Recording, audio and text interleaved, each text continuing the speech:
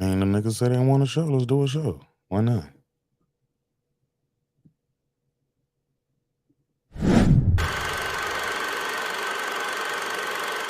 This that squad sound.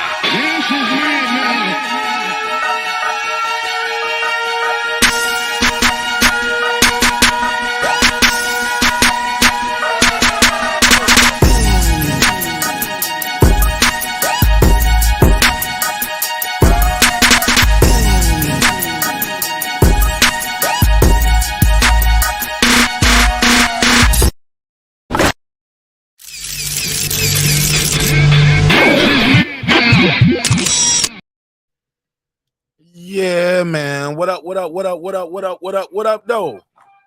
What's popping? What's happening? What's going on? It's your favorite neighbor, your man Marq Nash. He is I am he. Another great episode of Breaking Beats. How y'all feel? What's the deal? Make some noise for yourself in this thing, man.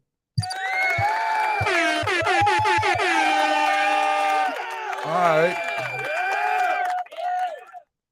Yeah, man. This will be a fun episode. A little lighthearted episode. I guess don't seem too lighthearted based off the title and the thumbnail, but we got to talk about it. So on YouTube, she said, can I stream this? Pull up. Click the link. Pull up. Drop the link out there. She said, can I stream this? I just started. I don't even know. I don't know if you want to stream this one. I don't know where it's gonna go, Queenie. I don't know if you I don't even know where this shit gonna go. Keep it a thigh while with you. You might not like to spread this with your audience. You might she said I'm supposed to have an interview right now. Oh, really? Who you interviewing? Who you interviewing? You might not want to stream this one. I don't know where it's gonna go, but we're gonna have fun with it while we here. So we gotta talk about it. I saw this hashtag floating around on Twitter, and it was hashtag boycott the Woman King. And I'm sitting here thinking to myself, so why they boycotting this movie? Is this a ploy from, you guessed it, the white man? Like, okay, this is a woman-led cast, black woman at that, right? Although the writers they look like this. Yeah, these are the writers in the screenplay who wrote the story. I mean, we'll talk about that. We'll talk about it as we get to that point. But I'm thinking to myself, like, why are they boycotting this movie? Now, I never pretend to be the smartest person in the room. Nope, not by a long shot. Never pretended to be the smartest person in the room. So I did a little research, and Dahomey, on the Dahomey tribe, it looked like the homies, but I think the H is silent. Dahomey, right? Dahomey. And I was horrified. I was like, oh no.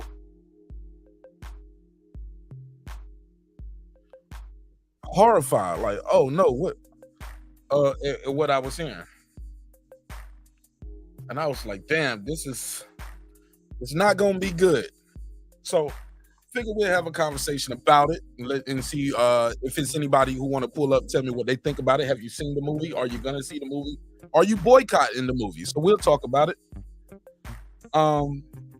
Also, we got a little hip-hop conversation. We're gonna have that conversation as well. Maybe I'll get my boy Megazord to pull up. Your favorite album of 2005 out of these choices. We got The Game, the documentary, 50 Cent, The Massacre, Jeezy, Thug Motivation 101, Kanye, The Graduation, Lil Wayne, The Carter 2, Jewels, What the Game's Been Missing, Common, B, Bun B, Trill, is that the Trill OG? Okay, that's the Trill album, and Beanie Siegel. So we're going to talk about that, get into a little hip-hop talk. And also, of course, we got the big fight tomorrow, so you can give me your prediction on that. But I'm gonna ease off the box and talk a little bit for the night, because we got all weekend for that, right? You already know how we do Saturdays. It's a fight night. We'll talk about it all night going into the next day, because I have no life on the weekend. Nah, I'm joking. No. So we're gonna talk about it. We're definitely gonna have a good time. So we gotta talk about it. But I'm very curious about it. Oh, where's the Instagram clip? My wife was supposed to be sending me this clip. Every now and then, he hit the jackpot. She'll send me, because she's always sending me stories. I got a story for the show, baby. I got something for the show, Dad. I'm like, yeah, you ain't got no topic. You ain't never got no damn good topics for the show. No. I don't want this one. Let me call her ass right now. This ain't the one I want. Let me call her ass. This ain't the one I want. I want the one with this little. Where is it at? I need the right one. Hold on. Gotta call her ass right here on air. Gotta call her ass right here on air. I want the other one. So she sent me this viral clip, but she showed it to me. Hey, look, I don't want the one with the mama explaining. I want the one where when you showing me what the house look like. Send me that one. All right. Yeah, so she shows me this house and it looks destroyed. I mean, everything in this house that's breakable was broken. And I was like, who the hell did this? Couldn't find out it's the kid. The kid destroyed it. From what we heard, it was the mama took the kid's phone and the kid just destroyed everything. Well, my wife, she sent me, I got the clip of the mama queued up. We can play that as well. But I want to show y'all what this house looks like first. And I want to know, what would you do if your child did this to your house? I can't even put it in words, neighborhood. Y'all got to see it. Shout out to my boy Reg Review. He was like, yo, what up? She said she interviewing Ricky Williams. Tell Ricky I said, what's up? I know Ricky. I don't know him. I know of him through YouTube, but tell him I said, what's up? All right. And yeah, just pull up after your interview's over. Just pull up. So we're going to be here for a little bit. So you got time. So where do I start? So make sure I got that link. Let me pin the link to the top. So if anybody want to pull up, I don't have to be dropping the link all night. I haven't even shared this out yet. So let me share this out. But yeah, second show of the day. First one was a little pop-up for the weigh-in, but this one right here, oh, this one's for the money, man. This one's going to be fun right here. This is, they are boycotting the Woman King. Now I get it. The cover too, let me do this. Hold up, bear with me. Pin that to the top. Bam.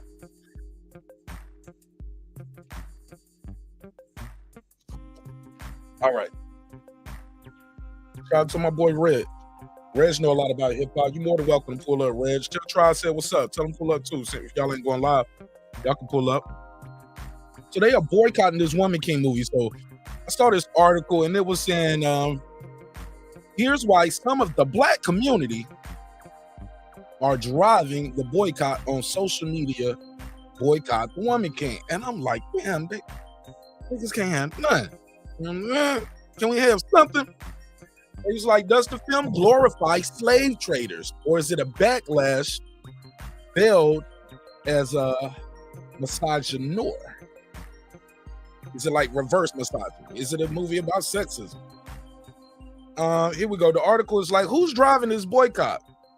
Is it the same people who was driving the Halle Berry boycott for The Little Mermaid? Who are these people? Critics don't have an issue with David's playing a strong black leader in The Woman King, but are alarmed that the history of the Dahomey tribe, who sold other Africans into slavery, has been whitewashed. It goes on to say, time to boycott the Woman King movie. The film is about the Dahomey and Benin that traded slaves into the transatlantic. This may be the most offensive film to Black Americans in 40 to 50 years, wrote Los Angeles attorney and producer Antonio Moore. Antonio Moore. Now I know that name. Now I do know that name, Antonio Moore. Then that's ADOS, right? Shout out to my boy Deuce. Oh shit. Talking about shout out to Deuce. Let me do all the shout outs to all the members and all the neighbors. I'm tripping. Like I said, I ain't sharing none of these shows today, man. Doing it raw like we used to do it. I am gonna share it momentarily. Y'all bear with me. I'll share it out. Let me do these shout outs. So we gotta do the shout outs to the members, because without the members, it wouldn't be the same. Okay, and we got a couple new members to the neighborhood, so let's do that. Let's take it from the top. Shout out to my boy Godbody. What up? Tony Boswell. What up? Pittsburgh T. What up? Taylor Bell. What up? Medi Yoel. What up? C. Jones. What up? C Jones 0224, by the way. What up, gangsta? Cliff Bailey. What up? Con Shonery. What up? Lisa Bells. What up? That guy Eclipse 330. What up? Cooking with the champ. What up? On the mic with Terrence Bailey Sr. What up? New media today, USA Boxing. That's Coach Malachi Williams. What up? HLD. What up? Cooking with Sir Senior. What up? Deuce Times. What up? Brandon Washington. What up? Born Supreme. What up? Karma Serene. What up? Ace Retro. What up? Lady Shan Dundum Season. What up? My boy Dub Right Side. What up? Boxing Lounge. What up? Taint the Sweet Science Examiner. What up? Hero. What up? D Bevel the Champ. What up? Rob G Films. What up? And of course, my good brother Derek Lincoln. What up, gangsta? All right, now we can start the show.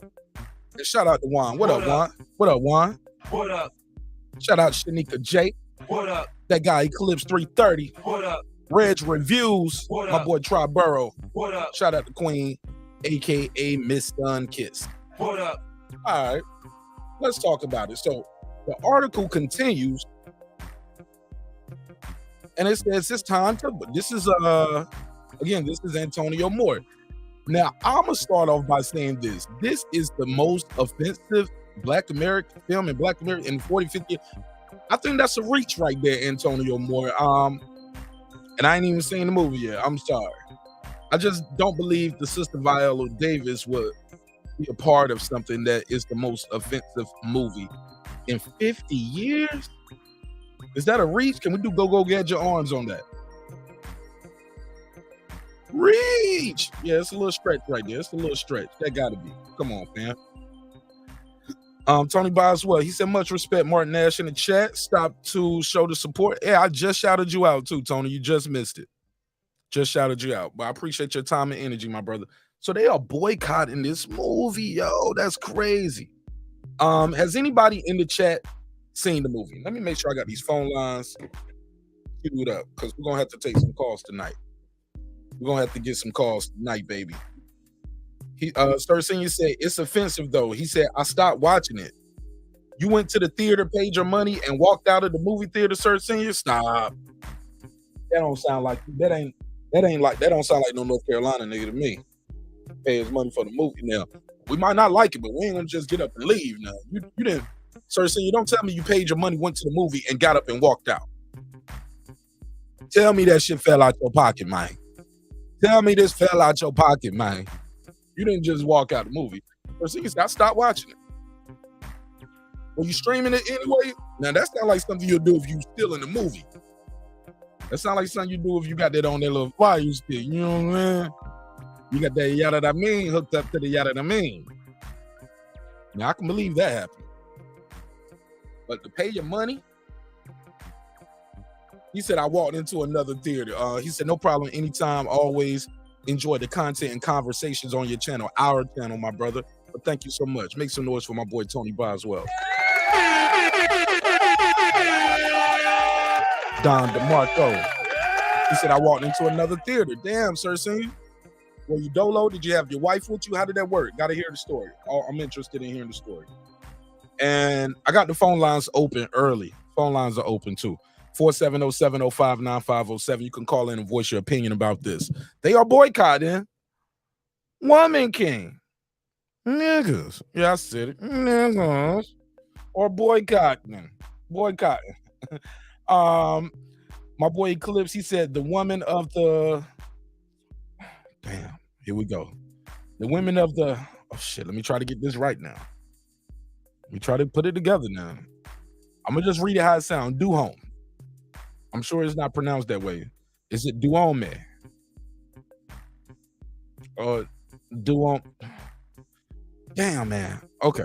Like I said, I ain't the smartest person in the room. I'm just the one with the microphone right now. The women of the Duome tribe are the source of the Greek myth of the Amazons. They were a fierce warrior tribe who were known throughout the ancient world. Their women and men were legendary. Okay, so it don't sound like Clips is boycotting the movie. It don't sound like it's all bad. Deuce Time said, I only watch porn movies. Okay.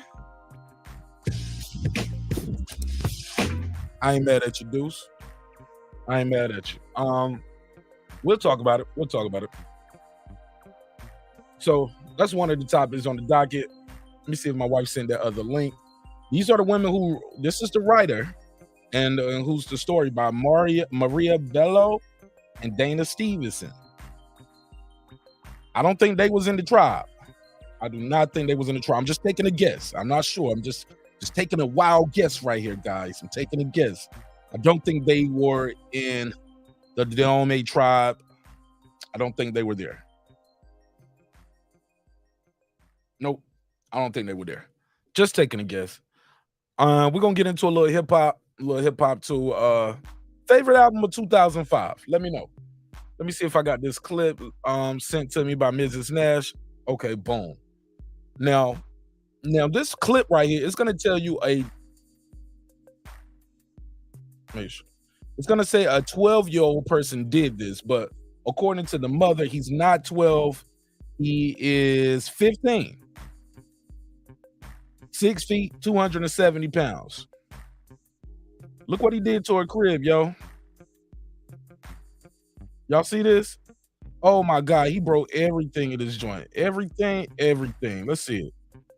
So the table, the refrigerator, the stove is ripped out. Look what homie did to Mom Dude's crib, yo.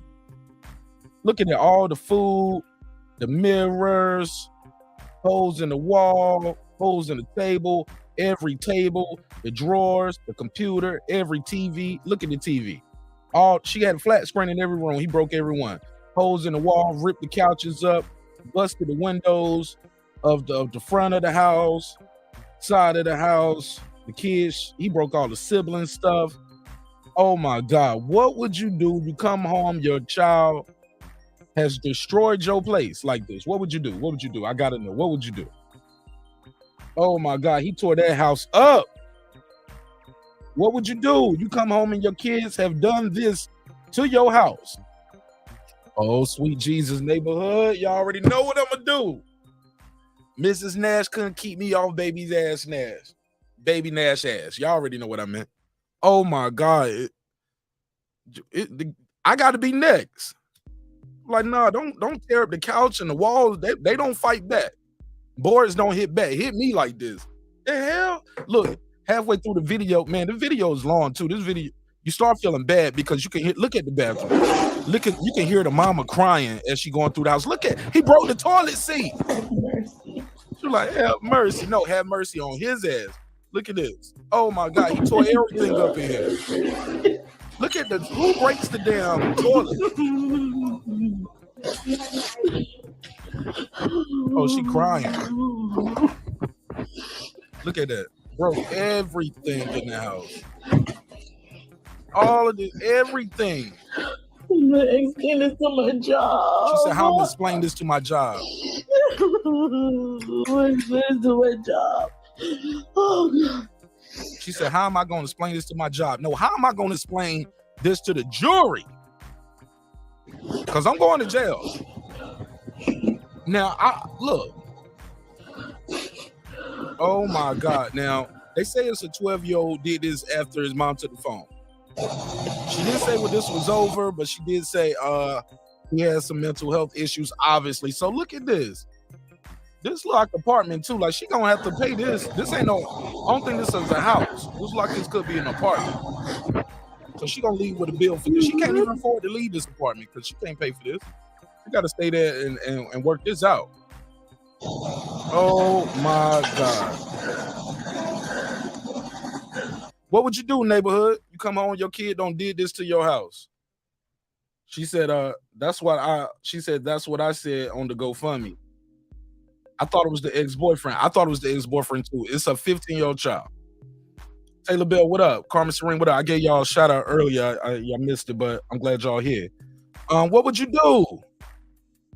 Carmen, you saw this? I'm disappointed in you. You're supposed to send me this, Carmen. I mean, he's the king. He's the king of shooters. He's the king shooter. Carmen, I'm still laughing about that king shooter shit you said the other day. I guess he wasn't the king of shooting after all. Yo, this little kid gotta go. I'm sorry, y'all. He gotta go. Karma, Taylor Bell, Cooking with 13. Clips, can I couldn't trust this person in my house while I'm asleep. This person will kill you while you sleep, man. This type of person to kill you while you sleep. She said, I only saw the pics on GoFundMe, not the video. Oh man, I got the mama's reply too. Yeah, man. Carmen, this is I couldn't live in a house like this. Because this person who will do this much to you, who's trying to destroy you, has this much vitriol, this person will kill you in your sleep, yo. She said, that's what I said on the GoFundMe. What you say, Karma? Yo, that is crazy, yo. That is crazy. Let's play a little audio from Mom Duke. Play a little audio from Mom Deuce. Let me get out of here real quick. I'm gonna play a little audio. Listen to what the mom had to say. They want to know who it is. Okay, so now you know it's. Okay, hold on. Let me get the audio. Let's get it together now. Share the screen. Nah, man, you got to get that person out your house. So I guess everybody's saying they want to know who it is. Okay, so now you know it's me. It's me. It's my son. It's my house.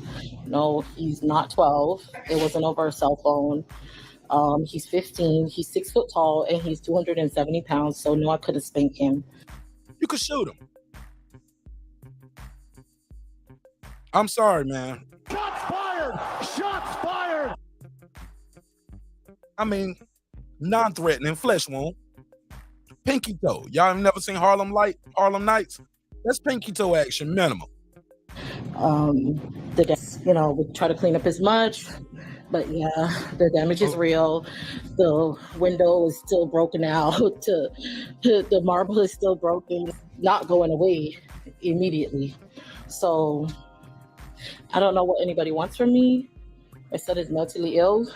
I'm sorry, man. I've dealt with this for 15 years, and it just sucks that I trusted someone and they sent the video out, and now everyone is looking at my hurt. So I guess everybody's saying, wow. Okay, so she trusted somebody, they sent it out. Now, I thought she put it out, but that's messed up.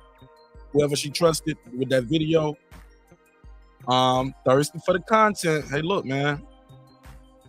So the kid is 15, mental health, obviously has a mental health disorder. But what will you do though? Like, do you call the people on your child? Do you come tell you send them to reform school, military school, you have them committed? What would you do? I'm gonna open the phone lines up early on this one. 470-705-9507, 470-705-9507. Bear with me while I share out this link. But this is bad, man. There's no winners in this situation right here. Mom Dukes is set back thousands and thousands of dollars right here. He don't set her back some G's. I see a lot of shout outs in the chat. Shout out to everybody in the chat. Y'all let me know what y'all would do in this situation. I gotta hear this. Let me see. Okay, nobody said nothing. I guess everybody, y'all will. Here we go. There we go. Clips got one. He said, that little dude obviously wants to go to boarding school. That's what I'm saying, Clips. I couldn't keep him in the house with me because I couldn't trust him any longer around my belonging.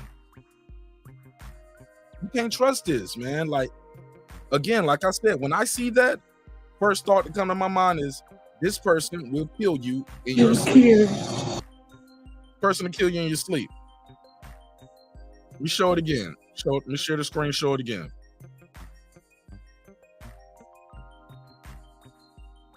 Everything is destroyed in the house. He even broke the kids' stuff. It looked like they got other siblings. They broke dad, the car seats, the walker for the other kids, the couches, the TV stand, the marble. He broke the toilet seats. Every TV in the house, every piece of glass that could be broken was broken. From the windows to the wall, the mirrors, the glass tables, everything that could be broken in this house was broken. What would y'all do? This what happened at the Wilder Fury 3. At the Tyson Fury 1, he went. No, I'm joking, Lisa Bell. Apparently the mom said her child has mental health issues. and he went on a rampage and destroyed the house. She said it wasn't over the phone. She didn't say what it was over, but I don't care what it's over, man. Homie got to get out the house though, right? Like this ain't even safe for mom dudes. You'll hear about this later. You'll hear about later him killing moms. Like he has no remorse. She said he needs to be put in a mental home. I agree, Karma. Like Karma, could you sleep around this? How could you sleep around a person that'll do something like this? He got mental health issues where his crazy ass can go tear up a rubber room and get the fuck out of my house immediately. I ain't mad at you, Clips.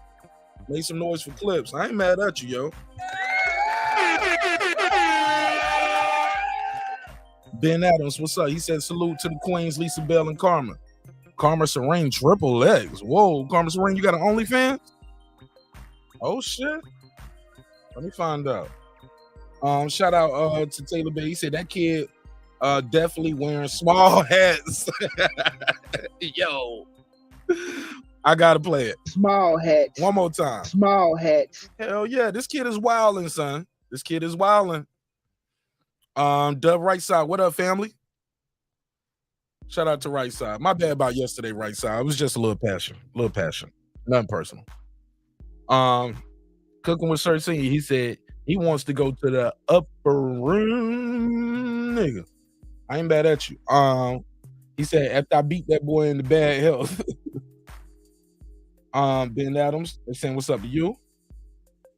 Somebody said he had to get the F out of my ish ASAP. Lisa Bells, I couldn't. Can you trust him? Can you sleep around this kind of person?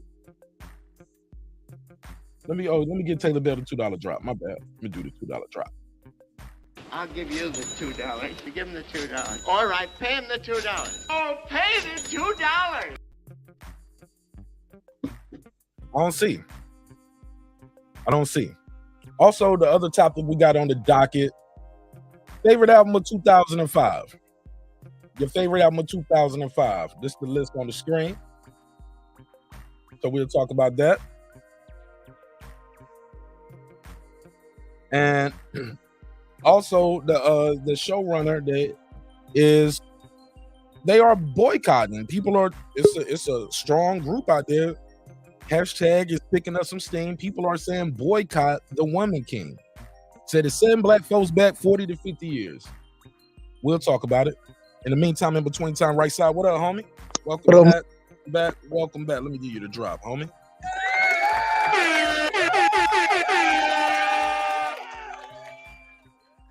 What's popping with you, man? I heard you got a debate coming up soon. Yeah, we got a debate coming up on Wednesday. You feel me?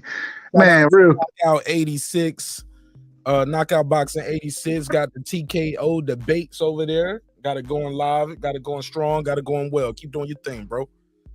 Facts, man. Nah, I ain't gonna be up here long. I'm on a short time frame again, but Mark, don't never apologize to me, nigga. You got keep it a buck. And when I say keep it a buck, that's what you do. I ain't never got no problem with you talking your shit because I'm gonna talk my shit respectfully. And so you ain't gotta apologize all. And when you do, I gotta be honest with you. I'm offended. I'm offended when you apologize to me. Okay.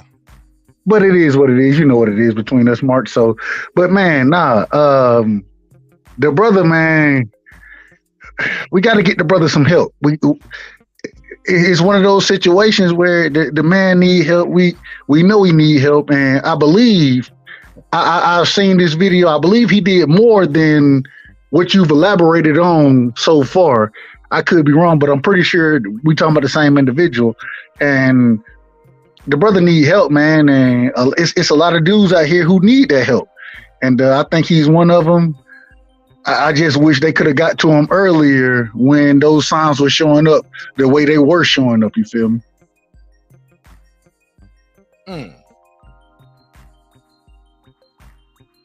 But what would you do? Like, what I'm saying is, it's hard to sleep around this person. Could you sleep? I couldn't comfortably sleep around somebody who has this type of anger and this type of rage, this type of this kind of outburst. I feel like this person will kill you in your sleep.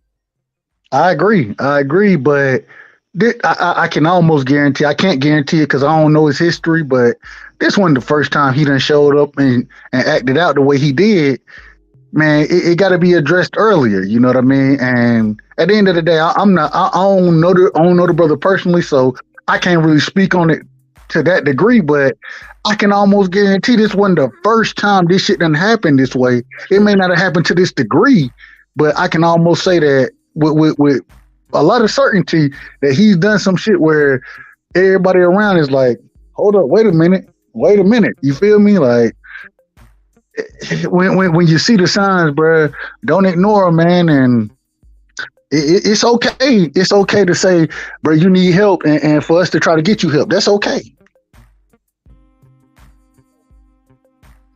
Yeah, man, this is bad. Now the mother sent. I was shocked to hear the mother say, "Look, I sent this out in confidence. Somebody betrayed her trust and put the video out. Shame on whoever put that out. If mom wasn't trying to put that out, right? Like, she has to feel betrayed 2 times now because she knows who she gave the video to. You feel me? Truly disappointed and unfortunate to say the least. Hey, what's your take on the Woman King? People are trying to boycott the Woman King. Like, what's your take on that? Bro, I'm excited about that show. You feel me? Now, it shouldn't be the Woman King. It should be the Woman Queen. But at the end of the day, I'm still excited about it. I mean, I feel it, from what I've seen so far as the promotions go, those type of things, it seems like it's going to be a hell of a show or a hell of a movie. But why would we boycott? I don't understand why we would boycott that. I don't understand that. Okay. Well, they're saying they were slave traders. They said it was a movie about really these people were slave traders, and the history is being whitewashed by 2 white writers and pretty much turned slave traders into a women empowerment film, is what they're saying in the gist of it, in a nutshell. It's a ton of slave traders, whether they be, especially if we look at the sub-Saharan slave trade. I don't really want to get into all of that because we'll talk about the slave trade. We could talk about it for a minute, but it's a lot of individuals that have been portrayed in movies in a certain light that had a lot of negative shit behind them. It's been a lot of that going on. So now all of a sudden with her, wow, like, man, you could tell the story, you feel me? But it respectfully to her, it ain't the first time it done happened. This, and especially when they come out and say this ain't the first time y'all done portrayed slave traders as positive figures in history. It ain't the first time. And so now all of a sudden we need to boycott. Nah, we ain't finna do. I don't think it's necessary. At the end of the day, man, teach the history. And my problem is with all of it is, whether it's this situation, any situation, they don't teach history the way it really happened. They teach it with a biasness to it, and the majority of the biasness has everything to do with selling. You feel me? So all of a sudden we need to be focused on this individual, and now we need to say, nah, she was wrong and she shouldn't have did. Nah, bro, it don't work that way. If you're gonna do it for one, do it for all. That's my opinion on it. Right. I didn't think of it that way, right side. You might be on to something, because look, it's a lot of movies about your forefathers of this country who signed the paper saying all men are created equal, then went back to their plantation and said, nigga, pick that cotton. Facts. But then when we see him in the movie, Abe Lincoln, they made Abe Lincoln, even though he quote unquote freed the slaves, he's portrayed in a beautiful light. You know what I mean? Nah, if you George Washington portrayed in a beautiful light. Nah. If you gonna portray them that way, then all of a sudden this individual who had a hand in that trade, you feel me? And at the end of the day, really, when you look at the slave, I don't even want to get into it. I'm not finna go there. All I'm saying, you gotta stop, man. It ain't no safety on this Glock. Let's go. It ain't no safety on the Glock, but you start going into the shit, and next thing you know, bro, fuck it. At the end of the day, fuck it, then. Man, the what she had to do with the slave trade. When we look at the slave trade, bro, it at that time they weren't looking at it that way. We see hindsight is always 2020. What was she looking at? What are we able to profit off of? How can we make money? What can we trade for money? This type of shit. You feel me? I'm not saying it's right or wrong, but at the same time, they ain't talking about George Washington that way. But all of a sudden, you got a black lady who's the quote unquote the black queen over there. Nah, but man, hell nah. If you ain't gonna portray all the founders of the Declaration of Independence, if you're not gonna portray them in the light that they really stood in, because yes, they did found that document, right? They did found or help bring the country to where it's at, but at the same time, they own slaves. So you ain't gonna talk about that, but then you want to criticize her? Nah, you got to keep it a buck. If we gonna keep it a buck, man, keep it on a fair playing field, and talk about everybody's mishaps and wrongdoings equally, which is not what's happening. And so, if we gonna do it that way, okay, I'm cool with it. But that's not what's going on. So why you want to sit here and chat this lady down? Nah, hell nah, bro. I ain't with that shit. If we keep that shit a buck, that's all I'm saying. All right. Let's see. Good night to Tony Boswell, man. Thanks for pulling up. Thanks for supporting the show, Tony, in a major way. I'm gonna see you tomorrow for the post fight for sure. Clip said many of the leaders of early slave revolts were descendants of the Duome tribe. It was the Duome art of stick fighting and wrestling that was preserved, taught in secret throughout Brazil, and it was called capoeira. Okay. Shout out to Ben Israel. He said shalom to the CEO of Breaking Beats, Mr. Marq Nash. He said peace to right side. He said do the five, do the five, do the five. Okay, those emojis. From Ben Israel, he said, Arrow gonna lose this fight, but I still gotta ride with him. Okay, shout out to Ben Israel. He said Bud Crawford, undisputed. Shout out to Ben Israel.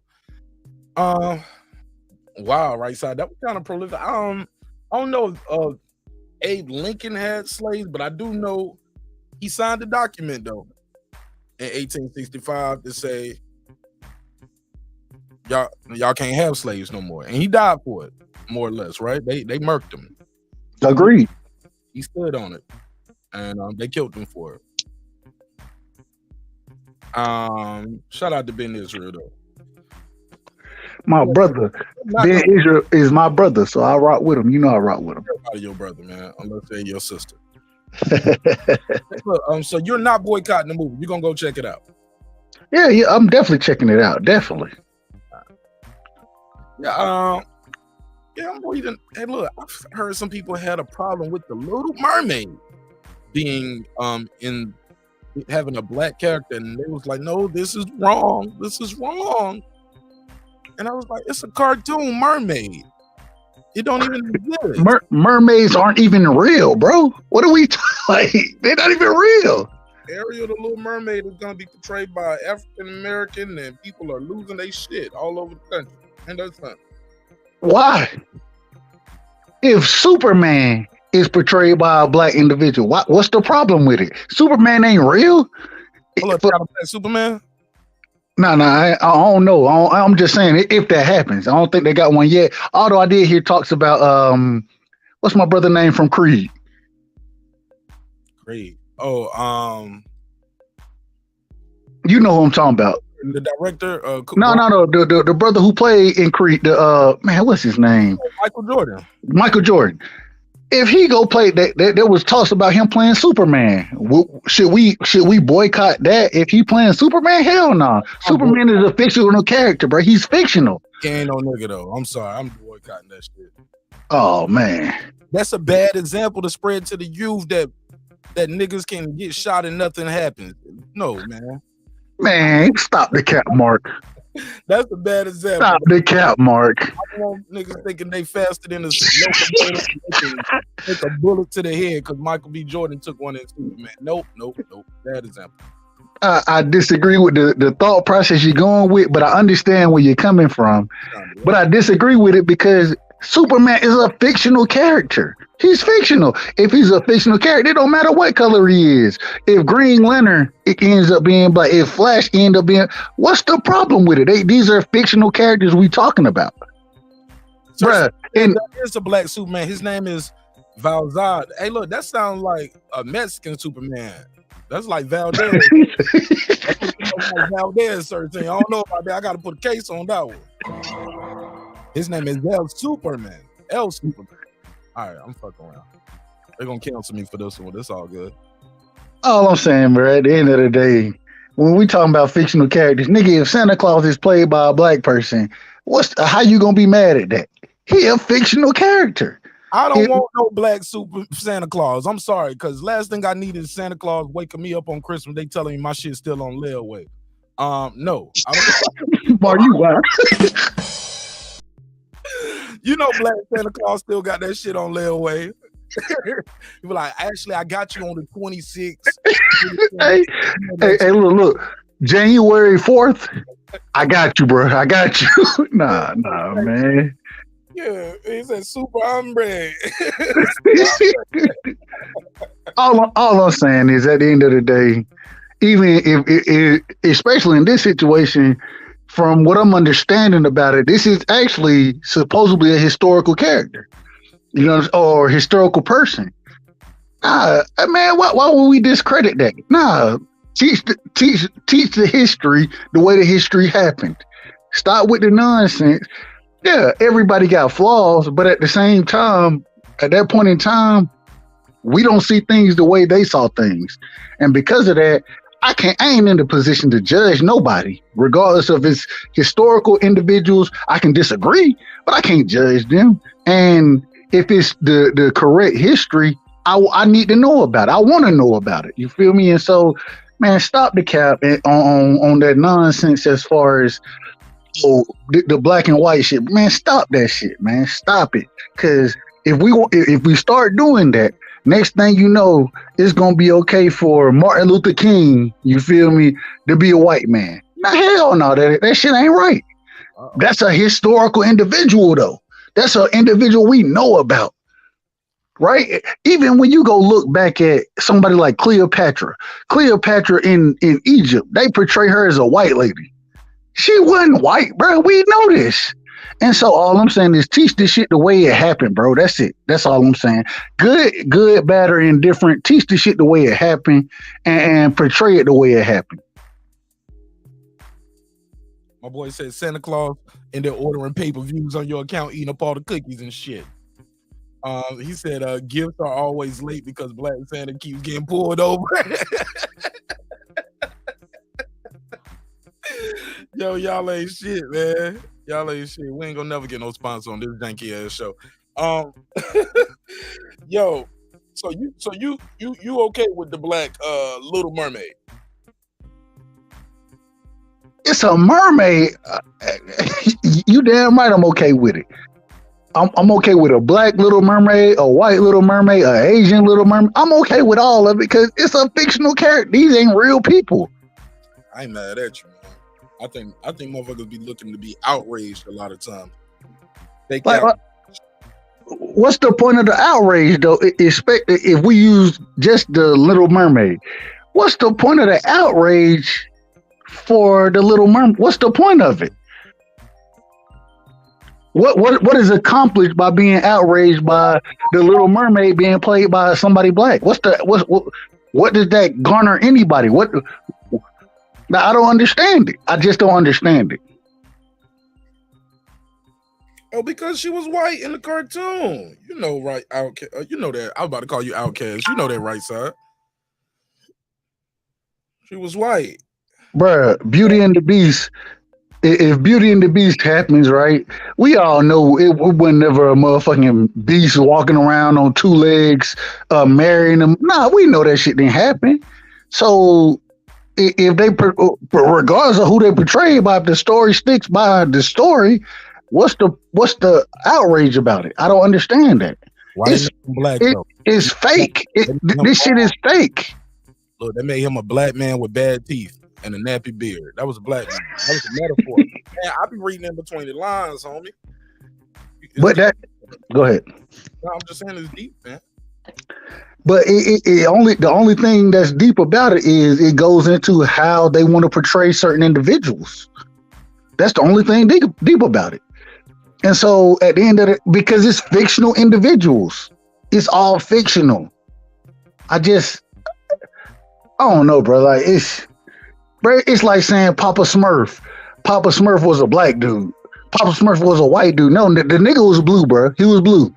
I got a theory about the Smurfs. They was kind of racist. Oh no, don't do it, Mark. Talk to me. Look at it. They all wore the white pointy hats. The leader wore the red hat. Come on, man. Think about it. Small hats.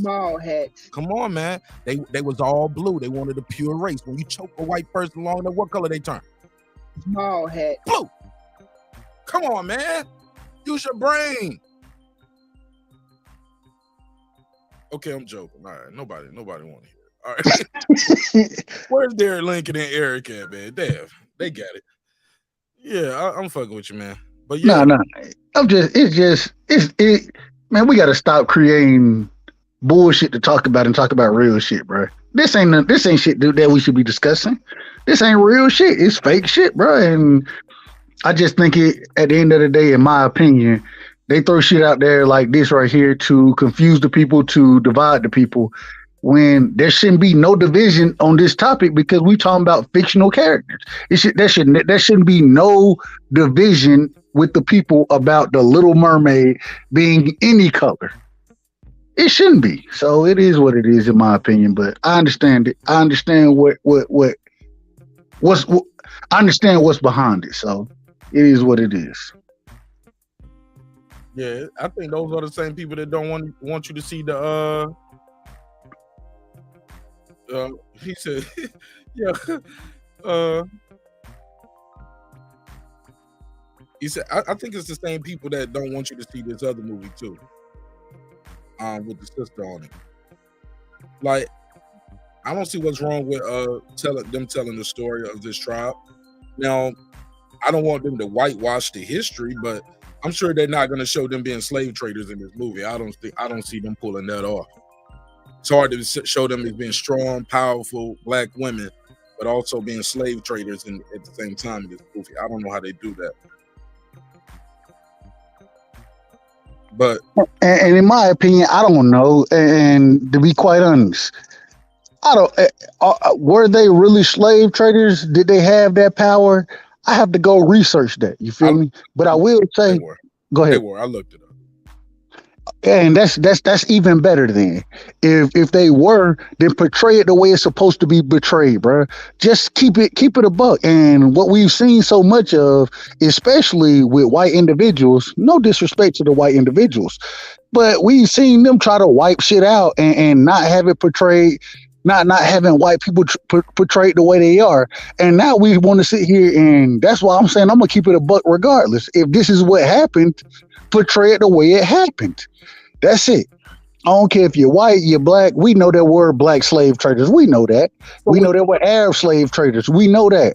But, and my biggest thing, the one thing I always like to talk about, nobody don't talk about the sub-Saharan slave trade. They don't talk about that shit. That shit became before the Atlantic slave trade. They don't talk about that shit though.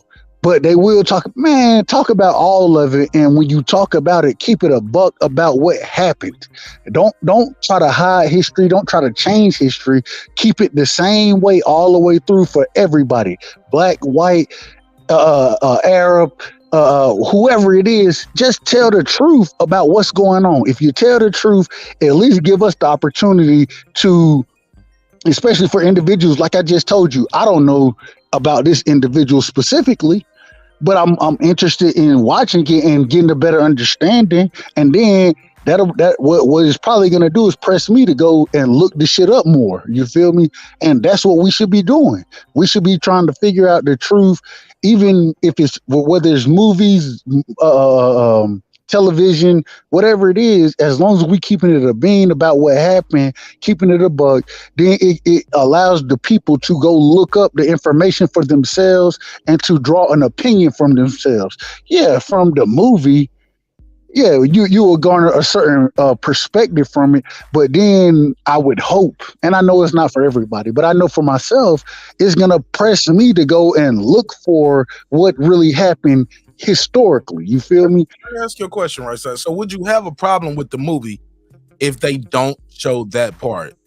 Like, let's say they show them, how about them being warriors, they show them going through a tough battle and things like that. They show their trials and tribulations, but they don't show them being slave traders. How would you take the movie then if they just leave that part out of the history in this movie? I would have a problem with it. And the same way I would have a problem with them portraying George Washington as not owning slaves, it's the same thing. Regardless of if the truth is good, bad, and different, man, just speak the truth in these movies. And that's what we're seeing a lot of now. Is more trying to condition the mind to think a certain way. No, don't try to condition people's minds, which I don't have no control over that. And that's what Hollywood gonna do regardless. But man, keep that shit a buck, bro. Keep it a buck. And the good thing right now, at least. Oh, go ahead. Keep it in the buck might not always sell. Like, it's Hollywood, so they want to have a good movie. It's hard to show them being strong, beautiful, powerful black women and show them selling slaves at the same time. Like, I don't even know how do you do that in a movie. And I can't disagree with you. I can't disagree. I understand selling. And if we want to talk about selling, that's one thing. If we want to talk about the truth, that's another thing, in my opinion. All I'm saying is, if I got to pick one or the other, I'm picking the truth over selling. And me personally, I'm gonna go and try to find the truth more than I care about the narrative. Fair enough. Ben Israel, what up? My brother. Hey, shalom, Marq Nash. What's good? Shalom to the CEO of Breaking Beats, man. Where you been at, Mark? Stop running from being Israel too, man.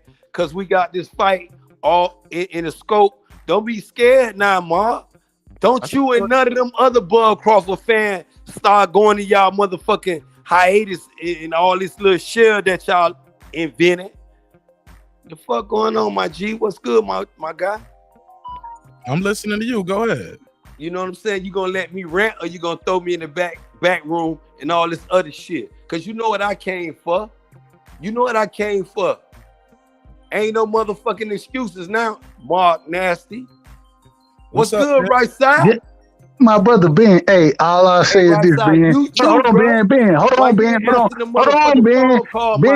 on, Ben. Hold on, brother.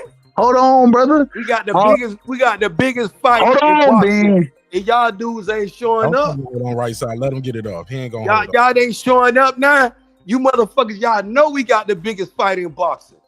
I told you, Mark. I said, man, this shit got the potential of blowing past Manny Pacquiao. Man, nah, being Israel, go in the back room, we get 30 seconds. All this shit. Shout out to them dudes in Nebraska. Shout out to them dudes over there in them cornfields that say they want to fight, But guess what, Marq Nasty? You going to Bud Catfish Crawford retirement party November the 21st in Nebraska Cemetery? You gonna show up? Oh yeah, I'm there. Okay. He got a rematch clause.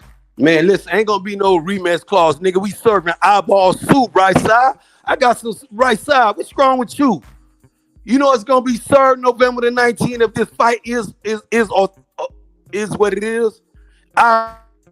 Your mic peaking. Either you too loud, but your mic is peaking and it's clipping you off, being Israel. You chopping. Say that last part again.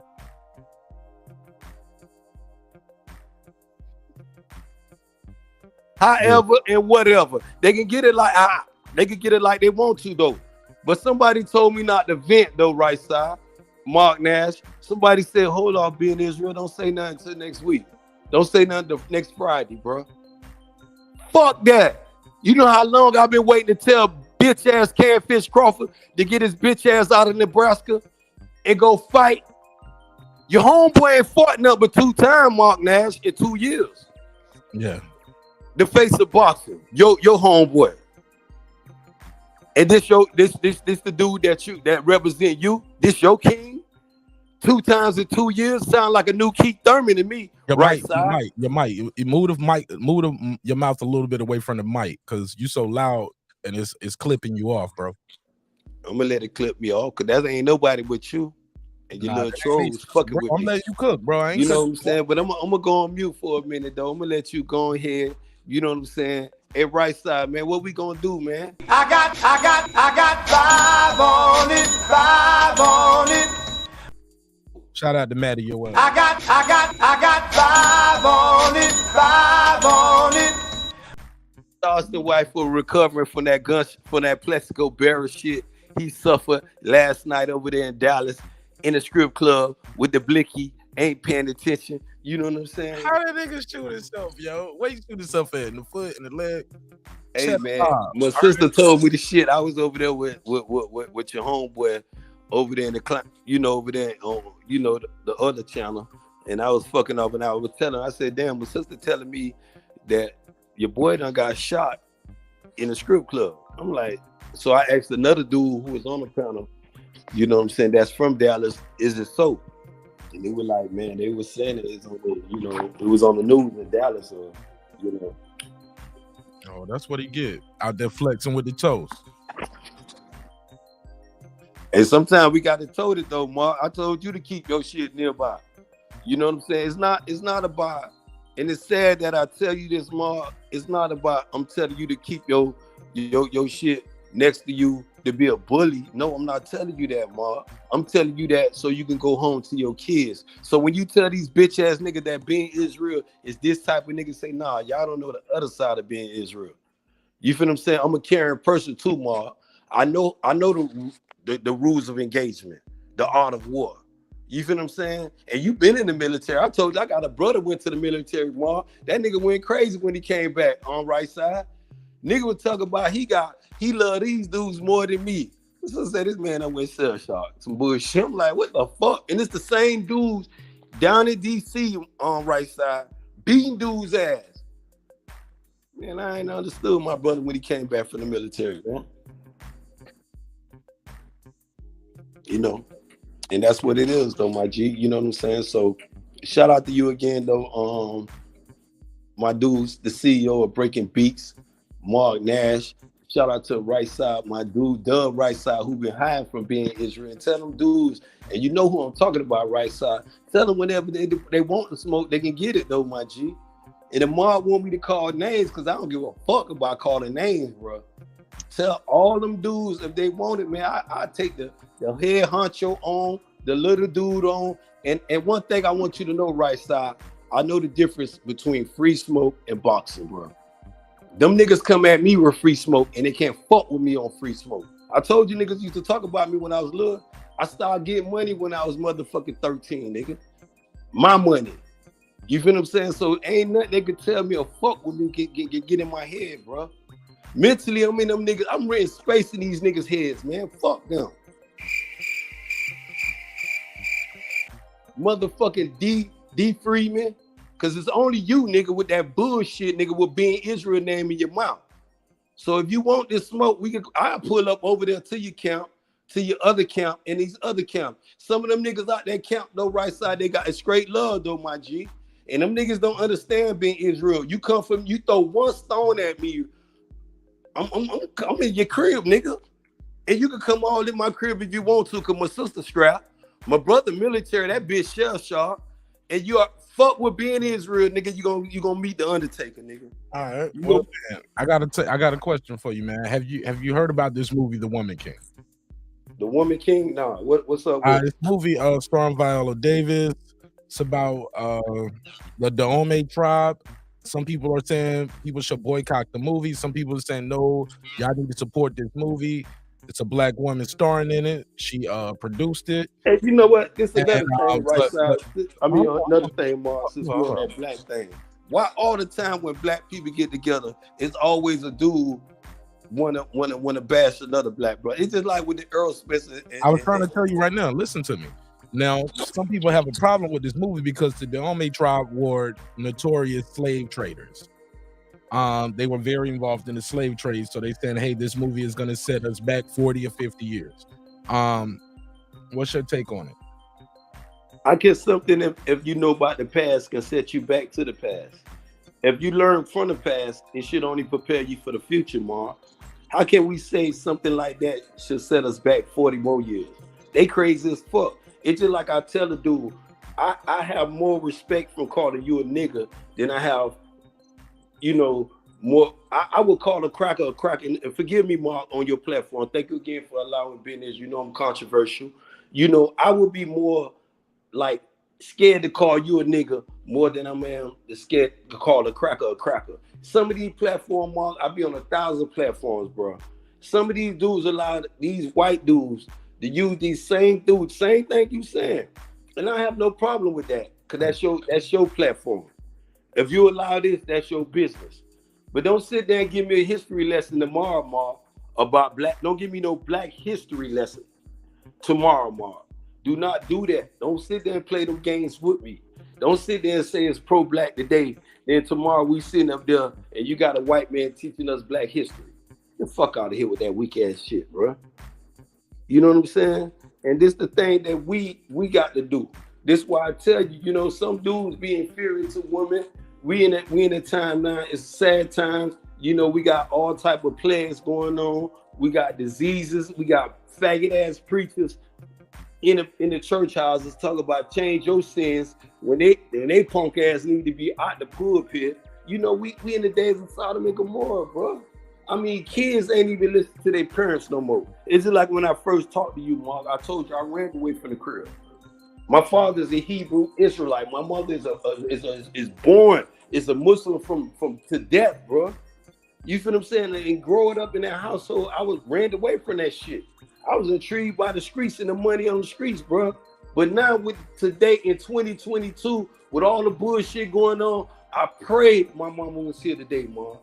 I'm going back home. I'm going back to the malls. I'm going back to the temples. Because this generation need that shit, Mom. These motherfuckers on some sucker shit right now. It's go in boxing, in the streets, and in life. And we as men, Mark, we gotta hold ourselves accountable for the bullshit. We got to. Right side, you, Mark, me, we gotta hold ourselves accountable. I got great news. I'm a father now. I'm a father of many nations now, right side. Just yesterday, I thought ain't had no kid. DNA biological test. A lot of shit that went on in my life. Just the past few weeks, the past done caught up with a dude. Well, sometimes the past can catch you, Mark, in a worse way. In a worse way. You know what I'm saying? And I hear brothers on YouTube right now, there's a lot of brothers be out there, oh, fuck you, this nigga, that nigga. Now I don't be on that shit, Mark.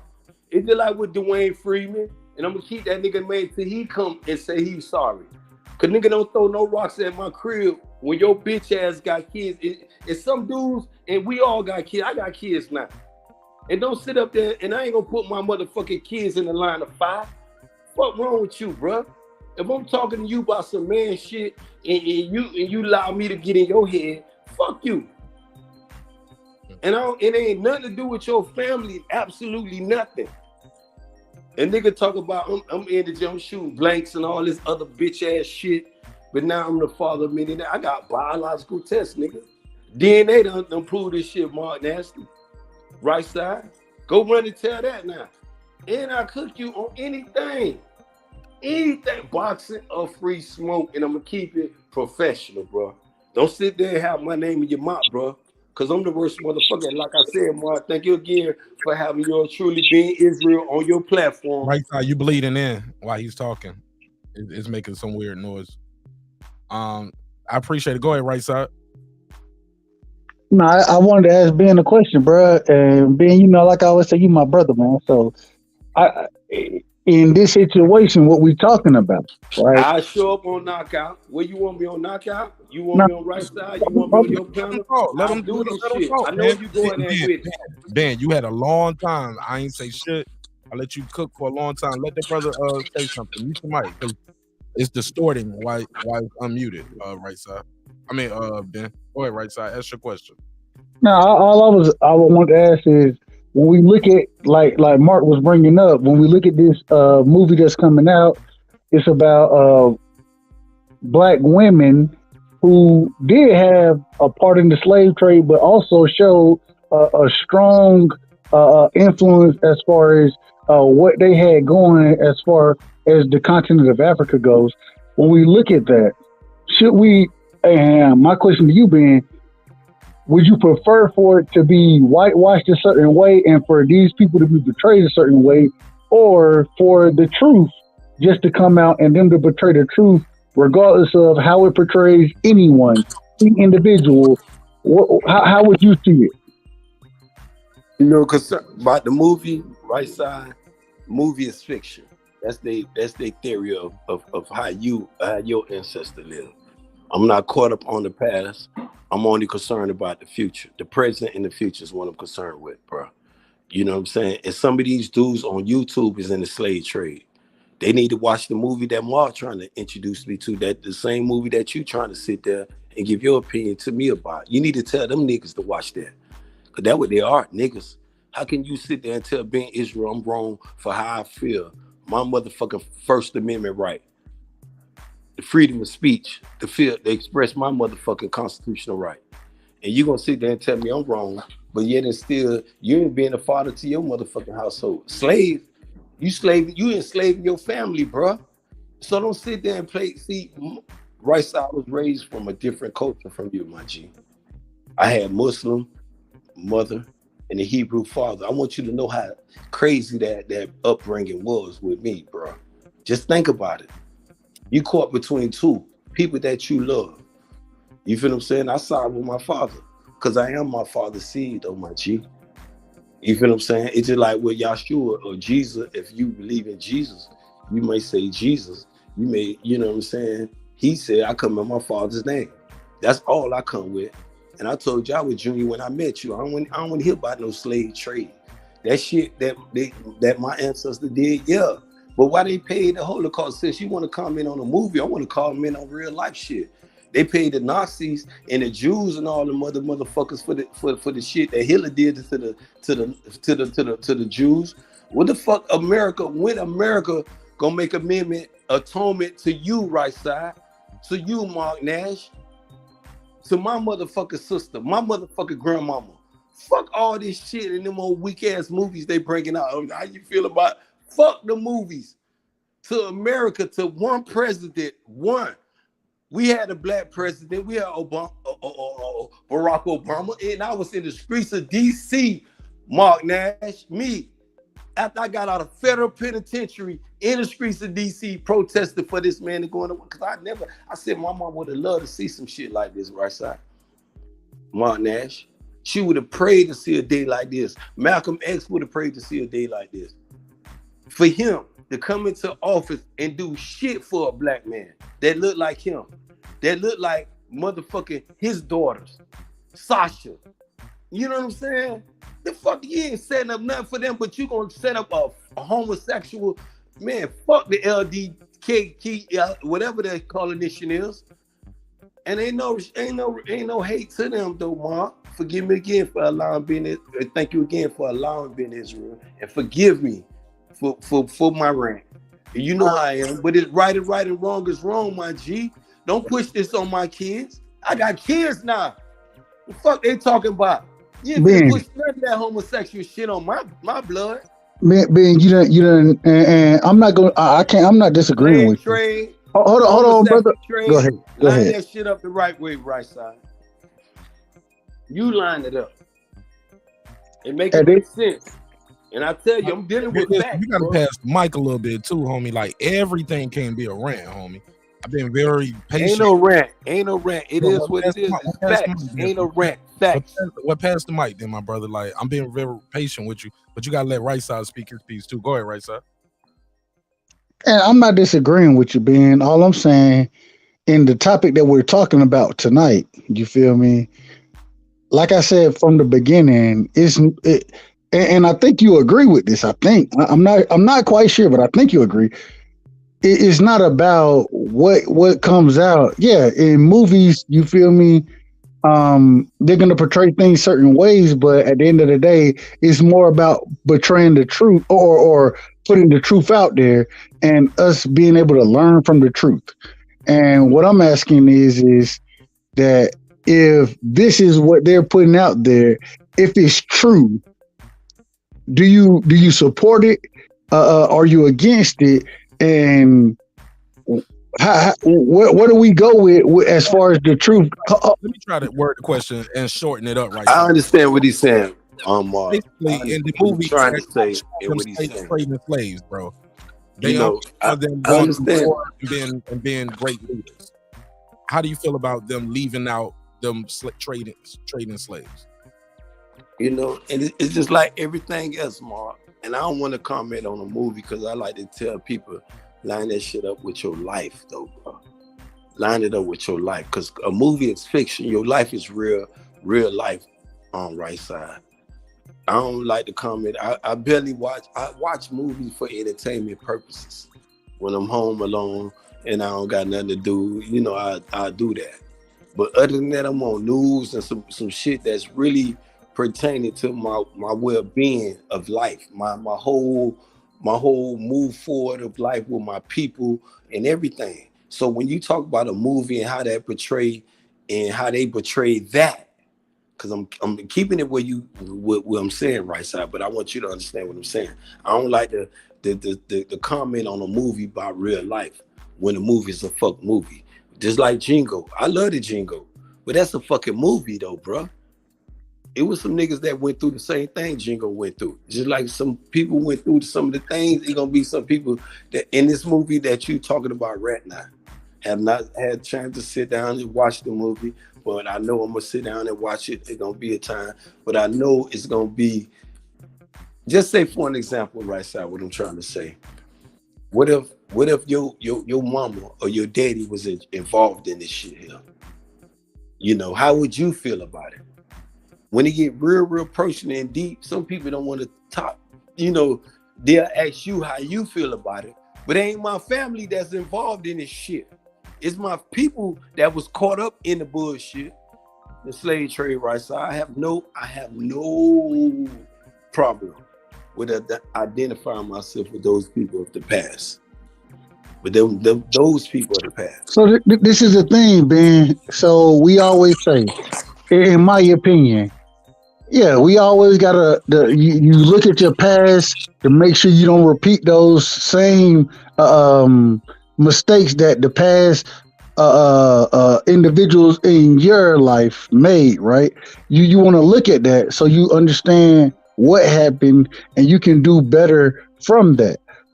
All I'm saying is that in this situation, I want the truth to come out there. If these individuals, yes, they were high class women in Africa, they were, but at the same time, they did participate in the slave trade. If they did that, then we should speak on that. Exactly, and you made a great point. You know, it's never a topic more harder than the slave trade.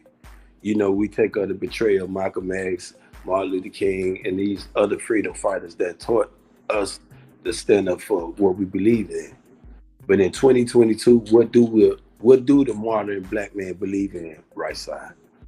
What do you believe in? And you mix, right side. And I don't know you personally. I'm gonna stand on the limb and say that.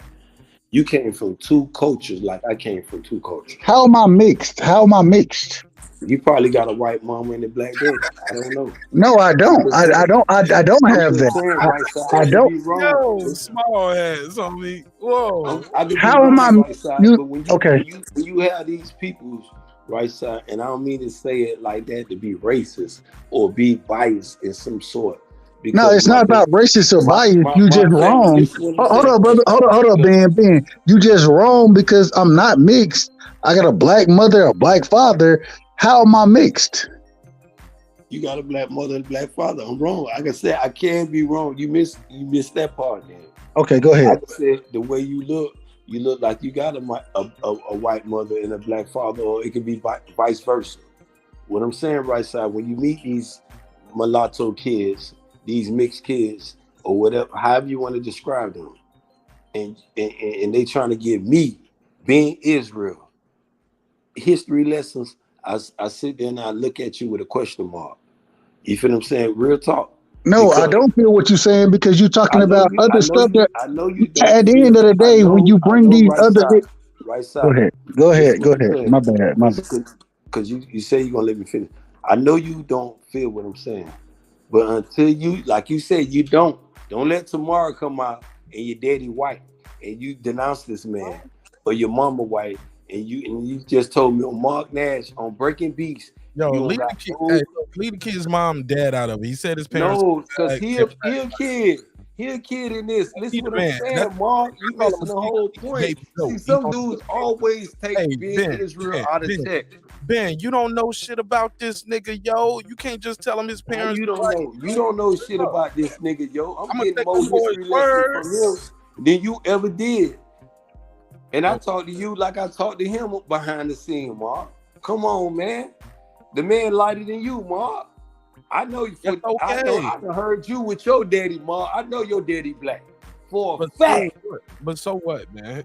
So what? So what, My Mark? dad Listen has what a I'm white saying, though. grandfather, This the so what part.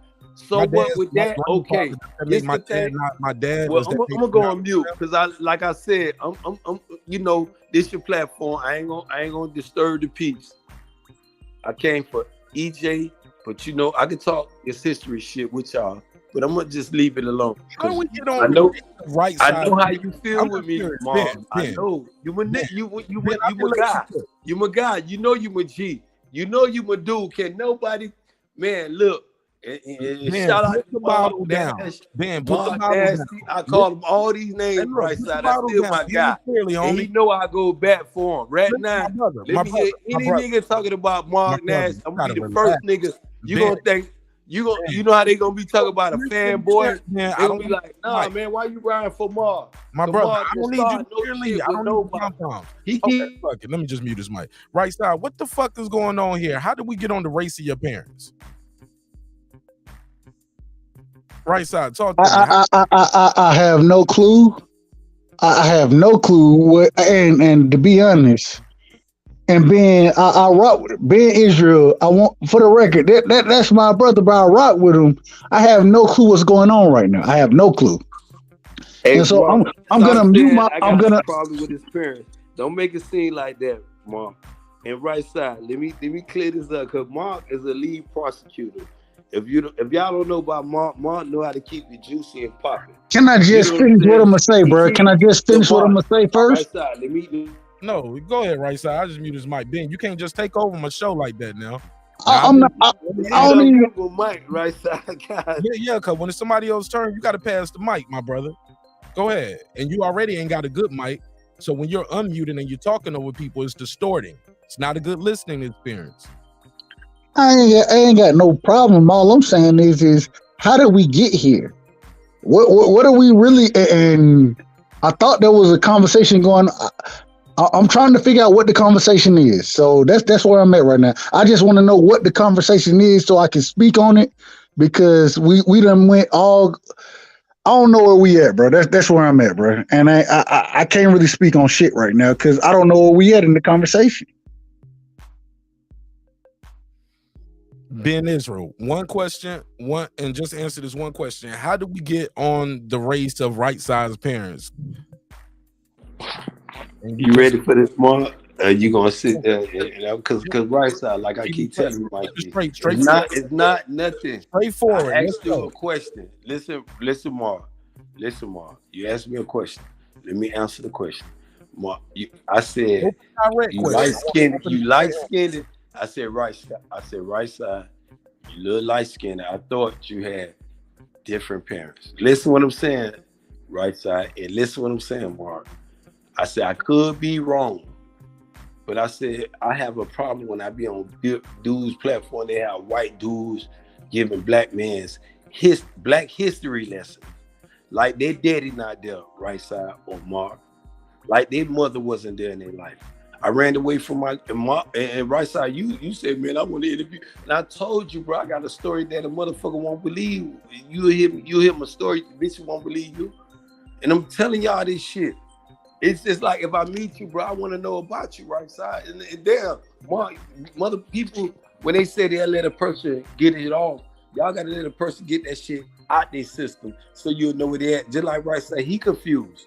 Just like Mark, if you keep muting my mic when I'm trying to tell Rice side how I was wrong or I'm right or I'm wrong, like I said again, Mark, if you mute my mic, people won't understand people though.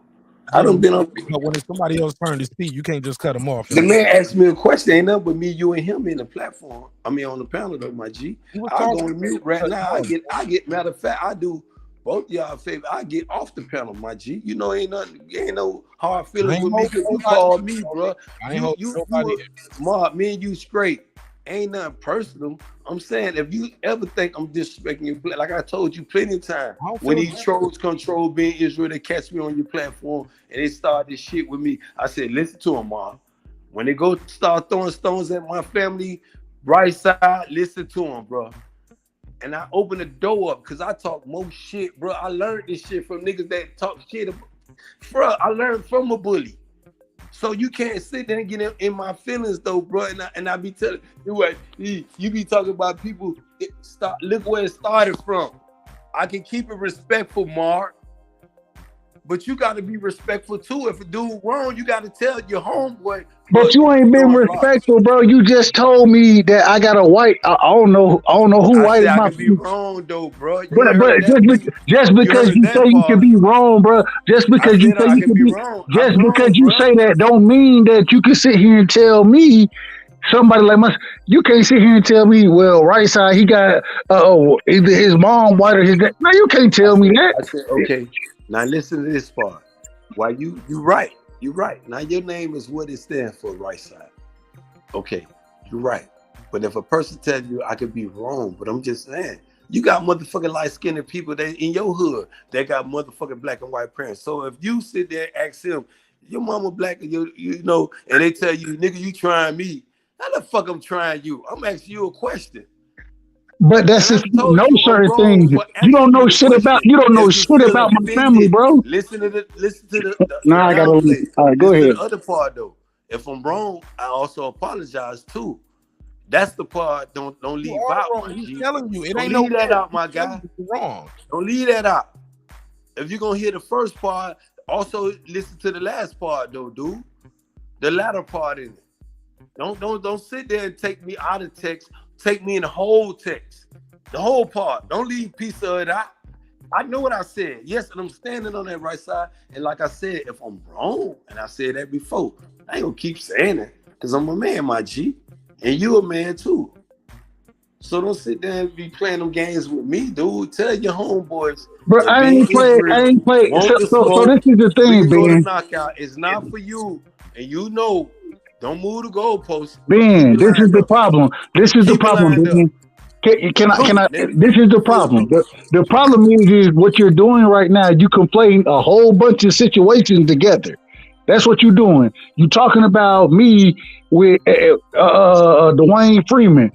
Hey, bro, I fought with D Free, but that ain't got shit to do with what we talking about right now. And then you going into me having white parents for some reason, not sure why, which has nothing to do with anything. I tell you it's different, and you be like, well, if I'm wrong, I'm wrong. But I still, no, bro, you wrong. You are wrong. And so stand on the fact that you're wrong and speak facts, bro. Just keep it a buck, bro. I don't even know what the conversation is no more because you taking this shit so left that I have no clue what you're talking about no more, bro. Like, stay on topic. Just stay on Okay, you finished? Because I want to be respectful. And then you ask me if I'm finished when you over talk everybody, bro. Like, come on, man. Come on, B. And Ben, when you jumped on the panel the first day, I said, this is my brother. And then you talking this crazy shit, bro. Like, come on, man. Keep it a buck. Keep it a... Man, just keep it boxing or whatever the subject is, bro. But you talking all type of other shit.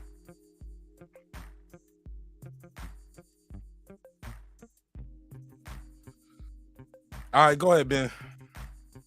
I say that reluctantly. You know, like you said, about your parents, me mistaking that part. If I'm wrong, I told you. Fuck your homeboys. That's what Ben Israel said. I'm standing on that. I ain't apologizing for shit I said. I said he can get on your platform, my platform, knockout, any one of them shit. You know what the fuck I'm talking about. You could play Cuckoo Bird, Delusional and shit when these niggas have my name in their mouth in your face. And you supposed to be talking about this, my brother. You tell them I don't got shit to do with that. Bro, what you got going on with other motherfuckers ain't got shit to do with me. I'm talking now. That ain't got shit to do with me. Pump your brakes. Stand on your mute button, nigga. What the hell you talking about? Nigga, man, you stand on your motherfucking mute button, nigga. That shit ain't got nothing to do with me. The bullshit you talking, what you got going with other motherfuckers ain't got shit to do with me. It ain't got shit to do with me. It ain't got shit to do with me. Stop trying to bring me in your shit, bro. Stop trying to bring me in your bullshit, nigga. And I'm gonna let you talk again. And I'm gonna let you talk because we on my brother platform. Go ahead, get it out your chest. Bro, stop trying to bring me into your bullshit, bro. Whatever you got with them niggas over there, just because I'm interviewing a nigga, that don't mean man, fuck all of that, bro. If you got smoke with anybody, that's your smoke. That ain't got nothing to do with me. That's your smoke. It ain't got shit to do with me. Stop trying to bring me into it. Stop trying to tell me I need to go tell these niggas anything about being Israel, bro. Can nobody tell me shit about you, bro? I ain't finna let that motherfucker sit there and talk behind your back. I'm gonna say, hold up, I got his number. Bitch ass nigga, I got his number. I'm gonna let him pull up and defend his shit. If you feel some way about my brother, you just refer to me as your brother, right side. Brother, you my brother, but at the same time, if you smoke with these niggas, bro, I don't have smoke with them niggas. But if you refer to me as your brother, nigga, listen what I'm telling you, bro. Your smoke ain't my smoke. My smoke ain't my smoke, nigga. It ain't my smoke. It's your shit. That's your shit. Because I don't want mine to say I was disrespectful with you. Your smoke is your smoke is your shit, bro. I don't have nothing to do with anybody you got smoke with. I ain't got nothing to do with that. What I got, only thing I'm rocking on is the niggas I rock with, the niggas I want to interview, the niggas I bring on my show. If you got smoke with them, go handle your shit. Don't expect me to go tell these niggas you got smoke with them. No, that's your shit, bro. It ain't mine. It ain't mine, nigga. Now you finish. You finish with that more shit. Cause I'm gonna want to know. Cause you told me I overtalk people, all this old, and I'm like I said, I ain't gonna disrespect you on my shit. You can pull up, and I told you behind the scene, I was calling you. You know I was calling you, nigga. I told you when them niggas got my name in their mouth, if you referred to me as your brother, right side, like I referred to you as, and when them niggas, when we was on H1, I'm gonna keep his name, and Marq, forgive me. Since we said one name, I'm gonna keep the other name. When you was over there and them niggas block you, I said, nigga, that's my dog, that's my brother. You niggas better not block him and smoke with you niggas. And I ain't cap, nigga. And them niggas unblock your ass, nigga. So don't sit there and play me this moist ass shit, right side. Them niggas can get it. Listen here, right side. Listen what I'm telling you. Listen, bro. I sat there and be quiet with your ass. Bro, listen, bro. Because if you say I'm your brother, let's keep it respectful. Let's keep it respectful, right side. The truth hurt. The truth motherfucking hurt. The truth hurt, nigga. You can't handle the motherfucking truth. You can't handle the truth. You just like the rest of these moist ass niggas, bro. You bitch ass niggas need to learn. Stop. Right side. Forgive me, bro. Stop. Stop. Right side. Stop. Stop, bro. You tripping. Bro, you tripping, nigga, because you wrong. You gotta admit when you wrong, nigga. You wrong, bro. I cornered your bitch. I cornered your motherfucking ass, and you mad. You mad, nigga. The fuck is wrong with you? You gonna sit there and talk about keep it respectful, don't talk over people. But when the nigga let you talk, I told Marq, ain't no disrespect. I know where you was going there with this moist ass shit, nigga. Cause you know I listen, nigga. I listen to all these other I hear this shit. But I don't give a fuck what you say about other motherfuckers. But when you say being Israel, nigga, not no Judah being Israel. When you say being Israel, Benjamin, nigga, you know what the fuck I'm talking about, right side. Ain't nothing about them dudes you interview. I told you to do this shit. Like motherfucker Marq Nash told me to do this shit, nigga. The fuck is you talking about? Ain't no hate, dude. But if a dude wrong, right side, you need to start the brakes right there. This is what I'm telling you. When they had my name in their mouth, you supposed to say no, bro. Just like them niggas had their name when I was sitting up there. Hold up, right side. When them niggas had your name in their mouth and I'm sitting up there, I said, stop this shit, bro. Cause I fuck with LDBC. I fuck with Marq Nash. I don't fuck with Fred no more because Fred had me over there talking about black people. I mean, black people, when I talk about black people, he'll let me talk about this shit. But when I talk about motherfucker Al Haim or any white people, he got a problem with that. I got a problem with this shit, right side. Don't sit there and tell me black on black or I'm your brother like you just referred. I'm gonna get this here, Mark. Let me finish. When you refer to me as your brother, it's just like a Marq Nash said, "Ben Israel, I got you over here, and you sit up there, it ain't about capping for no nigga, bruh, but it's about respect, though, my G. Niggas don't hold this shit in respect. I sit here and hear this moist ass shit on YouTube all day long, and you got this nigga, that nigga, weak shit, bro. We all black, bro. We need to stop with this fuck shit. You done been on platform, niggas done pull guns, and I said, right side, see. And I said, bro, if I pull this shit, I'm gonna be on Rico app. Cause they know me, my past. I ain't trying to sit here and get caught up on no YouTube with no dumb shit like that with people. I be telling brothers when you get caught up in these gas stations, when you go in your neighborhood store, talk to these little dudes, man. Stop with the little anger shit, right side. For real. That's all. Go ahead, man. You can come in with the saying Ben Israel wrong though, right side. But if this shit about we all black, who gonna throw a flag in, Mark? I'm gonna throw a flag. If I'm wrong, like I told you with your parents, bro, I'm wrong. With the other shit, fuck them. And if you feel some type of way, and I don't want to say fuck you too, right side, because you've been my dude from day one, my G. Wow. Don't let us go through because how you feel about them. Let me defend Ben Israel. I said, nigga, I don't need no help with this shit. Free smoke or boxing. I don't need no help, right side. Let me defend my shit. Is it like if a troll pull up and start talking shit to me on Marq Nash? Okay, Mark, I ain't gonna say nothing to these dudes. I'm gonna keep it cute. But if you said Ben Israel's on you, don't sit there and censor me. Don't sit there and start. I gotta mute your mic because you listen what he's saying about me. And it's the same thing I'm telling you, right side. If I'm over there and you supposed to be my brother, I refer to you as my brother. And you in the same platform, niggas blocking you and you my brother. Hold up, y'all nigga, what y'all doing over here blocking him for voicing his opinion? And then you don't feel a certain way by certain fighters, but you entitled to your opinion, like I'm entitled to my opinion. The fuck is wrong with these people? They be blocking because they're so much caught up on these fighters. Fucking Mike, nigga. Damn, let me say something. Listen, part of the problem is, first, and after I say this, I'm gonna pass the mic to Deuce. One problem is this: it's too many motherfuckers calling everybody brother and sister and king and queen all the time, but you don't treat them as such. That's the first problem. Let me start there. Second of all, my brother is my brother no matter who's around. You're not gonna talk ill of my brother, and I'm gonna say, well, shit, bro, you gotta handle that. No, that ain't what a brother is doing. That's what you do with a homeboy, friend, co-worker. You know what I'm saying?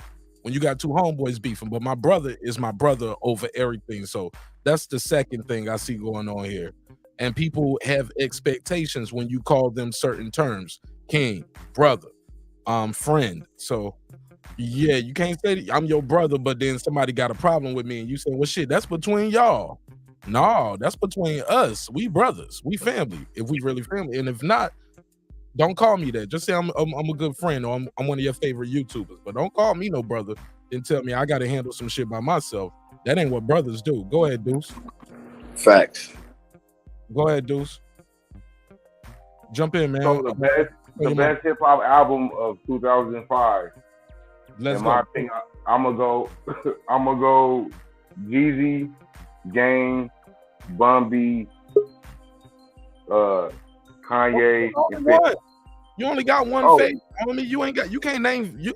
Oh, so you ranking these albums and you tell me your favorite five, but you ain't fuck with none of this shit up here. Oh no, right there, Jeezy. Okay, so Jeezy's the first one. Yeah, and Game after that, but Jeezy number one, bro. Jeezy set trend. So Jeezy got this one, to me, in my opinion. Bro. What's the trend Jeezy said? Doubling your word, saying yeah, making ad. I mean, that bass hump is still prevalent in the game right now. Who was this producer? Shorty Red. Yeah, Shorty Red. That's one of them. Yeah, I think that was his main producer though. Shorty Red, bass lines and all that. His hi hat, his beats per minute. That's still relevant right now in the game. Okay. So Jeezy album definitely set the trend. There's 10 bangers on there at least. Oh yeah, that album fire. I ain't gonna hold you. That album fire. What's up, Megazord? Oh, the professor's here. I'll Yeah. yield. The professor's here. I'll yield. Yeah, what's up, Megazord? What's going on, brothers? How y'all doing? Talk to me. Yeah, that was Taylor Bill Drummer Boy was definitely a good producer up there. That definitely was a great year of music. My favorite, I had to say my favorite was Commons B, but I don't know if that was the best. You know what I'm saying? But my favorite was definitely Commons B. But like Deuce was saying, that Jeezy went on to set a new precedent in music. It ushered in a whole new. Well, I'm not going to say it ushered in trap music. Trap music was already here, but it was like one of the founding fathers of that. You know what I'm saying? That genre. Kanye West just musically and sonically took the game to a level that it never was at with Late Registration. That shit was phenomenal. Carter 2, which is the best of the Carters to me, was, you know. What song that? That's the baby, you know that I'm out. Yep. Yes, sir. Do for me and you and we eat. Yes, sir. And the Game albums. Come on, bro. That shit was great. What's number one? What's number one? What did you say was number one? My favorite was Common. My favorite was Common B, but I don't know if that's the best. I don't know if that was the best. Just because it's my favorite don't make it the best. Didn't you win a Grammy for that? You won the Grammy, didn't you? Yeah. Okay. And that B Coming was that shit was incredible too. Right. Benny's Eagle shit was incredible too. I love the album cover too. It reminds me of a old like Marvin Gaye type soul music cover, right? Yeah, that shit was, man. That was like I said, I wouldn't be. And Bun B Trill had some joints on it. I wouldn't. Hey, is that the one? Is that the one that Benny Siegel with the "Feel It in the Air" or whatever? Is that on there? Yeah, yes, sir. Yes, sir. That's that one. Yeah, that's that one. Yes, yeah, we can't sleep on Bun B Trill, man. Keep pushing. Trill had some joints on it too. Like Trill, like I said, that year was a great year, bro. It was just a great. You can miss me with that Jules Santana shit and the Massacre, but everything else up there can stay. Oh man, that's fucked up.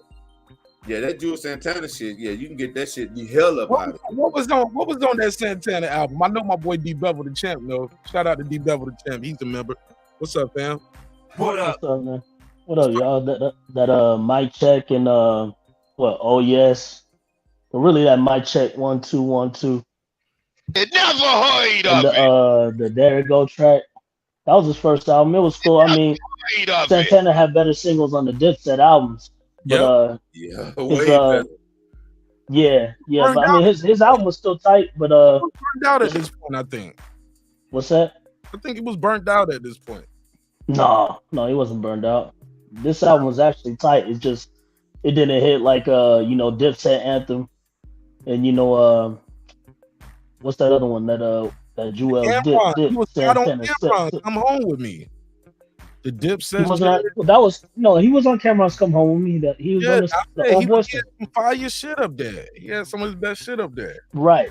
So when the album came out, I mean, it didn't match up to that, but still, the album was cool. I remember I bought it, but no, it wasn't like the Dipset shit. Got burnt out. But number one, I would say I gotta go with documentary. I mean, from 03 to 05. I mean, my biasness will show. I'm always going to pick the G Unit from 03 to 05. But, I mean, I want to pick two number ones. I want to say documentary and Jeezy's, Thug Motivation. Let's get it. But if I have to pick one, I'm picking documentary.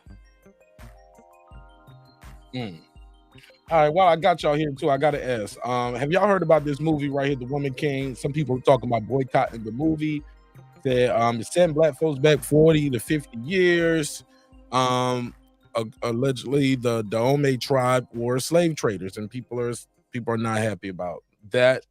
And They said, well, if you think you're holding back to a black woman, look, the writers are white women, Dana Stevens and Mario Bello. They whitewashing history, leaving out the crucial part about the Dome tribe and what they stood for. Anybody want to speak on it? Well, I just want to say, for one, I bet you them Africans had no problem playing any of those roles in there. What you mean? What you mean? Like, yeah, they want to whitewash history, bro. And then those Africans are play ball with whatever these white folks are talking about. And they had no problem portraying these ill images of us. You know what I mean? Doing crazy stuff from Cynthia Erivo. Have you guys seen the commercial for that new movie they got coming out with Regina King called Hunk for Jesus? That shit's crazy, bro. They got her and some Hunk for Jesus. They got some crooked preacher and pastor, and that nigga African. Let me see the playing all these degrading roles of Black Americans. But I'll pass. Yeah. Hold on, let me see this trailer. Give me your take though, Megazord D Bevel. What's your take on that movie and what people are boycotting it? You go ahead first, D Bevel. You go ahead first, bro. Oh yeah, I really don't have much to say on it. I'm not gonna go see it. Doesn't mean I have something against the movie. I mean, you go see what you want to see, but yeah, if they don't like which direction it's going, if they're trying to rewatch history like they always are, boycott it. You know, but I'm not gonna see it. Yeah, I mean, I definitely wasn't interested from the get-go. I love Viola Davis, but I just really wasn't interested in it. As far as me going out to if my fiance wanted to see it, we would go see it. But she didn't even say nothing about it. As far as the Africans that were dealing in slaves, you got to understand slavery, and I'm not taking up for it because I don't know, but I do know that the slavery or the indentured servitude that we did to each other as Africans, you know, they probably didn't know matter of fact, they didn't know the extent of what was going to happen to us in the form of Western slavery, which is the cruelest form of slavery ever exhibited under human beings. So I can't say with confidence that they knew exactly what was happening to us. Like, you say, okay, well, they sold us into slavery. Well, that was happening. Africans had been doing that to other parts of Africa anyway.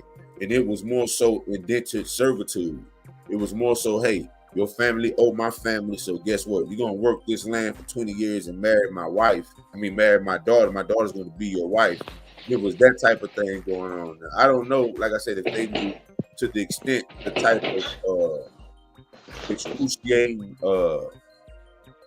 and mental anguish and, you know, the whole nine that came with slavery in America. Matter of fact, I know they didn't know because that form of slavery had not been practiced. Like, you've never seen a people enslave a people out of their actual identity with that type of brutality, with that type of brainwashing mechanism. So I can't say for surety that they knew what was happening. You know what I'm saying? Like, ignorance is no excuse though, Mega, bro. You can't sell your people to an unknown destiny. No matter what it is, I'll never give away my daughter. I'll never sell my cousin off. I don't give a damn what kind of prize might be ahead. You don't know. You don't give your family off to the unknown. Well, no, they're wrong for that. I'm not excusing. Like I said, I'm not excusing, but I do know for a fact that a lot of them had no idea of what was really going to happen. It was no different than we practice brutality on each other in our communities today. You know, in principle, is it wrong? Hell yeah, it's wrong to any people, whether it's your own or anybody. It's any form of slavery. Yeah, that's wrong at the get go. I just want to go see the movie because shit looked like it was trash. Like it looked like I wasn't interested in it. Like I just wasn't interested in it. As far as the slavery aspect goes, it's so many ways that could be tackled.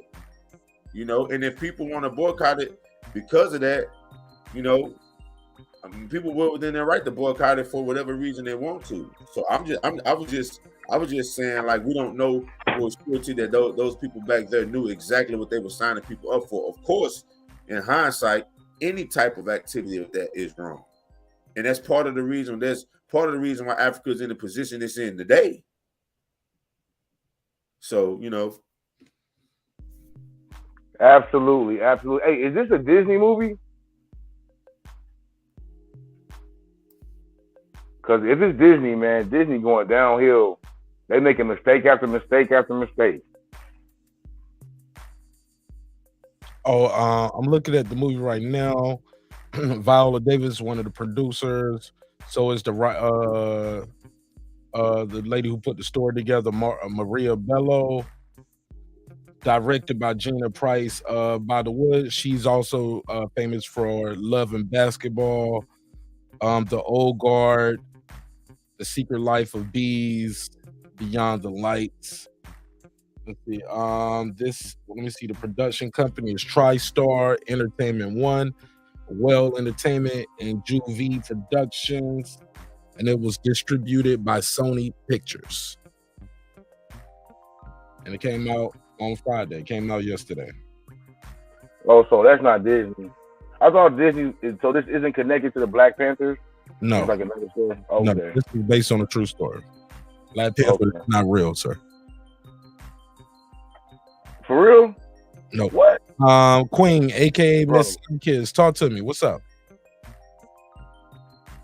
Oh, I'm just now getting here. I don't know where y'all at in the conversation. I'm just listening. Okay, listen, this is what we on. People are talking about boycott the movie The Woman King. They say it's not totally historically accurate. People are upset about it. Some people are saying boycott it. They said, basically these people had a role in slavery, and not happy with it. That's what we have with it. Have anybody actually seen the movie though? So like, we tend to jump to a lot of conclusions. Huh? Well, if we all seen the movie, we wouldn't have boycotted. Like, that's part of boycotting. You don't go see it. But I mean, like, how do we know that? How are we making assumptions about the movie? Okay, so the people who saw the movie are the ones saying boycott it. They saying, look, it's not historically accurate. They're not showing them doing their role in slavery. It's more about following them and them protecting their kingdom against against colonizers and shit like that, and enemies who want to destroy their way of life. But it's not showing like, hey, y'all were slave traders. It's leaving out. No, it's not telling a full story. Shit like that, basically. But it's African history, not African American history.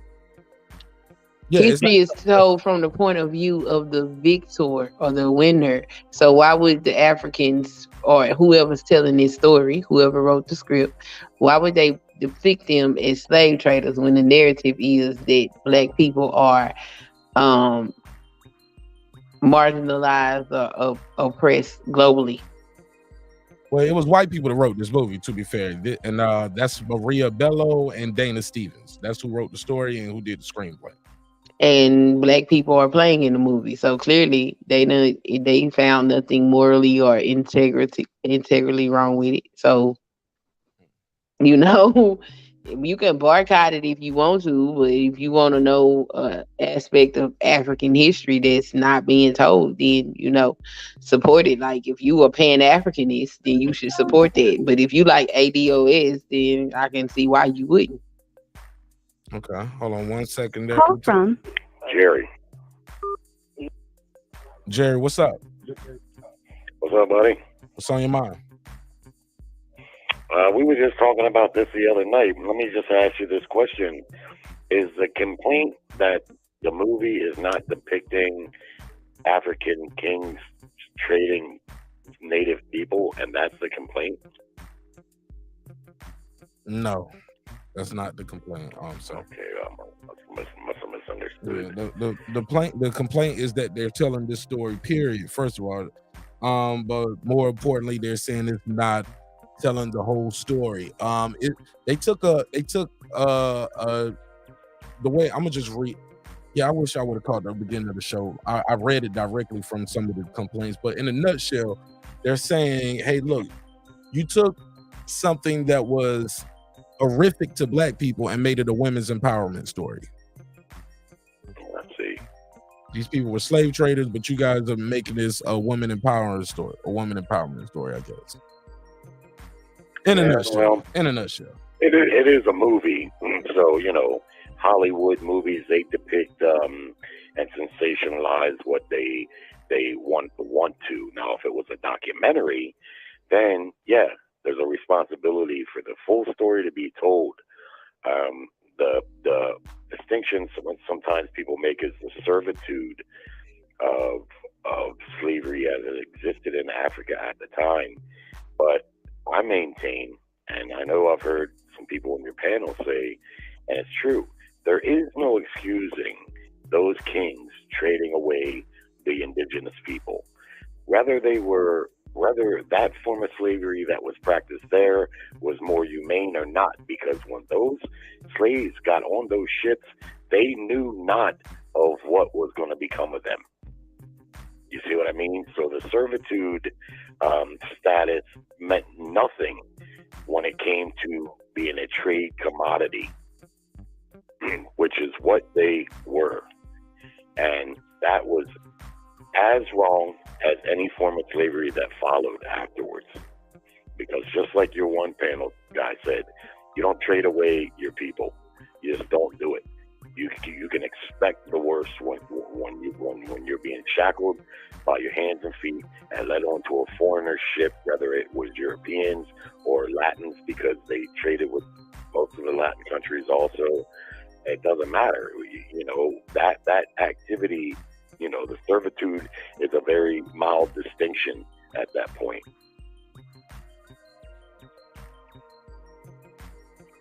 So the white man said, so is law. Well, I mean, you tell me if any of that doesn't make sense to you.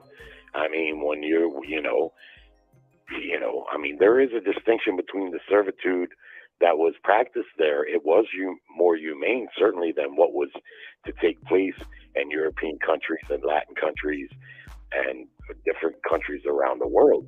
But at the end of the day, it really doesn't matter, because, like I say, when you're being loaded onto that ship, they don't know what's to become of you, and at that point, they must not have cared, because else they would not have done it.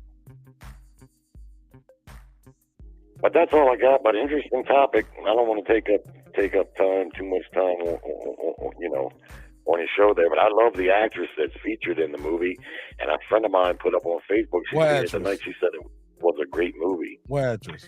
The same one that played in The Help. It's her, right? Another slave movie. No, I'm just... but yeah, that's her on the screen. You don't know her name? I can't think of it right offhand, but it's the same woman, right? Yeah. Because I've seen her. She was in the Denzel Washington movie, also Fences. Yeah. She's a great actress, so I love anything that she. You don't know her name though? I can't think of it off the top of my head, brother. That's all good. I could look it up. Viola Davis. Delia Davis, yeah. Mm-hmm. Yeah. I appreciate you, Jerry. I mean, she's a great actress.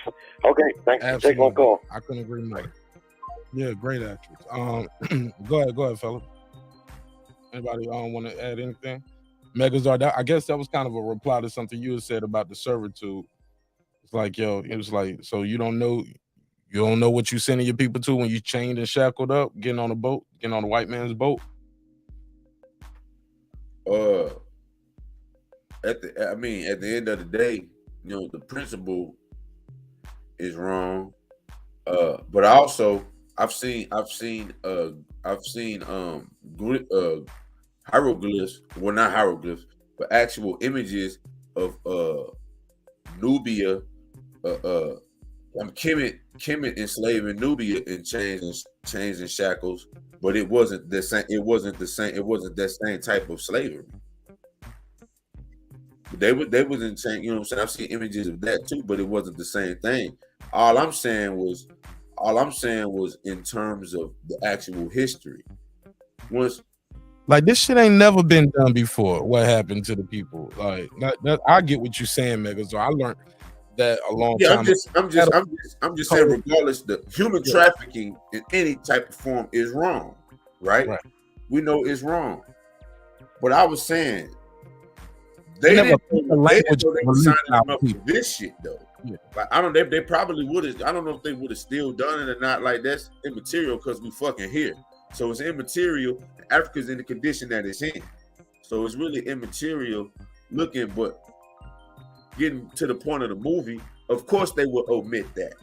The title, The Woman King, in itself let me know some shit I didn't want to see. The Woman King, that let me know right then and there. I don't want to see this double speaking bullshit. I know I didn't want to see. But that's probably what they were saying back then, though. That's what they was calling her. People would have said that. Like, I'm pretty sure they called her a queen. This king over there. Well, they would have called her a ruler, a queen, like they did in England. They didn't call her the Woman King. They called her the queen, the definite article. No, that could have been like the loose translation. Might say the Woman King when you see it.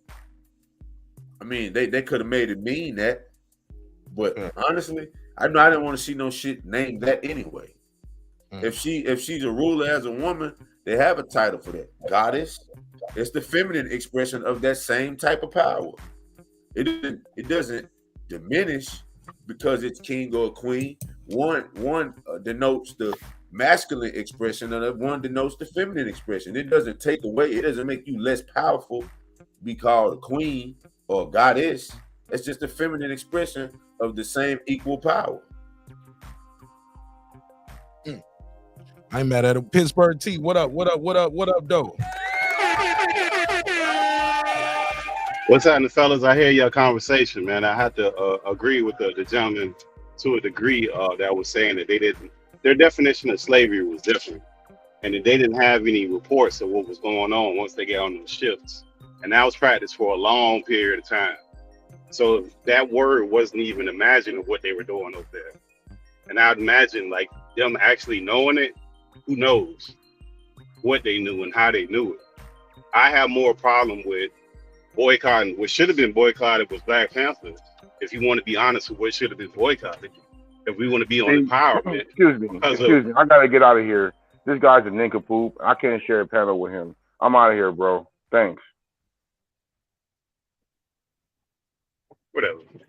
Well, escalated quickly.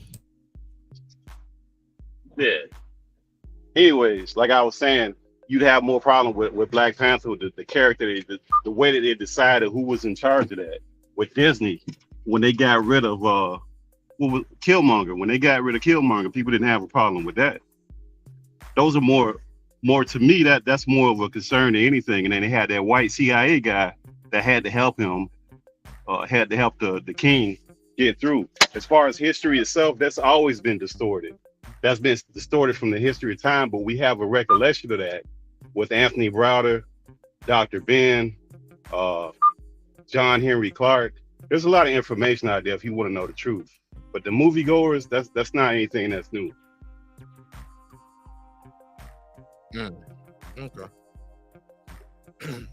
Wow. Got this other thing I was gonna ask y'all about. Hey, look, y'all see this viral clip right here? It's his mother that ignore the title right here. It says 12-year-old did this that the mom took her phone. That's according to the mom, the child is not 12. He's 15, 6 foot, 270 pounds, and he has mental health issues. She shared this picture with somebody and they basically betrayed her trust and put it out. Regardless, what do? You come home and your child has done this to your house. I mean, the refrigerator, the stove, every glass in the house is broken, every table, every TV. Everything is broken. The laptop, her work tablet, everything is just destroyed. What do you do? Queen, you're the lady on the show right here. What would you do, Queen? Have him committed. Something's wrong with him. Right. Clearly, I've done something wrong as a parent. But because you said mental illness, then your mouth too close to the mic. Your mouth too close to the mic, or it's rubbing against your shirt or something. Say that Is that again. better? Mental. Yeah, go ahead. I said I would get him committed if he got some type of mental illness, but that's or either that or I failed as a parent because it's crazy. Okay. Like, D why would he Bevel. do it? Right. D Bevel, what would you do? You come home, your child did this to the house. Well, I'm gonna relate to it differently because I don't have kids, but I kick him or her out. Let him go ahead and grow up real quick. Be a man or a woman. Go out there and live on your own. See how it is. Because nowadays you can't put hands on your kids. I mean, well, You he's know, 6 you beat their ass. No, she ain't about to put hands on him anyway. He's what? He's 6 feet tall. He's 270 pounds. 15-year-old dude. Damn! Look at the toilet, man. I mean, yeah, he broke the toilet too. He smashed it with a sledgehammer. I mean, she kick him out. You know, that's all I do. I let him live out there. Don't let him come back. Well, I mean, he's 15. He's still a minor. You just throw him out of the house. You can go to jail for neglect, depending on what he do, or you can get in trouble for dangerous child. You got to get the system involved, D Bevel. How much time do you get for neglect? I don't know, but you can't just. I mean, but if you got other kids, you can't just go to jail. You got. There's no way. Be a parent to the other children. I couldn't let my kid fuck up my shit like that, man. So that's crazy. You have them committed. You call the police and have them committed. Now, what's having committed? What's that? Child services come pick him up? She said he has mental health issues, so I guess having him committed will have let him become a ward of the state. He needs to be committed to an institution. He's a danger to himself and others. Obviously, that's what I do that before I go through all that shit. Okay, but you okay? All right, Megazord, talk. What you gonna do? What I would do, you said he has mental health issues. Can I ask the question? What was taking his phone the reason why he did this? No, his mom said that's not the reason. They said he said he has mental health issues. So he just one day just snapped and did this. That's what mental health is, man. Mental health, you don't need no reason when you crazy. Don't need no reason to be crazy that day. Crazy some days wake up on crazy. Well, I mean, when you say mental health, like you got to be clear for me because like that word is tossed around. Like, is this boy retarded, or you know what I'm saying? Like, nah, I'm being for real. Like that mental health shit is a trick bag. You know what I'm saying? Because it's the mama said he got mental health, so I'm gonna just take the mama's word for it. I don't know, because let's just take the mama's word for what it is. He got mental health. This is also on par for a spoiled nigga getting, not getting his way too. Like I don't know, but if it was my son, I'm beating his ass. Whatever come with it. We beat him. He's 270 pounds. You said if me. You said no, me. no, no. I don't know. Okay, fair enough. I don't know how to view that from a woman's perspective. Like I know my mama didn't give a damn how big I was. I did some shit like this, bro. I'm gonna have hell to pay. She gonna get some help or something. Like I'm gonna get jumped or something. Like she gonna go. You know damn well if you did this, Mark, your mama gonna find a way to make you know that what you did ain't finna fly, bro. Me and you know this. If they got to get the auntie team, like what Kanye say, some of the aunties, we got an auntie team. It'd be a starting five of aunties jumping me, bro. If it was just my mama, like I'm gonna be made to know that what I did is not finna fly at all. All right. You know what I'm saying? At all. Okay, Pittsburgh T and Reggie O. Give me your take on this. 15-year-old has a mental health issue and destroys pretty much his mother's whole entire house. I think we need more context of it. It's hard to say because anybody who knows anybody who has like an autistic kid, that type of mental health is completely different than any other kind of mental health. All right, let's play the clip from the mama. Let's get some context. So I guess everybody's saying they want to know who it is. Okay, so now you know it's me. Let me share the screen so y'all can see the mom. So I guess everybody's saying they want to know who it is. Okay, so now you know it's me. It's me. It's my son. It's my house. No, he's not 12. It wasn't over a cell phone. He's 15. He's 6 foot tall and he's 270 pounds. So no, I couldn't spank him. We try to clean up as much, But yeah, the damage is real. The window is still broken out. The marble is still broken, not going away immediately. So I don't know what anybody wants from me. My son is mentally ill. I've dealt with this for 15 years, and it just sucks that I trusted someone and they sent the video out, and now everyone is looking at my hurt. All right, Pittsburgh T, you got enough content? Can you? Well, I mean, this is what I'll say about that. That just sounds like a frustrated woman, right? So, like, as far as his degree of mental illness, I don't know.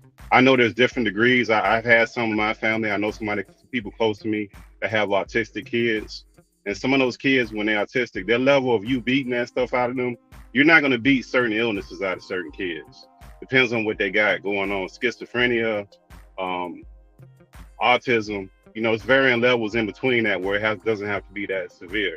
So I don't know. But mental illness is a heavy, heavy thing. And the United States just doesn't take that stuff serious, because the police coming over can escalate that situation and make that way worse than whatever it is. So it's a tough place for a parent to be in. Right, because the police definitely would have shot his ass just looking at that house. I'm gonna say this, Pittsburgh T, whatever it is, she's been, like she said, she's been dealing with this for 15 years. You get what I'm saying? So that means this isn't his first outbreak. Whatever his mental health crisis that he's having, it causes him to lash out in anger and break stuff. Reggie Owens, what you think of the story? And what would you do? I'll beat him the fuck up.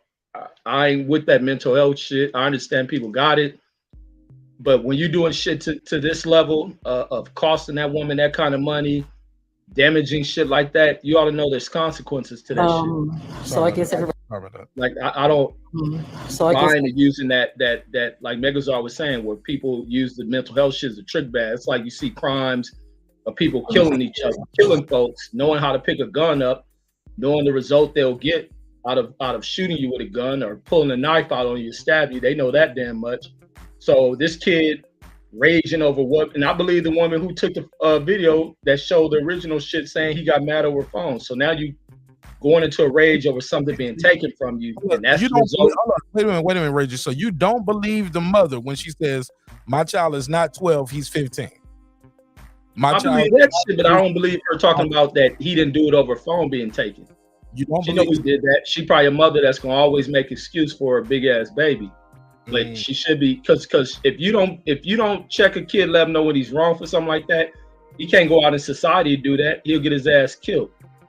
Like I say, I will beat his fucking ass. I don't give a fuck what kind of mental health he have. You ain't about to be damaging and breaking shit because the kid. They don't I know. don't give a fuck. I done seen mental health people and people make excuses for them.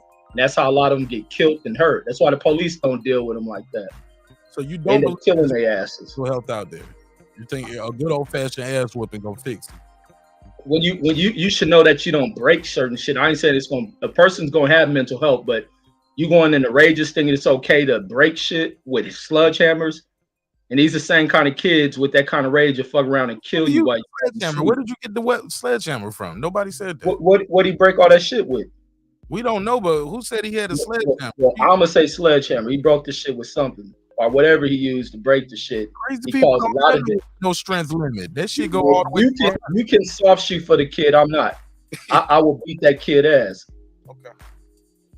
And Mark, I'm just saying, Reggie was introducing new shit. He don't say the sledgehammer. He don't say fuck that. Yeah. He's not. He's 12 and it was over a phone. Like he just. but if he came and like smashed all your stereo equipment, your computer, all the editing you do, your living room, your TV, and they said mental health, would you let him just get away with it? Would you say, oh, okay, I'm sorry, I didn't know that? You know what I mean? Like people should be held accountable for their actions. I see where this world is going. Everybody's just saying, oh, mental health is everything. What did you mean, D Bevel? You mean if he was my child? No, say if that was your child and that happened to you, I would have him like I wouldn't. I couldn't deal with that no more.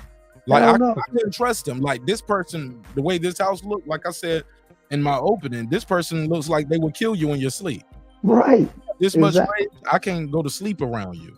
And it's about your safety as well. You know what I mean? You know, there's always sad stories for everything, but man. The scary part is it's another child in the house. Right.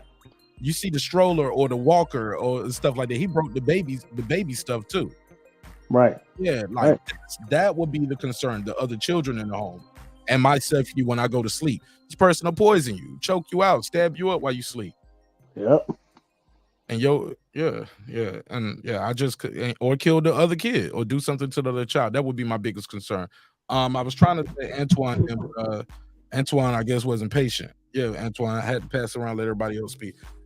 Queen, you got a good laugh out of Reggie saying he gonna beat some ass. What go ahead, Queen. What's on your mind?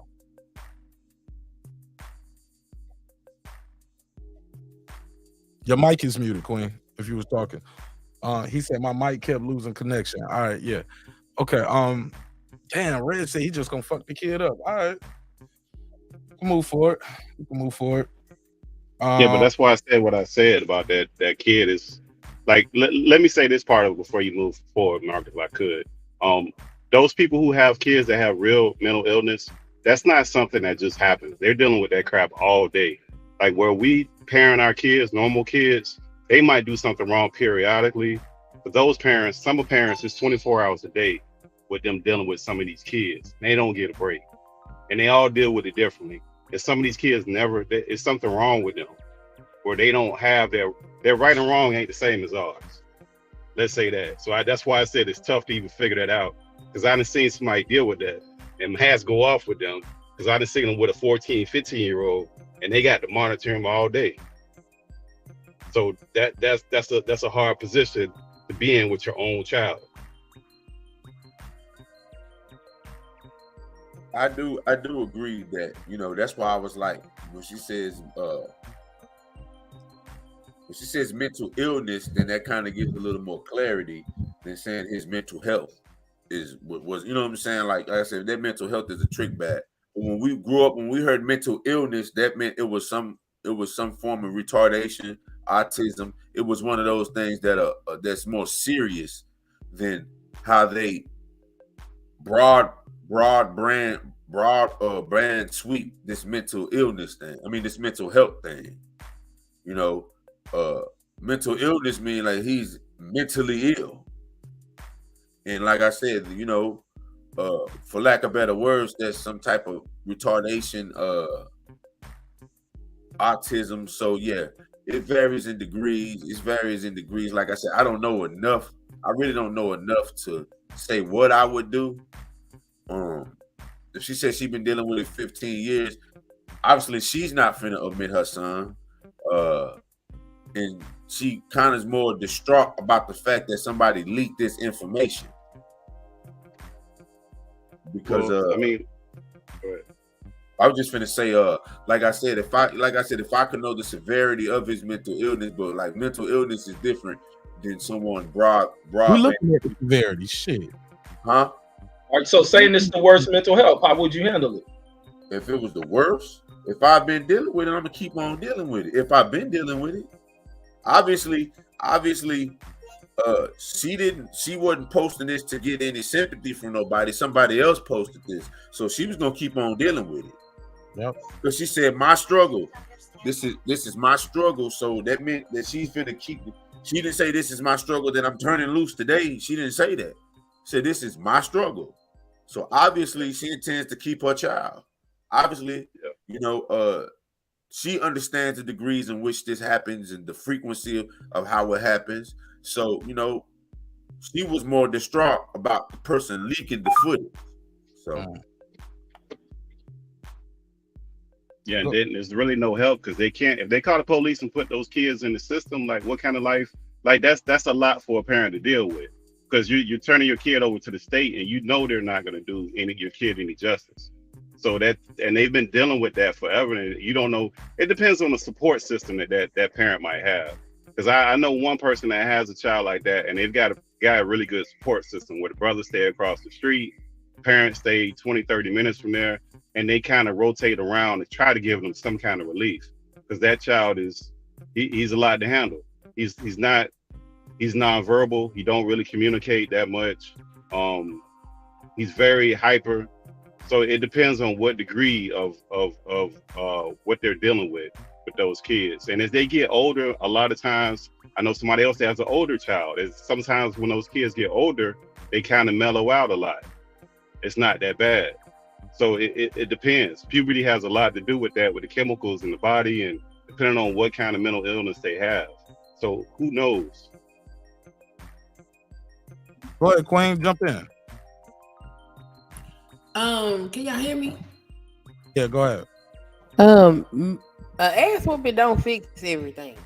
You know, we got that bad in the black community. We think if we whoop their ass, we gonna fix it, and that's gonna make it worse in a lot of cases.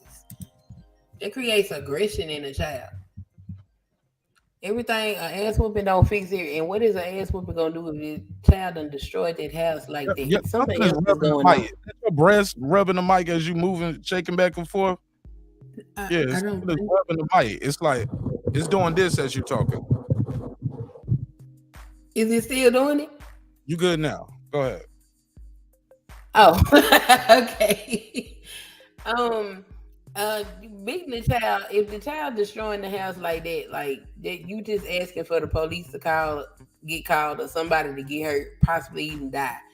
Because how you gonna whoop somebody's ass that can cause that amount of destruction with their hands?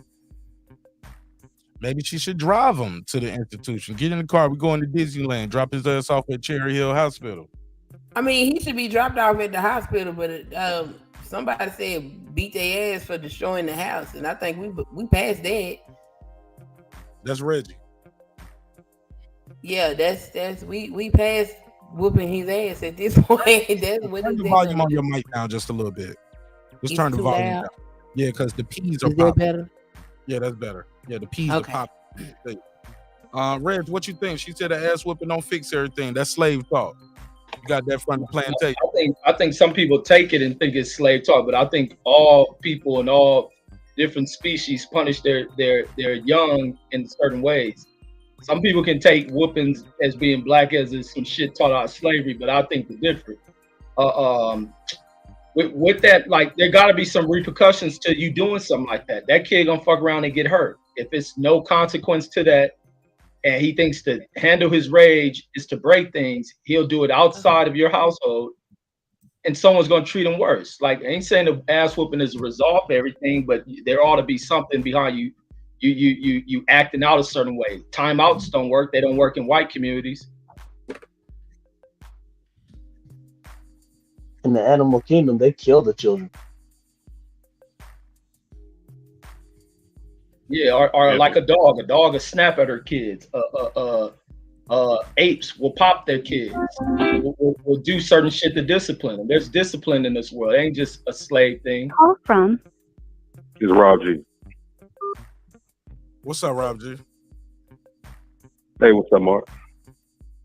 What's good? Hey, no, I just want to touch on. I think some of us had said this in the chat, but she said mentally ill, so you don't really know exactly what the situation is. So without knowing that, it's kind of hard to say what you would do or what you wouldn't do. And I just want to say that like mental disability is a completely different thing from mental health, because mental disability, like I saw someone say autism, there's a bunch of other disabilities that children, they're born with. So, and those kids live a rough life, because I had commented that my mom was a teacher for 45 years for children with disabilities. And when I would visit her classroom sometimes, like, man, it's rough in there. And those kids, they can't really control sometimes what they do because they have a real illness. Now, we don't know if it's that or if it's mental health. And when it comes to mental health, you know, I understand people sometimes go through a tough time, but I actually agree with Reggie. The fact that he's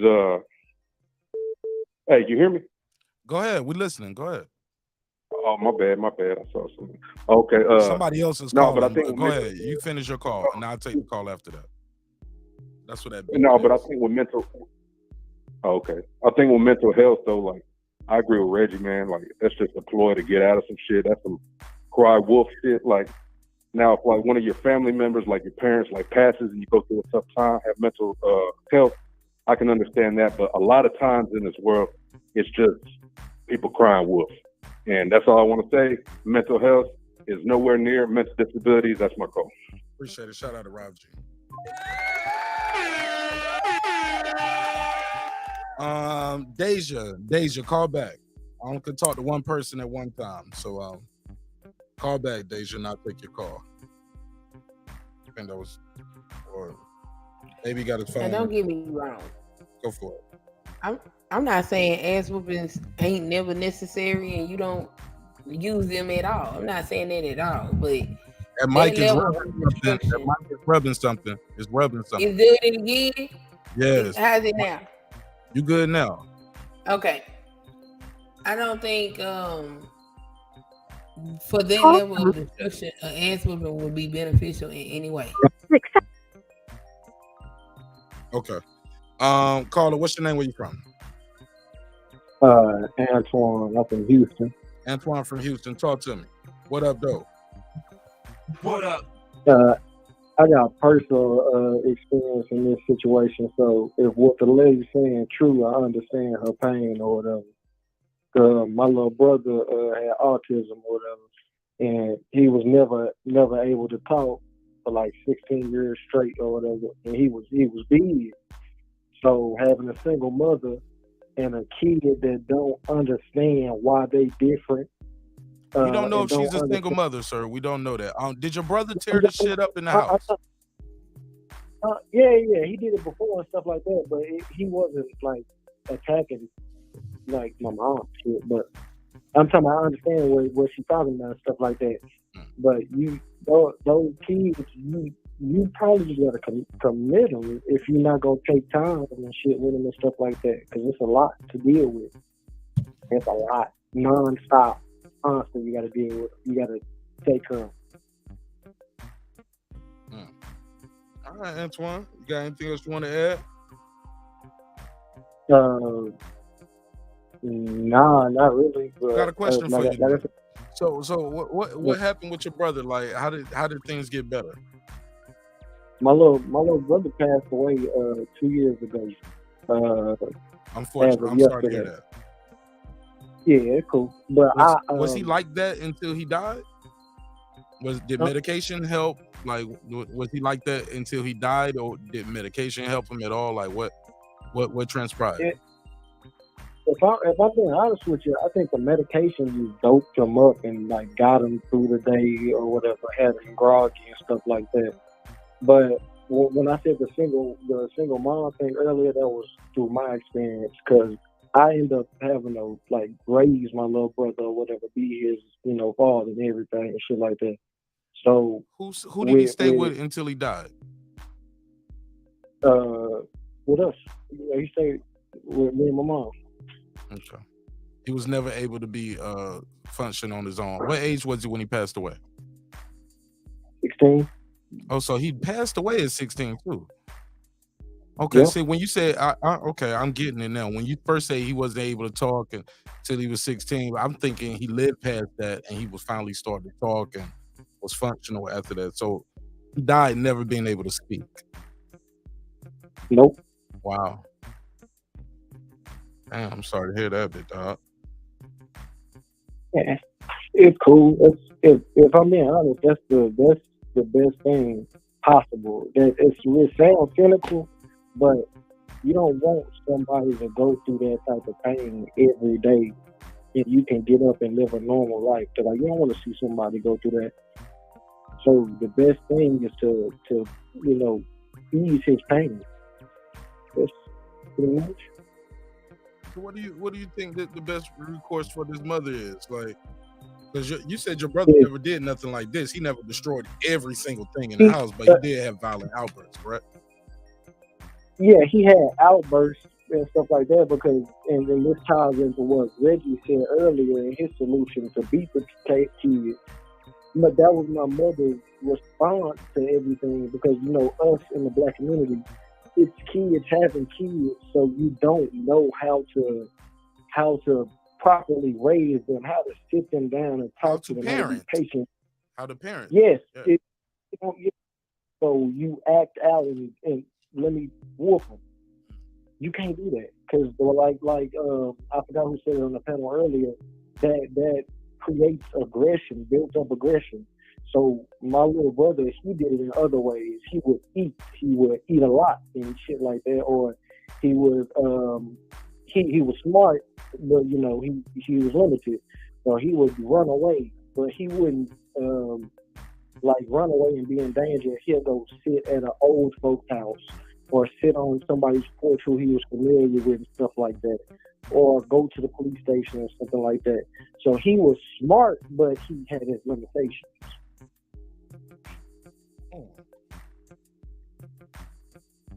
Okay, wow. Anybody got any questions for the caller? Antoine Johnson. Anybody have a comment, question? Anybody? No, just condolences to his family for the loss. Sorry to hear that. What was your brother's cause of death at 16? What was the actual cause of death on the death certificate? If you He had a seizure. He passed away in sleep. Yeah, he struggled with that too. He used to have seizures a lot, nonstop. Damn, Paul. Sorry to hear that, big dog. Yeah, definitely condolences to you and your family, brother, for that. Just condolences to you, your mom, yourself, and your family, brother. Appreciate that. Sorry, my voice cracking.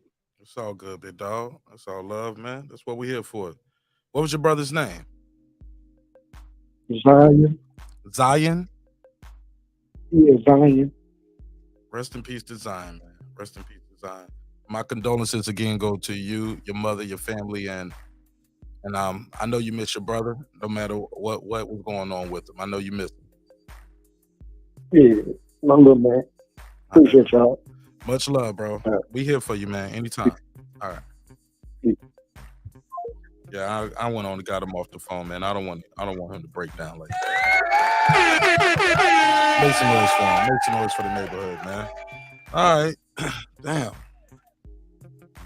Yeah. Just never know. But that's why. Never know who the content is going to reach and how they're going to respond to it and how it resonates with them. That's what makes the show so dope, right? Go ahead, Pete. Yeah, but that's what I was gonna say. That's why, like, hearing that brother's story, that's why it's hard for us to even comment on that, because like we seeing that one event, and these people have been dealing with these for years. And like I said, I'm close to somebody where I know who's got that situation going on, and when you see it, when you physically see somebody going through that, and they every now and then they pop in the kid and he come right back, like something in his brain is not registering what normal kids registering with don't do something and doing something. It's completely different. Like you could tell some kids, like some kids you could tell it ain't no act, and that's hard for parents because you recognize that. That's your child. You love your child. You don't want to hurt your child or harm your child, and you also trying to protect your child. So it's a thing that you're doing. At the same time, most parents get a break. Those parents don't get no break when those kids are like that. That's all day and all night. They laying in bed worrying if he gonna do something to it like that. That's a real concern for them, and they know the outlets that they have. If they send them to certain places, if they send them to those mental institutes, what's gonna happen? That's the concern of what's gonna happen to my child. So it's a lot that you ask that we're not considering with these people. That's why I say it's hard to even contemplate what's going on in that, because that's a really tough situation for a parent to do. Because you don't want to feel like a failure, like you're letting your kid down and you're turning them over to a ward of a state that you know don't give a damn about your child. Because we see how they do regular functioning foster kids, let alone kids that got mental issues. Imagine the struggles that those kids are going to have in that system. That's all I wanted to say. But pass it around. Anybody got anything else they want to add to that? Yeah, just another message to the caller, man. I hope you continue to be a regular on the channel and join the panel again more often. Just you got people here to kick it with whenever you want to. Yeah, nor the first hour of the show when I had Benny Israel up here. Just get past the first hour and 20 minutes. Yeah, and just fast forward to this part. It's more of this than that. Yeah. Shit. Where do we go from here? Wow. Go back to some hip hop. Reg, favorite album of 2005 based off the ones that's on the screen. And that that common album. What? I never would have thought you had the capacity to understand that album. Yeah, but nigga, fuck you, nigga. Like, wow. And that was at the same time when Game shit was out. Yeah, beat the crazy out of them. Fuck it. No, I'm just keeping shit honest. But no, that Common album was off the wall. Favorite track up there? I ain't gonna ask you to I like that Faithful to the End. I like a bunch of them. What's that one from the courtroom? That shit called the courtroom, right? Testify. Yeah, Testify. It's a lot of shit on that one. Album that was on B. And then what's that? Yeah. How good it?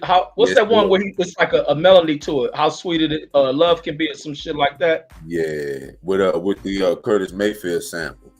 Yeah, that whole album right there is sick. Cause it was something else that came out at the same time as this album, but I was like, Common album killing this shit. Common. The other shit on the screen came out. Which one?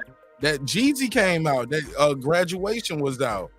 I mean, like in the same month when that came out, it was another top artist with an album out, and I was like, man, Common shit hardened everything out right now.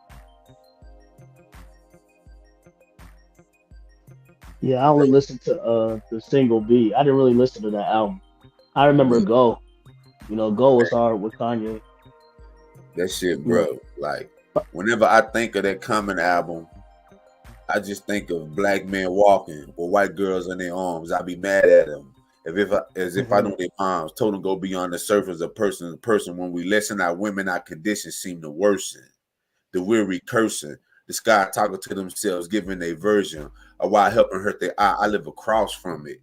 Some of it I do be in. I be showing niggas lives like UPN, brother. Say, bro, that shit had me in amazement, bro. I was like, bro, what the fuck did he just say? Like, hold on, what? The whole song, but that little closing stanza, that shit was out of control, bro.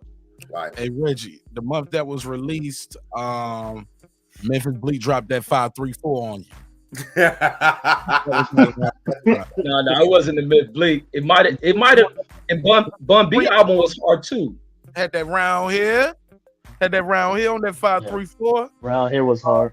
That was the only one, man. The remixes were hard. The rest of it was hard to listen to. Reggie, that Mike Jones, that Zero was out. Will Smith Lost and Found. It came out in April. Y'all won't hell no. Nah. Okay, that was something else. But that album, that Common album, it was like anything from the year behind it and forward wasn't fucking with it. Common had one of the most complete albums around that time. Like his shit, even when you listen to it now, that shit's still thump. I was kind of scanning through it after you asked that question. Like, that shit's still not. Now, Megazart, like you said, you messed with the B album heavy, right? Right. It was my favorite, but I'm not gonna say it was the best. It was my favorite of those albums. I didn't become a Common fan until Find It Forever came out with the People track. Yeah, Find It Forever I know. was dope too.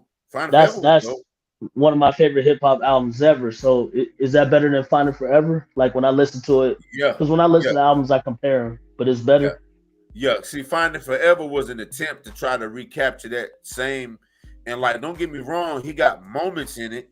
Like he got moments, but when you listen to B, it just felt like, it felt like Common had reached what, like, I know for me, it was like, okay, this is what I've been wanting you to make, bro. This is it. Because when I heard his verse when I heard his song Never Go Home Again on Kanye West shit, I was like, this is what I want from him, this right here. Like from Late Registration, he said, they say home is where the hate is. My dome is where fate is. I roam where people get lost like Vegas. For the home across the rebel masses. The young smoke grass in grassless jungles. Rubber bands together in cashless bundles. Like when he was on that stuff, provided on the hustle remains, making sense of it, we hustle for change.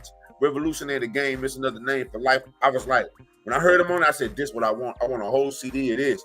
Then he gave it to me on B. So it was like that little interlude was a precursor on Late Registration, which was sonically the best shit I had ever heard in my life at that time. Like sonically what Kanye West did with Late Registration, I had never heard nothing like that from a rap album before. Yeah. Oh yeah. Yeah, I'm gonna listen to that beat, man. I Oh, yeah, listen you to the got- singles, but not the album. Damn, I'm surprised you ain't listened to it much. I see you with the on the hip hop stuff, D Bevel. Like that shit Yeah. is a You're a fraud. especially if you, like I- 2005, like that shit. It wasn't none of these albums to me was fucking with that shit. It wasn't on Common like that. Well, 2005, I was mostly listening to like G-Unit, Dipset, and the mixtapes. You know what I mean? Like the Beanie Siegel album, I listened to It's On. Out 2005. Y'all didn't fuck with Little Brother, the Minstrel Show. Well, no, Lil Brother. Let me tell you something about Lil Brother, right? And let me explain how it turns into Common and Kanye. Oh. I liked gangster rap for years until I heard Little Brother's Loving It, right? When that dropped in 05. And so all the shit I shitted on, like back in the day, like when Kanye came out, like when College Dropout came out, I wasn't a fan of it until like a few years later when I started listening to Little Brother and appreciating more conscious music. Then I went back and started listening to Kanye, Common, Talib Kweli's, Mos Def, you know, people I kind of skipped over. You know what I mean? Because if it wasn't 90s conscious music, I didn't really listen to it, you know. But Little Brother's a Minstrel Show, that's one of my favorite albums ever right there. I love that album. And Ninth Wonder, that's one of my favorite producers. Y'all won't fuck with that Nelly sweatsuit? No. After Nellyville. No, Nelly was done after 2002. Yeah, after Nellyville, I kind of Dog Pound. The Dog Pound dropped in 2005. Dillinger and Young Gotti too. No, Dog Pound only had that one great album, that Dog Food. Okay, so this That's facts. That's it. That's facts. Don't say that to Deuce. Curtain Deuce call. know that in his heart. Yo, Deuce ran off because of P. Yo, what happened to Pittsburgh T and Deuce? What happened with y'all? Man, you know that nigga just hate people. When they sound a certain way, that nigga hate people. He said, I'm gone. He's a Nipkin poo. I'm gone. I'm not here with this man. I'm like, yo. Man, that nigga crazy, man. That shit blew my mind right there, yo. Blew my mind, brother. Blew my mind. Hey, Queen, you rock with hip hop. What was you popping? You seem kind of young. You remember 2005 hip hop? You was in about 4th grade, 5th grade, probably. What was you on?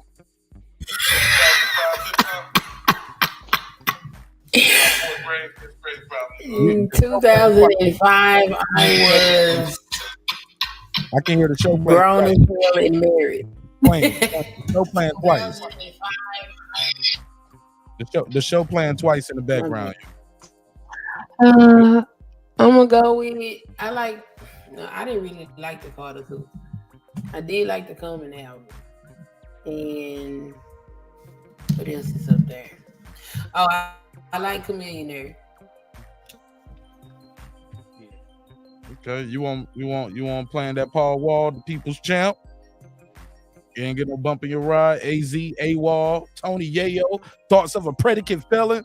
Shorty so seductive, dancing on me. I like them too. No, I don't know who Tony Yayo is. What 50 Cent's hype man? What's that whack ass song that Tony Ayo did? That was a big shit where he doing that hand shit. Seductive. Yeah, that song was tight, man. That shit was hard. Making me hardy.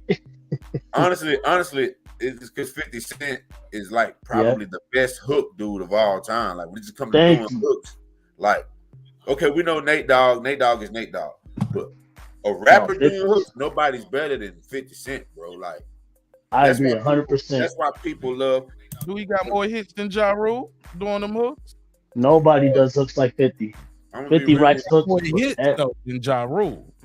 Yeah, hit hooks too. He writes hooks for. I mean, even all the G Unit members, like he did all their hooks. Members, any G Unit song that was, whether it was G'd Up, whether it was Eye for Eye, which I was listening to today, that shit is for Eye for Eye is still great. So I was listening to that shit today. I was like, wow. Track number 10, Death for Mercy. Guilty of reusing hooks and melodies though. No, 50 writes. No, 50 doesn't reuse none of that. Come on, Candy Shop and Majestic ain't the same shit. 50 was getting ASCAP awards. I'm telling you, Candy Shop and Majestic don't sound the same, yo. Well, no, what it is 50 Cent. It's 50 Cent kind of mastered jingles before Future. Like before Future, because that's how Future did was master jingles. Like, you know what I'm saying? Like Future chorus would stand out. He pretty much say the same shit in every song, but those choruses stand out. 50 Cent did the same thing. If you go from Wankster, it was the hook you love. If you go to Candy Shop, if you go to I don't know what you heard about, it's the hook. The hook reel you in. It's the melody. He got them beats. 50 had some knockers, man. He had no, he did, but I'm saying. Hey, am I the only one? Can I say this about Bun B? Was Bun B, because I used to say this, Bun B was the hardest motherfucker I ever heard like ride a track. Like just over a beat. I thought he was like the hardest dude I heard ride over a track with the beat, like with a high tempo beat. Like Bun B was just so cold as fuck to me with that. No, he was hard. He definitely was the best in UGK at doing that. Oh my God, you gonna stop? I just like Pimp C's delivery. I love Bun B. Like young Bun B. I agree with Reggie. Young Bun B. I mean the one when Pimp C was locked up, when he was solo, like featuring on a lot of people's shit. That's when that nigga was slow grind. Like he was like, don't get me wrong, on that get throw, came in the door, said it before no poem with nothing less than then I whipped through the wicked streets of BA. Motherfucker, the judge, prosecutor, and the DA. Welcome to the whole, like, Bun B had his moments, but it was more so the Trey Songz. Bun B, now I'm a man with tough skin. Then I made you gon' respect me, take more than that. Like, you know, early Bun B, like Murder Bun B, Big Pimpin' Bun B, that Bun B was rapping, like, on your head, like in terms of riding beats. Don't get me wrong, like well, you know what, Reggie, I take that back. You can say that. You can say that, Reggie. You can say that and be valid in that. You can say that, bro. Because on some of Jeezy shit, he was even killing a lot of that shit. He was. I give you that. I give you on that, because I know you think about that big money, big grip and grain, smoking on something on leather grip and grain.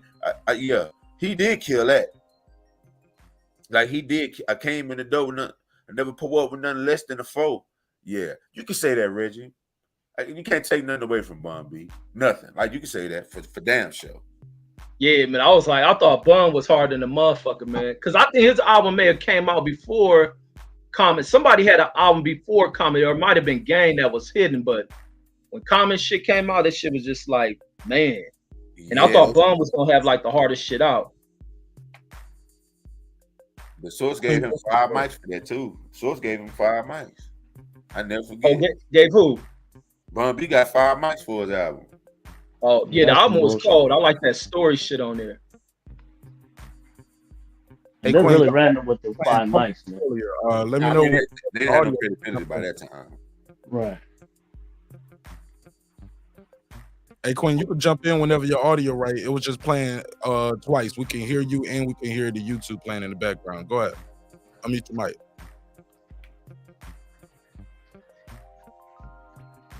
All right, we'll come back to it then. We'll come back to it. Yeah, Bun B was. I always like Pimp C's his delivery was better. Yeah, his delivery, his voice was piercing through the track. Yeah, just seems so raw. But Bun B's a better rapper, but Pimp C's like sound on the track is better than. Is he a better rapper? Of course, he's Bun a better B, rapper. yeah, he is. Absolutely. Come on, bro. Don't even. Yeah. Bro, don't even. Yeah, he like, is. the thing about Pimp C is what you like about Pimp C was producing those tracks. Like that's what I like. Thank you for telling me what I like, Megazord. I appreciate that. Hey, Pimp C just a cool ass. Sometimes we do need that, brother. You'll produce a rapper. So I'm not making the comparison, but I'm just saying you'll produce a rapper. Most producer rappers, they like, of course he's gonna be more like, say if me and you get on the track that you produce. From a vocal standpoint, I'm gonna have to match you because you made the beat. And you, while making it, you had the voice inflection already in your mind, how you was going to approach it. While making it, that makes a difference. So I was saying that could be a parallel. I'm not saying I'm saying that could be a parallel because that's why I think Pimp C emoted better than Bun B. You know what I'm saying? All right, well, I got a couple comments I'm gonna read on the post. Hudson Main 87 said the documentary hands down. Shout out to Hudson Main. E-Class said, I guess I'll speak for the trappers. Thug Motivation. Well, he wrote tapers, but I guess he meant trappers. But hey, you the trapper, you ain't the best speller, so I guess. Okay. Thug Motivation 101, Lord Shiva said that was a good year of music. Can't choose from this one. Deuce Times was like, yo, we're gonna do that. We're doing this tonight. So yeah, Deuce, we're doing it. D Bevel said NWA Volume 1. Where's that at on the list? That's what games out. That's what documentary was supposed to be called. So I was pretty much saying documentary. Oh my God.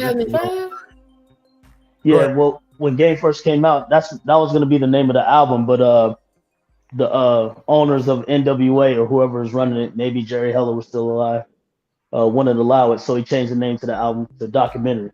That's why on the song Dreams, he's like, Aftermath presents Nigga with an Album 2 Volume 1. You know what I mean? Because that was supposed to be the name of the album. That's what I put there. Yup, audio is killing me every time now. It's like I know I'm not the only one hearing it. What's going on?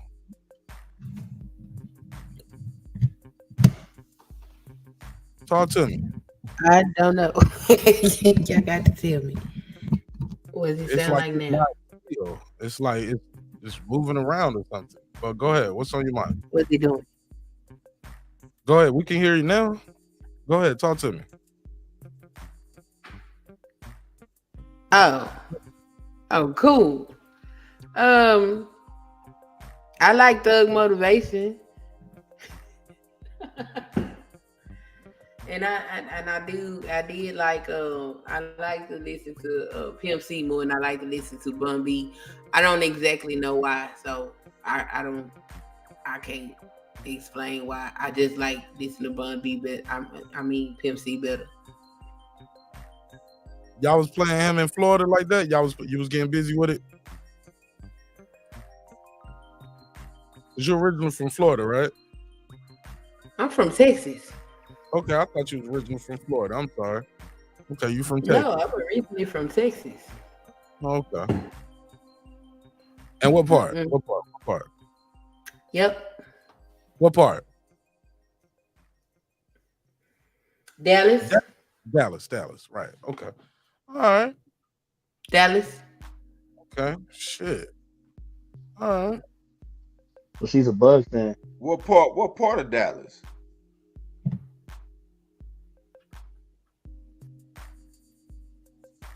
What part of Dallas? Clip. That's my hood. Yeah, I can hear it. I definitely can hear it. I could definitely hear it too. I'm from East Dallas. I could definitely hear it. Definitely. What that mean, niggas? What that mean? That everybody in Oak Cliff got terrible audio? Maybe if they're calling your show, I mean, 80% of them will. I ain't gonna lie. I ain't gonna lie. But no, I could definitely hear it. I could definitely hear the Oak Cliff. Like I was like, man, she sound like she from South. She's from South Dallas of the Cliff, which Oak Cliff ain't nothing but South Dallas, if we're being technical. But yeah, I could definitely hear it. I mean, there's a fact. Nancy away from the mic. She don't got up, walked away from the mic. She in the other room talking to niggas, yo. We'll come back to her, yo. That's some good old shit. Go ahead. Pass the mic around from Oak Cliff. That's the audio stickler, man. This nigga marking audio. Oh my God, because that's all we got is audio, Reg. We can't see each other. Everybody cammed off and we ain't got good audio. Other than some flames playing on the screen. If we ain't got good audio, we ain't got nothing.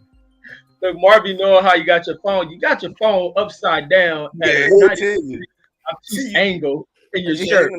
See, what's happening is your microphone, the microphone on your headphones is going out. You need a new pair. You need ones with batteries. Boo.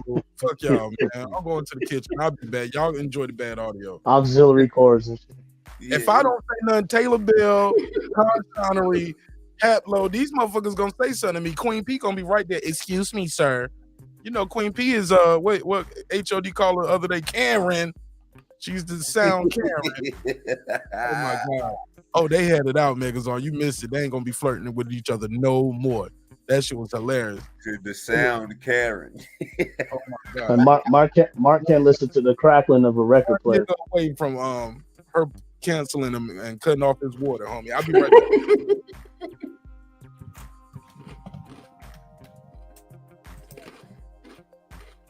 No, but Megazord, like, you know, I know nobody said the Massacre on here, but the Massacre was like a hard album.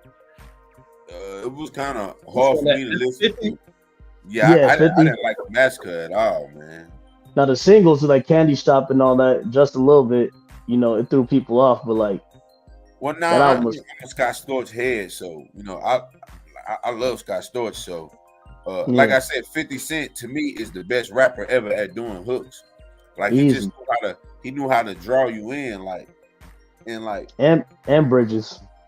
Yeah, of course. Like the best bridge he did is it's a tie between In the Club and If I Can't. To me, it's a tie between those two, because that my soul from me to do that brought me all my fancy thing, like that shit was just and that be easy, nigga. I lay your ass out, believe. That's what I'm about. Like that shit was the dun dun dun, and then like you can't lose behind Dr. Dre, bro. That version of Dr. Dre, you're not gonna lose behind, right? Like at all. Like that version of Dr. Dre was in a bag, like an unexplainable bag. So yeah, 50 Cent has always been, even if you just the song America got a thing for these thugs, that hook.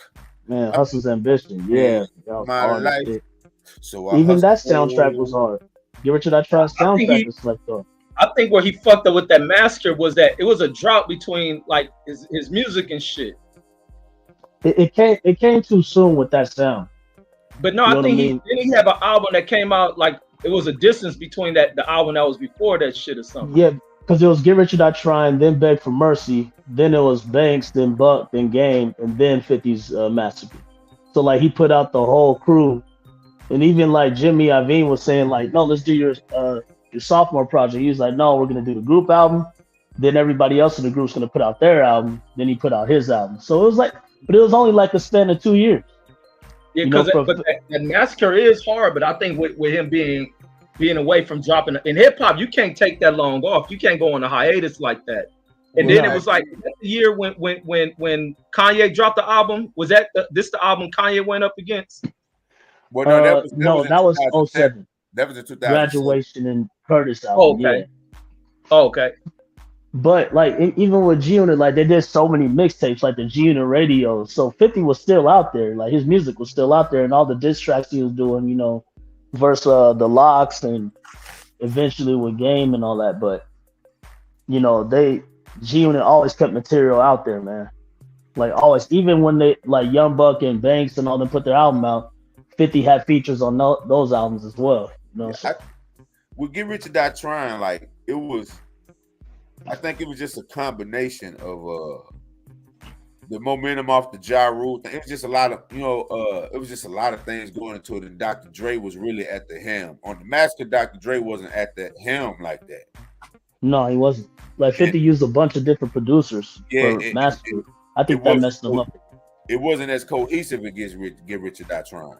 Get Rich or Die Trying was extremely cohesive, and it was something new. 50 kind of wore himself thin because he was even though it was Banks' solo project and I'm So Fly. 50 Cent wrote that hook. I'm so fly. Oh, yeah. I got money to buy again. I'm reason. Hell yeah. That's 50 Cent. All their hooks he wrote. He wrote Game shit. Hooks. He did Game shit too. So how can I say the documentary? Like I like the documentary. That's my favorite album of 05. But would I like it without all those 50 written songs and singles? No, you don't put out the hooks. Hold up, but 50 didn't do Dreams though, did he? No, he didn't. He didn't do Dreams, but He did West Side Story, How We Do, Hater Love It. He did Church for Thugs hook.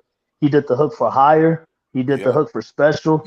Yep. So it's like, that's a lot of tracks. They got reference tracks for Yeah. these, Mark. Yeah. They got reference tracks for these. Game finally admitted it 15 years later, after their beef. He finally started admitting, like, yeah, he did it. But he did the same thing for Buck and like Young Buck's album, the song with the "These niggas want me dead, put prices on my head." Like 50 wrote that whole hook, that whole chorus. Sound like 50 though. All of them joints about sound like 50, which means, like I said, they sound the same on them hooks. Lloyd Banks on Fire, I'm So Fly, like all that. Warrior. Yeah. It all sound the same. No, but it doesn't all sound the same. Though. They are comprised of the same element, but that's what make it so dope. Yeah. That's what make it so dope to me. It's like it never got old with me. Like 50 Cent could sell you on a. We already know rapping wise, he's finna Dr. Seuss Mother Goose you to death. Like it's finna be the most ABC. You shouldn't throw stones if you live in a glass house, and if you got a glass jaw, you should rock your. Like it's pretty much that shit over and over. He has harder shit than that, though. I'm gonna be real with you. Not too much. I mean, like when that window roll down and that AK come out, you squeeze your little handgun until you come out. Or you no, put man. your back up, but the machine gun is gonna tear your back up. Heat is hard as fuck, though. No, it is. You know why it's hard? Because that fucking beat and that hook. Yeah, and that hook. That hook was like my favorite song on Give It to That Shrine is Heat. Yeah. Hey, yeah, that's definitely my second favorite. It's definitely my second favorite. That and If I Can't, Yeah, If I Can't is just, I'm be real with you. If I Can't is just that's some otherworldly. That beat alone, bro. Like, that beat alone. 50 Cent should be basic though, man. It'd be extremely basic. I just think people don't give him credit that he deserves because he's an asshole, because he talked a lot of shit, dissed a lot of MCs. They don't want to give him respect because, everybody, like I said, everybody focuses on just lyrics. Oh, he's not lyrical. Someone's not lyrical. But when people say that, they don't give the credit to Talib Kweli's and, Mos Def and all them because all they have is lyrics, but they don't have that sick-ass hook, that sick-ass beat, that delivery. I got to disagree with you, D. Bevel, because Mos Def has the complete package. And see, I'm not heavy on Mos Def albums like that. But when I listen to him, he just sounds kind of boring. What?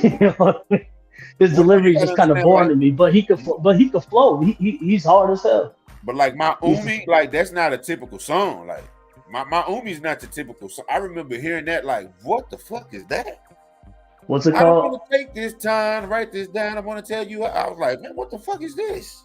Tomorrow may never come. For you or me, life is not that shit. I was like, what is this shit? I like this shit. You like that shit? Oh, you say you like it. I love that shit. I was like, man, what is this shit? And it's crazy because I saw it, then I saw it in a Jordan commercial. It's like I saw the video, then like a few weeks later, I seen it in a Jordan commercial. And then that's what made me want to go check him out. And I heard Miss Fat Booty, and I was like, this nigga here is ill. Now don't get me wrong. Yeah. He never followed up after Black on Both Sides. Everything else was like, what is this? Like he never really followed up after that. But it was like, hey, I can't dispute about that. Y'all talking about that Dillinger and Gotti album was weak. That shit was trash, dude. Hell nah, homie. Y'all niggas, man. What that dog shit album, man? I like one. Bro, the Dillinger in the album. That's the shit with the pushback. That's when they get back together and shit. They got some bangers on that shit, bro. Y'all niggas is tripping.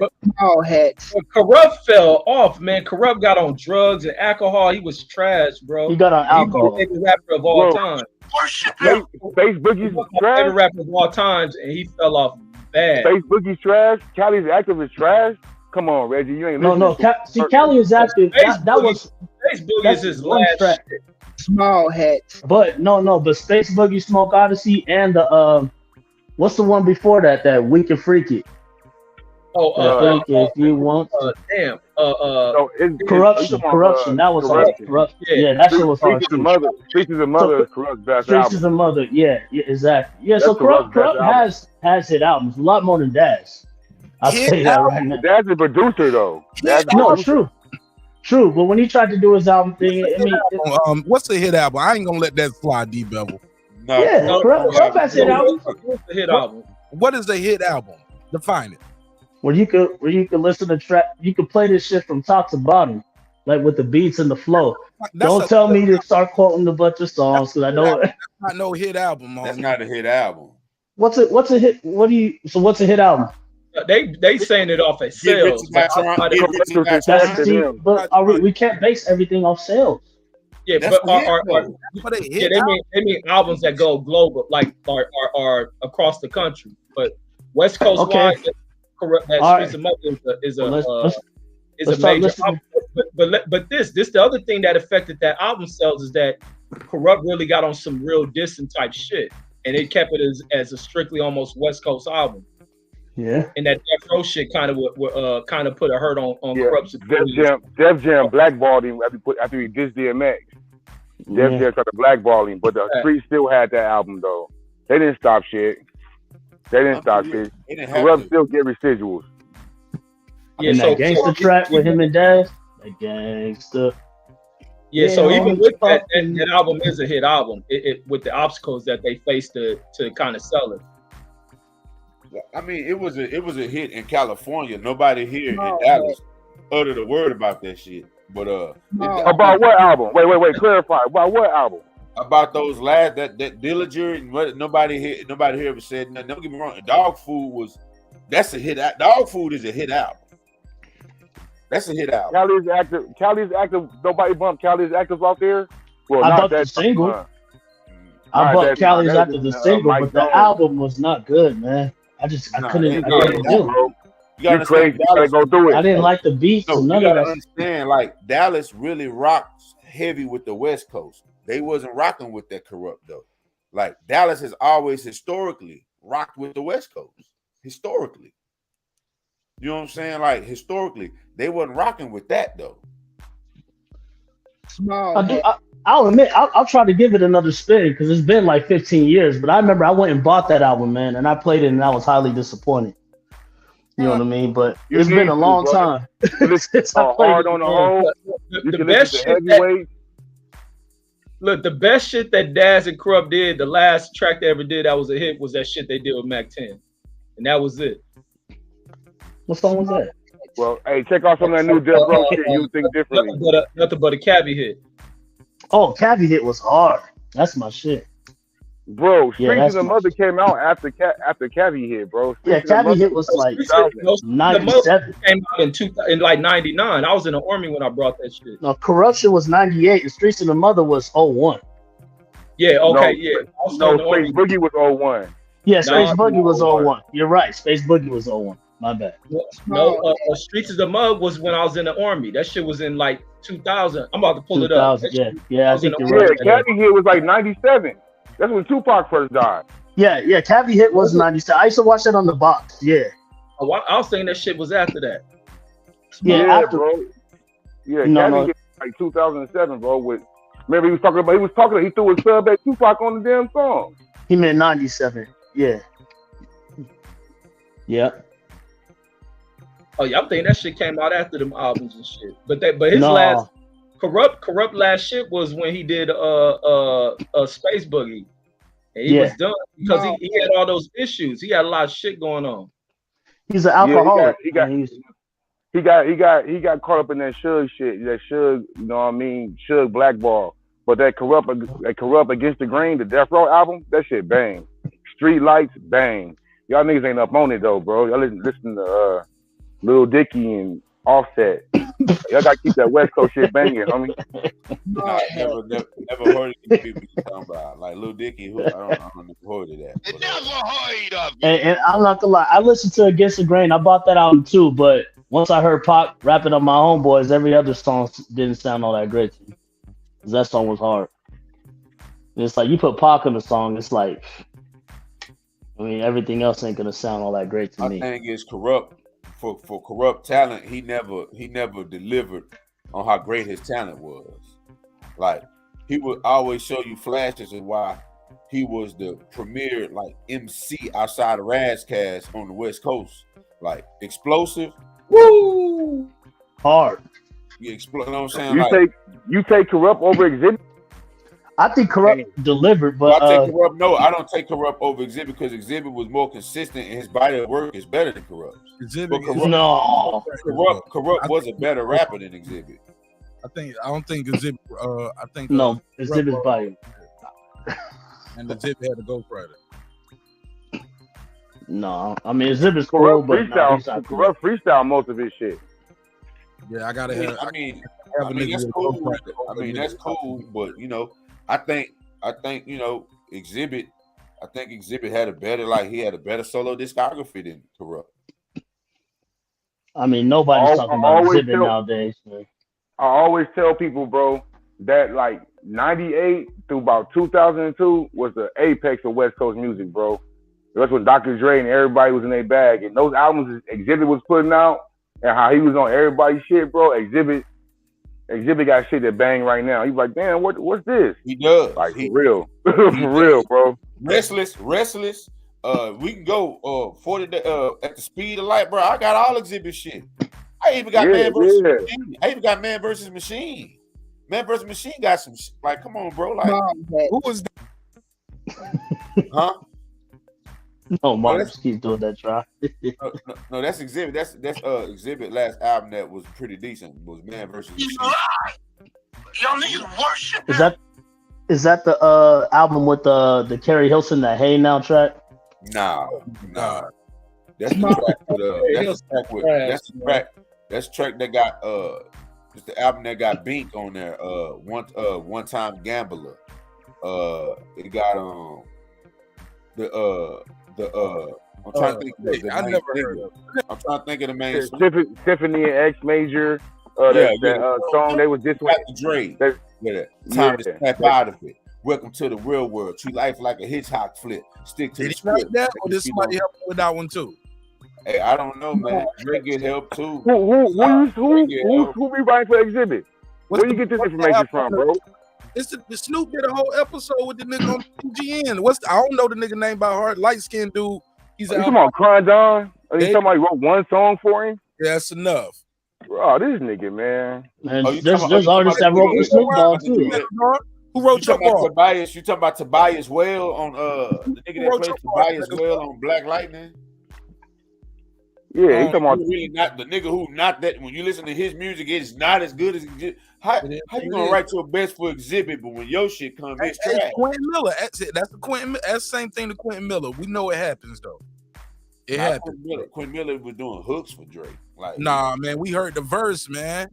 We heard the verse come in. One verse that he used and that he picked and choose from what he wanted to use on. I think everybody today has ghostwriters, man. Megazord, you got a ghostwriter? Everybody in the history of time had ghostwriters. These niggas act like they don't believe that shit. I wrote every single line that came out of my mouth as a rap. Thank you. Well, if you worked at Interscope and niggas passing around CDs and shit, you probably have some help too. I mean, I definitely believe that. I definitely believe that every MC gets assistance because I mean, especially if you like got a circle of people, you're like, hey man, what you think about this? That's different. That's different. It is. It's different from having writers, bro. It's definitely different. But like, regardless, Exhibit got a better catalog of music than Corrupt. Ghostwriter or not, he got a better solo discography. All right, y'all giving niggas passes now. Small hat. All right. No, it's not. You know, I'm disappointed in you, Megazord. Nah, bro. I mean, there's nothing to be disappointed in. Disappointed? I said it. I can't take it back now. It's nothing to be disappointed in. You just crying down. Megazord been compromised. You been in those backroom meetings, brother? I was just fucking around, bro. What happened with you and Pete earlier, man? I thought I didn't know you had a problem with him. Man, that nigga's a moron, bro. I don't want to go into the personal grief. Like, I never heard you have a conversation with him. What did you have a conversation? Bro. No, I remember they went back and forth a while ago. You don't right? like nice people, man. That nigga hate nice people, man. Nah, nigga, that nigga is crazy, bro. This nigga had the motherfucking idea that he was like, yeah, all these Afghanistan people are over here because their family work at Google. I'm like, man, this nigga's a fucking idiot, bro. Like, this motherfuckers don't get reparations and shit. And this nigga sitting there like, no, that's not the reason these guys come over here and they're smart and they have all this money. I'm like, by the fucking millions, all these people are millionaires. Give me a fucking break, dog. This nigga just had me just crazy. He's like, all these IT people work at Google. That's how they come over here and get all these liquor stores and gas stations and shit. I'm like, for sure, bro. All right, homie, whatever. He's going from working at Google to selling Hakeem 2 Black Miles and 5 on Pump 5. Kind of Homie. It's a little backwards. Let's hustle backwards. I used to Man. work at Google. Now I work at the Chevron selling blunts and chicken. No, now I own the Chevron. I don't work at the motherfucker. I own it. It's a little bit different. Okay. That's different. Yeah, it's just like, yeah. So them niggas, it was just like shit like that. And this nigga just had it stuck in his mind. I'm like, man, I can't conversate or be next to a nigga like that. And we was in person, we'd probably get physical. You're crazy. Wow, bro. Shit. Damn, dude. I'm gonna be in Vegas next month, man. I don't want no problems, man. Pull up. Oh, y'all going to the fight? Oh, no, that's in November. Yeah, I'm going to Vegas next month. I got a business meeting. All If right, they man. announce the fight, I'll go to the fight. It's not announced? I mean, YouTube. It's I announced. don't know. Yeah, it's Oh, like okay. YouTube shit. Well, you know Reggie made a video on it, so Reggie word is law. So it shall be. Small heads. Small hats. Hey, wait, what? Hey, what did that small hat shit mean, though? Man, that shit is just funny hearing Brandon say that shit. Man, it was a live stream we were doing, and I couldn't mention, those people that control the globe and politics. When I go there, and then he's like, I'll mention them. He's like, yeah. Then he's Like, oh, because that shit they wear on their head. Oh, that nigga Yeah. crazy. That's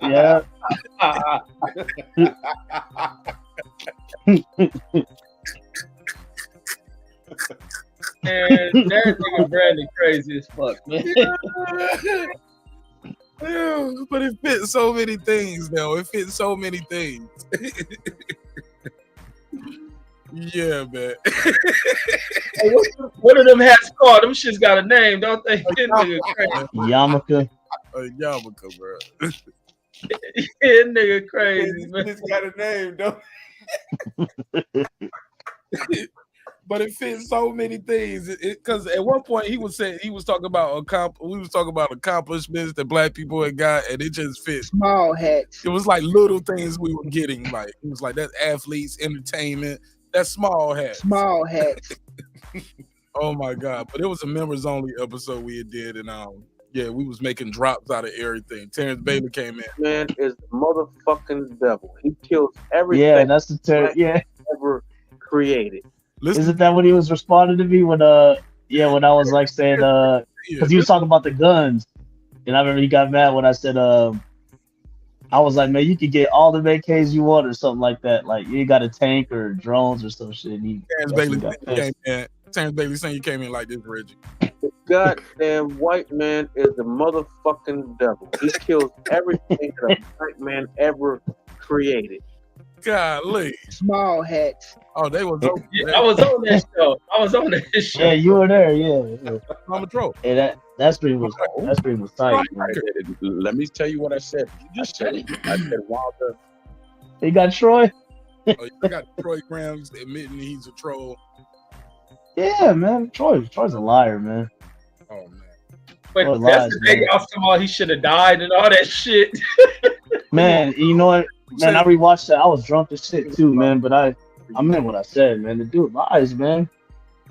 Like he'll be talking shit, saying this person's a fanboy, that person's a fanboy. I'm like, dog, you fanboy more than anybody I see. Like hypocrite, like a motherfucker. You know what I mean? When it comes to like them UK fighters, you know, I don't know what it is. I think it's like, man, I swear to God, I'm gonna be honest. I think it's what Tariq Nasheed talks about, man. For real, it's like small hats. He has something against like American black fighters, man. It's like it's a weird ass thing. Bro, Troy. that You know, shit is so Troy. true, homie. That's That shit is real, so dog. true. They call it Like, tether shit, right? I'm not yeah, even trying them to be motherfuckers. disrespectful, but like, Hey, them motherfuckers be having a stick in their ass about like Black Americans. Like, it's dog, they crazy, hate homie. me, Like, dog. It's fucking nuts. I it's see that shit. crazy. Yeah. It's Every crazy, time Troy homie. comes on, I think of Tariq Nasheed. Like, this is what Tariq be talking about, man. But that's part of that Queen shit. The Queen of England them had them all fucked up. Yeah, like they love that motherfucking bitch, man. Like, oh, rest in peace and all that. I'm like, what the fuck? I'm like, dude, like, Love that motherfucking bitch. that shit's weird, dog. Like, what the fuck? Americans are infatuated with them royals too, though. I ain't gonna lie. Still, They they were are. like, oh, Black Americans disrespecting the Queen and shit. I'm like, what the fuck are you talking about, man? Fuck that fucking bitch, dog. Oh, look, You they kidding me? didn't even cover 9/11. The Queen took over the news that day. Man, They've been covering 9/11 every year on us. Never forget. That's what they kept saying. motherfuckers were crying, man. Especially they were interviewing like people in Jamaica and shit. Motherfuckers up there, oh yeah, it's a sad day and all. I'm like, listen, I ain't sitting here saying I'm celebrating someone's death, and I'm not. I'm just saying, like, man, get the fuck out of here with that shit, man.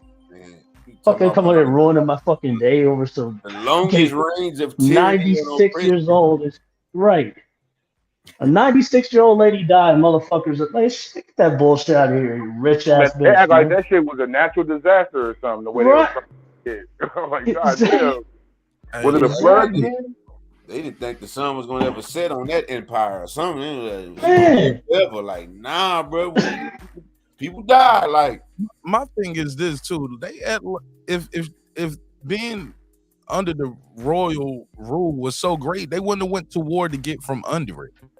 Your ancestors and your family and your family's family, whether you're black or white, it was black folks fighting in that civil revolutionary war too. They went to war to get from under the British rule. And let's not act like they was all nice and dignified soldiers.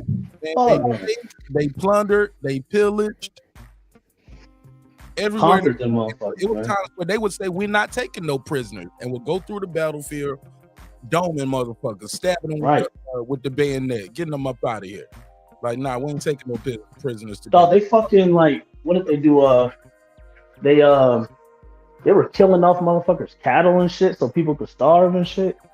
Yeah, man, these wasn't. You know, like, it was a bloody war, man. Like, if it was that bad, I mean, they were that great, y'all would have stayed under British rule. Your family fought to get from under that shit, and y'all up there crying. they're crying for that hole, man. That shit was crazy. That shit was sick, man. That shit was crazy, man. You know, okay, say your rest in peace, and that's cool, but goddamn. Oh, we got to cancel this fight. Oh, we got to have a week of prayer and all. Man, fuck that bullshit. No, are we talking Fuck about outta the here. Queen of England? Yeah.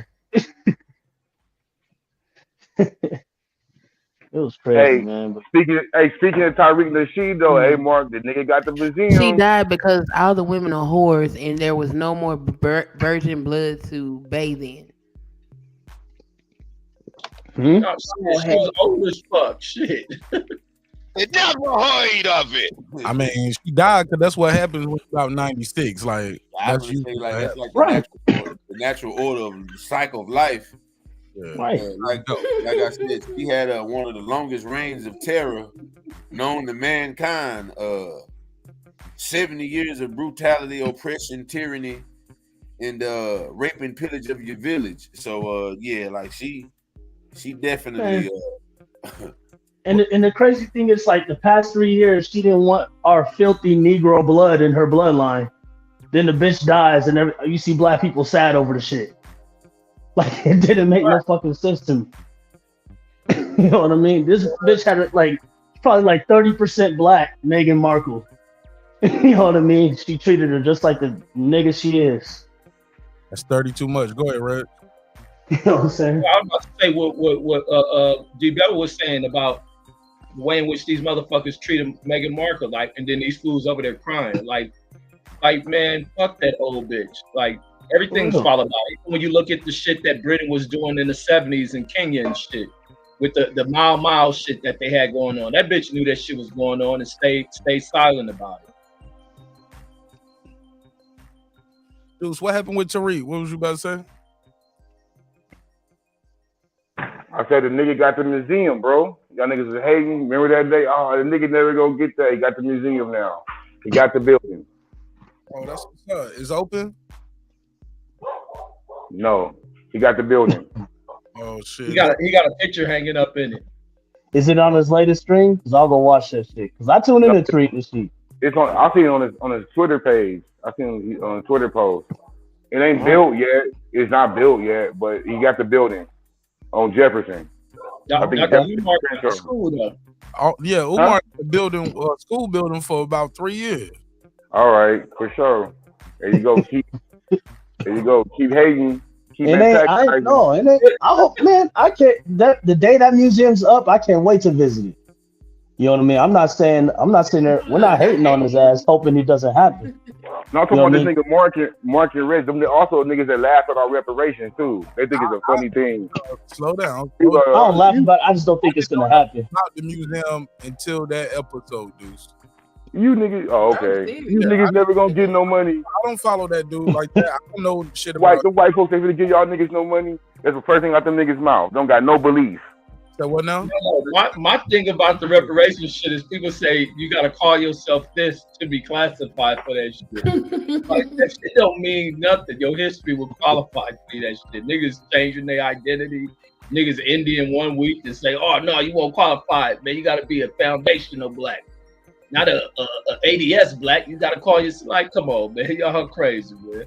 No, there has to be a heritage, bro. You see, so you want them niggas that's crying over the queen to get some damn reparations? Nah, homie. We draw the line. How they gonna get it? Because they walking off and say, hey, I'm foundational black today. Like, no. Yeah, they hop in line.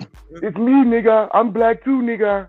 They don't do it. No, bro. you gotta be American to get that. Lineage and say you just brought your ass But they're not gonna get they're not gonna get that out, man. When something that's too good to be trying, it ain't about belief, man. That shit is not fucking happening, bro. You gotta believe, D-Bevel. That's you gotta believe, bro. You gotta believe. Hey, yo, I'll keep hope on shit list. You keep talking like that. I'll keep hope alive, but like, come on, y'all. Like, come on. Like, your ancestors. I ain't talking against it. I'm just saying what I think is not gonna happen. I just think. Do you see what's popping for these immigrants right now? These Mexicans, these illegal immigrants. You see what's popping for them? These niggas going to Martha's Vineyard. They get iPhones. No, they're getting shipped there from the south. Yeah, bro. You didn't sleep outside. They being used, bro. That nigga, the rest of them niggas up there just dropping them off. That's fucked up. Well, they're not getting reparations. Biden been doing that shit all fucking year, ever since 2021. Dude, you getting moved to Martha's Vineyard and got a nice piece of land, and they got a state up there. They got dropped off. They got a match. Yeah, they got dropped off. And you think they sleeping outside? You think they sleeping outside in tents? They don't own no villa at Martha's Vineyard. Nah, they dropping it. Them niggas in there asleep, bro. Get maid service and shit. Some want to stay with their relatives. Service too. Crab cakes. Yeah, nigga. Maid service and crab cakes for the legal immigrants at Martha's Vineyard. Dude, nigga trying to go over there, get a job, get it somewhere to stay at. Nigga, it's popping, homie. Give me some of them benefits. I want an iPhone. I want $2,500. Shoot it. You should get in line and say, I'm immigrant. Nah, nigga. Nah, when you a black, when you immigrant, when you black, you see what happened to the Haitians? Nah, you don't get no benefits. You get a whip. That's what you get when you come over here. It's 1 month's rent up there in Martha's Vineyard with no lights, no water, no food. What you gonna do with you get a job though. They give them a job. Where they got a job at, dudes? At Martha's Vineyard. Somebody got to cut the grass and do all that shit. Dudes, those people don't even have work permits, man. Those people aren't even citizens. Oh, that's ever stopped them from getting a fucking job. What the fuck? Dude, you're unreal, man. No, but see, these immigrants, they're not going to get like $1 trillion. Like, how much is it going to cost for reparations? Like, upwards of like $3 trillion or some crazy shit. Man, they can spend $4 trillion the last fucking 2 years in the stupid ass bills they passed. Yeah, that was a stimulus, but everybody got $1,200. No, the bills they passed, the Inflation Reduction Act you threw a party for. While Yeah. inflation's still going up, that was like $2 trillion. The other one, the Yeah. Build Back Better bill was like $3 trillion. Right. And it's like, they're giving billions of money to Ukraine every month. Right. I'm just saying. Now that's what I'm saying. But like, well, when you count every black person in America, like when it adds up. Oh yeah, like, now we how gotta much, have all these. Now we gotta have all these counts and all that shit. Ain't no count No. when they're giving this No, money I'm to just- Ukraine. Ain't No, no I count just- when they doing all No. this for this fucking doing all this shit for the illegal immigrants. Ain't no money being counted. No. Ain't no damn study being shown. Ain't No, nobody dude, over there that's my crying point. and writing a dissertation. Ain't nobody doing none of that shit. They shooting that chain. And No, they you're shoot missing that my chain point. to us. And you sound exactly like Tariq right now, because this is how Tariq says it when someone questions that shit. But let me explain. Let me explain this. Like, okay, reparations. Like, I just want to know how much are we each supposed to get. Trust me, do I want it? Fuck yeah, give me that shit. That's my money. I want my fucking. I want my shit. Well, But- they set the precedent of how much we're supposed to get when they were trying to give the illegal immigrants families 450,000 or $1 million per family. So they set the precedent at that.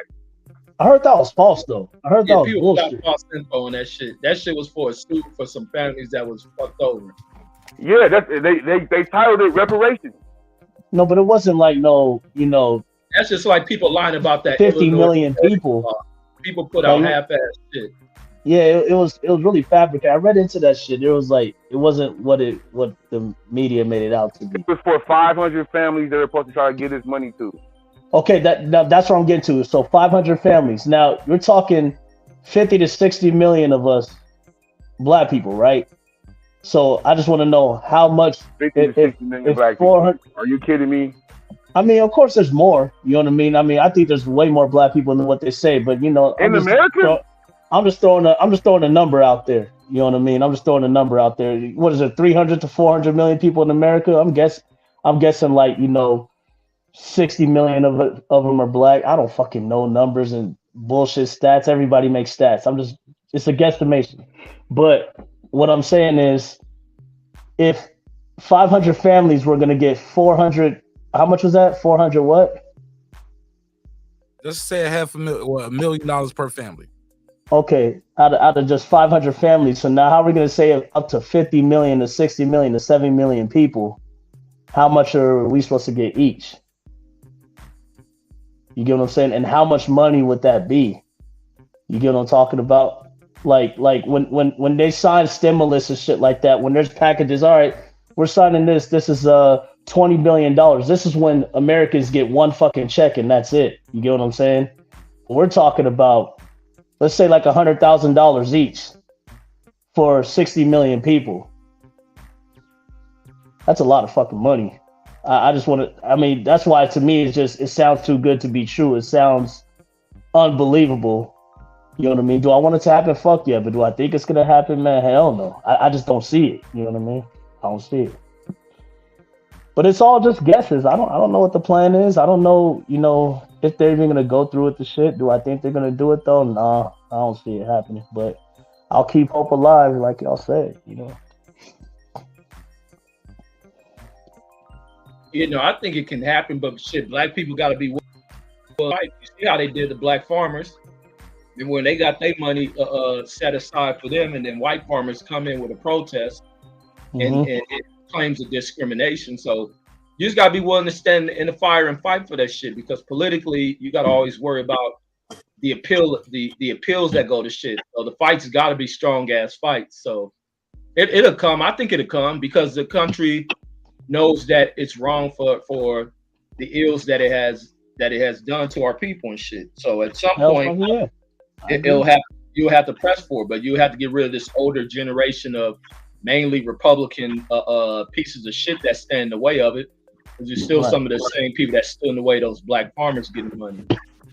And when I bring up the numbers like that, I'm just saying, like, will they give reparations put the when the world population. What's that? No, I'm just saying, like, will they put the country in deep debt to give up? Population decreases. It's too many of us. That's what I was trying to get to. And I'm not when I say that, people look at it as if I'm talking against it. I'm not, but when you're talking, say, 60 million people and each gets 100,000, I don't know if someone has a calculator, but yeah, like that comment said, you're talking trillions of dollars here. And I'm talking trillions. So it's like, if these motherfuckers don't want to give us billions, what makes you think they're going to give us trillions of dollars of reparation money? Because we're talking money. You get what I'm talking about? But they can take it and put in many other forms. It can be that in tax breaks. It can be break on housing. Like, trust me, I'm it with don't have that. to be just straight money. It could be, you know, transfer of equitable land. It could be a transfer of equitable knowledge, resources. Damn the money. Like give me something that's self-sustainable that I can make money from. If you give you get an average Negro in the goddamn projects a check, they getting that bitch back. They're gonna get it right back because they're gonna spend redistribution of wealth. They're just gonna give it to some other billionaire. You know what I'm saying? So it's like, nah, we need tangible things, like not this fiat currency, this currency that they're using that's only upheld by the military might. That's pretty much thin paper shit. Thin air doesn't have a real value. The military might is the value. Now we need decreasing land. Value with all the money they're real resources. Land that's close to coastlines, like shit that we could build something with, not give a Negro a check and get it right back because it got a rubber band. It got a rubber band, an elastic band is gonna pop right back into the hands of the people that give it to them. Now with all this land that's occupied, you're talking coastline land, which is multi-millions of dollars worth of land, right? Right. Which a lot of these, I'm gonna say, Brandon Washington dropped own the land, right? Right. Do you think that they're just gonna small hats? There you go. I'm just gonna say a lot of these Brandon Washington drops, and then everybody will know what I'm talking about. You think they're just gonna turn over that land to all of us that they took? Like that's all I'm saying. That's what I mean. It's like it's a pipe dream, dog. That will never. We're gonna have to go to war for that shit. No, you don't gotta occupy the land. There's a lot of undeveloped shit in this country. A lot of land in America ain't developed land. Well, no, you're right, Reggie. But I'm saying I want some of that coastline shit too. I want some of that enriched land that we can. You know what I'm saying? Like that's real tangible resources. Giving niggas money, it'll help in the instrument, it'll help immediately. But it's like you have all that influx of money going on with what being like you know what I'm saying? Like we at the point now to where just giving money is not gonna solve the issue. We need a transfer of reputable knowledge. Our people's in a hellish condition. It's not gonna change because a nigga give them a check. Look, I'm cool with that. That's not paying taxes. Yeah, we need to find out though. No, PPP loans and EDD showed us how niggas act when they get that check. Yeah, that's what I'm saying. Like we already seen the nigga, the PPP loan. First thing he get is a Hellcat. But they don't be monitoring that shit over there in Ukraine when they drop that bag off. They ain't even got nobody to regulate where the fuck that money goes. Ukraine ain't cash, international money. But Ukraine ain't cash though. That's the thing y'all getting twisted. Yes, it is. Yes, it is. They get that shit to a lot of that's weapons. Yes, no, that's not true. They're getting money from not only United. No, that's not true. That is not true. The weapons that they're go ahead. I'm finna say, so they giving a war-torn country. What can you give a war-torn country? A country that's literally watching its buildings being turned to rubble. Like, it's in soldiers and it's in military might. Because we're gonna give you $5 trillion to do what? To build while niggas is bombing us? No. And we're gonna give you in tanks, in grenades. In iPhones, I guess, because niggas like to stream that they fighting and shit. Like this, that's first time I ever seen some shit like they had the new iPhones. We're gonna fight to the death. Yeah, nigga, I just heard an explosion in the back. You might want to get off your phone and fight, nigga. Your shit is being bombed as we speak. Like, but you want to stream me that? That's why I was like, I've never seen this in a theater of war where niggas is streaming the war. Like, but I never see a nigga get shot. I just heard explosions in a church that's been burned to a crisp in front of a statue, and niggas is we're fighting for the Ukraine. Damn, nigga, well, get off the phone then, nigga. Obviously, America, Joe Biden gave them niggas some iPhones, some grenades, some tanks, and some seeds to grow that shit back. Cause I'm gonna be real with you. I don't know how that money is accounted for, especially during wartime, other than like mechanisms of war. But that's not true. But I'm saying, like, what part of the Ukraine that they're building, like, what part are they adding on to? I'm just saying if it's not in that or Let me answer. Go ahead, Pittsburgh T. Go ahead, answer. Yeah, the last time they did an aid package for Ukraine, that white guy Rand Paul, I believe that's his name, Rand Paul, and it's another one of them. I forgot exactly what they're called, but they were the only ones that was holding up that bill. It was like $30 or $40 billion. And what they wanted an inspector to account for that money. They shouted their ass down and fought them down. The money that you're talking about for military aid, they were giving those weapons. They weren't buying the weapons the U.S. was sending those weapons over there. So there's no weapons to be bought if we're sending them over there. They're not buying tanks and shit, but we're sending most of that shit over there. A large portion of that shit that's coming from the United States, we're sending it over there. And we're not the only country that's doing that. So we're not the only ones footing that bill. They're getting it from Europe, they're getting it from all these other countries. But the United States was sending actual money over there to what's the NGOs, not the NCOs and NGOs. Maybe I'm saying the acronym wrong, but non-commissioned officers. That's what they're sending to individual people over there. So they don't even have an account for that. So nobody knows where the hell that money's going. There is actual money going over there. But no, so you're arguing it wrong and listening to this. Go ahead, Mark. I'm gonna just say this, P. By your logic, U.S. don't. Okay, somebody's paying for that. So, perfect example. When you hear a jet costs, or Humvee costs X amount of dollars, it's an American jet. Somebody's still paying for that American jet. You get what I'm saying? Even well, that's what I'm telling you. The package was both. The package was actual physical armament, tanks, all that, and money. That's not free tanks, though. They don't just give them free tanks. No, I know that. That's part of the package. But most of that wasn't military, though. Characterized it just then. You was like, nope, they just sending it to them. Somebody paying for those tanks. Somebody's paying for those vehicles. Somebody's that's a part of the release.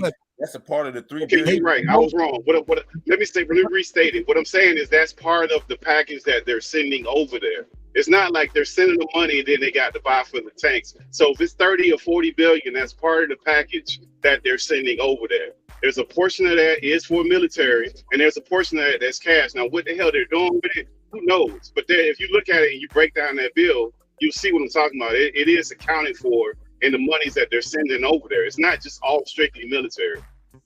That shit is a war. They're in a war. They have no use for no cash over there, bro. Everything that's accounted for has a dollar cost.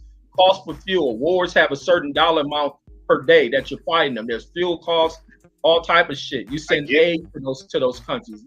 Why you don't think if this was the case, there'd be a lot of Republicans in an outrage over fucking Biden doing this shit. But the thing they benefit from is because a lot of these senators are war-producing states. That money circulates right back in the economy. They're not tripping about that money. And then you also got money. Go look up the bill, Reggie. What I'm telling you is that money that you're talking about, there's a large portion that is cash. It's not just all buying weapons. That's not true. There's a portion of that, a large chunk of that is aid. And they were arguing down Rand Paul and the other dude. I can't think of his name, his buddy. But they were talking about they wanted some idiot, man. He's a Republican. No, he was right on this one. He was right on this one because he wanted somebody to have an account for that money. So on this one, he was right. He is an idiot, but on this particular issue, he was right. Go ahead, Young Africa. Just pull it up. What's up? No, what's up, man? You know, I'm calling from the motherlands. I live in Africa myself. I lived in many places in the world, but Africa is where I'm reside from, where my ancestry from. Very interesting conversations, man. Mike is rubbing against your shirt or something. Oh, is it? Yeah, my bad. How about now, man? Oh, good. Perfect. Go ahead. Yeah, man. I'm just calling from the motherlands. You know, it's very interesting to hear brothers speak about very present, real issues, man. It's very interesting, man. So I'm listening, and What part? What part of the I'll continent? ask some questions when brothers you know, cooking. But yeah, it's all love, man. What part? What part? Why the hood? Ethiopia. Okay, cool. Welcome. Yeah. Welcome. All All right. love, bro. All right. Go ahead. Continue, Reg. Though, Pittsburgh T, Reg, and Young Africa. You jump in whatever you feel like you want to get in at. All good, thanks, bro. Yep. Yeah, but I was saying there's no issue amongst nobody in goddamn Washington over the money being sent in. You got an economy that's jacked. This war is a money profits, money driven industry.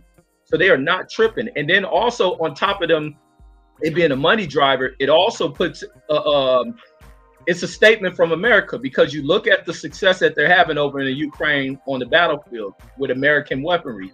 That's a plus for America. America wants to send that. You send American troops down there as observers, and also to teach these people how to use the equipment.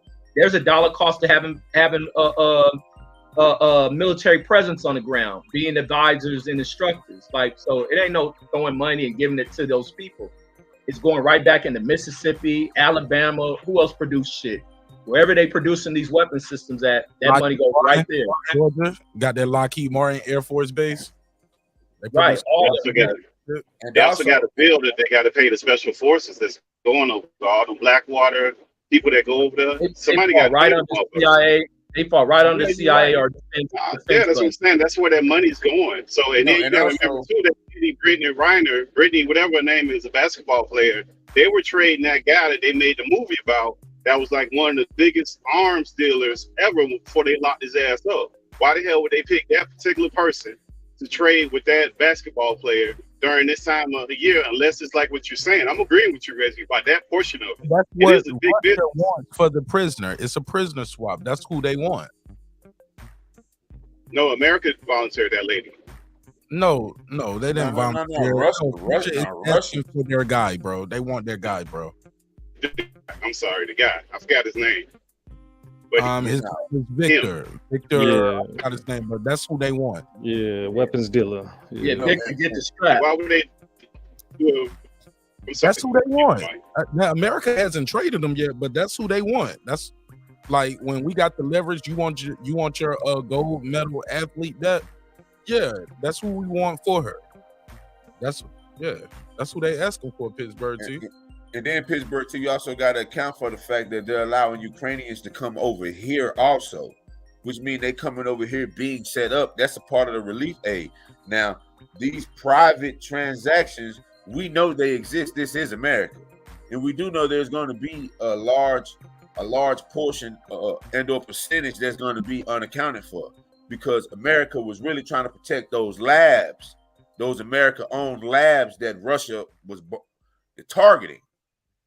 So we know Talk about it. Go ahead, yeah, man. You know what I'm saying? So we know about that too, Pittsburgh too. But I was just saying though, like a lot of that, I guess a lot of it isn't clear because we are dealing with America. So it isn't 100% clear.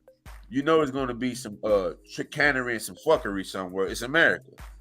But I did look this up too. Ukraine refugees do get some aid in $215 per adult, $55 per child. That's in euros. It's looking like right here. I'm looking at in American dollars. Do they get money in US? Like the Ukrainian humanitarian parolees are eligible to receive. They get TANF and SNAP. So basically, they getting food stamps and stuff like that. So they do. The Ukrainian refugees come here. They are getting government aid like that, as far as government assistance, as far as food stamps and medical care. So, but as far as like copious dollars just being handed to just Usyk's cousin and Lomachenko's of the country, just handed them copious amounts of dollars, that's not 100% accurate. Yeah, nah, they gave Lomachenko cousin the new iPhone 14. And that nigga, so they didn't have that iPhone before the war started, is what you're saying? Yeah, they gave it to him. That's part of the war. Like, we're gonna go to war. You can send me stuff on the What I was saying is that they were sending that money to the country, and the country What that Your money audio, to is what I'm fix saying. the He's audio. distributing money. Gotta fix your I'm audio, saying bro. that. Remember how Haiti had that issue and Clinton sent. So can you hear me? Go ahead, try it again. Can you guys hear me? Hear you now. Go ahead. All right. Okay, so what I was saying is like in Haiti, when they had that hurricane and the Clintons was in charge, and they were supposed to be sending all that money, and they sent that money to the NTO officers, and the money never got distributed. There was a bunch of foolishness going on, how they were distributing the money, and nobody to this day, we don't know what the hell happened to that money. They had like these model houses where they were supposed to be building all this shelter in these houses and the water system, and none of that shit happened. We sent them all this damn money, and nobody knows what the hell happened to the money. That's usually how they distribute money. It's the treasury. They just dump the money in there, and everybody get a check back out like us. But see, that's the thing when you look at Haiti. Oh, go. I'll keep this real short. We got money missing here in America. Do you remember right before 9/11, Rumsfeld got on TV and said it was $2.3 trillion missing on September the 10th, 2001, and then the towers got hit on September the 11th, 2001. You don't remember that? So money gets missing all the time. This is not something that's new, and it doesn't just happen abroad. That's all I want to say, Red. Go ahead. Yeah, that's what I'm saying. Like even like when you look at the Haiti situation, because I know people want to play it in they ripping off the Clintons when they ripped off a black country. No, you look at the dynamics of Haiti. Haiti is a government system that is deep in corruption. It's a deeply corrupted system. So it's hard to send money over and think it's going to be distributed. You look at wealth has always been stolen from over there. I remember when I was a kid, they had the president who was exiled. They kicked the president up out of there. Yeah, no, it was somebody else, but they ran him up out of there. But that's always been the issue over in Haiti, is getting things done when you're dealing with a corrupt system. It's deeply corrupted. And then you have people going over there raising money and stealing as well. So it was just part of the thing of dealing with failed systems. That's why having proper government systems is important, and try to get rid of corruption and shit. Now, do I think Zelensky got a stimulus? Of course he was sent something. You know what I'm saying? But like when you're dealing with, like Reggie was saying, the refuel, maintenance, upkeep, the soldiers, Ukrainians coming over here, blah, blah, blah. They didn't have $4 billion to drop on them like that. Not when they gotta uphold what they send to Israel yearly. Not when they got all of these other obligations. You know what I'm saying? So I don't think they dropped. I don't think they dropped. I think it was $4 billion, and the higher percentage, I would say, towards 60% of that was in assets. In terms, okay, here go some tanks. We'll send you 4,000 tanks, 80,000 grenade launchers, and this and whoop de woo. Once you get the factor in all of that machinery, the upkeep of that machinery, the fuel for that, you know how much a helicopter costs? If we give you 40 helicopters, like, you know what I'm saying? I think when you start adding all of that in, then you can see. I don't think it was just it was a relief aid. Like, we're gonna drop some ramen noodles on you niggas too. Like, y'all hungry? Boom, we'll go some noodles. We'll go pack a ramen. Some iPhone. Like, you know what I'm saying? I think it was a combination of shit. This nigga mad about them iPhones, boy. He ain't letting that shit go. He like a dog. Well, I'm just saying though, bro. I've never seen this in the theater of war ever. Niggas streaming on their phone. We're gonna fight to the end. We're fighting to the end. I've never seen that, bro. What is this? A movie? But no, you don't remember Second Iraq when they had reporters all on tanks and shit? Or just like Osama bin Laden doing live streams from a cave.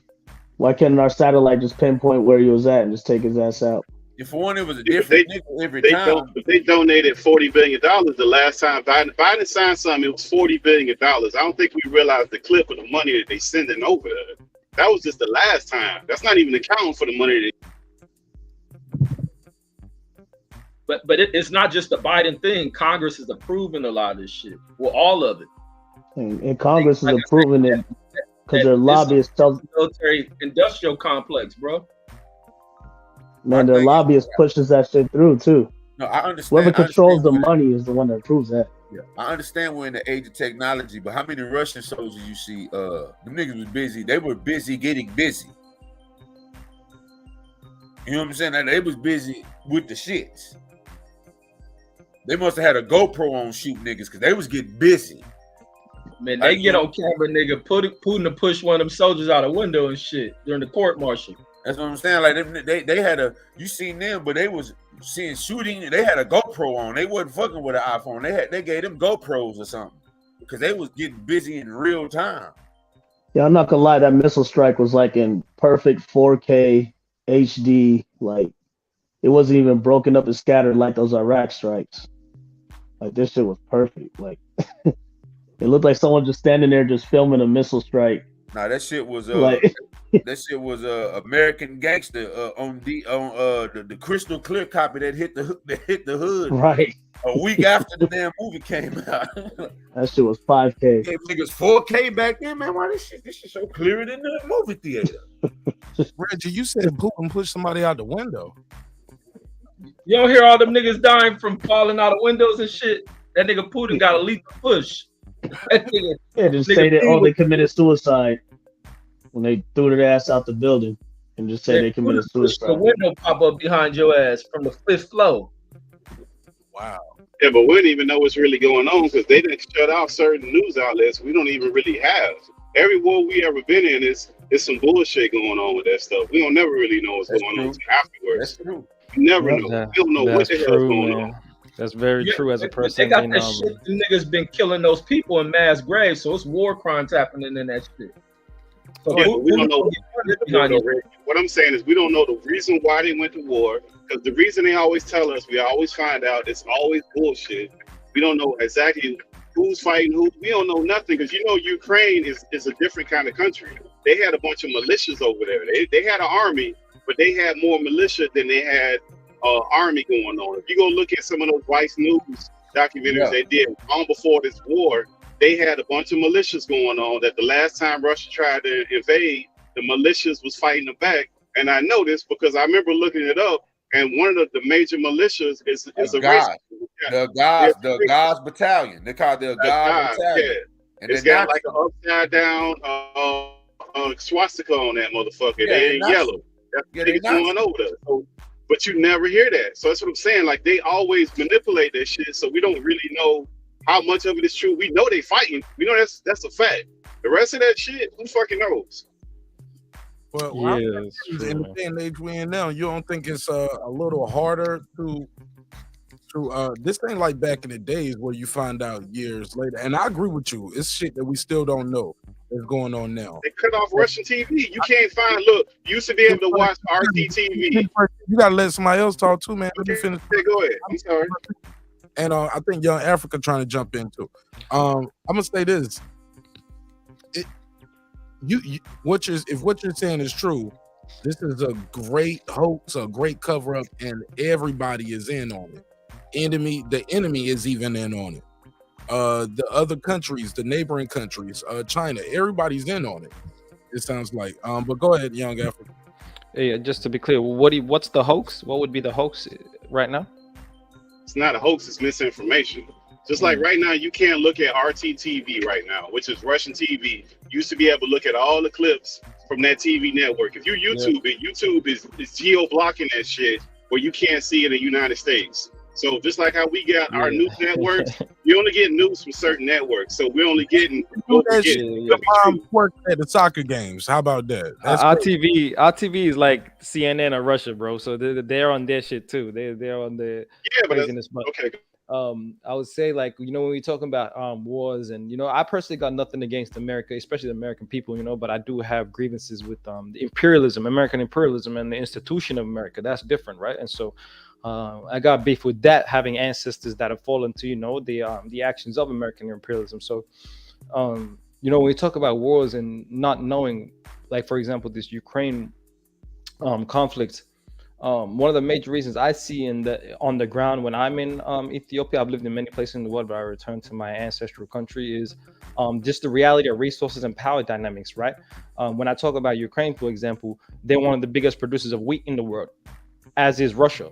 And if Russia consolidates that wheat production, they got a lot of the world's wheat production in their hand, on top of what they call potash, which is like fertilizer, which allows for like mass farming, right? Crops. and so they would have a lot of the food supply of the world in their hands in the future. That's with China too, and then America is also another major producer of wheat. And so in my reality on the ground, for example, the effect of American imperialism is very evident. For example, we're at the moment creating a dam. It's called the Great Dam in translation in my language, and this dam is going to be able to produce 60% of the population is able to have access to electricity where they do not right now. And so we are doing that, right? And that is our self-determination by doing through hydropower with the force of the Nile River, one of the grandest rivers in the world. And so the issue is Egypt, for example, and a powerful country like Egypt, who is very strong allies with America, and they have issues with the water supply and their future water supply because they haven't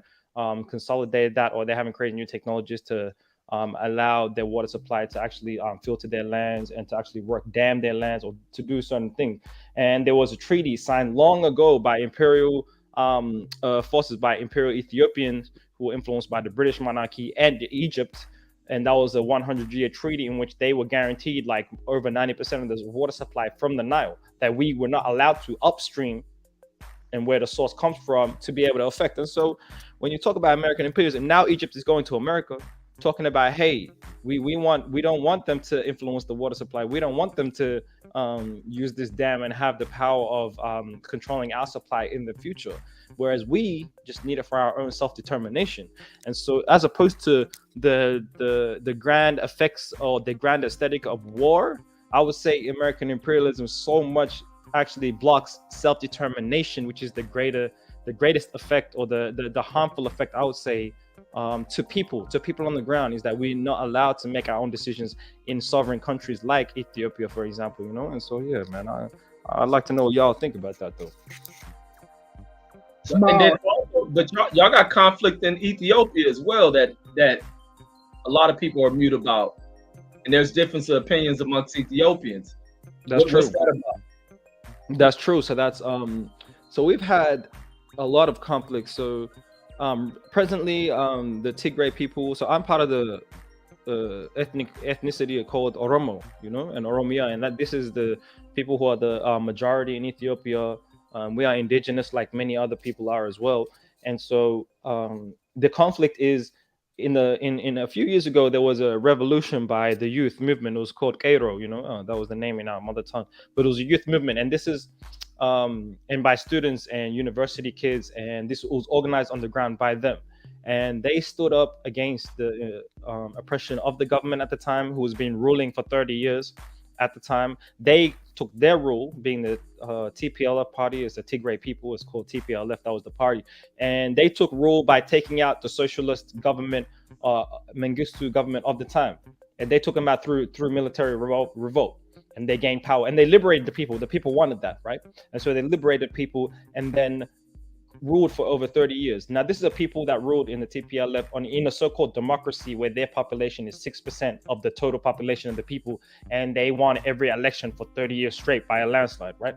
And the people were struggling, and the people were not enriched or nourished by the ruling government. And so 4 or 5 years ago, the young kids stood up and revolted, and this is the first revolt that occurred where leadership changed. The leaders knew that there was a ground of support on the ground from the youth that wanted the people to change leadership. And this is one of the rarest times in the last 100 years, I would say, where leadership was changed without bloodshed. And by bloodshed, I mean literally civil war. Although people died, many young students died by bullets of the military or bullets of people that wanted to stop them. And so that occurred. And so the party that was ruling for 30 years was removed, or elected their own leader, right? They elected their own leader within their party, who was the leader of the Oromo people, who reflected the ethnicity of the people that were standing up. He then goes and makes his own party and essentially relegates this TPLF party, who was ruling for 30 years, to the fringes of the political institutions. One mistake I would say he made, as opposed to working with them, he relegated them to the fringes, right? And so they're kind of what's the word you would say, like salty about this. They want to claim centralized power, and then there's a lot of allegations about the prime minister that he's centralizing power in a country that never really functioned with the central power, we had our own nations, and many nations had many leaders, and we will come together through those leaders, through one leader, but that leader reflected many and was chosen by the many as opposed to dictated to the many. That's a big difference. And so so he's accused of this centralizing power, which I say he is doing, but he believes is for the betterment of his people. But at the very least, he has a vision, I would say, at the very least, something that leaders in the past did not have. And so the conflict now is that party and the people of that state wanting to become one, independent, and to regain that leadership through force. And so how do a people that live in a part of Ethiopia that is very barren, mountainous, not fertile, doesn't have its own food supply, energy supply, attain resources like guns, ammunition, and these kinds of weapons to fight an army? You know, this is when it comes back to American imperialism, or imperialism as a whole, Western imperialism, and how they are able to fund them, resource them. We're literally talking about the government finding, like through the World Health Organization, through United Nations humanitarian aid vehicles, transferring weapons through these avenues, calling it aid, and still being busted doing that, you know, agents of that. And so the conflict is the government and this these people that were previously in power wanting to regain their power, you know, and they openly stated they want to regain their power and they want to be independent from the state. But the way, in the process in which they're going by that independence wasn't that. And there was one grand thing a few years ago, which I didn't say, which is they were going to hold their own elections for independence. And this was something that the government thought was outside of their bounds. And so a conflict was ignited in this way. And so there's a lot of reasons for that. A lot of divide and conquer in our people, a lot of divide throughout the last 30 years of our people. And so we are not united to be, you know, to be true. I don't think no country is. Shoot, I think every country has their own turmoil. But go ahead, Reg. What you think? That was very detailed answer right there, Reg. What you think? No, that was super fucking detailed. And I can tell the dude has knowledge of a lot of shit. But no, it was very detailed. But like the solutions of bringing these people together, how are resolves to letting them coexist amongst you, but being able to exist independently.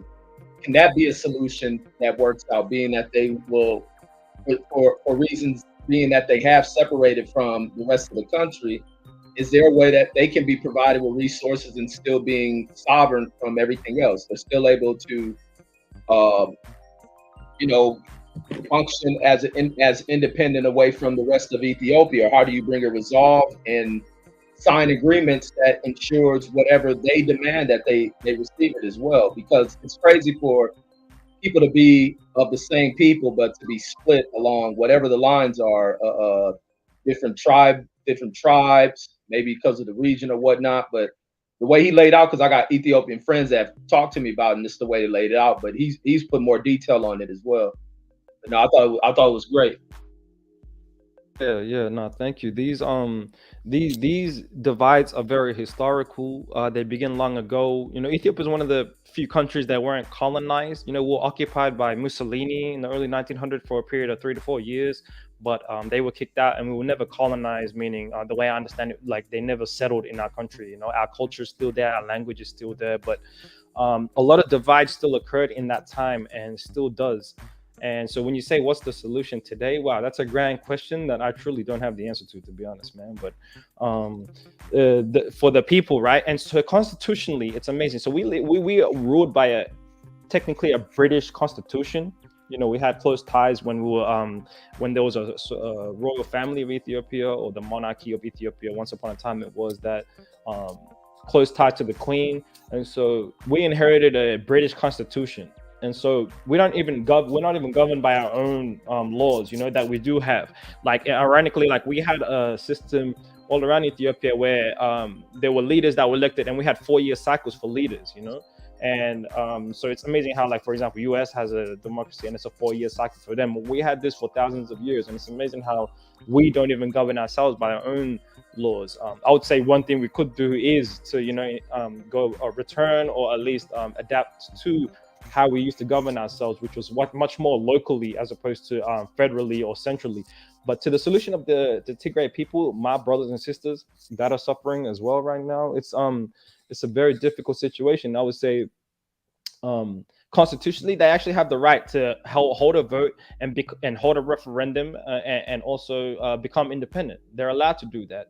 But the issue with that and the issue with independence, or the issue that is stated by neighboring states, not my ethnicity but other ethnicity, like the Amaras they called, is that they want to annex a certain amount of land from bordering states to become independent. And that's because they need to, because of water supply, food supply, things that they don't have. If they were to become isolated and independent, then they would truly be isolated in terms of food supply, water supply, survival. They would be isolated because their lands can't sustain that.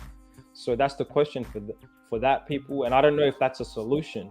There was a war like in the 90s, and Eritrea, who is a coastal country today, one of the few countries that is outside of I would say outside of Western influence. It's one of the few countries like North Korea, Syria once upon a time, Libya once upon a time, that aren't controlled by the IMF, the International Monetary Fund. They don't owe any debt to anyone on that level. And so they're one of the unique countries. North Korea is also one. And so there's a few countries like that.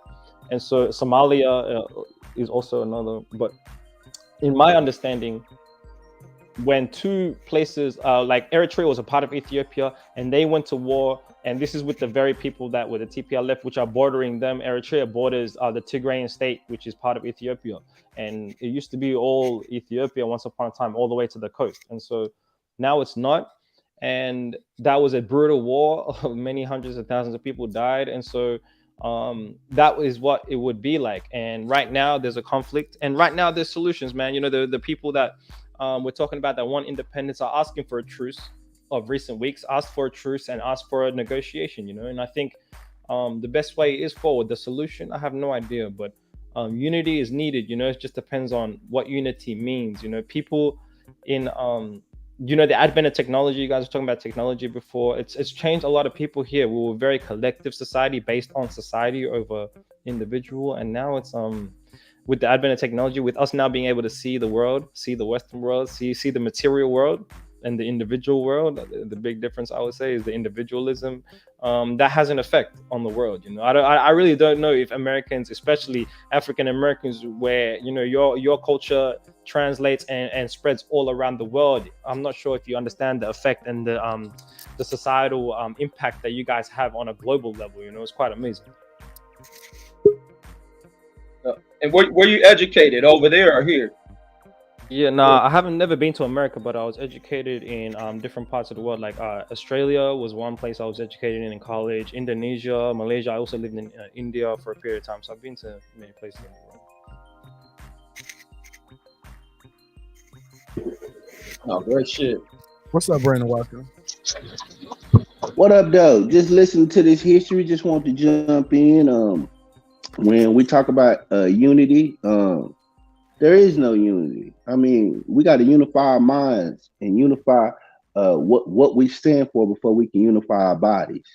If we don't have a common goal, one thing I give credit for the civil rights. They had a goal. The goal that they knew is they want to drink out the water fountain with white folks, and they want to go sleep in the bed with white people. I mean, sleep in the where white people could sleep. I'm sorry. Small hats. So I think that if we see that we still having the same issues that they had, then we should be trying to do what they did. I didn't see Martin Luther King talking about no Pan-Africanism, even though that was there, but he wasn't talking about that. The focus is where you at that time. So here's the thing: if Martin Luther King inspired the civil rights movement, inspired Kwame Nkrumah in Ghana, and inspired them, then that's the Pan-African. We should be the inspiration. We don't necessarily have to be like, this is our alliance. No, we do our work where we at, and then we inspire the rest. And if they need us as an example to help them, we'll help them. But other than that, man, everybody got to fight their own fight where they at. In Jamaica, they need to overthrow the goddamn crown. Get that away from them. Get I think it's the General Vicegerent or some shit. That's the name of it. But they need to get rid of that. If you really want to be free, the Caribbean talking about how they the leading of the blacks and they the smartest, y'all still following the fucking crown. So you can't tell me nothing. Get free first, and then you can talk to me. But that's neither here nor there. Go ahead, pass the mic around. Go ahead. Megazord, Reg, Pittsburgh T. Yeah, but I want to bring it back to that. I believe it was like the first week of this month it happened. This month we in currently right now. The G7 met and they was trying to figure out how they can further impose more sanctions on Russia. Russia, what they did, they shut down the natural gas line they got going to Europe, which crashed the entire stock market because of how they transport, where they get to natural gas from. So that's not something that's really said. So we just don't know enough of the information to even get into that foolishness right there, of what they got going on. You mean the D7, Pittsburgh? Say it again. You mean the D7? They not the G7. What make them great? They D7. That's the devil 7. Don't call them. We know what you Brady. Yeah, but I mean, just that they coming up with foolishness on one end and they not telling you what they doing on the back end. Every war that I've been alive with, I've never heard them tell the truth of why the hell we in war. It's always some fucking documentary that's done some years later, and we see real war. We see people dying. We see people, vets going over there, coming back fucked up, and they really fighting. And they getting fucked up, and they have no idea what the hell is going on, and we don't know what's going on because we're being lied to all the time. You know, that's not. And then the last point I'm gonna make is when Biden did that, that was during the time of the COVID, and they decided they weren't gonna send out any stimulus package with us, but they were bold enough to send that fucking money over there to Ukraine. So they do it, and they just don't care about it. They real bold with that crazy shit.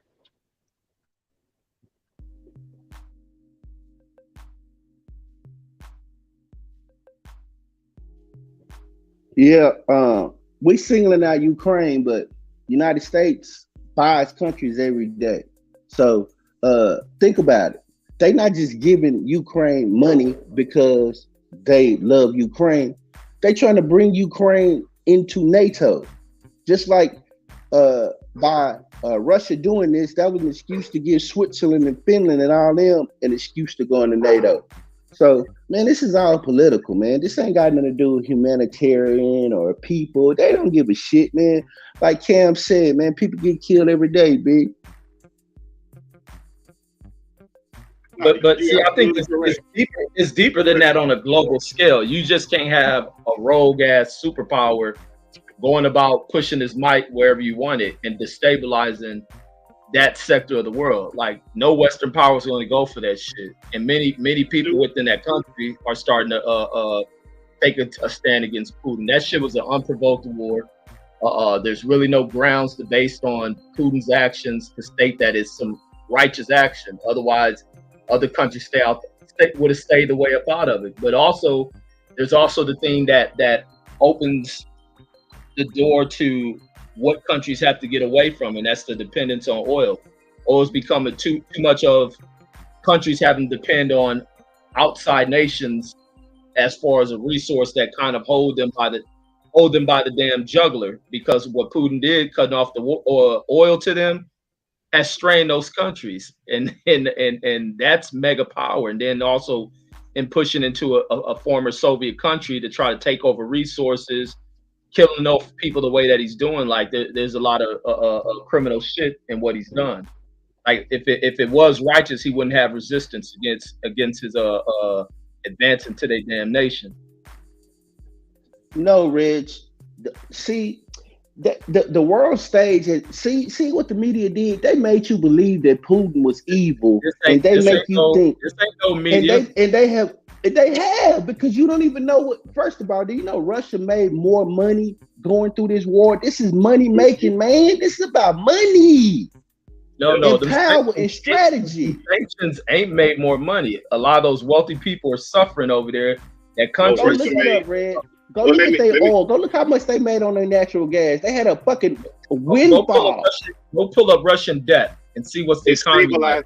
stabilized their economy, Reg. Wait, it stabilized their That's what I'm economy trying to because tell them. it stabilized their economy because what they did is they only accepted Russian rubles. Before that, they was accepting US dollars, they was accepting euro. When they started that shit, they said, you know what, fuck y'all, we ain't taking y'all money no more. Y'all got to pay us in Russian rubles. So they had to convert all that money that they was paying in oil, they had to buy rubles. They are not allowed to take no more dollars, no more fucking euros. So that stabilized their economy immediately. No matter what else was going on, so that they're not losing. And another point of that is too that we pull up some numbers on the share screen. We'll pull up Russian debt while they preaching this shit that feels good. No, to Reg, that all money coming in. You know, Reg, we're gonna pull up facts. That is a fact that they only take Russian rubles. Look it Pull up. up America's debt while you at it, because America has an unsurmountable debt also. So what are you saying? Like that's like stay strong, Reggie. Share your screen. Don't be scared of them motherfuckers. Pull up my debt too, Reggie. Pull up my debt. I got debt too. Pull up my debt too, Reggie. I got a bunch of debt myself. Pull up mine too. But the debt don't matter if you got steady income coming in. That oil is income, and they're getting paid in their monetary value. What about all the people who had all the Russian oligarchs, billionaires, that had their assets frozen? Not all of them. Man, they billionaires. They had some assets, they not got all shit everywhere. assets. Yeah, don't believe Some that. assets, not all all of assets. These are. Listen to me, Mark. Do you know the Russian oligarchs? They own coal factories. They own fucking electric grids. These people are not what y'all think they are, man. These ain't lightweight little people. Okay. Go to the Bahamas and see how much money they got down there in them banks where they can't expedite and liquidate that shit. Go down there and see how much shit they got down in the Caribbean, where they can't send no court order down there and figure out what money they got. They got money here and everywhere and all kind of shit. Okay.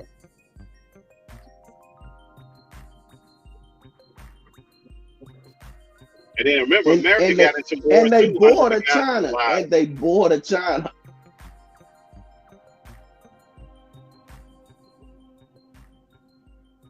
Reg, you got to narrate what you're doing, and you got to scroll down too. It's on the screen though. Unmute your mic. Unmute your mic, Reggie Owens. Okay, no, my computer was lagging.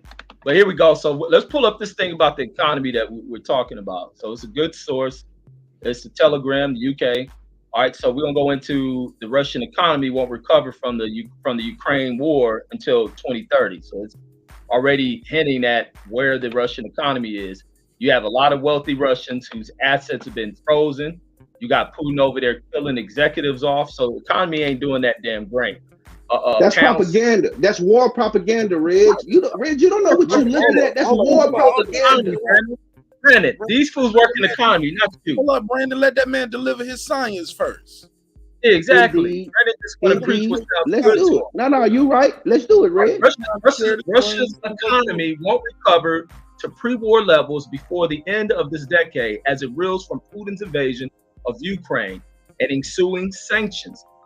Being the sanctions, they thought the sanctions would have stronger effects too, which is coming out. But those extensions are going to extend themselves and begin to hurt these motherfuckers. So that, according to the scope rating, which forecasts that by the end of 2023, GDP will be about 8. I guess that PC is 8% below where it was in 2011. After 2023, potential growth will drop to between 1 to 1.5% a year from the 1.5 to 2% achieved before the war, says the agency. Says according to the report seen by Reuters, heavy spending on the flattering war effort, says limited access to Western technology and negative demographic trends will continue to hurt Russia's economy. So this war ain't been good for Russia. Hasn't been good at all. I'm gonna pull up more articles. That's an economist forecast. I just got one question. What I want to say, I'll say this briefly. To be fair, Reg, no matter what you say, they're gonna say, "Well, that's propaganda." Especially no. I'm just gonna ask this one question, Mark. Are they judging that by euros and dollars, or by by Russia's currency?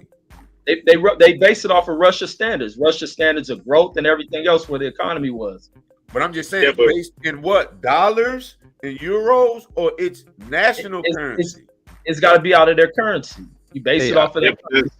I also got a question. Well, why did you say that Telegram is a reliable source? Why did you say that? Because it's not. Why the UK Telegram isn't a reliable source? It's a widespread news corporation, right? Who is it run by? No, it's a website, Chris. That's not. Everybody got a website, homie. So Yeah, that's just the website. I mean, you can't dismiss it because it's a Here website. we go. Let's I'm go. gonna pull up, but let me pull up Fox News. Let's pull up Fox News. Let's pull up Fox Business News. Time Magazine. So let me pull up. I got Fox Business News with. I got Fox Business News with the same article. Let me pull that one up. Let me say this about these economists. Remember, economists do rankings on stocks all the time, and most of that shit is fucking wrong. And these are people that went to school, got PhDs, and all of that shit. A lot of that shit is predictions of a lot of moving parts that they don't fucking know. They can't pay their U.S. stocks correctly. Shit, Warren Buffett still got his money. He lost a lot of money over the last 6 months. I guarantee the motherfucker lost billions of dollars. Hey, bro, you know his T money. You know why I said that the That Telegram, that Telegram wasn't a reliable source because the owner recently said that fake news is great for the news industry. So I can't trust any man that claim fake news is good for the news industry. You know what I mean? Well, we know Fox does it. We know CNN does it. They all have pushed that. Exactly. Fox News as well. So I don't know why you're pulling this up. That's for news, but we're pulling up data recorded info. Okay. This ain't swaying opinions on news. It's data recorded info, and that war is hurting Russia because of sanctions. Pull up their windfall too. Pull up. They had a windfall too. Make sure when you show this, show what we talking about too. Oh, pull up some positive shit. I'll pull up some positive shit. No, it's not positive. It's just that's what happened because what happened is, look, if they didn't do that, what would have happened is they would have had a run on their money. Their currency wouldn't be worth shit because over the last 6 months, the stock market the plunged. So all those commodities between oil, gold, iron, coal, all that shit that they have over there, that shit would have plunged their market because they still would have been taking that U.S. dollar and they would have had to run on their own goddamn money. So that shit stabilized their economy. Besides, it just let's say it didn't make them rich, it stabilized their economy where it wasn't no run on their money because their money is backed up now by them getting those deposits for those oil exchanges that they're getting on a daily basis. They're getting that fucking money and that natural gas and coal and billions and billions of dollars every day. So you believe? So the government and the people getting the oil, but what about the actual citizens though? But that's the same as here. Oh, you talking about the American? He talking about here. He talking about in Mississippi. I think Mark talking about Mississippi when we don't have water. The actual citizens. He talking about Flint. No, Mark talking about Flint when we don't have water. The actual citizens. That's what he talking about. That's a good point, Brandon. The world is fucked up as a whole. That's a good point. But not in this situation. But Reg, go ahead, break down your science. Since you took the time to share the screen, I appreciate that. Oh yeah, we're gonna go right into the article of where their economy is. Like y'all saying that this war has been positive for Russia. So the Russian economy is not likely to return to the pre-war levels before the end of the decade. This is from Fox. Says that the Ukrainian war, after stricter sanctions, worsened long-standing economic deficiencies, and that's according to the scope rating. Let me continue on down. Let me move down. So after 2023, I read in that other article, but I'm just saying, since y'all didn't like the Telegram, says potential growth will drop to 1 to 1.5%. Says a year from the 1.5 to 2% achieved before the war, the agency says.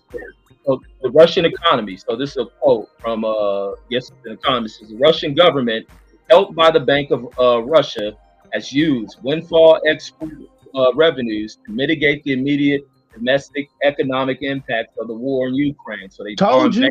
No, that's money being given to them from a bank, bro, not the government. Government borrow money from a bank. It still got to be paid back, homie. But the long The term bank outlook. is owned by the government. Reg, you don't know. Yeah, that's They not bank true, is owned bro. by the government. Bank is They don't Russia. have independent Pull his banks. facts up on the screen and y'all just blurting shit, man. He got his shit. I'm not blurting. We Negroes hate to giving be wrong, context and man. clarity, bro. No, It is. listen. Just because he's reading the article, that article has context and clarity. It has a context to it. We're only trying to hold on. We're trying to get the context to it, Mark, and we giving clarity based on what we read. That's called comprehension, bro. Come on now, don't do us dirty. We here. That's not comprehension. What he's doing is reading it, and he's giving you the comprehension. You just don't. No, like he's not. He reading it. That's all. He not giving clarity or context to what he's talking about. Then he's That's saying how we got that they here. giving money to the banks, and the government owns the goddamn banks. Okay. May I provide some context? I just posted an article that has a different opinion, but also it does acknowledge that sanctions has hurt. I dropped it in the private chat. I dropped it in the private chat. Put it on the share screen. Share it. Go ahead. Oh, how do I do that? Oh, it's the button to say share right there at the bottom. Click share. And Yo, then once Mr. you- Mark. Okay, hold up. Hold up, Five Player. Click the share button, and once you click the share button, click on the article you want to show, and then and then from there I'll do the verse. What's up, Five Player? Talk to me. Now, I wanted to give a quick drive-by context because I actually follow these things. And I follow this coming up too. Okay. Hold on. Go ahead, Five Player. Go ahead. Y'all just blurting each other off. Yeah, Go ahead. but if I can spit it real quick, and I'll dip off after this. But like, I actually followed it, like the monetary like rubles compared to dollars from the beginning of this conflict, February. And I always compared 5,000 rubles because that 5,000 rubles at the time of the start of this war equaled 1 gram of gold. But I would always Google 5,000 rubles to US dollars. And when they put the sanctions on at its worst, it brought the 5,000 rubles, it equaled $32 in US money.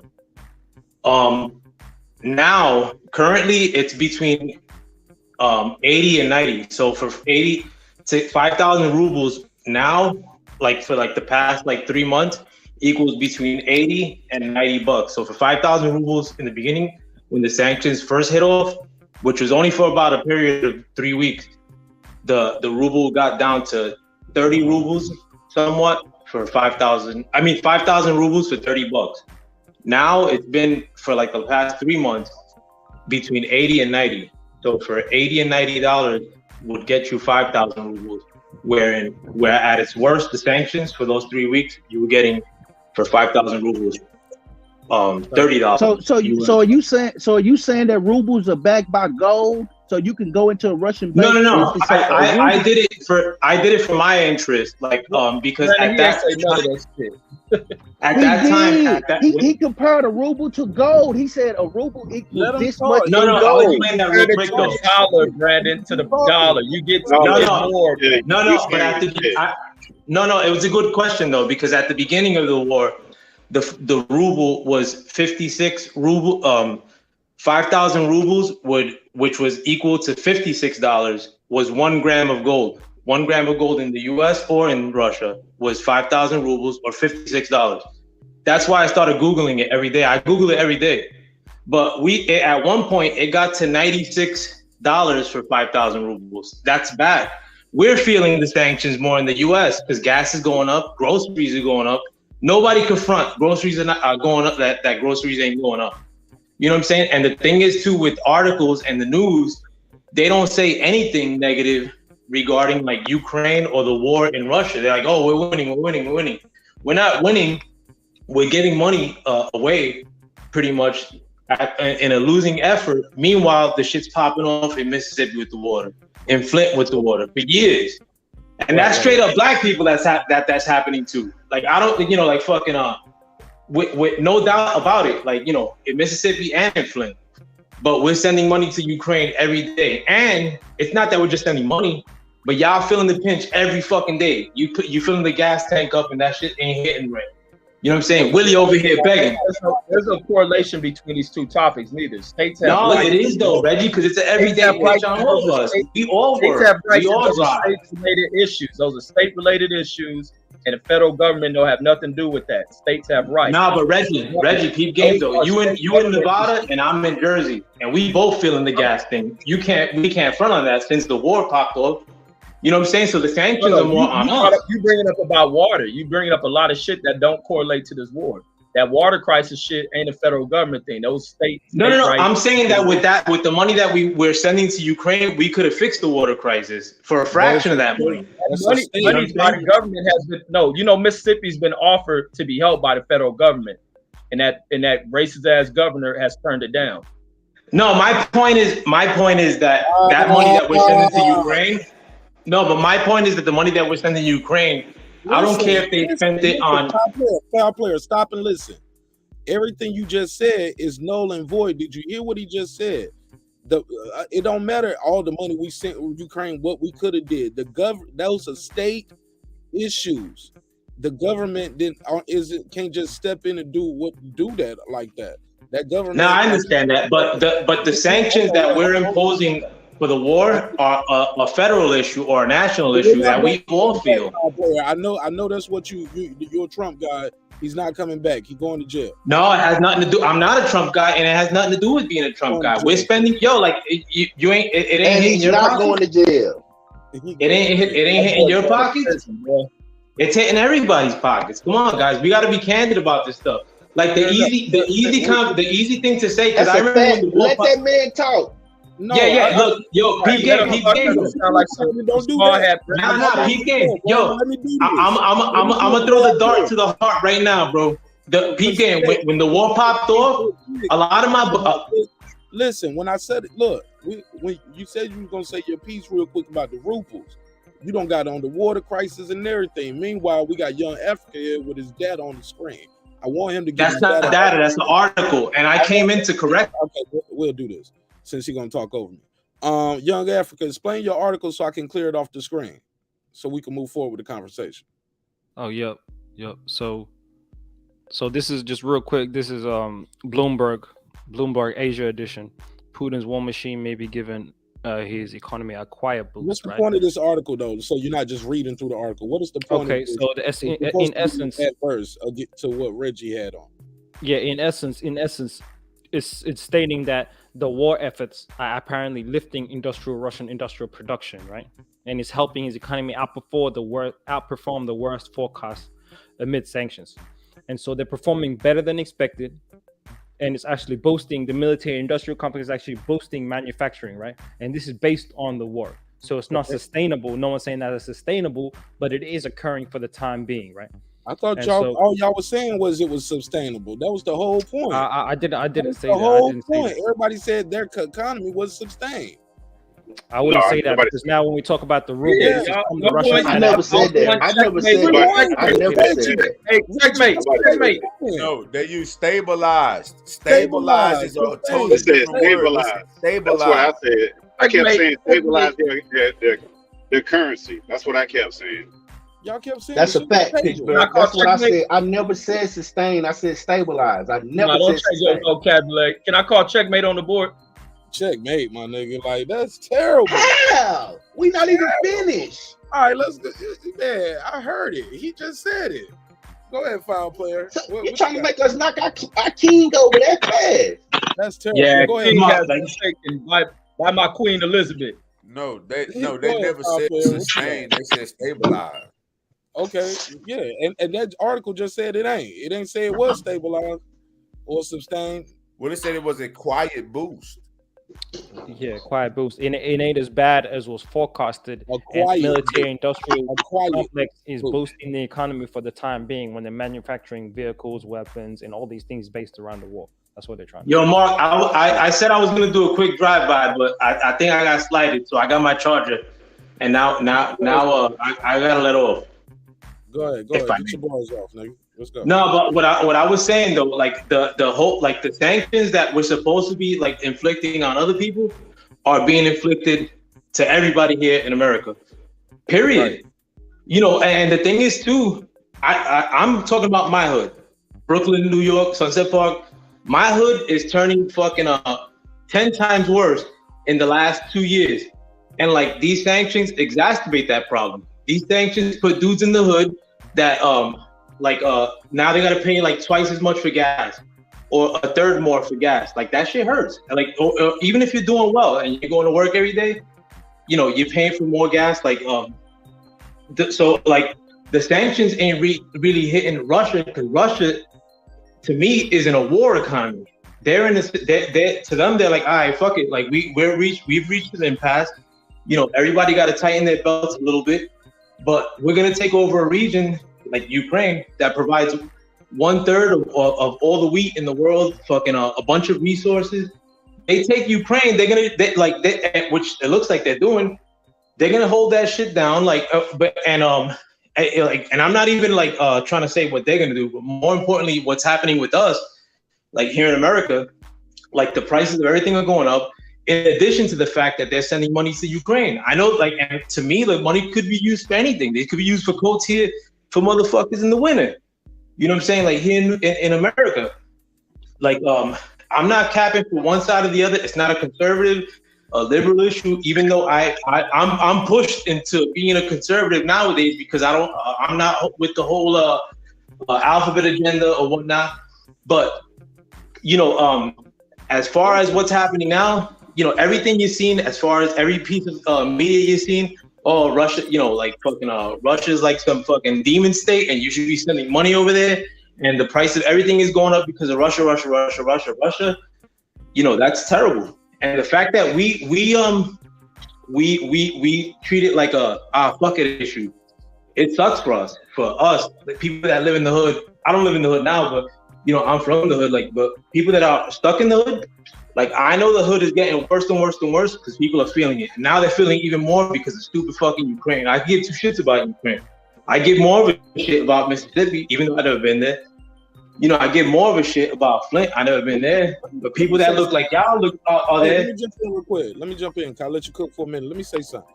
Another cause of this inflation, my brother, is not just Russia. Now that's a myth. It also the pandemic. It was a lot of chain supplies. It got disrupted. A lot of shit was in short supply. If you was into if you like me and you into gadgets and shit like that, it was a shortage on chip, like microchips and supplies for that. Somebody got some chip and audio. Somebody got some audio in the background chipping. Let me finish, man. Hold on, my brother. I'll let you talk for a long time. Then you gotta let me speak too, and we gotta let everybody else speak too on the panel. But you had a long time. But you got to let me speak this. It's not just Russia. I agree with you. That is a part of it, but that coming out of a pandemic, it was a lot of that was terrible, bro. People forget that part. But and again, it was the chain supply, the disruptions in the supply chains. That shit is important, bro. That shit happens. It's global. It was a global pandemic. Also, coming out of a pandemic, those prices in Vegas, everything went up. And it wasn't just because of the war, it's because of we got to make our money back. All the rental car places, it was a whole Hertz, Enterprise, all of those people hiked their prices up. Airbnb prices went up because people are back outside. So, and people were shut down. So everything just went up, but it's not just Russia. I passed the mic. Yeah, but it's also the Fed too. It's the supply chain plus the Fed. The Fed's supposed to raise interest rates next week, and they're purposely raising interest rate to stifle off demand because they can't go to individual companies and tell them to start producing shit. So if they make the price go up, people will start buying shit. They didn't do any of that shit under the last administration, but they decided to do it, like you're saying, under a combination of a pandemic, of supply chain, all that shit in combination is what's creating this damn mess that we got. And there's no stop for the Fed at this point. They haven't even hinted that they're going to stop raising interest rates. The rumor is right now that they're going to raise it anywhere from 0.75 to 1% next week. So that has a big effect on everything because companies, they plan out everything based off those interest rates because they borrow money off that shit. Their loans are set up behind that. How they buy their equipment and supplies and shit, all that shit is based off that. So then like big companies like Microsoft, Google, Facebook, they've stopped hiring new hires and they cancel a lot of the contractors that they have with third party. And that's a big bad sign because tech has no limit. usually on how much money they spend on advancement. They don't really care. So that's not good that they're caring right now. So it's a lot of different things going on with the economy shit.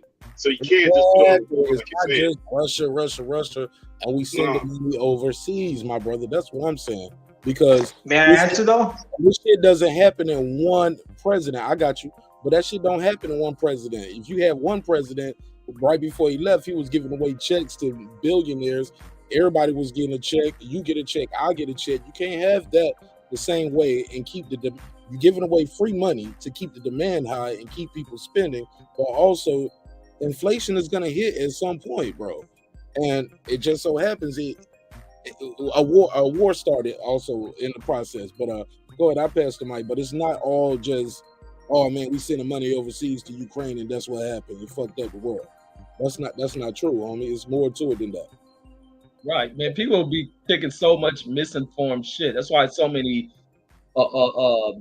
regulations on social media as far as information you put out, and everybody be saying, "Oh, they trying to stop the voice." No, people put out a lot of misinformed shit, and a lot of people ain't doing the time to study. Like you right on point with the impacts to this inflation. The pandemic is a huge one, and a lot of people in this country overlook the damn pandemic.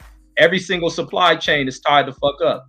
We just avoided the railroads about to get ready to go on strike, which would have created an even deeper impact into the system. Pricing, shortage of goods, forcing prices up, straining demand on limited, access to whatever goods are out there. It's like there's a lot going into it, and that's the thing that offsets a lot of things with this war. It ain't a thing about being against Russia. It's about the actions of Putin. Putin's actions have thrown another wrench into our already fragile global economy. Global economy is strained, not just America. He goes in and do this shit, and ultimately the one who will suffer most will be his ass. He can try to strain people through dependence on oil, but other people will end up bearing the brunt of assisting countries in Europe. But he ultimately will suffer behind that shit. He's made us ostracize himself amongst the rest of the damn world. Now he's trying to reach out to China, and at some point, China better fucking make their moves a very cautious step on how much loyalty they want to show to that dude, because they'll end up suffering. Everything's tied into America. America's a very powerful nation. Regardless, we don't like this shit.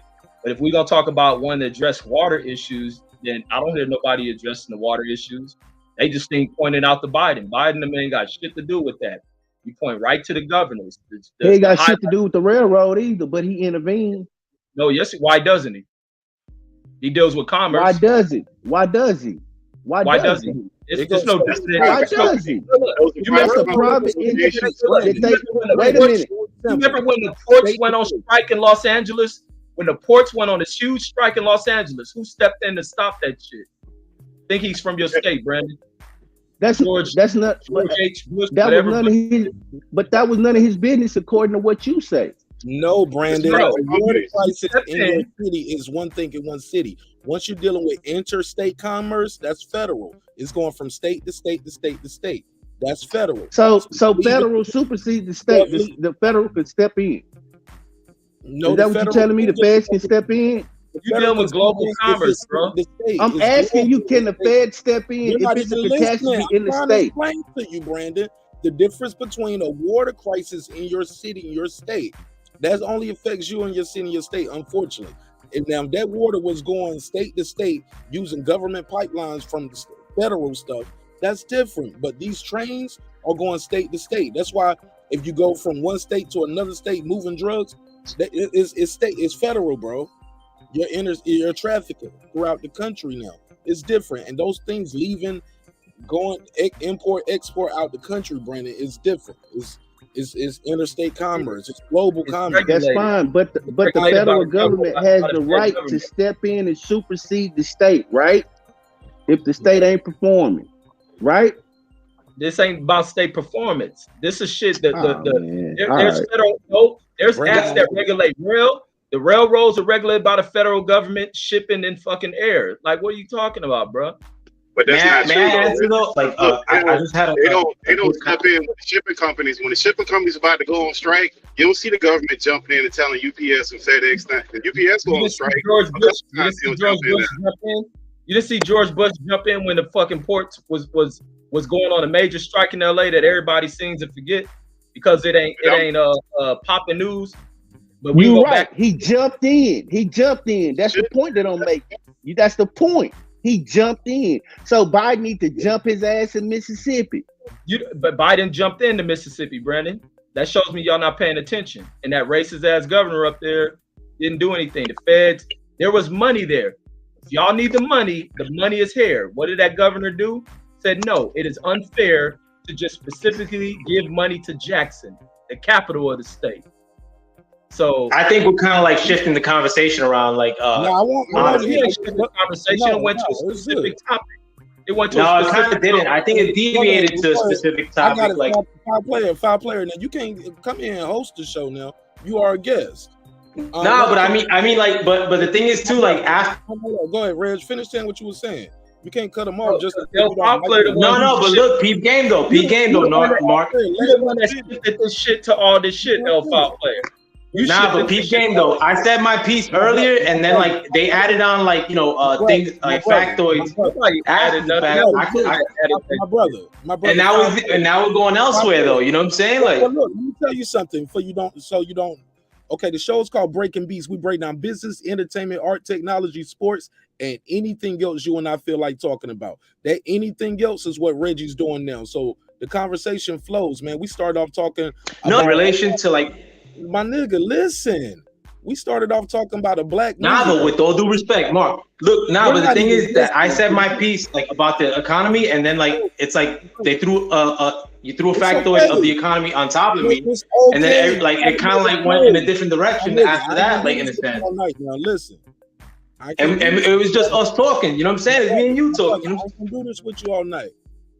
Let that man finish speaking his piece. What's so hard about that?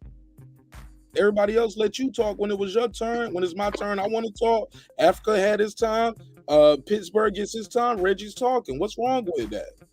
No, I'm not stepping on Reggie. Yo, Reggie, if you thought I stepped on you, man, my bad. Like, never that. But the thing is too that I say that it's kind of like deviating because we were talking specifically. My G. You know what I'm saying? And then it's like, and then we input other stuff like five player. I'm gonna say it one more time. This gonna be the last time. Listen to and hear me close. Mute your mic and let Reggie finish talking. Is that okay, my brother? No, I'm gonna dip off though. But like in all seriousness, like as far as like yeah, that ain't how it works. If you're gonna dip off, you're gonna dip off. You don't get the last word. And like I said, you're gonna let that man finish talking. You're not in charge here, homie. Like that's not gonna work. That's total disrespect. Go ahead, Reg. Finish saying what you were saying. Yeah, no, but you talking about the show when you switched the show to this shit. But back to this thing with Biden stepping in. Biden has offered federal dollars to going into funding Jackson, Mississippi. And that governor stated the reason for turning it down is because it was unfair to other counties for that money to go specifically there, where this is where they're having the most significant issues dealing with water in one of the most populated black cities of the state. And there's also been a thing of the governor specifically targeting Jackson, Mississippi because it's the capital. It has had many black governors who, matter of fact, the local government has been ran by black folks. So to deal with putting a squeeze on the local economy and the way in which the government looks is by the state, not supplying it with financial backing. And when the Fed government try to step in, these dudes block it. And you deal with that across the states. And that's why you get a lot of states that talk about succeeding away from the union because they don't want the feds dipping in there because they want to be able to push around this racial bigot shit that most people in America who act like they're engaged in politics and want to solve shit stay quiet when the goddamn when the need for change is to come about. Then they'll inject some interference shit. Nah, we don't need the feds stepping in here, man. We got our states' rights, but they're coming in here to fucking assist with shit that your damn bigoted ass governor may be trying to block, and that's been an issue. So they have offered to help this city out. So that That wasn't a fact about saying that the government ain't trying to help the Mississippi situation. Even up there in where people was trying to blame Obama for the Detroit shit. The feds have money for that shit. Just dealing with whatever governor you got up there, if they're gonna deal with it.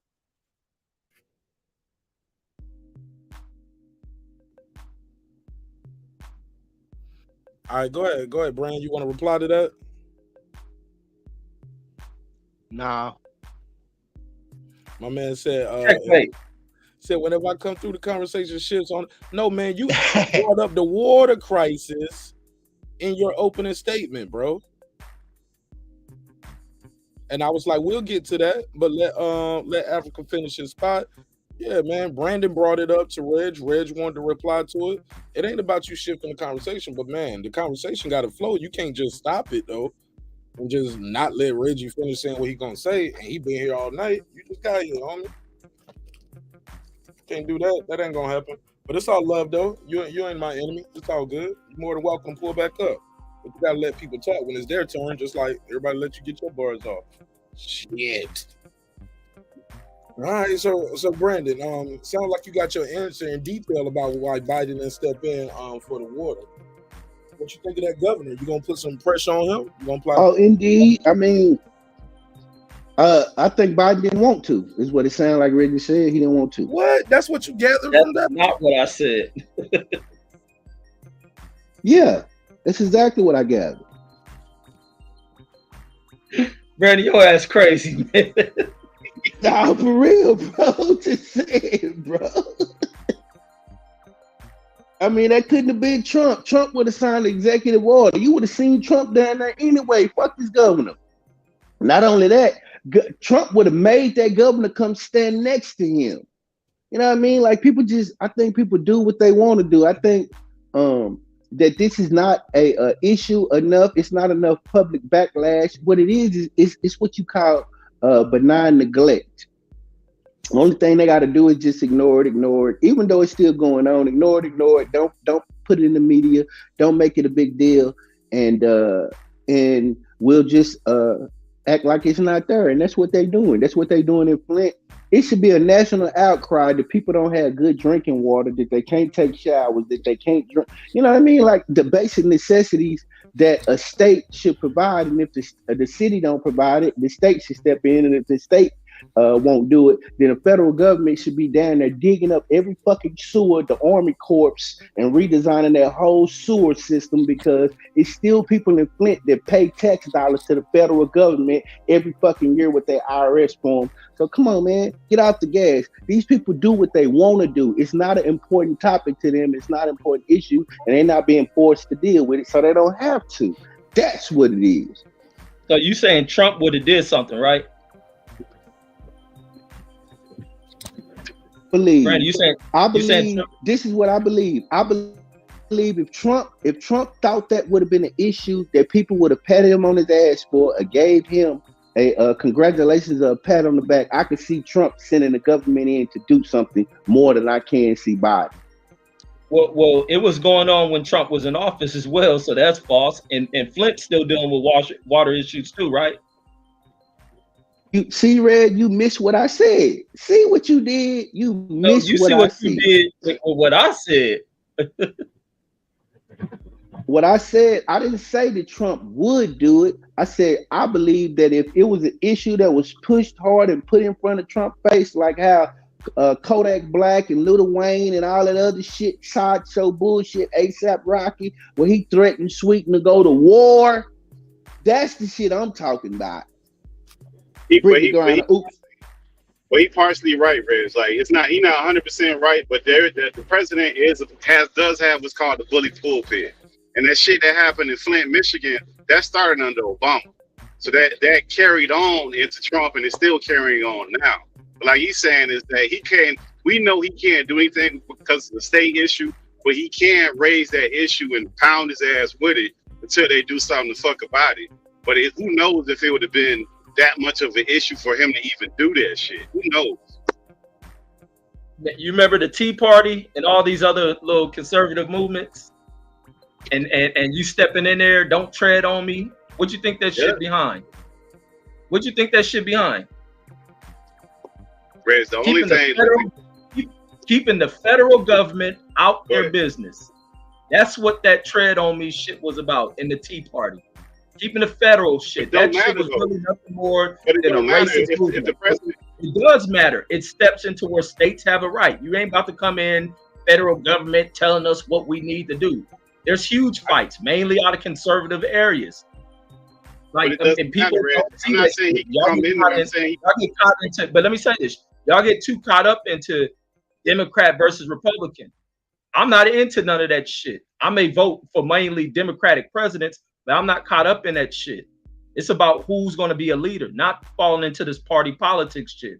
And it's too bad that you deal with a lot of these motherfuckers that play along party lines, mainly conservatives that motherfuckers overlook because these rogue ass acting white boys push a lot of that old steam talk and people afraid to oppose that shit. They do a lot of shit interfering and fucking over this country, mainly in their states who have black issues. Just because a state votes as a red state don't mean everybody in that motherfucker red. And even everybody who vote in a blue state don't mean everybody in that state is blue. Like, and people get lost in their thinking when it comes to this shit. Shit ain't complicated.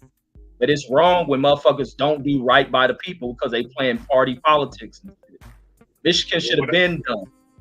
Mississippi should have been done. There's no way in this damn country where you can be assisted that people go without water.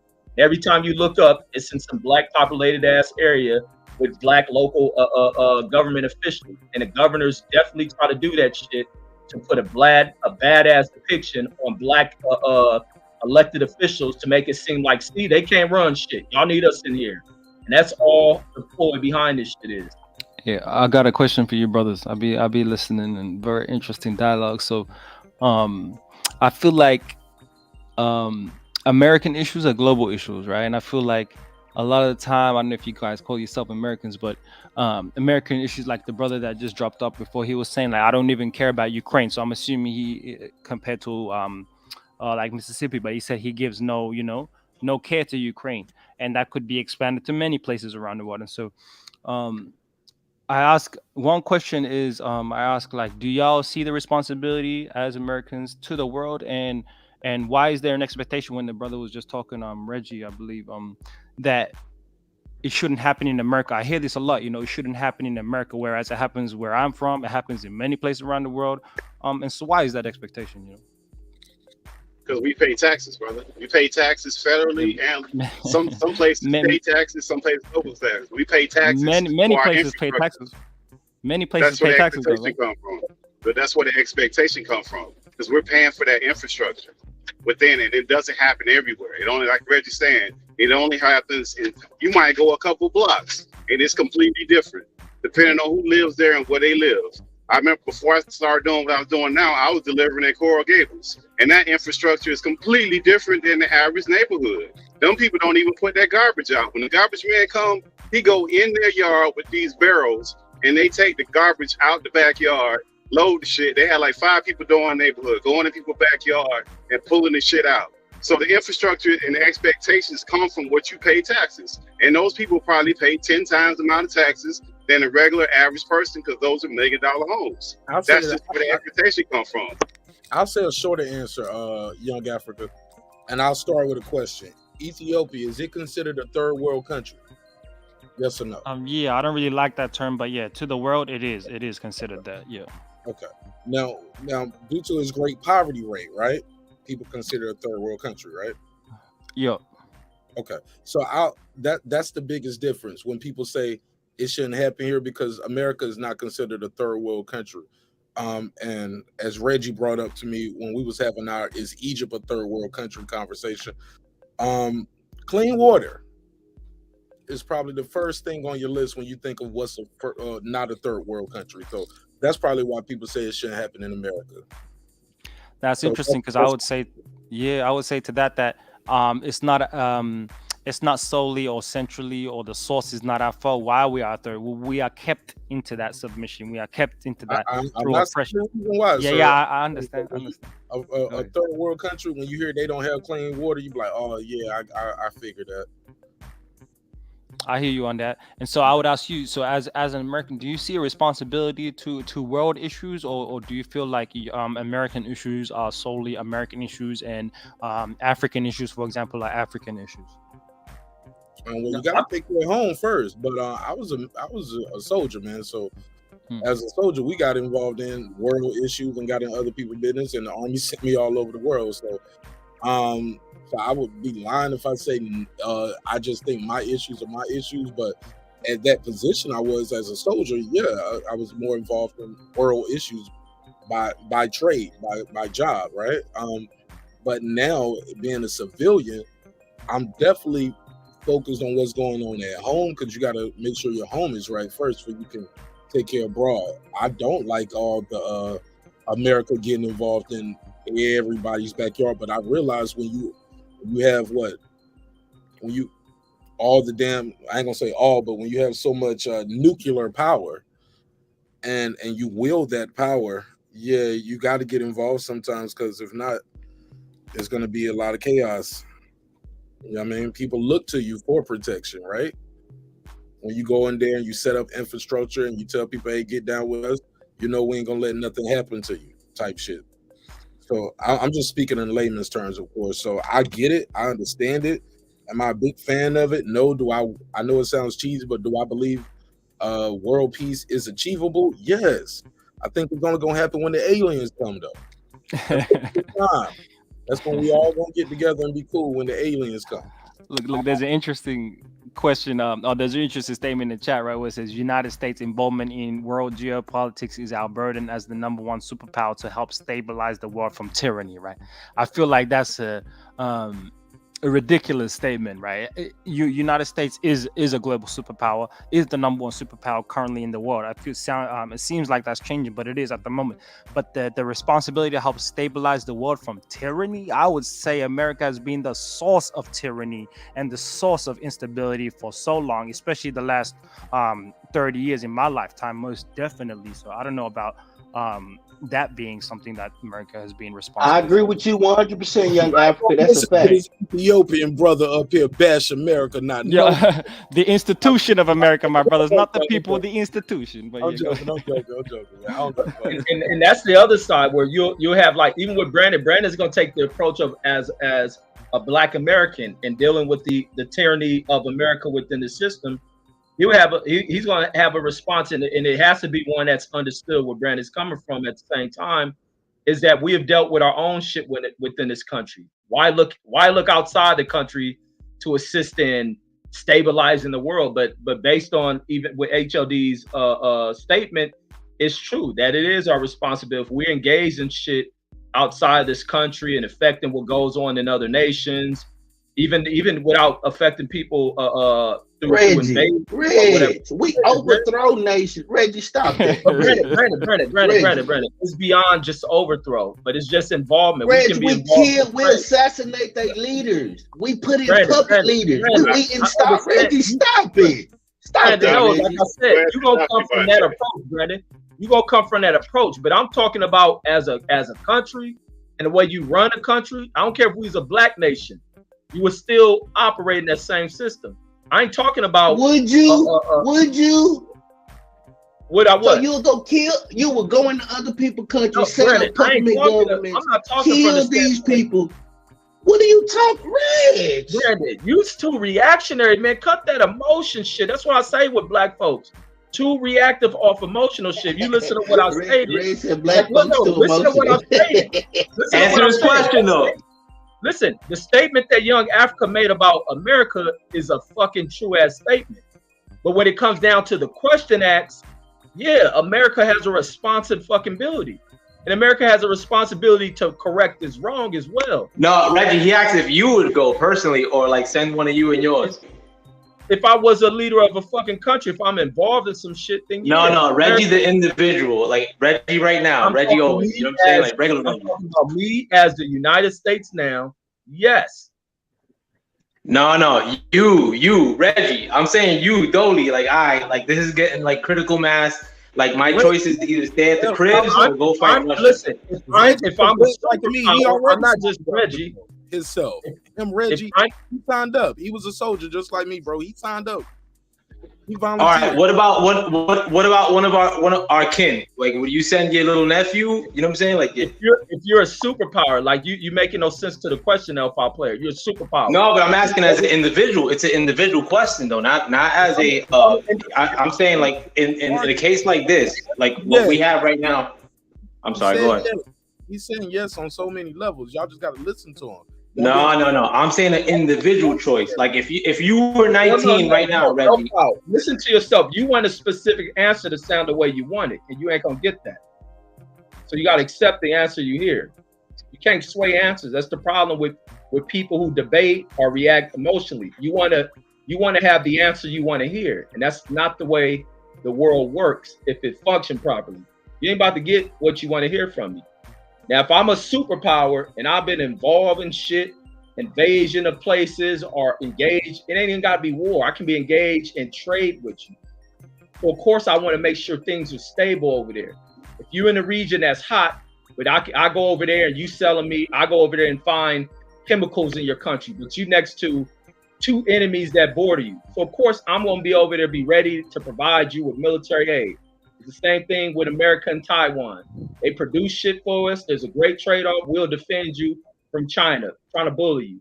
The same damn thing. It's no different than gangs. Oh, you a smaller hood. We've been fucking with each other. So this other big-ass hood near you want to start shit. We got your back. Hey, I got a question, Reggie. Do you think that America sincerely does that and protects these countries, or is it out of self-interest?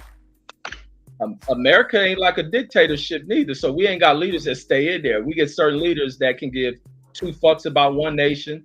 Their politics change. America is a unique system. It's the newest system, so there's never a one-way thing. You hope that you get the same kind of mindsets, but America's unstable as fuck right now.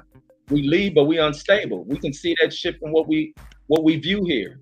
America's hold on. In short, the short answer is they call it protecting American interests, though, young Africa. Yeah. It's called protecting their interests. So that's what it is. Simple and plain. Yeah, I would call it that too, and I would say that these are these are transactions in terms of relationships with allies. Exactly. And America always reaps more than the other guy in that regard. That's how it works, though. That's called life. It's a transactional relationship when you go to work for your company and you go to work, but your boss make more money than you because he owned the company. You make money even if you the president of the company. You don't make more than the owner of the company. So that's true, and I agree 100%, bro. Life is so when we talk about the responsibility, I would say America doesn't perceive it as responsibility more than as self-interest, right? And so that's a big difference, right? That's a big difference. I don't see it like that at all. Let me cut in this because that was based off my statement that I put in the chat. It works on it. It's not noble. It's not. We're not Mother Teresa all by itself, and that's all we're trying to do. We're trying to do everything from the. No, that's not how it is. It's a little bit of everything, and that's what it is. And when it comes to the responsibility with all the nuclear warheads out throughout this fucking world, yeah, we have a fucking major responsibility. Whether you like it or not, we'll be protecting your ass if there's some fucking nuclear war going on out there by some crazy Putin. Let's say start shooting wars everywhere. You sound crazy, bro. You sound crazy right now, bro. How so? When America's the only country that ever dropped a nuclear bomb multiple times. You damn right we were. You damn right we were. You damn right we were. So yo, my man, you sound crazy right now, bro. And because of it, we were the last ones to do it. You hear me? Yo, you sound crazy right now. The last person speaking. No, my man, you're the one who's been needing some ADD medication for about. Nah, you bugging, bro. Hold up, let me say this. We're gonna get into a nuclear war. That's the solution. Crazy, bro. Player, we can have a conversation, but just to say you're crazy or you're bugging, very dismissive. Just pick your science, homie. That's not dismissive. Come on, like we're gonna like that's the solution, a nuclear war. No, the solution is that the United States is the ones who's holding all these fucking nuclear warheads from going crazy. Period. That's no help to anybody. That's no help to anybody. No, it's not. No, you're not. Again, you're not listening. Let me. You want me to speak in Spanish? Do you speak Spanish, bro? Do I need to speak some Spanglish maybe for you? Mira, muchacho. Mira, muchacho. Si alguien tira una bomba por allá, ¿quién es que te va a proteger el culo tuyo? Y si están tirando bombatos fuertes, ¿quién va a proteger El único que está aguantando los feos para eso es Estados Unidos. Tú estás repitiendo lo mismo que están diciendo en las noticias, estupidez. No, mamá, tú estás propaganda. repitiendo la misma pendeja que aprendiste en el cuadro tuyo. ¿En qué cuadro? Ahí. En el cuadro de sin educación, porque apenas yo te apuesto que tiene GED. I do have a GED. I dropped out in the 9th grade. What are you talking about? I'm from the hood. My point. Exactly. My point. And people with degrees. You can read that shit a mile away, man. And people with degrees sound like morons right now when they talk about Russia. No, man, is that if you don't even have the basic elements of education, bro? You can see that a mile away. Okay, yeah, exactly. Yeah, I'm lost in the woods. I'm lost in the woods because I dropped out in the 9th grade. You are lost in the woods. Yeah, but I got a college degree after the fact that don't mean shit, but like fucking like waste of time. I'm telling you, and I studied the economy since I was 13. Throwing it up in the hood, studying the economy, studying real estate, like studying and I take interest in global affairs. Like you're suggesting like, oh, you're trying to throw like it's some sort of clout that we have like nuclear warheads. You crazy? It's not a clout. It's not a clout. You say that it's a clout, and it's a that's dumb not clout. what I said, and that's not what I implied. That would what be I like implied telling your is family, that our like, responsibility if y'all don't once listen to me, again, I'm outta here. our world responsibility once again is to keep all these other fuckers who got nuclear warheads in check. That's what the point is. American responsibility. People that look like you. Hey, man, you need to learn our system of government. Because I mean, you know, you think you're learning the bodega economy that you know is not what we're talking about, fool. That's why you're getting emotional. That's why you go to the no, man. It's just that I hope. Look, I'm not claiming your ass. I hope you know what the fuck you are. I said that already out loud. But if you don't understand the branches of government and how they work, how the federal government is separate from state and municipalities, and how the tax works through, you don't understand that. I heard somebody say, oh, by an executive order. Yo, motherfucker, the executive order is only for federal fucking employees and their branches, period. May I make a suggestion? May I make a suggestion to fix the water problem? An easy one? Why don't when anybody that's related to the White House get on a pulpit, mention the Mississippi thing every day? You don't think that would have some effect? Nothing, bro. Because guess what? Every fucking state is responsible for their own shit. Nothing, bro. How about what the fuck they've been doing with their tax dollars? What the fuck has Mississippi been doing with their money? Why rather than monkeypox when you turn on the news? Do we think the infrastructure of the water pipeline just happened yesterday, or this has probably been fucked up for over 50 years? Fix that shit right now. Get to it. Like, fix it right now. What's up? You're dumb, bro. You're dumb. It's a state issue. Oh, God. You're dumb. It's a state issue. You can't fix things. You're dumb. Oh, my God. State issues. Oh, my God. It's a hill you can't climb because, God forbid. You're dumb. Let's bring it down to the county. Oh, my Lord. Oh, a municipality. It's insurmountable. You can't fix things that are state issues. You're fucking embarrassed, Let's bring it back. Let's bring it back. Exactly. And that's why your political talk, when it comes to geopolitics, has to go to warhead. That's your clout. Like, you come here to look dumb. Dude, hey, HMD, go for him in Spanish again, man.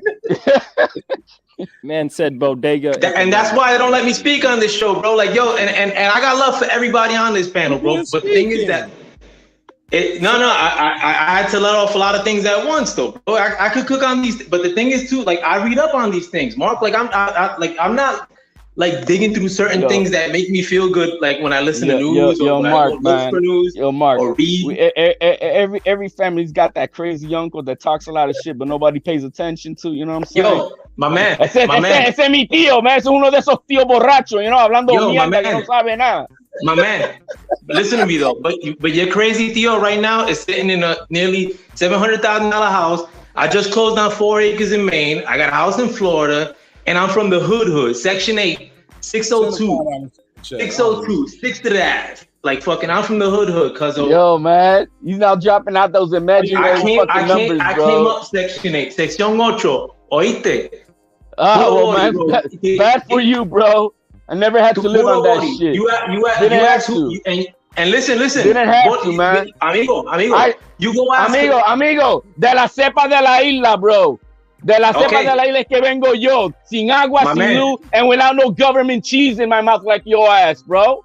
So shut Exactly. the fuck I up with came that up on shit, bro. welfare, but I'm Like out you of think it that's a now. badge of Where you honor. sitting right now? Like that's a Where you fucking sitting? badge of honor, bro.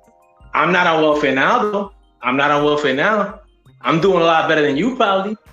And I don't even need to throw it up like that. That's corny. I wish you well that you would be doing.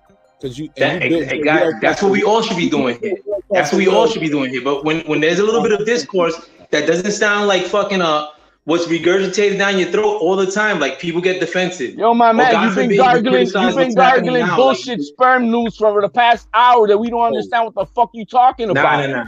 It's that when you see You somebody make no that looks sense. like you, You when make you no see somebody damn that looks sense. like you, when you see somebody that looks like you, that No, my that man, spitting something that sounds different than you get if that's what emotional. you're implying, you know nothing like me, bro. That's exactly what I'm saying. That's exactly what I'm saying. Nothing. You hear me? You hear me? That's exactly what I'm saying. No, I don't hear you. Yeah, exactly.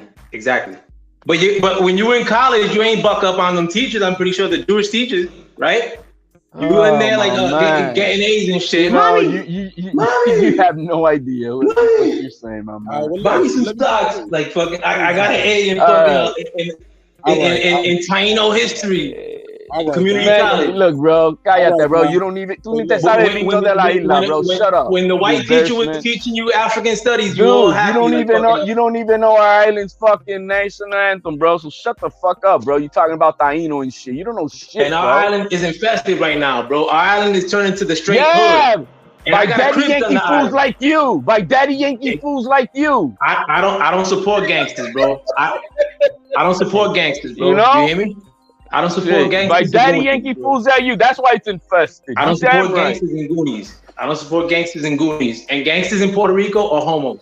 They fucking shave their arms and shave their eyebrows, bro. I don't get down with that bullshit. Or tight pants. Anyway, You know what I'm saying? oh my God. You're talking to the wrong guy, bro. And I'm Joey Cologne of 6th Avenue, Brooklyn, New York, bro. Ask anybody about me. Ask un colón. He's a colón. Oh my God. I am a fucking colon. Un Pendejo. colón. Like, don't. Culón. Exactly. Exactly. That's what it leads to. I'm Corny sorry, insult. man. All right. Okay, well look. Yeah. I'm gonna say this. Young Africa has said he brought up the nuclear weapons and it came up because HOD said, hey, if you guys were being threatened by and being attacked by a nuclear superpower, America would jump in and save you. You know what I'm saying? Blah blah blah. Or be involved in the conflict, not necessarily jump in to save you. And then he said America's the only one who ever dropped a bomb, and the HOD said, yeah, it happened. They did it. And that's how we got here. For the people like, how did we get here? I enjoyed tonight's edition of Latino Heat. This is brown on brown crime or tan on tan crime. You brought up the man GED and said he had bodega economics, and then you ran him off the show. Then you start talking about the cologne. Why do you say, oh, he's a cologne? Like, why you say it like that? What's up with the cologne? Well, it's basically an inside joke where the word cologne rhymes with coulon, which means you're an ass. You know. So you start making he felt that shit. Like he been hearing that joke his whole life. Like, oh, there we go with the insults. I'm out of here. Yeah, man, pull back up, L5 player. Don't take that shit. You said bodega economy, bro. That shit was cold, man. You started this shit, young Africa. I knew you was up to something when I saw that damn name too. Like, man, hey, but I wanted the brother. He never really finished his point though about what he was saying. HOD. Man, HOD or a foul player? Yeah, HOD. Yeah. He said HOD, not the other nigga. L5 player, come back, man. I like L5 player. He got a lot of good energy. He just passionate. Go ahead, HOD. All I'm saying is that the burden that we carry is because of the power that we have, and yeah, that's why a lot of money is spread around many countries in this fucking world. And that is why every time there's something crazy going on, we're the ones stepping in. And it's not, and yeah, is there benefits that these fucking defensive companies make out of every fucking war we get, and they get more rich? Yes, of course they do. There's byproducts of people taking advantage of what it is, but its intent is not. Oh yeah, because it's self-interest. We went into Iraq. Why aren't we getting free oil? If it's for our fucking self-interest, where is it at? We should be paying nothing for oil. Are we? No, we're not. Yeah, y'all definitely got some oil out of that. I could say that definitely. But like, I'm captured by the flames in the background, right, from Marq Nash's channel. So I'm asking you, you think America as a whole puts out more flames or starts more fires out here in the world? What you think, bro? I think as a neutral base, when it stops a lot more than what you don't see. Oh wow, okay. And do we step in and create also conflicts by certain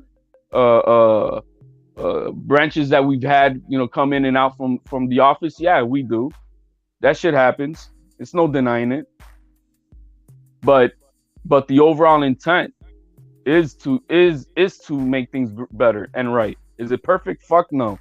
But there's a lot more perfect than other places I know in the fucking world. And that's the issue. You keep returning to this place that America's intent is sincere, and I question that, bro. I really question that. because Young African, your ass will move here next week if they told you could come. Hey, it ain't about that. It ain't about that. That's my point. I mean, if you're trying to say that we go, we go around, he who throws the first, he could throw the first one because he does not sin. No, that's bullshit. This country's fucked up on a lot of levels. Yes, we know that, but it's still better than it not. Hey, I promise you that. You gotta be ruthless, man. America's a baby nation. You don't think motherfuckers been trying to knock this block off for a long time? Hell no, this is the youngest. And this whole democratic experience here it's a new thing. This ain't the way the world was. No, it's motherfucking king in charge. Motherfucker get in charge and you just stay in charge. Just switching out every 4 years and this 3-tier level of government checks and balances, Supreme Court. All this shit is new. You feel me, Reg? Like, speak to that, Reg, please. Yeah, no, that's what I'm saying. America's a brand new government compared to the rest of the world. It's a new age system, and it operates every 4 years you get a change in this position. Every 2 years there's a change here. Every 6 years there's a change here. So it's a more modified system than the rest of the world, and it's a newer system. It's a system that developed out of the ways of an old developed country in Britain. So I mean, we're a different nation. We're a super powerful nation, but the standards on when you're dealing with different regimes of people that come in, the way in which they behave around the world, America's going to always look different to the world. But America's still going to always be the place where people globally want to come to this place. Even people from developed nations want to come to this place. Yeah, that's a little overhyped, bro. You say, hey, Mark said that, like, I'll come at any time. Honestly, I ain't trying to. I've been to many places in the world. I ain't trying to run to America. I got family in Minnesota. I got family in Washington. I like to see them, but like, I ain't trying to run to America for the symbol of what America is.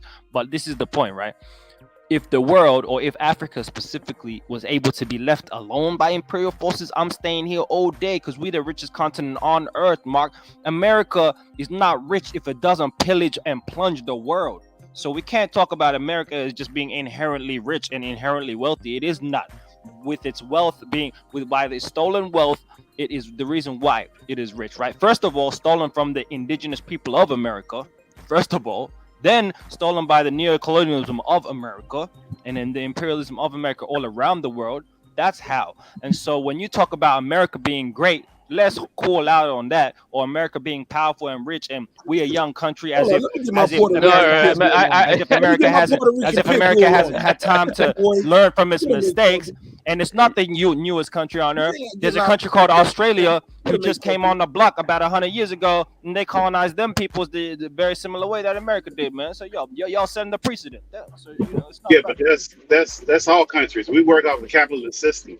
That's all about money And really, it's corporations that run America at this point, and like in most countries. And that's all like what they're saying as far as America's interests. If it has nothing to do with them, they're not going to get involved. Like even the Rwanda situation, when Clinton was in office and they were sending word back to him and they kept ignoring it. And even when they finally figured it out, they said it wasn't America's interest. So they weren't trying to get involved in that shit. And that's not just an America thing, that's all countries. So it's not just like America's just doing some shit that ain't nobody else doing. That's all countries. And when America does their budgets and rolls them shits out, it's for corporations. And they don't fight about that shit. They put it on for the cameras and that's how they look at it. But that's how all of this shit is off capitalism. Yeah, but you can't have it both ways, bro. You can't be the superpower, right? And what the brother's talking about a responsibility, and you guys are superpowers, but then have it both ways and say it's all countries. Y'all set the precedent. Y'all set the example for the many countries. That's how it is. I know we ain't talking about an idealistic utopian world, but that's just the realities. Y'all set the precedent for the world standards. Look at your country. You're talking about conflict there. If you're the only one doing it, you have a point, but we're not the only country doing that. That's the way the world is set up. It's a capitalist system, and which countries don't operate as capitalists that are superpowers? Name China. They work off of capitalism, bro. When they make those trade agreements with the United States, those things are made off of a capitalist system. Is there okay? So is the wealth spread out evenly? Does everybody have the same amount of money? No, there's no place on earth like that, man. Yeah, okay, so it's the whole world works off of a capitalist system. Once so that again, means the few that are in power are going to run that shit. They're going to run that country. That works everywhere. That's U.S. is not unique. No. Capitalism didn't begin by the world and then America just came along, bro. Capitalism was driven by America, especially the Industrial Revolution. Y'all began that. So how y'all gonna put that back onto the world, man? Even in communist countries like China, it's not even. Whether you call it capitalism, whether you call it socialized countries, whether you call it communist countries, they all still got the same pyramid scheme. But let's not act like Africa isn't in a continent within itself, my brother. Let's not do that. It is. Going on in Africa is not America's doing. And so who's responsible for all that shit? Hey, well, we can go back a long way, but in modern times, it is the effect of colonization. That's just a fact. Western imperial forces. That's just a fact. You have to go to China where they borrow that money and get all those resources and borrow that money from China. And they come in like they do in the Bahamas and they build bridges, they build roads, and they take over a lot of that shit. So it's more complicated than you're making it too simplistic. It's a lot of countries outside the U.S. that's manipulating those situations and those poor, undeveloped countries, especially China, when they got all that damn money and they waving that shit around, giving them crazy ass loans that they know they can't pay back. And then they taking those resources back. No doubt. I agree, bro. I'm just saying when the brother was talking about the burden of responsibility and we're talking about America as a superpower, it has a different kind of responsibility compared to other countries. But his point, but that was to your original thing about America and getting involved in conflict and putting out more fires than it does it take out fires. Like you're kind of moving the goalpost a little bit, young Africa, to be fair. But he was talking about your power, your responsibility as that superpower. Sometimes you have to get involved when you have another superpower like Russia, who has so many nuclear weapons, running them up at times. It's interesting. I'm gonna let someone else cook, but it's interesting. I do not agree that America is out here policing the world with sincerity, integrity. Where do you get your view from America? You're the one saying that. I mean, I don't think I've once said that we're trying to do things like with white gloves on. Okay. Young Africa, you've never been to America, so where do you get your worldview from America? I'm talking about America's institution, imperialism, America as the institution, the military of America. Sir, open direct question. Where do you get your information and your worldview of America from? Well, I learned about America in the colleges of Australia. I learned about America through books that I've read, the many books. I learned about America through history.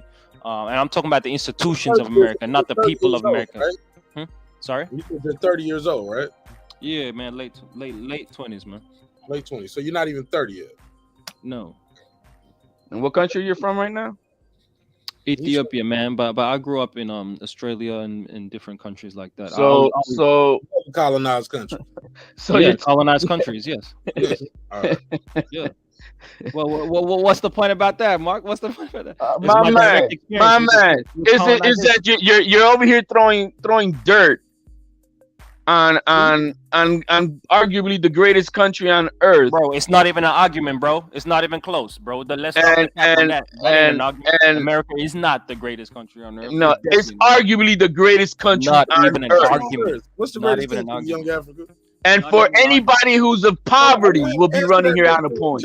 Give me just one word answer, young Africa. Give me the best country on earth. That's It tough, shouldn't take man. that long. That's You tough. said I it would ain't say. America. What is it? I would say an Eastern European country that I've been to, country Name like one. Just Finland. say the name. Finland is better than America. Just off the top, Finland's the Finland. best country on earth. Finland. Yeah, yeah. Go ahead, Just HLB. on the index. And everybody's running to Finland, right? No, a lot of people are, man. A lot of people. Yeah, are. who? A lot of people are. Who? What do you mean by who? Well, you want me to start naming people? What countries are running to Finland, my man? What I'm telling you is, if you go by indexes of like happiness, people are very happy in Finland. See, America, why is it? And joyful. Why? Because it's closed off to everybody else. They have free education. They got free healthcare. They actually got like actual resources and systems that people are actually supported by. Stop it, bro. That's why. Hey, you calling America? It's a country for the rich. It's not a country. It's a greater nation for the fucking rich. Bro, it's greater than bring anybody of poverty, see what happens to them over there if they're gonna make it. Bro. Hey, they don't you tell me of a successful story like that, because everybody running here. I'll name another one in my own direct experience, man. Australia is a better country than America, man. And I've been there. I lived there. And I can say that the systems that govern Australia are far more you mean the British Commonwealth? America. You mean the British Yeah, Commonwealth? You mean I the do. British Commonwealth of Australia, right? Is it the God Save the King one? Hey, I don't know why y'all taking it personal. I was talking about the institution of America. Y'all taking we're just letting. I mean, we're Australia too. What about the institution of Australia? What are you talking about? Sorry. Oh, they got issues too. No country's perfect, man. But when we No, compare no, to they got America, major it ain't even. No, he talking about Reg, That's he's talking about the Britain. Australia that destroyed the Aborigines people that that put one. them the damn near genocide. That's the Australia he talking about. That's great. Hey, Right, they try I to didn't soften say the image of Britain. Britain has been the most impressive fucking regime of people on this earth. As much as people say America's fucked up, I think you better look deeper into the British Empire, homie. Oh, definitely, man. That's connected, bro. So we're talking about present day reality of how people are treated. It's different, man. It's different. But yo, we can talk about Australia's issues. Definitely destroyed the indigenous people, the monarchy and the colonial establishment of the British Kingdom is the most ridiculous ridiculous colonization in the world. Australia's colonization was brutal. The genocide was brutal. I ain't saying that, but when we talk about present day situations, and I don't know why y'all emotional defending America like America is like it's our country, motherfucker. That's why we're gonna defend it. You see? I mean, what the fuck you mean? Why we're gonna defend it? Are you the institution? Are you an institution, my brother? My man, institution or not, institution as divided as this country is. I dare a motherfucker from the outside put foot on here and see what happens. I dare another country see how united this country will become and fucking eat all your asses alive. Oh, see, this is the ridiculous. Period. We ain't even going there. No, my man. Period. Period. As I period. Right? And there's no question about it. As divided as we may be with our fucking issues that we have in this country, if shit hits the wall, y'all motherfuckers fuck. Period. Hey, y'all proving that you can destroy any nation. Y'all proving that. I don't know if that's a. Oh, you damn right. Yeah, and be scared of it, motherfuckers. That's it. See, and this is the exact reason. No, because the thing is, you think that I carry an image. You think that I carry America as an image like Captain America, like Mr. Perfect. Nah, man. America's not motherfucking perfect, man. You are not America. We're not bro. perfect. You damn right we're not. We're good-hearted, but fuck with us and see if we don't chop your motherfucking head off. Yeah, that's very questionable, man. In terms of the establishment of good-hearted, I wouldn't call it that. I wouldn't call it that. But you know, this is what I mean, man. So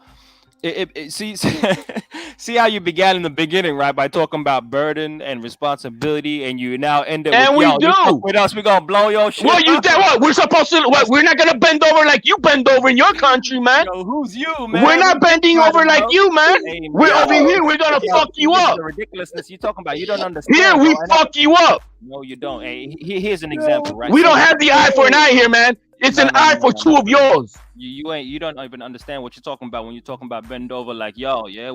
Because like I said, come fuck with us and see what happens. That ain't even the issue, bro. That ain't even the issue. If man, that ain't even the issue, bro. If we were fighting but with hands and no, my man, it's violence. Ain't no rules to violence, motherfucker. What, you want to have a boxing match for a fucking thing? They know rules to violence. What gunpowder was, and they strapped up. And guess what? We mastered it, and we're fucking everybody up with it. That wasn't you, bro. That was the white folk. Why are you claiming shit that wasn't even you, man? My man, the white folk, though, this is America, bro. When we talking about America, it's Americans, bro. You're tending things, like, again, if you fuck with us as a nation, all motherfuckers in this nation gonna fuck you up. See, that's what I mean, bro. That's what I mean. Hey, it's okay. And everything of the devices, our problems in-house is our problems in-house. This is our family. Yeah, we have our fuck-ups and we fight amongst each other. But come fuck with us and see what happens. Who's saying who's trying to fuck with you, man? My point, my man. Get more aggressive for, man. Who you trying to fight? That's what America be looking for fights, bro. That's what I'm trying to even say. So coming back to the point, I'm looking for one right now. You damn right. Yeah, exactly. Speaking for America. I'm on HLD. Because when you say bend over, let me give you a little advice, bro. A little knowledge, a little history on. No, man, you can't give me no knowledge and history, man. Yeah. I am, bro. Hey, have you heard of a man called Thomas Sankara? You speak of being so knowledgeable, but have you heard of a man called Thomas Sankara? Not important to me, no. Yeah, exactly. Not important to you because you don't give a fuck about the world. Talking about burdens of responsibility to the world. Talking about we out here trying to put fires out. That's all cap, bro. That's all cap. So I'm gonna tell you about Thomas Sankara, right? Thomas Sankara, the man on my profile right here in the picture right here, Thomas Sankara. He was a man who was in a. I thought that was a dude from Sister Act. I'm sorry, man. No, man, this is a real man who fought for his people and was assassinated. Yeah, but let me tell you what he did, right? Let me tell you what he did. And this is to the point of when you're talking about bend over like people like you. Shit, you don't have no idea my ancestors and what we've been through. But I ain't here to fight about that, right? 1776, bro. We took the monarchy and told you, yo, God save you motherfuckers because we taking you out. That's what we did. Are you under colonization still? Are you still under British law? Are you still? Is your country under British law? Guess what? Guess what? 13 fucking colonies said, fuck you. But when you say we, who you talking about? That was the British kingdom, bro, and white people fighting amongst each other to create America. What do you mean we? You mean the enslaved? Again, who fucking who? 1776. How long is it gonna take your ass to be independent from that from British colony, man? How fucking long is it gonna take your ass, bro? Yo, do you got the balls to fight for your country? HLD. They never. Ethiopia never was colonized. Ethiopia, his country, never been colonized. He doesn't know what he's talking about. We fought off the Italians when they had cannons. Are you under British law? Are you under British law? No, we're not. Cannons and rifles. We are self-governed, independent, free people, bro. So, yo, look it up, man. This is ridiculous. You can for how long? Wild, but I ain't about how long that now? Disrespect. I ain't about that disrespect. What do you mean for how long? Since our inception, bro. Since the origin of mankind, bro. Look it up, bro. We are the people. We are the people of the book. We are the chosen people. We are the cradle of civilization. But you out here talking like you don't know about King Menelik, Haile Selassie. Exactly. They have a real bloodline in Ethiopia. Man. They have real kings and queens. They have a real bloodline, a real actual. Where they go back until they go back until they bloodline. I mean, Solomon. They say Solomon. You're trying to say purity bloodline. Solomon. They say Solomon. I'm just saying. I'm gonna be honest. From my research, they say Solomon. I thought the Italians HLD. invaded over there, and the British government. They did invade. They did, I thought Ethiopia and didn't he get fled. their freedom back to like 1942 or something like that, or in the 40s. What was that? Yeah, that was still part of World War Their freedom back in like the 40s. Freedom back. They from went who? there. They went there The twice. they was invaded by the by the Italians. By the Italians. That was invaded by the Italians, and there was a war for 3-4 years, and we pushed out Mussolini and the communist empire of Italy out of Ethiopia when they had cannons, planes, and rifles, and we had spears and horses, my brother. Spears But even and there horses. was a conflict before that. Didn't Julius Caesar try to invade Ethiopia? No. Then y'all had some ancient war with Italy. There's some attachment in the history. Whatever occurred, no one has ever occupied and colonized. And what year? Ethiopia. And what year you guys pushed out the Italians? Yeah, in the early 1900s, bro. 1930 something. You can They look did it up. HLD. I'm trying to understand what war were we during Haile what war Selassie. time? Haile Selassie is Mussolini, famous for his So speech it wasn't during at the, during World War II. Yes, it was. World War. Yes, it was. Yes, If it was during World War HLD. II, that's in the 40s, HLD, bro. listen. Right, that's what I'm saying. They had the pre-crisis phase, then they had the actual phase. HLD, like that shit went on for like Haile Selassie, they president. January 31st, 1942 to December 12, 1960s. Until December 12, 1960, Ethiopia was liberated from Italian control by British troops, and the British government recognized the independence of Ethiopia on January 31st, 1942. Checkmate. Let's end What? this. So, What do you mean checkmate? What are you reading from, bro? What did you say? It's Say Google. that again, man. It's a straight Google. What do you mean checkmate? Am What I the fuck? lying? Did I lie? Did I lie About about what? any of that? About what? What I just No, read. Mark didn't lie. I You didn't didn't hear lie, that. Mark. But what did you I say? lie? Freed by who? Freed by who? Did you hear what I said? You I want to didn't read hear that it clearly, statement bro. I didn't hear it clearly. No. again? Okay.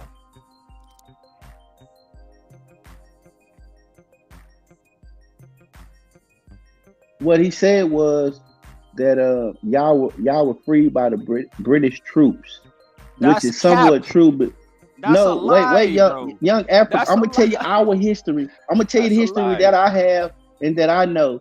From what I understand, Haile Selassie, he gave his speech.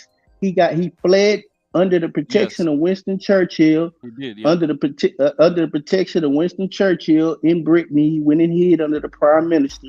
They saw opportunity to bring him back. They installed him back with the help of the British crown, and that's how. And then Britain, and that's in the turn, installed, but that's the government putting him in place as a puppet. He wasn't a man of the people. But what I'm saying is, the people that fought against the Italians were African, were Ethiopian, were my ancestors, and so this idea that the British freed us is cap. They did not step in foot. You know what he actually did? He went to the UN and he asked for the assistance of the British, and they said hell no. That's what they did. I know They that's did one of not- his famous speeches. I love that speech of Haile Selassie. Mm. I always watch it. And he asked for assistance from the Queen, and she didn't do shit. Well, he should have told that bitch to suck his dick.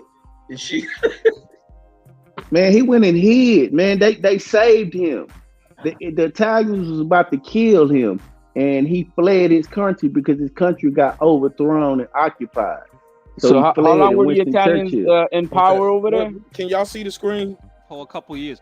This is not even the right Yeah, yes, timeline. man. Yeah. That's not the timeline I'm talking about, bro. This is the timeline between 1935. Look up 1930s, in the 30s. This is not the timeline I'm talking about. We're talking about more current, sir. What happened So after? so he got invaded twice. I'm talking about when they got recognized as a nation. So I get where you're coming from, but this right here is Ethiopia was liberated from Italian control by British troops, and the British government recognized the independence of Ethiopia on July 31st, 1942.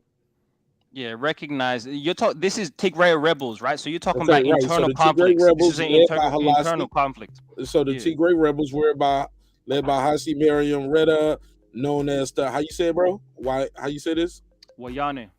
Wayani launched an insurgency against the government of Imperial Haile Selassie in May 1943. The British military mission in Ethiopia, which was established as a result of Anglo-Ethiopian agreement in 1942, provided military assistance in support of the Ethiopian government. Hold up, wait a minute, stop, Mark. What is Anglo-Ethiopian? What the fuck is that? Sound like white Ethiopians, the white ones. So they make a distinction between white and black Ethiopians. That means so they making a distinction. No. That means that there was an agreement between the Anglo-Saxons and Ethiopians. That's what that means. I'm fucking with Brandon. Yeah, the white ones though. Yeah. Ain't no Anglo-Ethiopians. There's no such thing, bro. Wait. That's what I want to know. So there's no such thing as the Anglo-Ethiopian, correct? You gotta look that up. You gotta look. Some of y'all do got Italian blood in y'all, though. Brandon, look right here. Anglo-Ethiopian Agreement of 1942. So what does that mean, young Africa? Explain that. Young Africa, you gotta explain that. He literally just said it, Brandon. He literally just said what the agreement was. The agreement between Anglo people and the Ethiopian people. He literally just said. Okay. Oh, literally verbatim. He just said that. Okay, let's get it right now. Provided military assistance in support of the Ethiopian government. The U.S. and Ethiopian governments signed a mutual assistance agreement on August 9, 1943. You see what I'm saying, my brother? You guys had help. So that because you brought up a whole different conflict, bro. That's a whole different conflict, bro. That's not Mussolini. Do you see Mussolini mentioned anywhere in there, bro? Hey man, you needed help because your sticks and stones weren't helping, bro. You said y'all was never under nobody else. Nigga, you can stay capping, but you got no idea what y'all was never. You said it. You know what the word never means? No, Mark. That's not what he said. He said never colonized. They were never colonized. Right. They were never colonized. And they pushed back. And they pushed back. Occupied does not mean colonization. Occupy and colonize is two different things. Different things, man. Fair enough. I don't know why y'all trying to check me on the definitions when my ancestors. That's what y'all rolling with. We can move forward. I'll take your word for it. Hey, my brother, we can move forward. For example, did America colonize Iraq? No, they just occupied it for 20 years, right? It was all kind of them hoes over there twerking right now. That's colonization. They got that from niggas shit. They did not colonize America. They did not colonize Iraq. Right now. That's not colonization. You need to implement your system of control. You know what colonization means? You need to actually settle your native citizens in the country, occupy the country, govern the country, have the leader that you place as the leader of the country. Now you have successfully colonized the country. You know what I mean? There's a difference. But yo, what I was trying to say. I don't see that happening in Jamaica, and they was definitely colonized. I don't see everything you just described happening in Jamaica, but we all know that everything he just described is in Jamaica. You just don't see it because it's hidden. What you see is the resorts and what they want you to see. You don't see the rich power that the old white Britons hold. You just don't see it, but it's there. I'm just saying, once you by the definition of colonize, appropriate for one's use. America definitely came into Iraq and appropriated for their own use. The other definition of colonize. Come and settle amongst and establish political control over. They did not do that first definition right there. So settle. So it's two definitions of colonize, man, and they did one of these. Definitely send a group of settlers to a place and establish political control. Yeah, they came right in there and killed Saddam Hussein. That's not true. That's not that. They never did that. Did they settle? They never did that. They never settled in Iraq. That never happened. What? We were been there. We're not talking about army. We're not talking about fight. We occupied Iraq militarily. Yeah. See, Mark, you talking about militarily. We're not talking about militarily. Military occupation is not the same. Occupation would be now American citizens going to Iraq and living there, setting up base there, electing leaders there. Now you have successfully colonized the nation. You know, something that could never be possible. But then they killed. Then they had the other president marked out over there. They used the Iranian citizens to do that. That ain't the ones who was there when we got there. The niggas got married and swapped out. That's called overthrow. That's not the same. That's called overthrow, Mark. That's called a military coup. You gotta kill the person in charge to take leadership, don't you, Brandon? No. Yes, did the United States manipulate who they want to put in place? Yeah, that's what was done. Just like Saddam Hussein was put in place by us. And when he started going against us and two things, then we like, time to take him out. Yeah, that's y'all looking out for the world, right? So as I was saying about Thomas Sankara, as I was saying, right, before this brother was talking about, you know, bending over to the people, right? Thomas Sankara, yeah, an No, example you of said your how sticks and people, stones were defeating him. You got help by the colonizers, bro. we did not get help. See, you capping. That wasn't even a conflict in They discussion. provided aid to That wasn't even. Young That wasn't. Africa. You got to be fair. They did. Y'all did have assistance from the superpowers from the help Queen stay. Elizabeth. No, So there you wasn't, did. man. Oh, hey, They protect. man. Winston Churchill protected your leader. Your leader was The finna leader get ran killed by like the a Italians. coward. Like a coward, he ran from the And who people. protected him? And who protected They was him? about to kill him. They was trying to overthrow him, wasn't it? Shit, George Washington. He did run like a coward. He did run like a ran coward. like a coward, and so the people were left to protect the land. What is that? How is that help? That ain't help to the people. That's crazy if you call that help. That's crazy. Yo, man, you were gonna be speaking spaghetti and That's meatballs, crazy, bro. man. That's crazy, yo. But they couldn't handle these. They couldn't handle my 6-7 ancestors out here. So yeah, bro. Hey, the way you joke about people's plight is an example of American ignorance. They American your ignorance. country from being That's an back example of American ignorance. The way you talk and laugh about the plight of oppression and No, suffering of the because world is you showing cannot your be going ignorance, my brother. He do have a That's point. He do have a point, Right. HLD. He does have a point, HLD. No, you don't. He does. He He right. the dirt. In America, we do laugh at everything. We will joke about people. We do. Americans or not. The fuck you mean if we consider ourselves American or not? Of course he was trying to throw shit. I read between the lines. I see what the fuck he was saying. What? What? What are you talking about? What? Hey, look at me. I'm living LB. I'm living LB. You heard me? What? You was throwing a slight at America for us claiming to be Americans. You think America's a white country? America ain't a white country. Yes, it is. Yes, it is, young Africa. Don't believe him. In I its live inception, America is definitely a white country. In its inception, Don't believe him. America is definitely a white country. Listen to me, young Oh Africa. my God! America is definitely a white country. Don't listen to nigga Brandon. That nigga think white people got God power and shit. They can fly through the air and shit. Hey, in its inception, it was No, white. young country. Africa. White people can go land on the moon. No, I believe white people can go land on the moon. That's what I believe. Hey, but as I was saying about Thomas Sankara, right? Just He to got give you some murdered information by his about own people, bro. an African leader. He got killed by his own people. Yeah, so Thomas. Thomas Yeah, Sankara, all the yeah, African that leaders ain't getting simple. It ain't as simple as that, Mr. Marq Nash. Yeah, his colleague turned on It him. ain't. He got Yes, murdered. so let me Mark, talk hold about up, it. Mark, That don't ain't do as that. simple It as could it be is. Hold up. sinister. Mark, let him do that. Mark, don't do that, Mark. I know, yeah, That's Mark. the long story less long. First off, y'all were talking about flowing conversations. You know, y'all talking about knowledgeable. I talk a little about America, and y'all get emotional and defensive. I ain't emotional about nothing. It's all good. Hey, Don't do that, Thomas- Mark, man. Let I'm him not talk. emotional. I've been laughing all night. I promise. Mark, I've don't been do rolling. that, bro. So, hey, Thomas Sankara, right? When we talk about an example of people never surrendering their dignity, freedom, independence, right? Thomas Sankara, he Got stood up, killed by his own military coup. Yeah, see how you do it, Mark, man? You be cutting me off real mad as fuck, right? Wow, Why you doing that? bro. Why you doing that? Like, You were all talking of that about shit don't mean you were nothing talking if about the the other people- guy cutting those off. Think How you- about it. All of that shit mean nothing. Tell them that What? end part first. Yeah, no. I'm about to. I'll get to that. I'll get to that. I'll get to that. You gotta I'ma blame get to that. Biden for that one. I'm gonna get to that. Can I get to that though with context? Or I mean, where you want to start from his birth? Yeah, I'm gonna start from how he freed his people. How about that? From Imperial French forces. How about that? Huh? And How then about them niggas that? killed him. How about the context of his life? How about that? How about that? His life ended when them niggas killed him. Yeah, okay, but how about the substance of his life? How about that?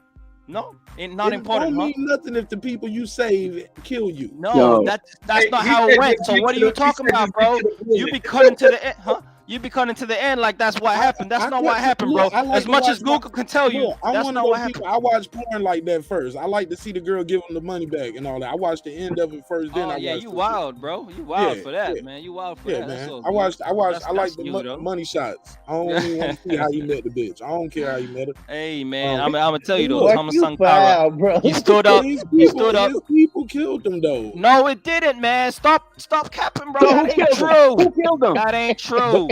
It might have His been his name was fellow countrymen, but it Was was it not the true. white Let me man? get to Velasquez that. Compaorte. Was it Captain America? Yes, Velasquez it wasn't. Compaorte. Exactly, It was a coup Alita. d'etat October the 15th, Okay, come on, 1987. bro.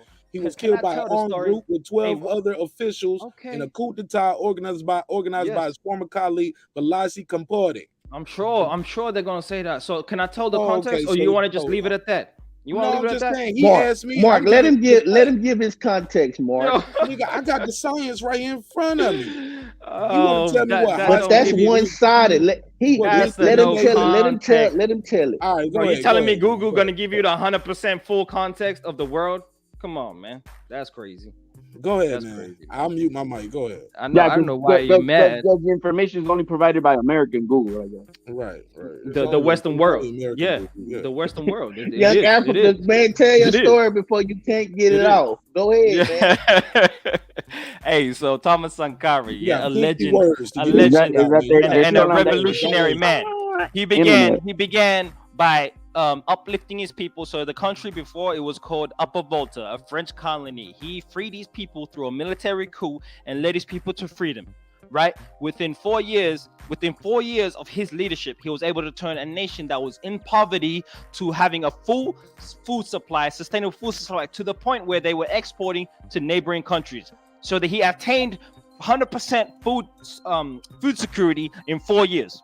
4 years, right? Okay. He then went to the African Union and was talking about African unity and how we should not be paying reparations or interest on taxes or on colonial taxes that still occur to this day in many parts of Africa, right? So he was talking about that, right? And so this is when the Western forces came and attempted to assassinate him, but his people would not turn on him for many years. His people would not turn on him. He knew that his people were attempting to be turned by Western agents, and he could have imprisoned the very man that you're talking about, Camparo, whatever his name is.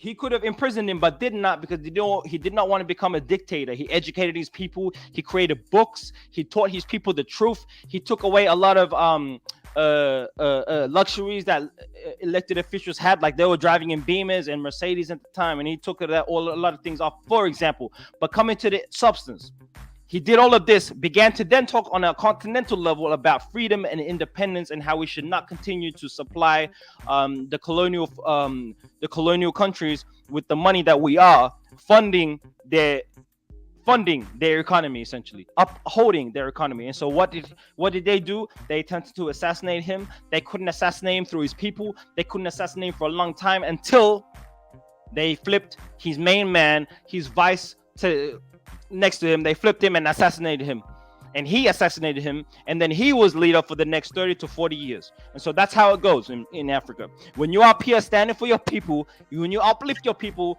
changing the name from Upper Volta to Burkina Faso, which is translated in English to the people, the nation of upright people, he turned people that were on their knees begging for food and for money and for survival, and turn them into a self-sufficient people in 4 years. You telling me that's what I mean about how imperial forces continue to this day to suppress the self-determination of free people when we talk about Africa as a continent. And so y'all out here talking Viva about Africa, yeah. Y'all out here talking about these are the realities. These are the realities. How did it end? You left that part out. You didn't get to the ending. When the Western forces flipped his main man and assassinated him and bribed him and gave him all the riches and the continent, and he was then able to lead the country for decades. That's how it ended, through imperialism. That's how it ended. Okay, hey, look. No. So your own people. Now I was very patient. Okay. Now he framed that shit Yeah. to blame everybody else. He said they flipped this man and make. Hey, look, you can't flip me and make me kill my brother, man. You can't flip me and make me murder my mom. Oh, so now you're talking about an idealistic world. No, see, I was quiet and let you talk. Okay, now. go ahead. All right. Now, Reg, the guy you talking about, Campor, I started off saying that's who turned it. He was like, of course they're gonna say he did it, even by his knowledge, by everything he accounted for. At the end, he said the same thing I said. He just put a caveat on it, where they flipped him in and bribed him in and made his man do it. At the end of the day, his former colleague, Balasi Campari, turned him over, got him murdered. He overthrew it. It was a coup d'etat. He was in charge for 34 years, to be exact, not 30 to 40. It was 34 years exact. 34 is 30 to 40, bro. But, But you out here. Oh, good. Sir, now it's my turn. I got the data in front of me. I got the actual split. I ain't freestyling. Freestyling. My facts. What I said was factual, though, right? I'm done. See, go ahead. No, I actually want to hear what you're saying, bro. My bad. No, go ahead. I really want to hear what you're saying, so go ahead. Back on my bullshit. Go ahead. You go ahead. No, go ahead. I really want to hear what you got to say. My bad. Go ahead. I'm done. Then you can't. Then you got to do your own Googles. 34 but years. This what I will say. It was 34 years. Oh, go ahead, Mark. I'll say this. The new president came in. His name was Rock. How you say Roach? Well, Rock, R-O-C-H, Kabore, C-K-A-B-O-R-E. He set up. Trying to get the national reconciliation, trying to get peace. People are still mad about the other guy getting murdered. So you know what he do? Put that other dude, Campara, and 13 others on trial. He was found guilty. 3 guys were found innocent. 8 others were sentenced to 3 to 20 years. He was found guilty in life in sentence, life in prison, without parole, in absent. How you say in absentia? In absentia. Y'all know what I meant. So yes, man, this guy right here that he's talking about ain't no good guy neither, man. That he got murdered. I mean, well, he was a good guy, but he didn't last that long. At the end of the day, that's what happened. He got murdered. And why did the other guy last 34 years? Same people we saved and liberated, killed him. And why did the other guy last for 34 years? Exactly. That's a good question. Why? Because everybody know he's a killer. No, come on. This dude was a military general. Dude. Thomas Sankara led the military, led his people to overthrow the French imperial forces, bro. You telling me that that's ridiculous? Overturned it, killed them, and he reigned for 34 years. You're right. So the guy got flipped down. 34 years because niggas know he ruthless. No, because he had Western backing. That's why, bro. Military behind him. If you can go in there, overthrow and kill the president and kill the leader, yeah, you got the military on your side. That's why he had Western imperial backing. No, what I believe happened. What probably happened is the French called her on the phone and said, "Look, American cousin, we got this issue in Ethiopia. Do what y'all do, like y'all did to Patrice Lumumba. Do that. Go do that. We need that done. That's we what need they you said, to turn your people. This America." Oh yeah. Yeah, that's what they said. And he was killing his America opponents too. Don't forget that. So then they told old boy, they said, "Listen, man." They said, "Listen, dude, listen. What you need to do is we will give you this whole fucking country. Just murk him. Yep. And we'll protect you after that." It sounds That's good, what Brandon, happened. They said, "We're going to give you the gold. We're going to give you the bank. We're going to give you all the women in Ethiopia." And guess what? And that's what they did. It sounds good, Brandon, but he was a killer, bro. And he killed his political opponents. That's what he is did. a killer, and What do you mean nobody by has he's the a balls to killer? murk him like he murked the good guy for 4 years. Bro, I mean, this what the man, fuck? Sankara murked the French forces all up in that place. You're talking about a killer. Well, why you put a killer on it? Like, that's liberation, bro. You liberating your people is one thing. Your homeboy killing you to take your seat is a different thing. And then that people let him sit there for 34 years. That's fucked up. So you believe he was there for 34 years, not because the French backed him, but because he was just a cold-blooded dude, huh? People were scared.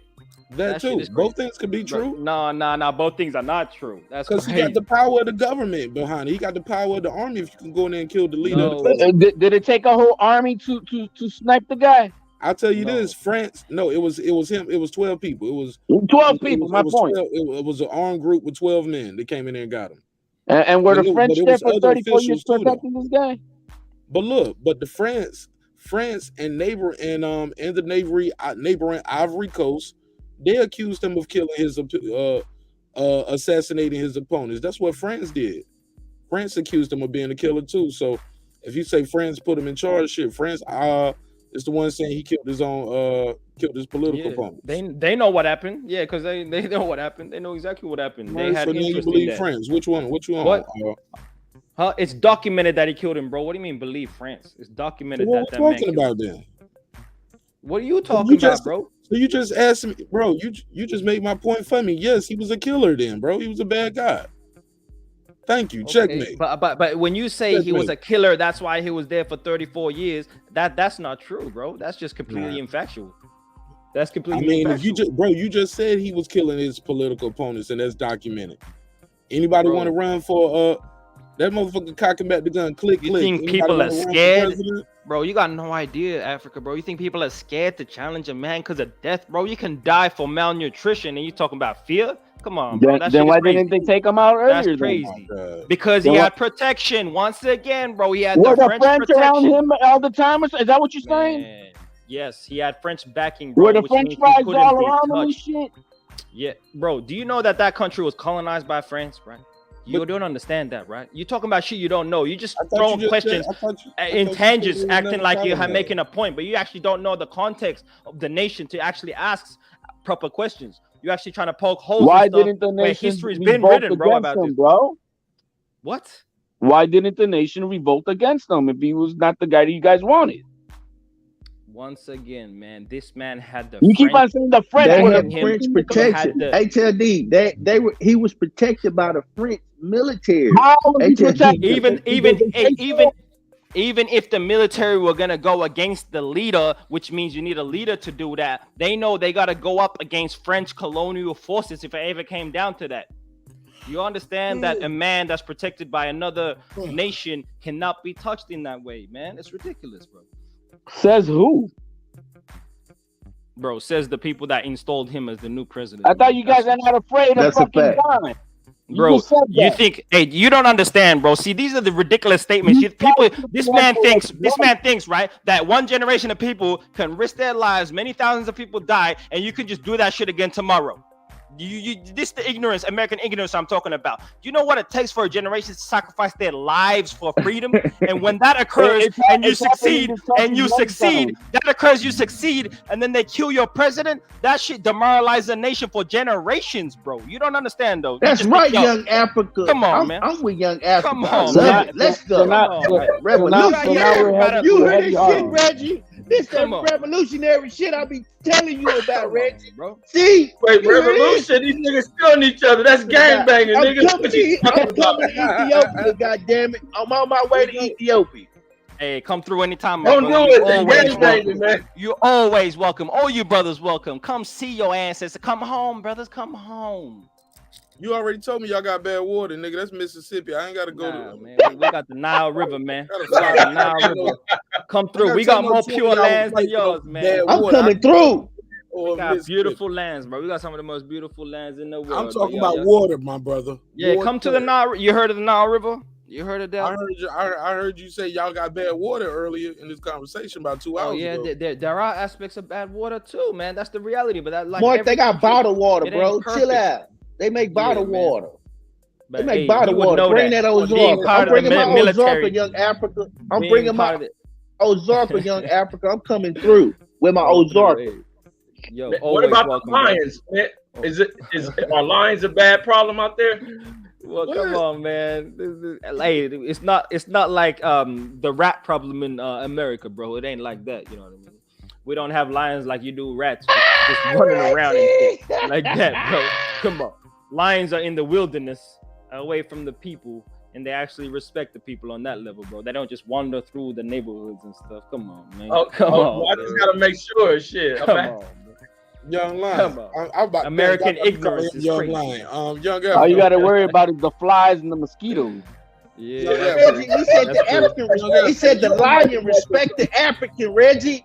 The lion respect the African, Reggie. You better, Reggie. What was that?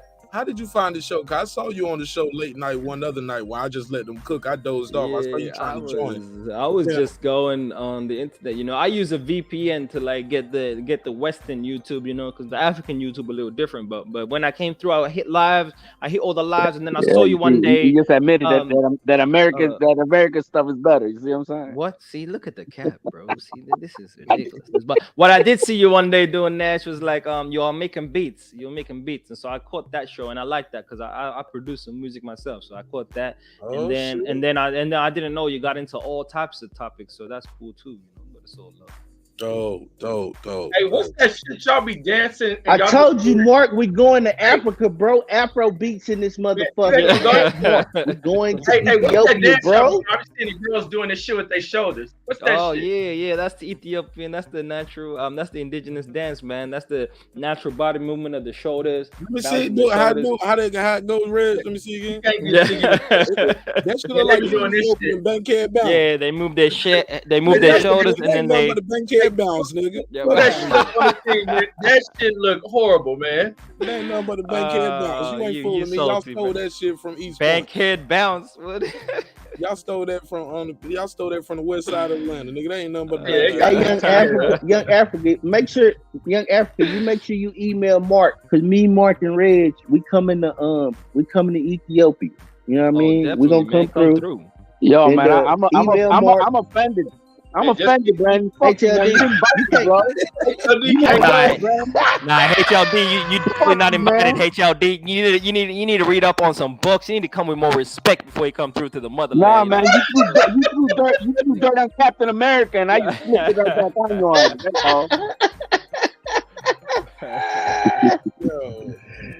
HLD, I didn't think you wanted to go though. My bad. Come on, man. Hey, Brandon, while y'all bullshitting, I do want to go to Egypt and see the pyramids, bro, and see the Sphinx and all of that shit. Bro, I'm telling you, bro. I'm telling you. Listen, bro. I'm gonna take a week off in December. You hear me? We're gonna go to fucking Africa for a week. Man, you need 2 weeks, man. Damn, do you? You need 2 weeks. You need at least, bro. It's gonna take you a week just to get out of customs, bro. I would say a month, man. When I've gone traveling, it takes a solid. You know, after 2 weeks, you get comfortable. So you're gonna leave when you like just getting comfortable. You know, but if you give it a month, then you're gonna live that actual life. You know what I mean? I ain't got it like that. I ain't got it like that. We coming over there with dollars, so we can buy a lot of shit. Yeah, US dollars goes a long way. That's true. Hey, USA in that hole. That shit money, man. That US trying to do a rites of passage or some shit. Like, I don't need 30 days. Like, I gotta hey, what's the fascination with the pyramids and not the actual ancestors of the pyramids? What's up with that? You heard that? Teach them, young Africa. I'm into architecture. I want to see it. I want to experience it. But the ancestors of the but I ain't gotta do 30 days on it. I can do Google for the rest of it. Oh, okay. I do Google. Google don't give you that authentic experience that connected with the people, my brother. You know, but Google experiencing the culture.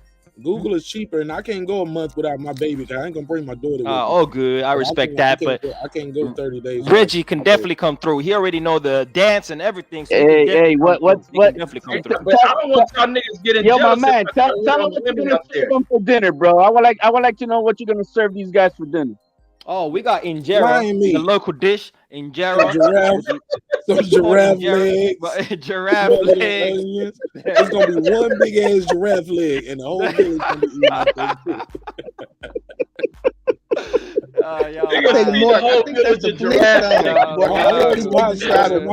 Nigga just laid a giraffe across the table.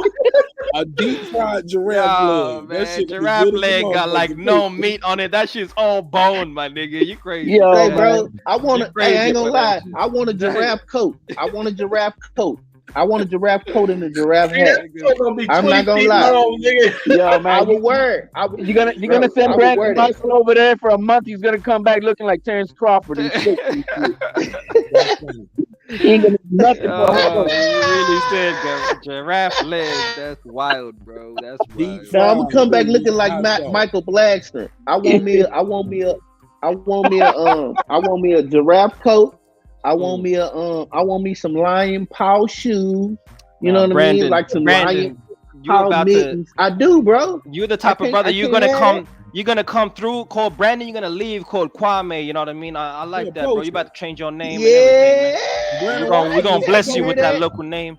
So love, man. So love. Listen, Yeah, to you about to him. come. He want to come over there and do what the white man did to Africa. He want to steal and steal resources and poach the animals. You talking about? Hey, And I want to buy me some gold, and I want a nice gold chain. I got to give me some gold. I got to give me a gold ring. I got to go. Yeah, that's ain't that foul, Mark? Mark, that's foul.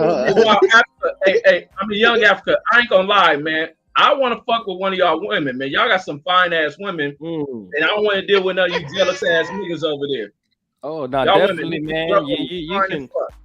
Yo, Y'all with them ain't US shit. dollars, This nigga want a gold chain. you can get You married. want to go to the Ethiopian whole house. I ain't trying to get married. Fuck that. I just want to fuck with the girls over Hey, there. I got you know we ain't shit, Mark. Mark, you hear that's American values for you, boy. You hear that? Y'all ain't nothing but y'all the same people that colonized y'all ancestors, man. Look at you. You want to go to the Ethiopian whole house and just go bust nuts and leave the country. You trying to bring the American ingenuity over there. These are good African women, Reggie. Now, I'm trying to crack one of them girls with that shoulder dance. Just go over there doing that shit. Reggie, you got to buy a couple goats or some shit while you over there. You got to have a dowry. Give it to her dad. Here, dad, take these fucking goats. Yeah, definitely. I'm glad you understand the customs, Mark. I'm glad you understand the customs. You know, that's what you need. Young I Africa, still want man. my deep fried giraffe legs. I ain't playing. Smothered in gravy. Young Africa. Yeah, what's up? All kidding aside, I know we fucking around on this panel, but listening to you and listening to the dedication you put into to learn the history and details and be articulate about your people. It's beautiful. It's beautiful to hear, and it's much appreciated. I can say I appreciate it. Nah, thank you, He bro. I learned that appreciate from the it. Australian colonizers. Well, you know what I mean. Australia. Just don't fuck with Captain America. That was for college, man. I went there for I got a scholarship, but you know, it's and all you light good. skin. I seen him It's all HLB. good. Yo, you know he's rooting for Cambodia, dark right? skin. This He's nigga rooting lighter for than me. He Cambodia. look like hey yo, he look like Punch Drunk. No, come on. This nigga look like Punch Drunk boxing. That's 100% cap. How light are you? Nah, I'm definitely darker than you, Marq Nash. You out here looking Puerto Rican up in this, man. I don't know about you. No, you about this shade right here or lighter, homie. I saw you East African ass. Yeah, get out of here. Mark, he said you look like you Puerto Rican, like butterscotch. Tell him to cut his camera on. See how light he is, y'all. Just let's call bullshit. I cut my camera on. Rough and all. You want to play? Bruh, man. You want to show the pigmentation? I can show my pigmentation, bro. You know what I mean? I can show. Go ahead. Hey, look, he ain't dark as that avatar he got up there. I tell you, that's for damn sure. He don't look like this brother. Y'all funny, man. Yo, look at his light skin ass. Look at his light ass. This the pigment right here, man. Yo, you trying to put the dark fist up there. I'm light. Is this man, you said you in your 20s, man, with that receding ass hairline? God damn. Yo, Red, stop, Red. He's stressed out. It's the water, man. That motherfucker got that. He got a lot of snow in his beard too, though. To be like, that nigga hairline pushed back like the California fox. It's stressful living in Ethiopia. God damn. He looked like that dude Counterpunch. And you know, I was gonna ask about the barbers out there, but I see them niggas don't know how to line hair up. Never mind. That nigga using sharp rocks. I say before you go there, make sure you get a haircut. Like, fuck. Nah, hey, I'm bald anyway, so I'm gonna fit in. I'm bald anyway. Yeah, do the I'm bald anyway, so it don't matter. My hair fell out too, so it's all good. I'm gonna fit in.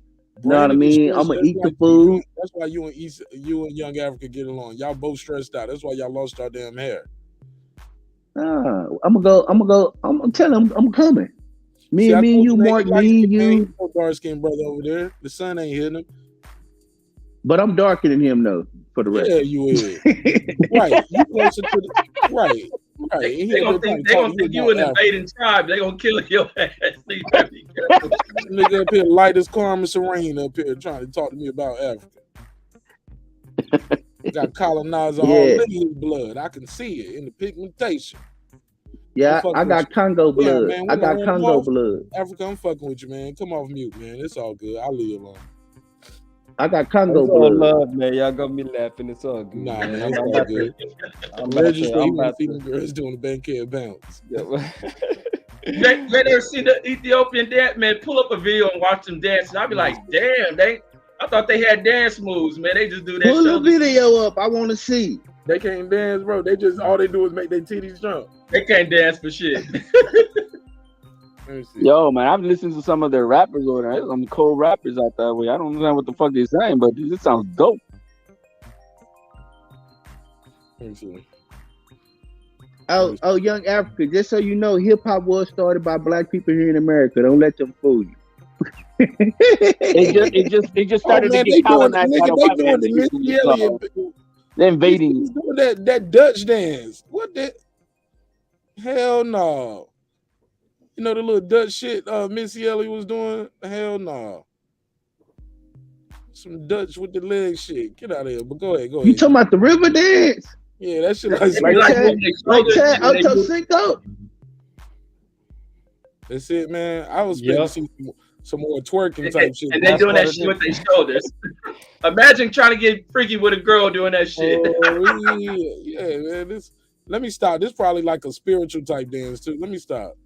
Nah, this But they thick though. They doing the shmoney dance. They thick though. Nah, they thick doing the though. shmoney dance, rubbing them hands together. Let's go. Oh, they thick. She thinks. Ooh, look at that. You ain't lying. Yeah, they got rhythm. I bet. Oh, Lord. Yeah. Who the number one artist over there? Who the number one rap artist? Top 5. Hey, you see that? That was natural. Y'all see that? That wasn't no BBLs and no LLBs and no PLUs and no KCPs. Over that shit. I want to see some Cardi B over that shit. Brandon better come. No. Get a wife, man. I like your energy. Brandon, look at this one right here, closer to the left, on the far left, close to me. Oh yeah, look. Oh yeah. Look at that. Hey, look, they got that weave in, Brandon. You think that's weave or all real? That weave, what? That's they wearing the real. weave.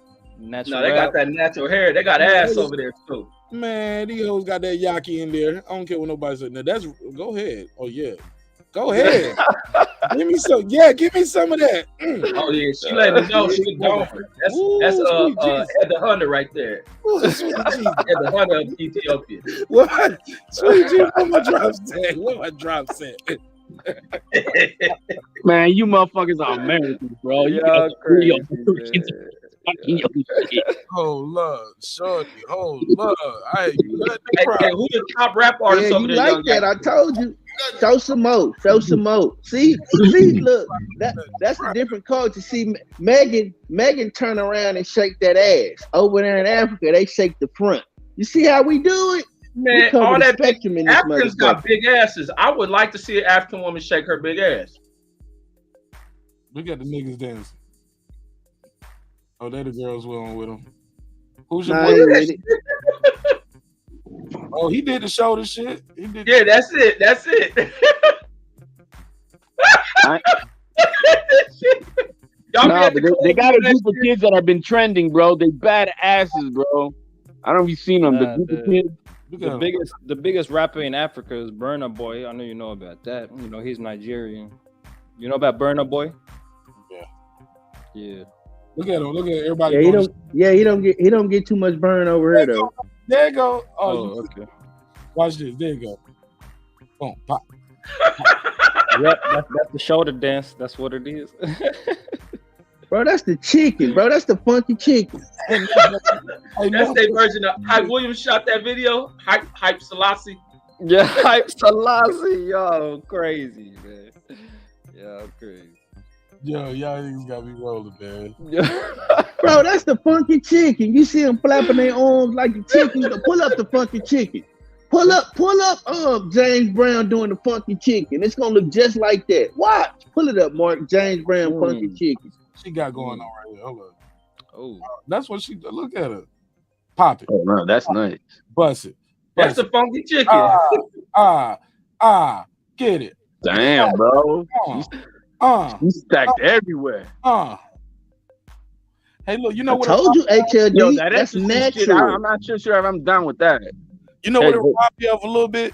Remember the Coming to America when he told her hop on one foot? and had her barking like that, but it's sped up like hop on one foot or like a dog. Like it's that same thing right there. She's like, oh. Yeah. She's sexy.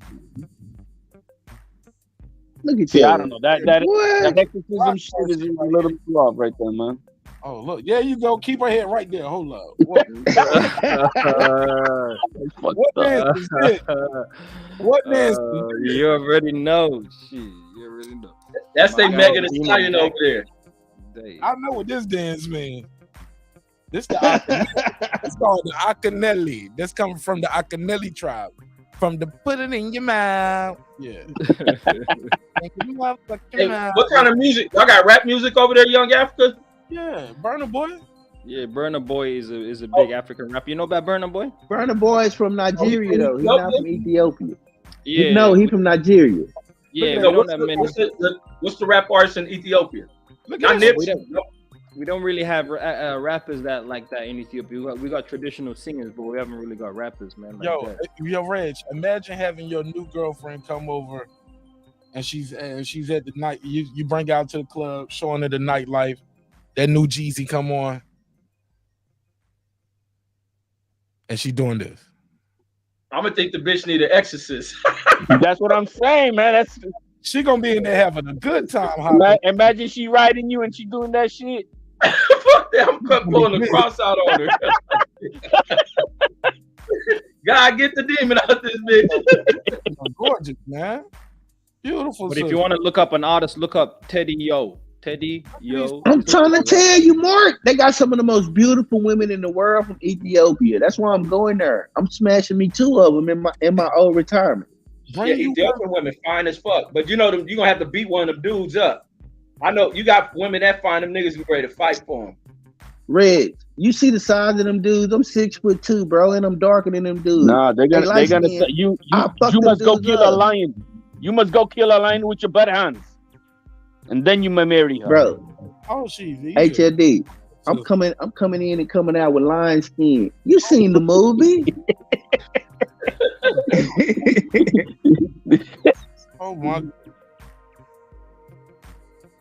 Oh my god. Yeah. See, Mark?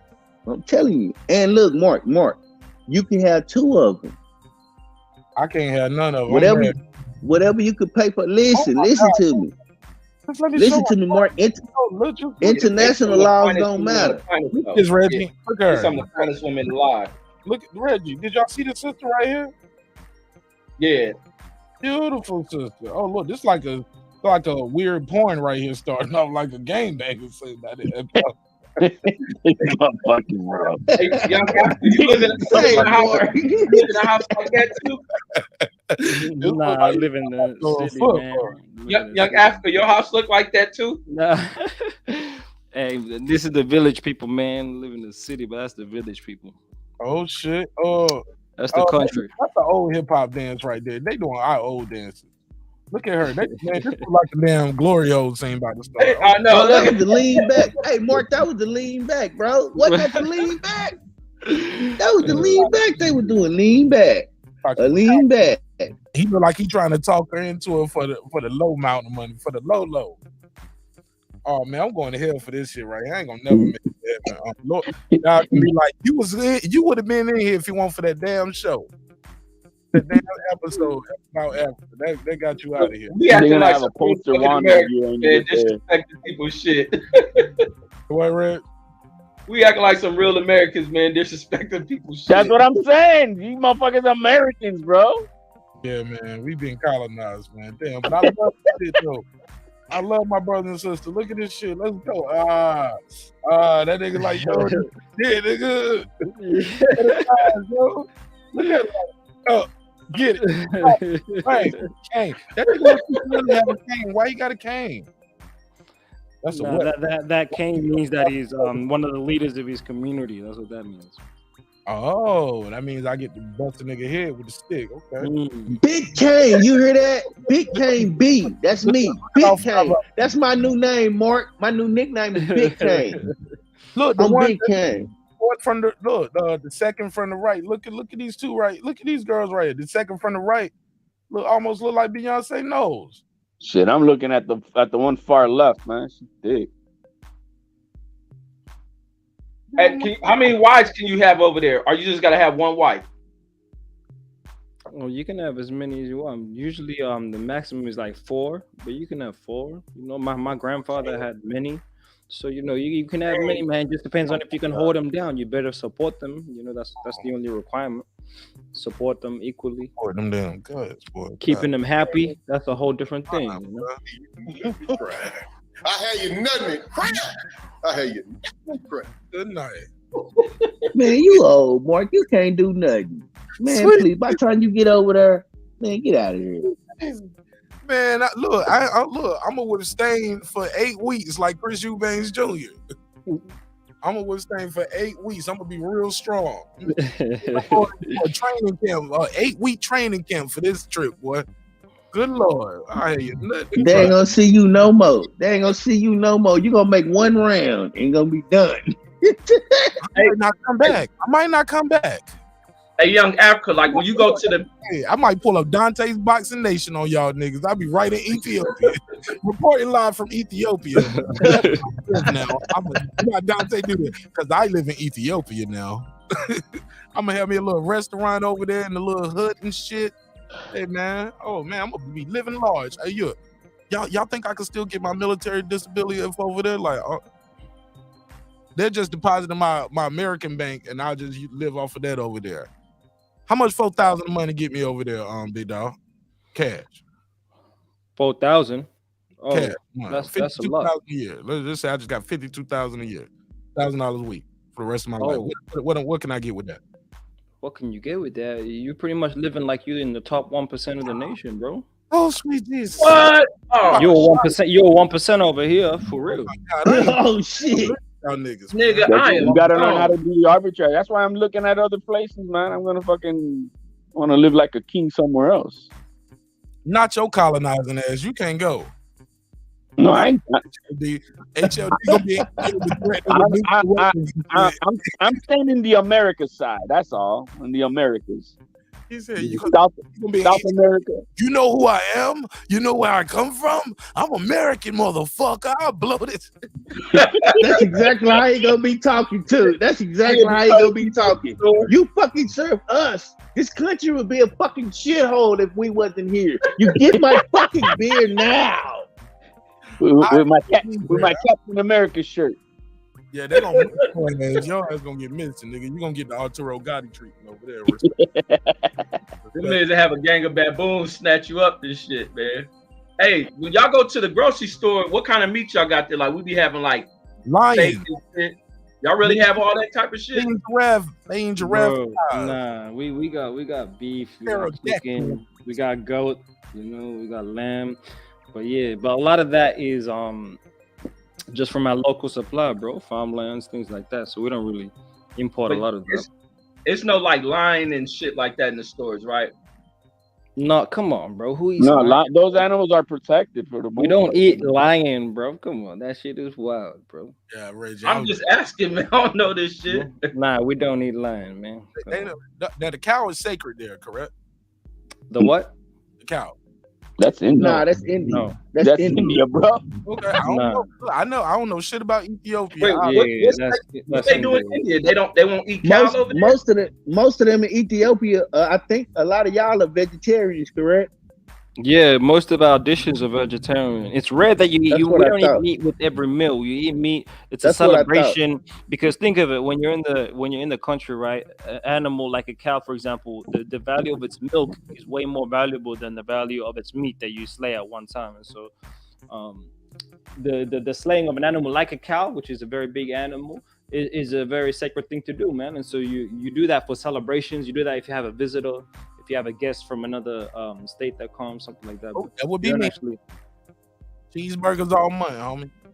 No, yeah, but we don't eat beef that much, man. The major thing we eat is like injera. I don't know if you've had injera. It's a local dish anyway. It's like a certain kind of bread, a doughy bread made out of barley, and then we have lentils, man, beans and lentils. Like that's a lot. How about How about rooted plants? This shit look like recess type shit that little kids do, man. This is a dance.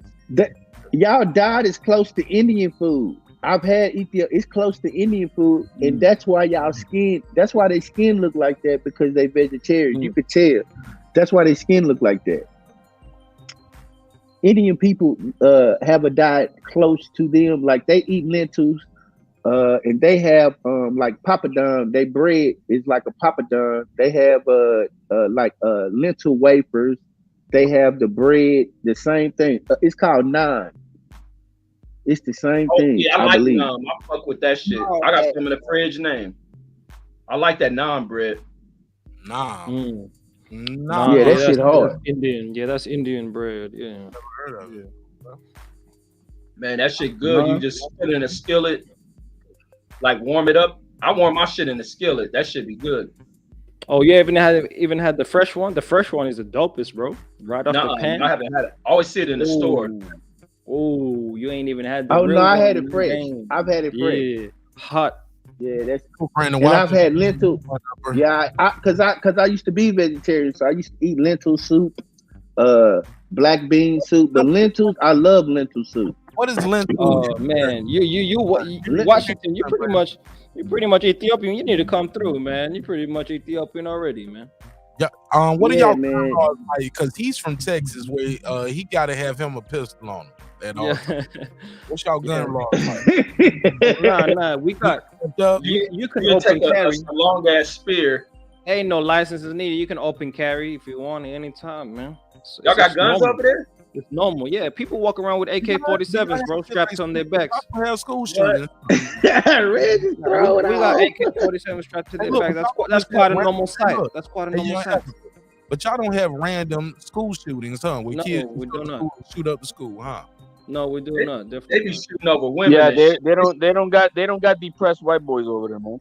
Nah, they be shooting over them fine ass women. They women, Nah. somebody fucking one of their women, they get to shooting that K and shit. We really shooting over like land disputes, resources, shit like that, bro. We be shooting over other shit. Oh, that means they gonna come kill my $52,000 a year ass, huh? Yeah. Hey, do you guys have the mental epidemic health issues that we got over here in this nation? Oh, like mental illnesses, you mean? Emotional mental health issues, I would call it. Not really, man. I think because I've been to like places in the West, I would say no, because our society is a very social, communal society. We don't really spend a lot of time on our own, man. You do a lot of things together with other people, so you're not really alone. Loneliness is not very common here. It's not prominent over there. Okay. Yeah, so I think that helps a lot, man. Just people having each other, being outside all the time and being connected to nature. You're not really in your house if you're not. I don't see a lot of that you're not in these chilling. videos neither. That's probably why too. That's probably why they outside. It's something like it's. How's your night sky over there, man? Is it does it light up? You can see all the stars doing that? He disrespected you earlier. Don't tell him nothing. He can't come with us. Nah, it's amazing, Hey, man. man, It's I done made amazing. my mans. It's amazing. It's still a little dim in the city because there's a lot of light in the city, but in the country, it's amazing, man. It's amazing. You can see the whole Milky Way and everything. It's crazy. Yeah, I'm sure y'all know about it, Marq Nash. I don't know if y'all been to Iraq or where you get deployed, but you would have been in some different places, right? They duck that smoke. No, They duck that smoke. I look for that Oh, shit okay. everywhere. They everywhere. They duck that Iraq smoke. Oh, okay. No, Brandon, no, you. Oh, the smoke. This nigga's the biggest revolutionary, but ain't fought for nothing. Ain't served a cup of coffee. What happened if Brandon go over there and push the Nation of Islam type of Islam? What would happen? They'll kill him. Like they killed this that leader over there. What's the difference? Hey, What would you say is young the difference? Africa, Because do you there's know? a lot of people do that you are know who Islamic people Farrakhan? here. Do you know who Farrakhan is? Yeah, I do. I definitely know Farrakhan. Okay, good enough. Good enough. I'm good. I'm good. What's your views on him? I'm good. Ask him what is his views on him. My views. I don't know. I've never seen what he's preached himself. You know what I mean? But from what I see, the worshiping of Farrakhan as some sort of idol or some sort of prophet, I don't agree with that. You know what I mean? I don't think that's the case. You went too far now. Nobody If worships that's him. the case. Nobody worships him. You went Okay, too far. okay. My apologies. You make me That's- sick, that's why I said- HLD. HLD, you make me sick. If that's the case, I said. Hey if it's man, not- I'm just doing the reporting, you know, like reporting questions, bro. I don't really know exactly what he teaches, so I don't know how to answer that. You know what I You mean? slick, man. You slick. You saw that, Mark. Yeah, You boy. saw that, Mark. Yeah, boy. I swear to God.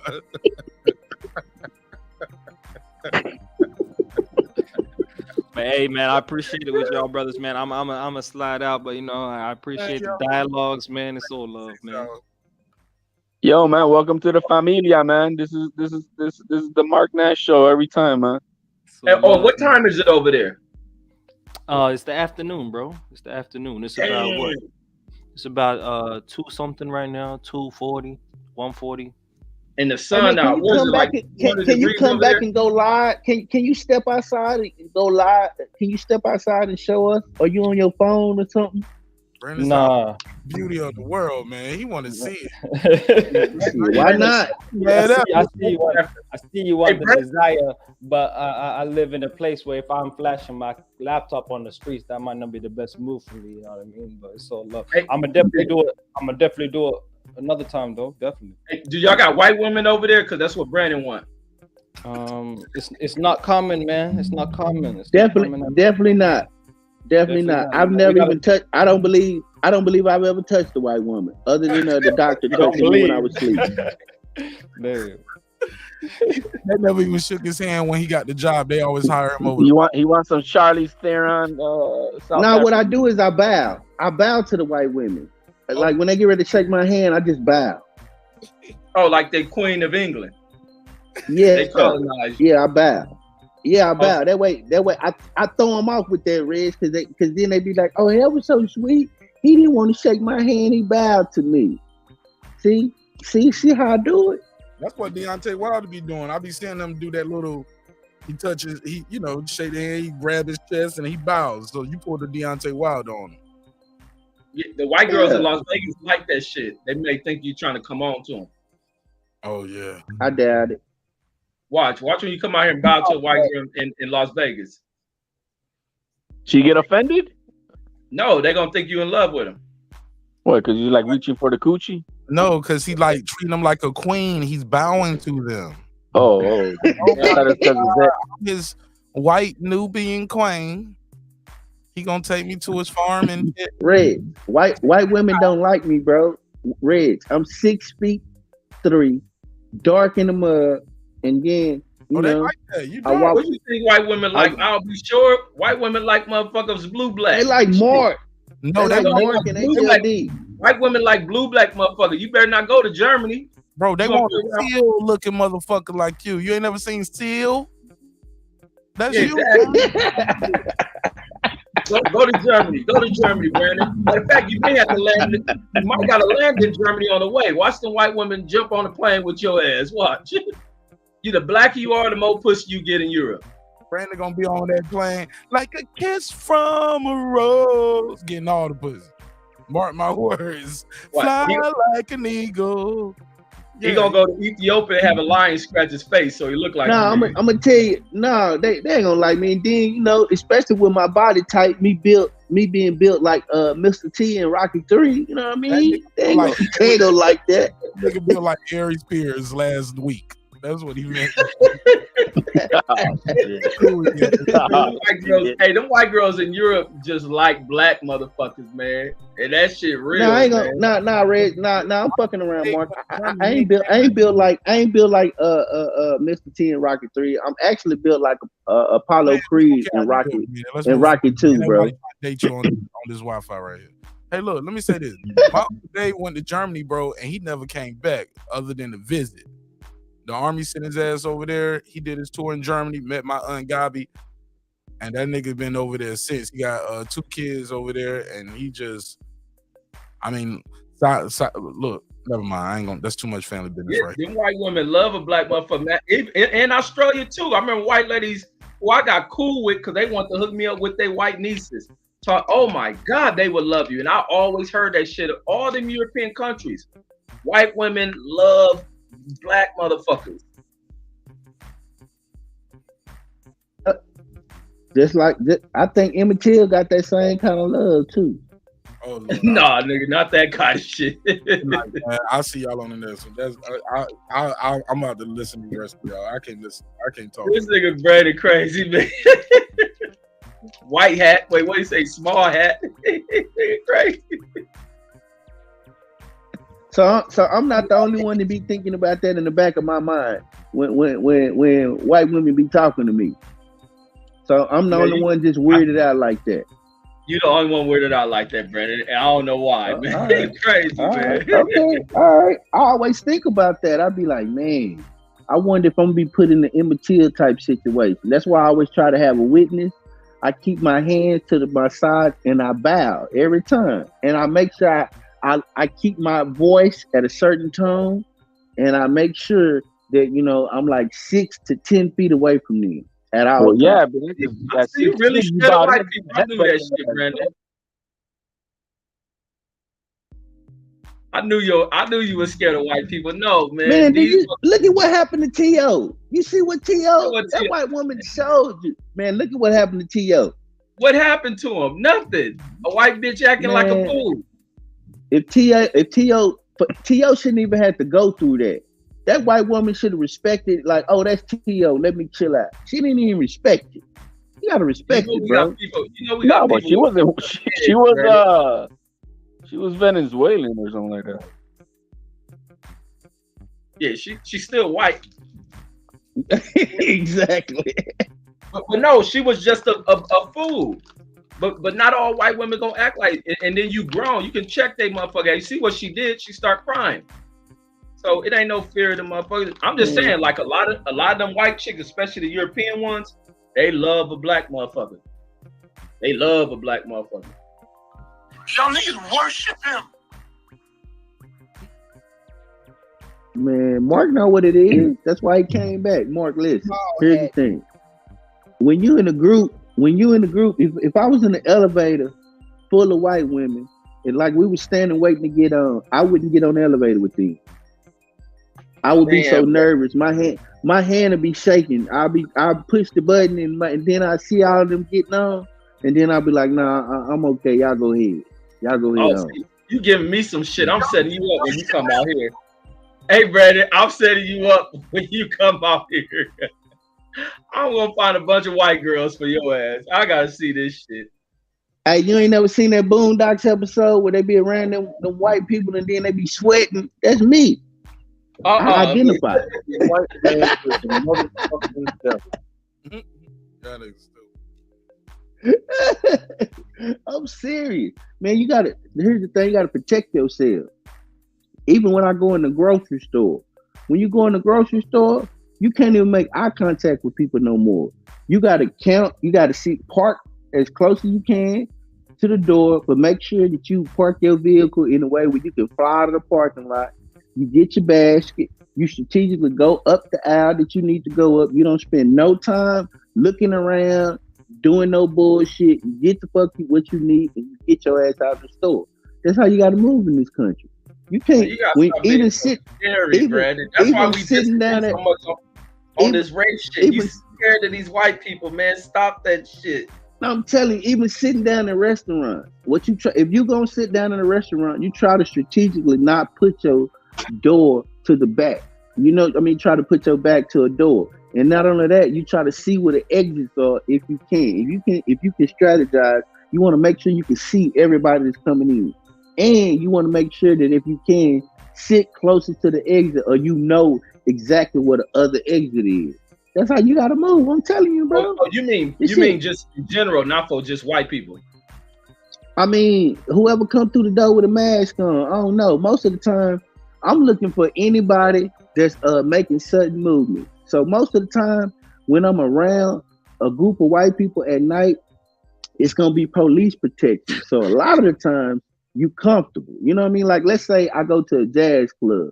I'm comfortable in the jazz club because there's gonna be older white people in there, police, rather than I am going to the hip hop club. Now, but when I'm in corporate America, I'm nervous when it's only just us, when it's just white people and me in the room. You know what I mean? So it's just different levels to it. That's all. So on one hand, I'm comfortable. On the other hand, like if I'm at Ocean Prime eating or a nice steakhouse eating, I'm not as nervous. But let's say I'm at, you know what I mean? I'm at the local hood spot. I'm a little nervous because ain't no white people around. With white people come protection. White people equal police. Don't ever forget that. White people are protected by police. You got some love for white people then. They're your protectors. And my captors. And my benefactors. They all that.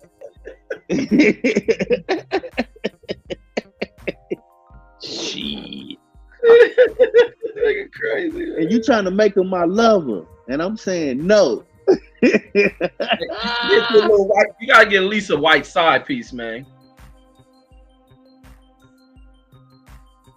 Nah, man. Did you see them beautiful Ethiopian sisters? I ain't even tried that yet. I ain't got no business dibbling dabbling in no white woman when you got so many beautiful. Look how many different shades it is. I ain't even hit Puerto Rico yet. Ain't that right at HLD? I still gotta hit Puerto Rico. They got black Puerto Ricans. I seen them. You're gonna get that lady on this panel, man, calling you that passport man, bro. You don't want to find a woman here. They're not good enough for you. Man, I would definitely go to Puerto Rico and knock some shit up. They fine as fuck. Puerto Rican women like to fuck too. They got that freaky gene in them.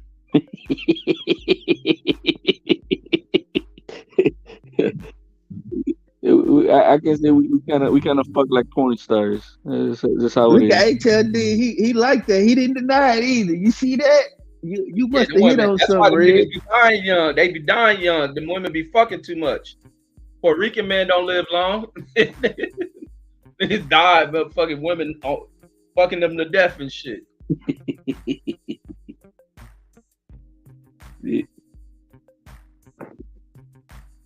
Yeah, I gotta get to Puerto Rico.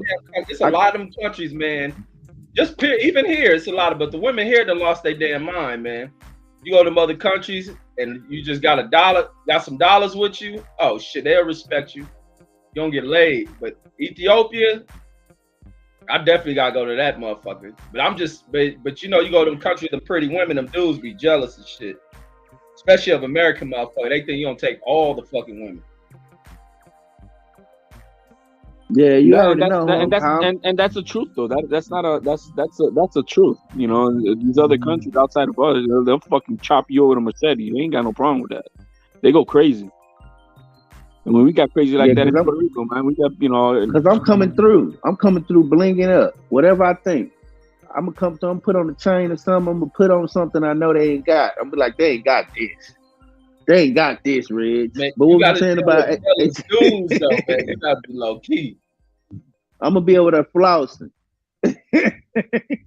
Your ass gonna be on a milk carton. Have you seen this motherfucker? Everybody looking at the milk carton got a piece of your clothes on this shit.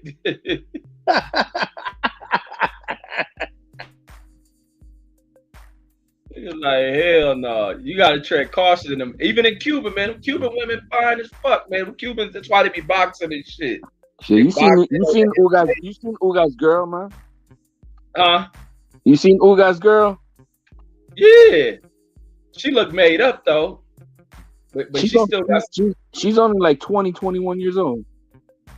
Oh shit, young one? Damn, she that young? Yeah. She just lost the Earl She Spence. thick as hell. Yeah, that's why he lost the Earl. That girl girl's probably fucking him all through training camp, man. The girl's hot. Yeah, he's like, you know, so he's up there in his age. He's like 34, 30 something. He was with her since she was like, I think he was with her like before she was 18, man. Yeah, them cats in them countries be fucking them girls when they're young and shit. That's why they get caught up in the underage shit out here. They come to America and be getting arrested. Yeah, they be fucking up, but I know, but he's been with. I know she's like only like 20, 21, I think now.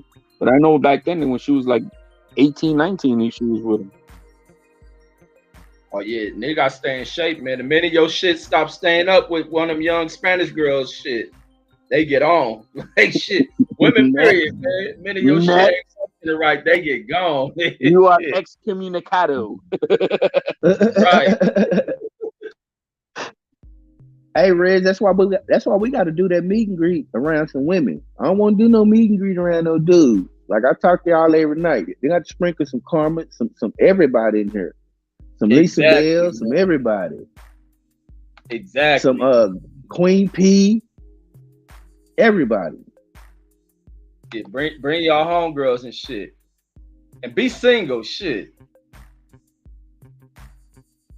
Okay, put a wristband on the women who ain't in relationship. You talking like you got a swinger club and shit. Put a wristband and yeah. You know how hey, put a double. Hey, even if they're a couple, put a double wristband on if your girl down with it. She down with the kid, bro. Talking about wristbands like in them swinger clubs and shit. Different colors for different things. Hugs, man. Shit. She taking, she free. Shit. She with the get down. Yeah, why not? But I know one thing. I don't think we gonna make it tonight. I ain't gonna make it to the Canelo fight tonight. I'm gonna be knocked out. Oh, I wasn't gonna order that shit. Oh shit, dude! I got the zone. I got the zone. It's like $65. I already got the zone, so it don't matter. It's like $65 if you got the zone. I don't even know if I want to pay that shit. I don't want everything. Stream it. You gonna stream it? You gonna boxing budget? You gonna stream it? No, not with one of them links. I'll just see if somebody doing it on YouTube and shit. It just depends if I'm free. Like if I don't plan it, I'll be out doing something. I'll be like doing whatever I'm doing and look over on YouTube every now and then. Oh, so you ain't gonna call a fight? Damn. No, I had no interest in it. I didn't want to see them dudes fight no third time. That fool waited what they say, he waited 4 years to fight this dude again, and he's saying he was forced to fight him and shit. Yeah, the only reason I'm watching it ain't shit else to. I mean, I don't think nothing else gonna be on. But what, college football? This only the second and third week of college football. I don't give a shit. So there ain't gonna be shit else on. I mean, and then my neighborhood gonna be full. So I know how my neighborhood. I ain't gonna be able to move around. When Canelo fight, my neighborhood get packed. Yeah, and I live in a multicultural neighborhood too, Red. Oh, but yeah. You said what? I said it'd be straight up. Straight up, bro. Straight up. It's straight up. They it's about three Hispanic dudes that live across the street, three families. They take up half the block with Canelo. Like that's a big deal, man. They barbecue and everything. Like that's a big deal. It ain't like just him fighting. Like they playing parties around this dude fighting. It's a damn holiday gathering. That's how they the Latinos play it out. It's an excuse for a gathering, and yeah, everybody brings their shit. And hey, dude, they be partying for almost 24 hours out there. Mexicans in LA will party. Yes, bro. Yes, bro. Yes. They have 2 and 3 day parties sometimes. Yes. It depends. They have a weekend party. Hey, when I lived in Long Beach, that's how my neighbors across the street used to be. And they'll hire mariachi band. Them niggas be playing them trumpets and shit all loud, singing. Then they don't give a fuck what time it is. Like, damn, nigga. Black people be calling the police on their ass. Yeah, you know, black people don't party. Black people don't party like that. You know, we got a time limit. Black people be by, I don't know what time we knock it out, by 3:30, 4. We get tired of seeing people. And then we be trying to get into what we getting into. See, everybody don't think like we think. Most of us be plotting on something. That's why we trying to end it quick. Either people done got on our nerves, we got drunk, we got high, or we plotting on trying to get into something. That's us. They trying to have a good time.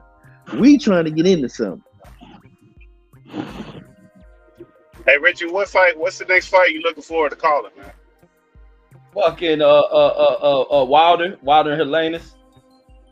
Oh, okay. Oh shit, and Carissa. I want to see that Carissa in a fight card. That's coming up soon. Carissa Rise. It's closer, right? It's on the same day. It's all those fights in the same day. It's a shitload of fights on that day. Devin Haney in a fight that day. Like everybody fighting on that day. I think Carissa in a fight first, then it'll probably be Wilder, and then Devin Haney in a fight. That's a different card. The Wilder and Haney fight, that's a different card. That's under the same card. No, that's a different card. Yeah, you got three different cards. One is on the Zone, the other one's on ESPN, and the other one is pay-per-view, the Wilder one. Put that bread up, Clips. That's what you do. Brandon, yeah, you just a motherfucker I want to talk to. There you go, right on time, my nigga. Look at you. Yeah, you ain't gonna run from me this time, nigga. I told you ain't gonna keep playing with me. You ain't gonna keep playing with my name. Act like you don't want to collect this money so you can keep running around talking about Eclipse OU. Oh no, nigga. Because when our nigga double or nothing, that's what we doing. We doing double or nothing. Yes, sir. See, all right, how we doing it?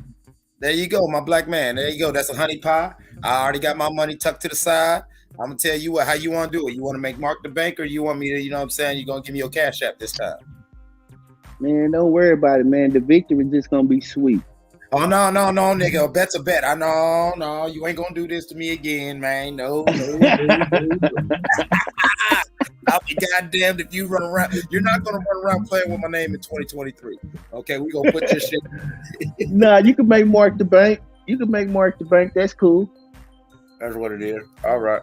That's what's up. But anyway, man, how's everybody doing, man? Pittsburgh, what's going on? Reggie, HLD. Let's go, Brandon. What's going on? Feel good. Feel good. Been laughing off for fucking the last 3 hours and shit. Yeah, yeah, I was listening off and on to y'all goofy ass niggas, man. Y'all goofy as hell, man. I swear for everything. I love it though, man.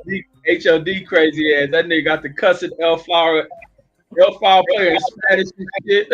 Like, it's crazy, man. He got your your Puerto Rican going there, HLD. I don't know what the dude was, but yeah, he was talking stupid up on him, man. He got the cussing in Spanish at this nigga. Boy, look at that. Look at it. Made this man cuss. Marq Nash wanted me to claim him. I'm like, hell no, I ain't claiming him. Mark wanted to get adopted. He wanted to be honorary but equal. No, he wanted me to claim the what that guy's name was. I don't even know what his name was. L5 player. Oh yeah, man. I don't even know who the hell that is, man. He ain't a real person. But yeah, man. I don't know. I don't know, man. I'm with you, Reggie. I think that right now, as far as the immediate fights that are coming up in the next few weeks, it's Clarissa and Marshall. It's Bumgarner and whatever bitch she fighting. And yeah, I said it like that, and I meant that because that's how I feel. And it's this Deontay Helenius, because I believe the Deontay Helenius fight is going to let us know what do we got to expect from Usyk, Joshua, and Fury. Because if Deontay goes in there and looks good, now we got a four-way conversation that, yeah, some people aren't going to be pleased about because it's like, oh, Deontay lost twice to Fury.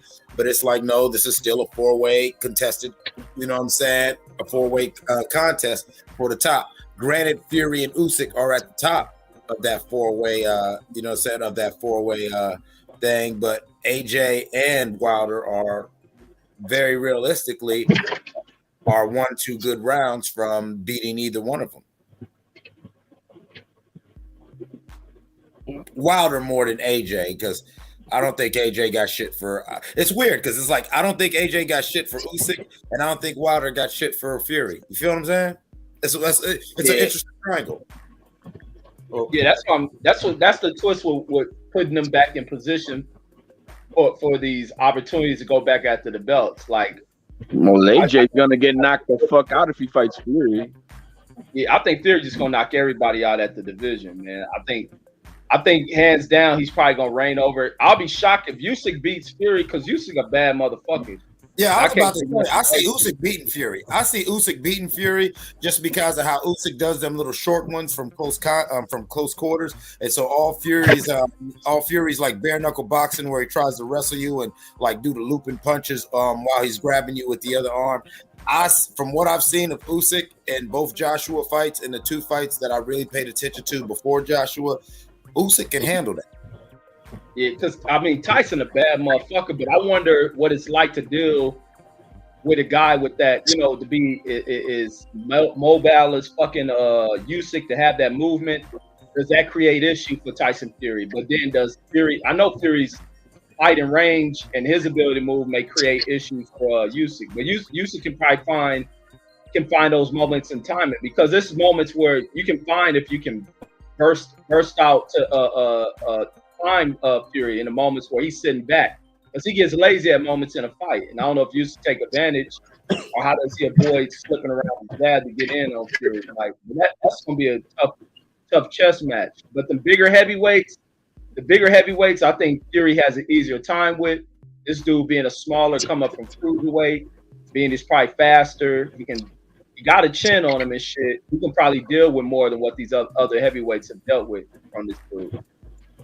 But what about the fact, Reg, that Usyk is used to dealing with big fighters, and Fury ain't used to dealing with nobody with that kind of footwork on his end? That's a very good point, Yeah. Pittsburgh. But I also got another point. When is the last time you ever saw Fury deal with anybody who can even halfway match his movement? Not at all. Well, he suffered with that. What's that dude? Bust his eye. Wallen or whatever. Yeah, Wallen, but I don't remember where Wallen got success. I think it might have been from movement or something. It was movement, and he was doing the Marcus Maidana clubbing punches.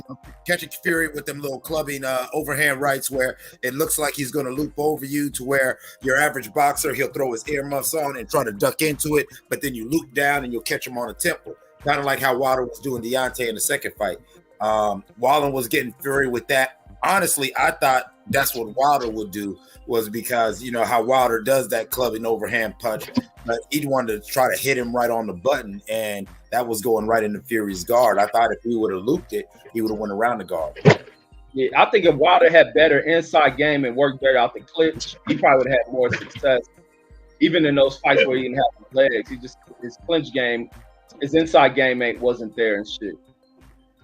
No, that's definitely evident. Like Fury was literally bullying him. Like I said, I'm confident in Usyk because like how Fury would grab him with this one and just be coming around and being able to do this shit, and Wilder would just let him. Wilder would let him get like 3 or 4 of them off before he would even try to get out the clinch or try to like, all right, I'm clinching, so let me hide my face in your neck, or you know what I'm saying, all the little things that you're supposed to do in the clinch to try to protect yourself instead of just being held with your head up here and this nigga can just keep hitting you with his free hand.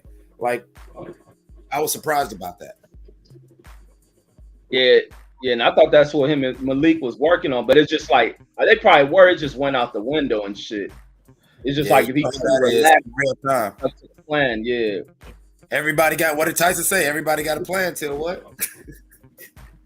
So they get hit.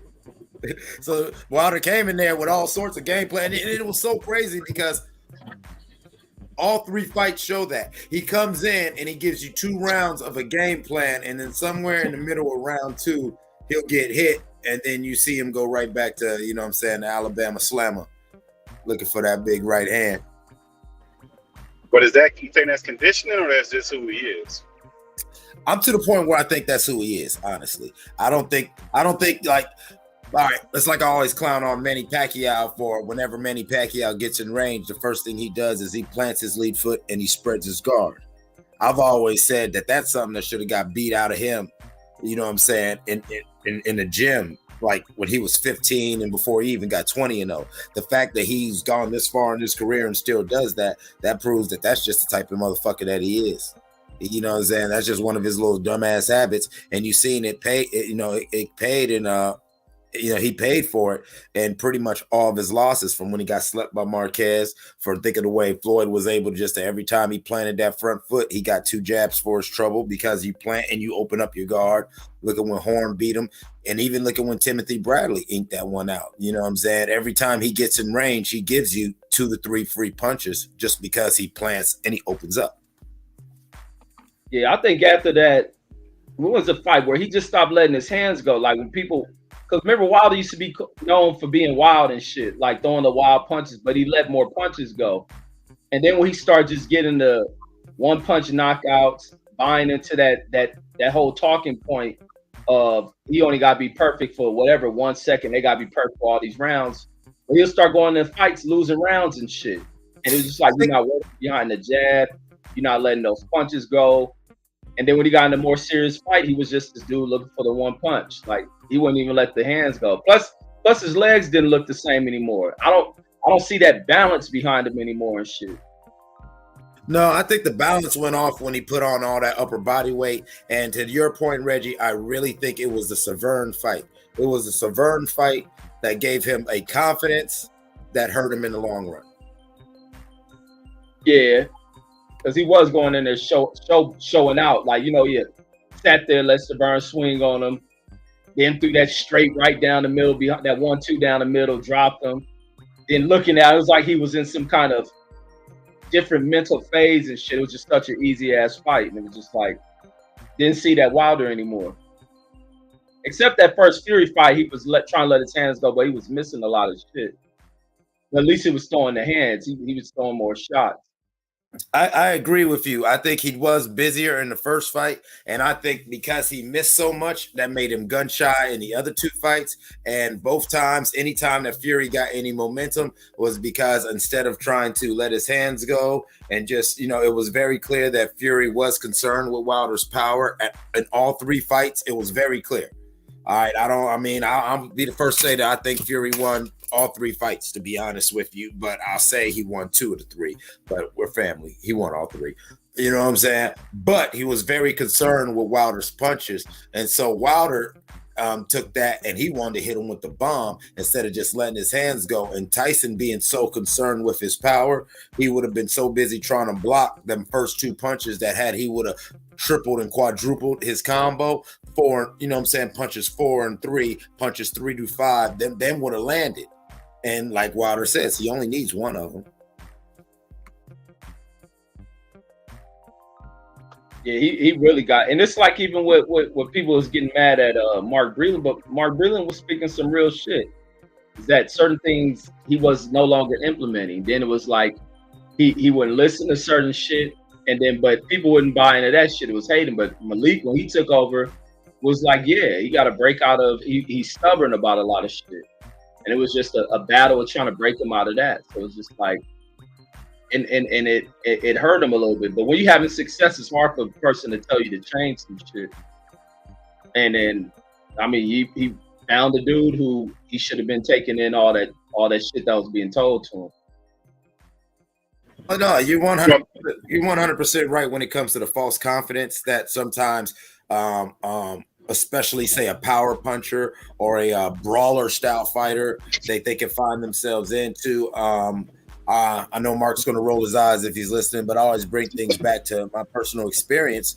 And I saw that in a lot of street cats. You know what I'm saying, Reg? You get them hood cats who they started getting a nice record running the hood fades where they can just sit there and just, wail on a nigga and do whatever. But when they found themselves, we started getting, saying a little out of high school and in college times where they're not just fighting niggas in the hood, they're fighting actually cats who know he don't smoke weed. No, he jogs. You know what I'm saying? No, he actually goes to a boxing gym. You actually got to be able to fight, not just be able to throw punches and land something nice. And you've seen a lot of them so-called street dudes who he was bad in the street, catching all sorts of L's because he's fighting against somebody where that one thing that he just put all of his stock into. No, you're gonna need more than that. But it's one thing. It's just more like, to me, I attribute that maybe it's more towards strategy because. It's not that many complete fighters in history. What would you guys consider like complete fighters that they're very complete? Joe Louis, Sugar Ray Robinson, Pernell Whitaker, I would say Marvin Hagler in his prime, Roy Jones before he kept jumping through weights. That's it. Yeah, it's not a lot of those dudes. That's what I'm saying. You don't get that many of those dudes per every decade.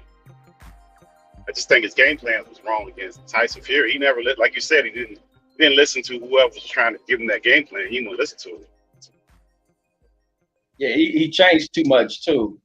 He did too much yielding to Tyson Fury. Y'all need to figure out what weight to be, doing this and that. Like just that thing of figuring out optimal weight. Like, no, you should have stayed with where you've been at. Yeah. Work on the other little skills you should have worked on and learned from the first fight. Well, Reggie, was that part of his training? The first fight he had, was that their plan going in? That was that the way? You know, if that was their plan going in? I honestly think was to go in there and knock Tyson the fuck out. I honestly think I don't think he really even had a strategy until the third fight. I really, as much as I love Deontay, when I think back of all three fights, I think this nigga really just thought he was gonna go in there and whoop a white boy. Oh, okay, yeah, that sounds about right. Yeah, it seemed like. That whole weight thing, that seemed like that should have been strategically done. That whole weight shit seemed like that's important. I never heard nobody say that that's part of our strategy. Because remember when Fury, that last fight, he looked like he was all big and he went to the Crunk gym and they said they was going to take the fight to him and everybody was looking at him like he was crazy. But that was his strategy. Yeah, that's crazy. And he threw that shit right at everybody and everybody took it like, nigga, please. He ain't coming at this big time puncher. Like they say sometimes you gotta bully the bully. And shit, Fury did exactly what Sugar Hill told everybody he was gonna do. Like, why would he be back up? I'm gonna tell y'all a true story, and I don't care whether you believe it or not. Kevin McBride, the white dude who beat Tyson, was training in Ohio. He had came to the Southern Park Mall in Boardman, which is the suburb of Youngstown. Me and my dude was working at the T-Mobile kiosk. Actually, we were the #1 selling kiosk in all of continental North America during the year 2004. Right. So, and he's, I noticed the big white dude. I'm noticing his size. He seems athletic, and I'm just talking shit because I'm trying to get the sale. And he says he boxed. So now I'm getting into my boxing spiel. I'm still in my early 20s, so me actually boxing myself is still like fresh in me. Like, you know what I'm saying? I'm only like 3 years away from actually boxing and doing amateur fights. And so I'm talking all this good shit. I'm proud as hell of Kelly because Kelly ain't got the belt yet, but Kelly's on his run. And like I said, I've been knowing and watching Kelly since he was a kid. Zach Page and Tony Hanshaw and Ichian from the area. Everybody was doing good. So I'm talking all this great shit because this white boy says he's a boxer. He's a heavyweight. Then he says he's about to fight Tyson. I'm like, your next fight's Tyson? Get the fuck out of here. He's like, yeah. He's worried about he's worried about he don't want to get knocked out. And he's just happy to be fighting a legend like Tyson. He's like, I know it's the end of his career. And I'm so mad at myself because in conversation, I gave him the cheat code. He did exactly what I told him. Just like Reggie said. I said, if you notice in all Tyson fights that he lost from Evander to Lennox. Yeah, we don't believe you. I don't give a fuck if you do. You know what I'm saying? I told Kev, I'm like, listen, all you got to do is remember that you're bigger than. I was like, remember, I'm 5'9". Tyson's barely my height or just a little taller. He's just wide. And you know what I'm saying? You got to keep that stick in Tyson's face. And even when you're moving backwards, you got to keep something in his face to remind him that, you know what I'm saying, you're the bigger person. And then that makes Tyson hesitate. And I think that is also what Tyson Fury did to Deontay Wilder. Going full circle. Hold up, Clips. I can't let you get that out. No, I told Kevin. I refuse to let you get that out.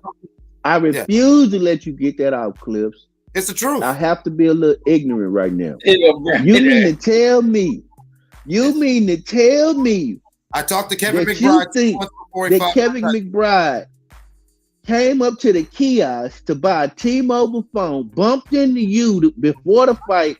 You gave him the game plan, and he went out and implemented your game plan. He did what I told him, and whether that was already Man, his if game you plan or don't, not, he did exactly that. He stayed on that jab, kept Tyson at bay, and that's just like when the McCall dude beat him and everything. You know what I'm saying? Anytime Tyson lost, we can actually pull up these fights and watch. As somebody who is not intimidated by him and then reminds Tyson with every time they plant their feet that I am taller and I am longer. Go Gadget. Hey, the crazy shit with Tyson is how small that motherfucker was, and how he put the fear of God in these big ass heavyweights. Well, now, Like in that's Tyson's defense, Tyson is wide. Tyson is like my older brother, only my older brother's a little taller than me. Tyson might be my height, maybe shorter, because I'm like 5'9", 5'9.25". I remember the thing that messed me up when we'd go out to Southington and watch Tyson train all the time. Southington being another rural suburb of Warren City, my hometown. You know what I'm saying? Like, Tyson is wide. Like, his hand, like, I remember his hand is like this much wider. Like, it's fucking crazy to where even though he's shorter, you know what I'm saying? Like, unless you're doing things like Lennox and like McBride did, where you're just keeping that reach out there, like, I'm taller than you, I'm taller than you. Sometimes standing next to him, his width makes you feel like you're smaller. Yeah, man, and that's crazy because my cousin had this homeboy. I don't know if that nigga was like an enforcer or something with my cousin, but he looked like Tyson. I think this dude tried, you know how some people look like someone and then really go to pushing, trying to be like an image. And I think that's how this dude was, because he was yoked the hell up, stayed locked up in prison and shit, but was known for knocking motherfuckers out. But it was crazy. Like, speaking of that, like, he was short ass, big, wide ass dude who tall motherfuckers feared, because what he was known for doing. He knock you out, he gonna beat the fuck out of you. Like, probably halfway try to kill you. But it was just like seeing that with Tyson, like how much shorter he is than some of these big ass heavyweights he done fought, is like that shit is like crazy. That people, that once you strike fear in someone, man, you got them from there. And that's what a lot of Tyson shit was off of. Striking exactly. fear. My first football coach, the one I always love and remember, not my first one, Coach Schaefer. He was so big at the mental aspect of sports. He would let us do things like, we would paint our face, because all the teams in our league were better than us. He would tell us straight up. He, like, at the beginning of the year, he had this thing where he'd name all the personal foul and all like that we had for the last season, and he'd be like, I want more. And his rule was he let us get away with fuckery as long as we didn't do it at crucial moments that fucked up the game. You feel what I'm saying? As long as we didn't break our momentum, he knew that was how we won games. We'd get into people's heads and fuck with them. And it's on the West Coast in the 90s. I'm sure you know what I'm talking about, Reggie. Like, he let us get on gangbang shit during the gang. Like, motherfucker might see walk in this end zone. Like, you know what I'm saying? Shit gets petty.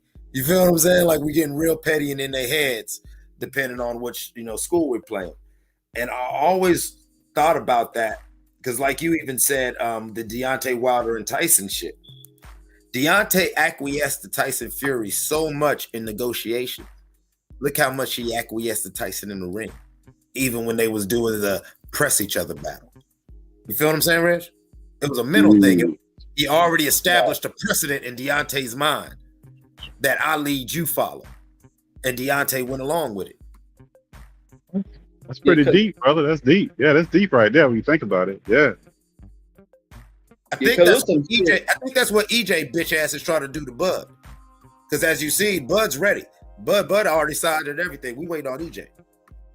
Because there was some shit I remember Kurt Anderson brought up in that fight where when Wilder pushed him, and he was saying, I always thought Wilder shoved the hell out of Fury, but he was also saying that Fury showed when he like shoved. They was talking about like how he shoved Wilder across after Wilder pushed him. It was like he showed like how much stronger he was than Wilder from that moment. Let him know like you won't be like, I have no fear of you at this moment. Like, when in the ring and still displayed that shit. That's crazy. That's crazy. Yeah, that's crazy you brought that up, because now that you bring it up, I'm thinking about that. Yeah, Wilder pushed him first and he went back like 2 steps, but Fury pushed Wilder and Wilder damn near fell over. And it was kind of how Fury did push Wilder. It wasn't like he planted his foot. It was just a straight arm push like little nigga. Yeah. And they was like highlighting that. It was like showing how strong he really was. But folks, I'm gonna get ready to get off. I'm gonna be in the chat so I can get up in the morning. All right, Rich. All right, I'm in the chat. I'm listening to our pass out. Okay, it's all good. And Reggie, somebody timestamp this. If you want to fact check me on the Kevin McBride thing, you know what I'm saying? A good way to fact check is ask yourself if you can look up where he did his training camp before the fight. He was in Ohio. No, I believe that shit. That's Brandon crazy ass. No, he was in Ohio. A lot of these boxers be in Ohio training, believe it or not. And you know what I'm saying? Like, yeah, Boardman is like, if you're not in Cleveland or Akron, the Boardman Mall is one of the nicer malls where, yeah, if you're anywhere in this area, in the gyms in Columbiana, like Kelly got now, and all that in the rural areas, you come out to Boardman to go shop. And it was a chance encounter, and I never forget, I was so fucking mad at myself when I saw that same white boy knock Mike Tyson out on ESPN on the replay because I didn't even catch the fight.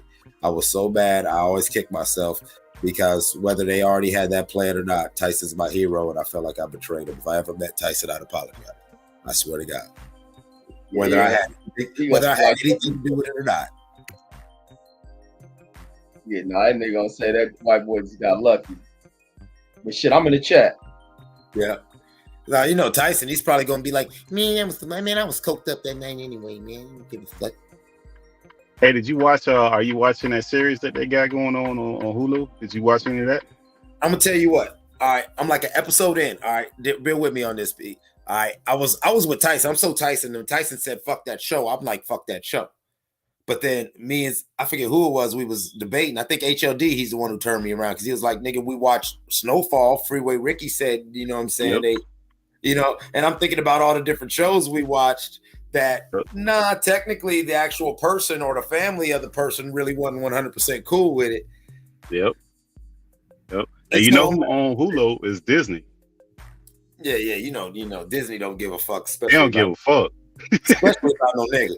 You know what I'm saying? Especially about no nigga. You know what I'm saying? They're gonna tell your black ass, kid, shut up. And then they go, if black Americans got a problem, they'll fill that goddamn cast full of British actors. Yeah. But how you feel about it? Because I like the series. The series itself, like I'm pretty much at the last one. I like the way that they taking it. It's not too overbearing. They kind of glossed over some shit when it came to that rape shit. But I mean, it's I like the series, me personally. The first episode was very riveting. I'll probably watch it again before I go into the second one because full disclosure, I did watch it. You know, I work nights and I'd be working like it was one of them weird days where I was like all the days were blended together. So I remember it, but it's like as far as any scene that I could be like, oh yeah, outside them initial scenes, like it showing his childhood, like I like that how the kid killed his pigeon and that's when he finally snapped and fought back for the first time. That was kind of crazy, and I can see that. It's well written. It's written really well, and whoever that actor is, he like even though he don't look like Tyson, you feel like that's Tyson. Whoever that dude that's playing that character. Well, so I think it's a good show. Yeah, I feel like what he did is what like Shamik Moore did on the Wu-Tang thing as far as Raekwon. He looks nothing like fucking Raekwon whatsoever. Even when Raekwon was young and skinnier, you know, not as pudgy, you know what I'm saying, or whatever. He looks nothing like him, but his mannerisms, his voice isn't even like Raekwon, but the mannerisms is so on point that I just run with it. Yeah, he got him. I mean, he got them down pat, man. And the script ain't no bullshit. That's a good ass script. The way they tie everything in together and they kind of keep all the parts moving. I mean, of course, them documentaries, it's hard to keep all that stuff going together and happen over somebody's entire life, Mixed man. up a lot of stuff with the Wu story. See, I'm a Wu baby, so I know that shit. To where there were some elements I didn't know, but they were like, you know, the fact that they lowered the number of RZA's brothers and sisters, and so some of the shit that's going on is like, you know, Divine's character is Divine and a couple other brothers. The RZA's younger brother, that's supposed to be Ninth Prince, plus the two other younger brothers that don't rap. You feel what I'm saying? Type shit. And the sister is a combination of three of their four sisters. So, you know what I'm saying? Like, me knowing that and watching the show was like, wow. But what really bugged me out, I always knew that Raekwon and Ghostface in high school were like didn't like each other. Like, they fought often, and, you know, I heard the stories of they had shootouts against each other and shit like that before RZA really made them start dealing with each other. I had no idea that Raekwon actually shot up that nigga's house. Damn, when it was on, that's some, man. Like I always tell me that. But that's a good quality, because guess who do that? Them white folks and who people get money, they can hate each other's gut, but we finna get some money together. We can put that shit to the side. Man, no, that's what man. I'm with you. Like, yeah, that's a great quality. Like that's a lot. Like, I don't know if I got that sort of forgiveness. I'm gonna be honest with you. I don't know if I got that in me. you shot up the gate. Yeah, but that could be some Hatfield and McCoy shit where motherfucking mad they don't even know what the fuck they mad about. That shit happen all the time. No, remember what Raekwon said to him when he was apologizing in the show. It's like we wasn't shooting. I really wasn't shooting at you. I was shooting at the idea of you because Park Hill and Stapleton were the rival hoods in Staten Island, and Be Nice, which was what Ghostface everyone called Ghostface. You know what I'm saying? You know, Dennis he really was a monster out there. You know, when he was younger. You know what I'm saying? He really was from a young age one of them niggas. That's why they are doing him right in the show because it was like Divine and Ghost were them Park Hill niggas that were just monsters. You feel what I'm saying? And then Power and Ray and them niggas was just crazy out there in Park Hill. Like Power still is Power to this day. Like a lot of people don't. That's why I love Power because most people don't even know who Power is. Like I'll be honest with you. Like some of my favorite cats in hip hop are cats like Power.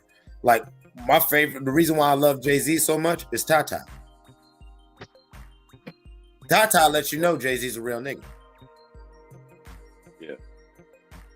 To have a nigga that's solid, be at your side the whole time, and he's so content that he don't ever want no spotlight. He don't ever want whatever because he's cool with you repping him and he's cool with y'all relationship. Let you know that whatever you can say about Jay, he's solid. Well, who is Tata? Because I'm one of the people who don't know who that is. Tata, that little nigga. You gotta watch some of JJ's earlier stuff or earlier documentaries. He's always mentioned him. Tata. Tata is this little nigga, and he's a legendary. You know what I'm saying? Real Brooklyn. It's like Jay-Z's other homeboy, Emory Jones. You know what I'm saying? Like, yeah, these are cats. You know, if you lived a certain lifestyle, you know their name. And outside of that, it's Jay-Z references. And the fact that these dudes have never left that man's side, and that man's there's never been no daylight whatsoever. Like I always said, AZ's loyalty kind of hurt his career. AZ was such a loyal and real nigga to Nas that there were different times, especially when Nas's career, where AZ probably could have moved away from Nas and tried to do his own thing. And people would actually recognize the monster and the lyrical god that he is. But AZ's such a real Brooklyn nigga. No, that's his man. You know what I'm saying? That's Escobar, I'm Sosa. You feel what I'm saying? And they played their positions, and they never, until this day, like all these years down the road, and them niggas have never deviated from the script. Well, they probably because they got a real bond. They probably got a serious bond. All these people you talking about, like, 'cause some things it's not that important to you. Because like as we get older. Like, you're not going to find too many brothers you can actually talk to and disagree with and fight, and y'all still cool, and no matter what, if you need something, you know he going to be there for you. There ain't that many solid dudes walking around here.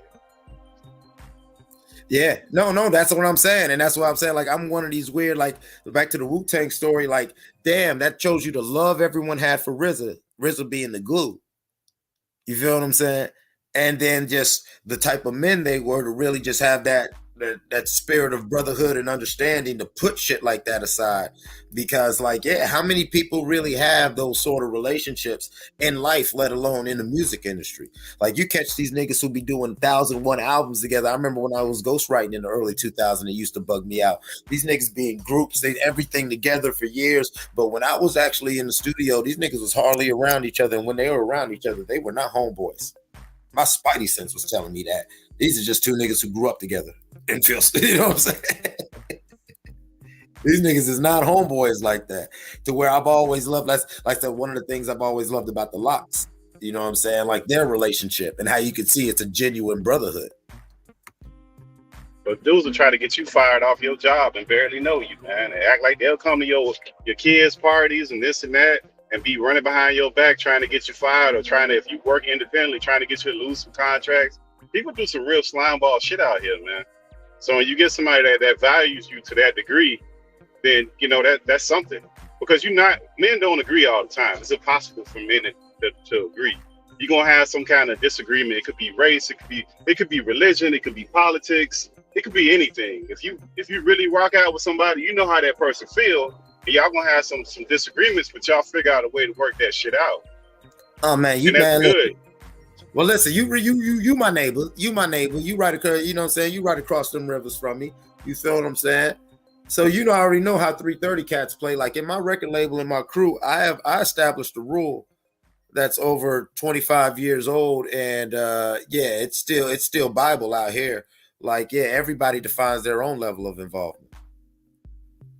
You know what I'm saying? If you're my brother, you're my brother. I ain't mad at you, even if we got to go to the yard and work it out. You know what I'm saying? You know, the way, you know, we allow everybody to express themselves. It's a round table. You know, I tell people all day it's a table of kings, not just because, you know what I'm saying, I sit as, you know what I'm saying, I sit as chairman of the board of the company. Doesn't mean I'm better or over anybody. You feel what I'm saying? Like, it's nah. Yeah. You know what I'm saying? You can gotta tell be a lot. Go Go ahead. No, I was gonna say you can tell a lot about a person when they can have people around them that don't agree with them and they still cool with them. You know what I mean? Like you can tell a lot about a person when they got to have everybody agree with them. If not, they just jump off the dive board and go in the deep end and you a fuck nigga and this, that, and the third. If you do all that, that shows a level of immaturity where you just can't have a disagreement. You gotta have everybody. You're not gonna progress like that because sometimes people bring stuff to your attention that everybody look at stuff different. So they might just be looking at it a different way. They don't make you right them wrong. It's just they looking at shit different. That's just what it is. Well, I've said 1,000 times, and I know, you know, in my time on the neighborhood, a lot of people, they think they know me. They don't know shit. You know what I'm saying?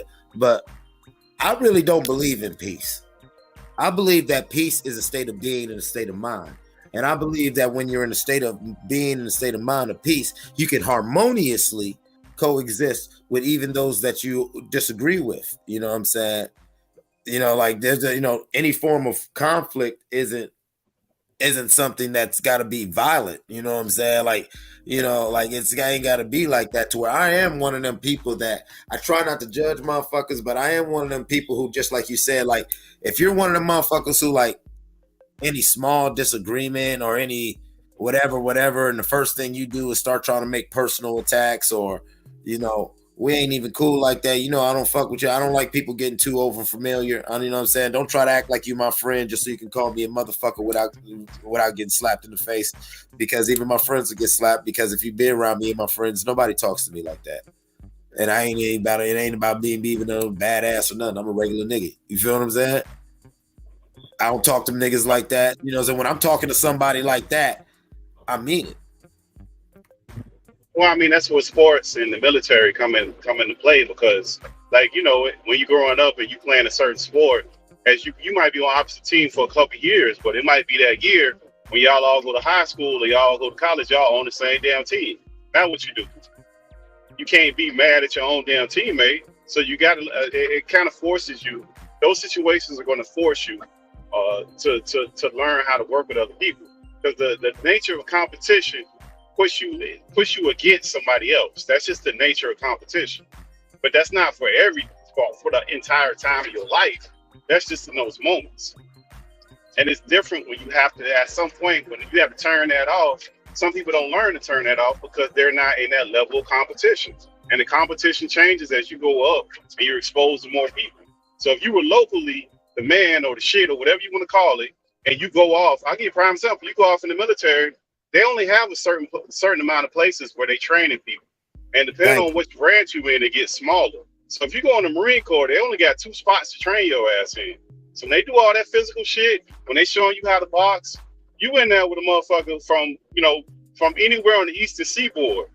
So you might have been the man where you was from, but they always got somebody. And what they'll do, exactly. Yeah, you might have been the man in Pittsburgh, but now there's this dude in Philly. Yeah. No, and then what they'll do it on purpose. So if they know you finna whoop the shit out of somebody and they want to get at you, they'll put it. Ain't no way the journal starters, all them people running that shit. So they give you those doses of reality that somebody a little bit stronger, always a little bit faster. It's always gonna be that. Well, especially if you're a Marine, you know, Marines is all about adapt and overcome, you know what I'm saying? So they're going to definitely, you know, build you up and break you down and build you up in that model. And so I agree with you 100%. Because like to my... go ahead. Go ahead. No, I was going to say I was in the Corps and I know how that stuff goes. Yeah, go ahead. Finish off. Go ahead. My thought is, like I said, like, I don't believe in peace. Because I believe that people who seek peace cause war and conflict. because you are trying to, whether you realize it or not, you are trying to impose your perspective and your perception of peace onto somebody else. You are not at truly a peace of mind and in a state of peace with yourself, because if you truly were, I could say, you know what, that's how Pittsburgh T feels. Fuck it. You feel what I'm saying? I don't feel 100% right. If I'm truly at peace, I don't feel a need to compel you into agreement or compliance with my paradigms. Because I understand that my paradigms are mine. Feel me? But I think it's maturity that go with that too. And everybody mature at a different age. So maturity lets you know that you're not going to agree with everybody on everything. But some core shit that people do that's fucked up, you're not going to deal with them. Like, we could disagree about what I think is a fly car or a nice car, but we're not going to disagree on certain shit, right? The core shit is what, and everybody core shit is different. And that changes and fluctuates. Well, I don't know. See, like me, anyone who really knows me knows I'm a rook. You know what I'm saying? In the words of Bill Russell and the great Kobe Bryant, I draw a line within myself. There's certain lines that I have that I don't cross, and I'll be goddamned if anyone crosses it. I don't give a fuck if you Jesus. You feel what I'm saying? Me and you gonna have problems. I don't give a fuck about right or wrong. I'm more focused on integrity, because I believe right or wrong is so subjective. You know what I'm saying? In a weird way, my God is necessity. Because I believe that, you know what I'm saying, what's necessary is never secondary to nothing and no one. And if you feel it necessary, you'll do the most heinous, most fucked up shit.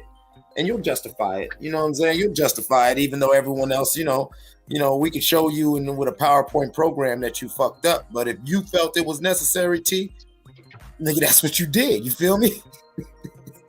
I mean, but I wouldn't have to me personally, look, this as you get, this is how I feel about it. As you get older, what we thought was important, and you get older, because remember, when we're kids, we're programmed from our parents. And as we get to be, adolescents and then young adults, we start figuring out some of the shit that we was taught. Our parents might have meant well, but that shit wasn't correct. Yeah. Like I always tell people, everyone be like I'm on some women hating shit, when I'm just like, I could speak her firsthand for my mama. Sometimes mamas be on bullshit. Sometimes daddies be on bullshit. And as we as a people, like I always say, we have no problem saying daddy wasn't shit, daddy wasn't around. But as a black culture, how many of us really say mom was on bullshit? And we normally wonder why black women, there's such a disconnect between black women and black men. It's because pretty much since goddamn the 50s and late 40s, we have given them an all-purpose pass because that's how she feels, and a woman's prerogative. Well, no, like I tell people, if you look at a lot of black families, a lot of people's motherfucking big mamas and grandmamas ain't nothing but a 70-year-old mean-ass little girl who's still mentally and emotionally in fucking middle school or high school. Come on now, let's talk about it. Depends on the man that they was with. Depend on the man too. Depend on what type of man. That's what I'm saying. And we don't talk about it. You're right. So that's after the fact, because most of the time, big mama around, daddy gone, granddaddy gone. So only person there is big mama. When you go to that house, granddaddy usually ain't there. You normally gonna see granddaddy gone, dead long time ago. He ain't just dead. He been. Only thing you remember is a small, faint memory of him being like a little kid. You don't have no granddad was. By the time I was 6 years old, my granddad was gone. You know what I'm saying? He did, got all his money hustling, but granddaddy was dead. You know what I'm saying? Nana doing whatever Nana do. And you know what I'm saying? And because it's now everything's on Nana, she the queen, you know what I'm saying? And she literally is the, you know what I'm saying? She literally is the, chiefess of, I'm Native American. She's the chiefess of the Ohio clan. Like me and my son was laughing 2 weeks ago when he just asked a question, and we both scratched our heads for 20 minutes thinking about it. I have never once seen my grandmother show deference to anybody. Like, you know what I'm saying? Like, she'll tell us to address somebody as Mr., but you know what I'm saying? It'll be like, say your name, Pittsburgh T, say your name's Tommy. It'll be like, all right, kids, this is Mr. Tommy, say hello. But she'll talk to you like, Tommy. And you'll be like, yeah, my grandma's name Hiawatha. Yes, Miss Watha. Yes, you know what I'm saying? Whatever. Like everybody. Because she really, that's probably why I got my grandma's real fucked up. Like my grandma a gangster. I love her to death. You know what I'm saying? But yeah, she doesn't respect nothing. But you better respect her. Type shit. Well, but I think that's where the youth now where we go wrong, because a lot of these young folks, they're not getting in they're not getting in sports on the level that we were, because a lot of them, and it's not necessarily all their fault, because a lot of these parents don't want to put their kids in it because they're in fear for different reasons. So you don't have, it ain't even about the kid going to the NFL or the NBA or the whatever pro league. It's about them having that level of competition and getting that structure. A lot of these kids don't have that, you know, and then that hinders them later. Even karate, swimming, judo, whatever you want to put them in, those following rules and having consequences behind that outside of your household without somebody threatening your damn life, you should be able to do that just to be a functioning member of society. And that kind of hinders these folks. No, I agree with you 100,000 million %, because I'm a firm believer in rites of passage and the necessity of certain rites of passage to a functioning society. And I believe that is why it was very essential during the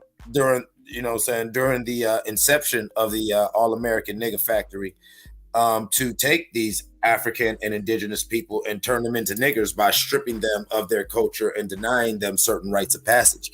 At certain times when we've had this gender war thing, people don't understand why I get so, because nobody thinks about, like, name a black man, whether you're in a good relationship or not.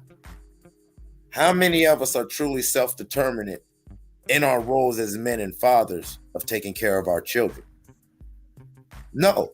Because how laws are and how society is, we are at the mercy and the whims of whatever prerogative or what the woman is on. And sometimes these women may be wrong. Sometimes they might be right, but they are denying you that right as a parent of having a true say-so.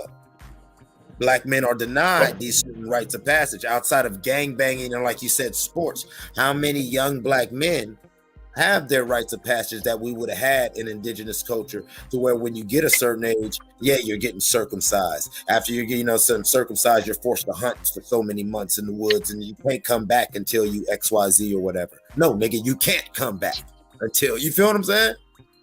We don't do that. I tell you what, I'm gonna say something controversial. I know people ain't gonna really agree with, but I'm gonna say it anyways. If we went back to the point where parents were choosing who their mate was going to be for the kids, we'd be in a lot better situations than you going out there messing with Tina with the big booty, and you got 3 kids later, you figured out she ain't shit and she don't want to work nowhere. I bet you your parents wouldn't have made that mistake. I agree with you 1,000%. I'm living proof. I didn't get with neither of my baby moms for whatever, but when I saw the red flags, it was already too late. And then too young.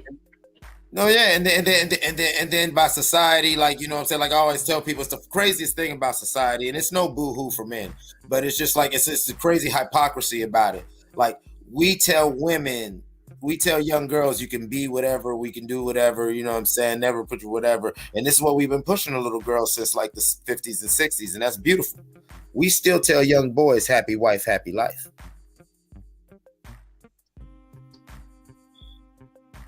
And you wonder why you get all this beta male activity, all this dirty macking, motherfuckers do the most, you know what I'm saying?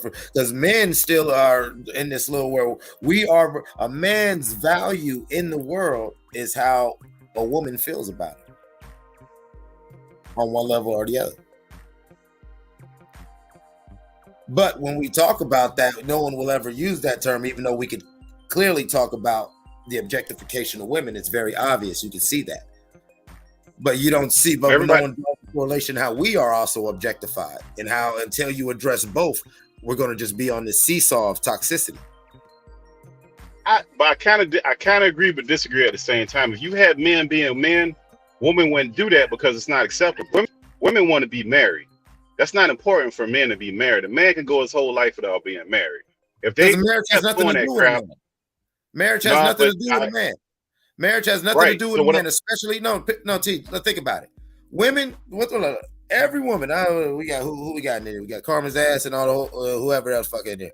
You know what I'm saying? Any woman who says she want to get married, she says she's traditional. She gonna bring up some shit in the Bible or the Quran. I've said it once. I said it 1,000 times. Name a nigga in the history of American niggerdom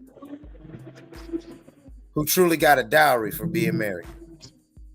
Well, I mean, my point was that, like, if they got out there, because that's their desire, if that's their desire and they get out here in the marketplace and they can't find a mate, they'll change. But as long as you got dudes out here simping, as long as you got dudes idolizing women, that's never going to change because they're getting what they want out of the dating pool.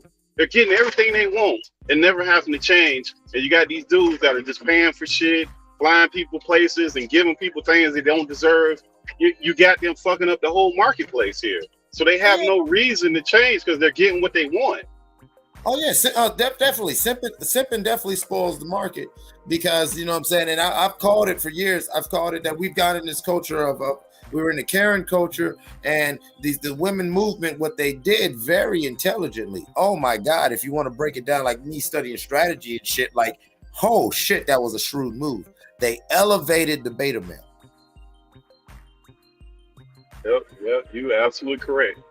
And so now the construct, then what somebody would really, the textbook definitions of beta male bullshit in the past 25 years have been, that's a good man. That's a real man.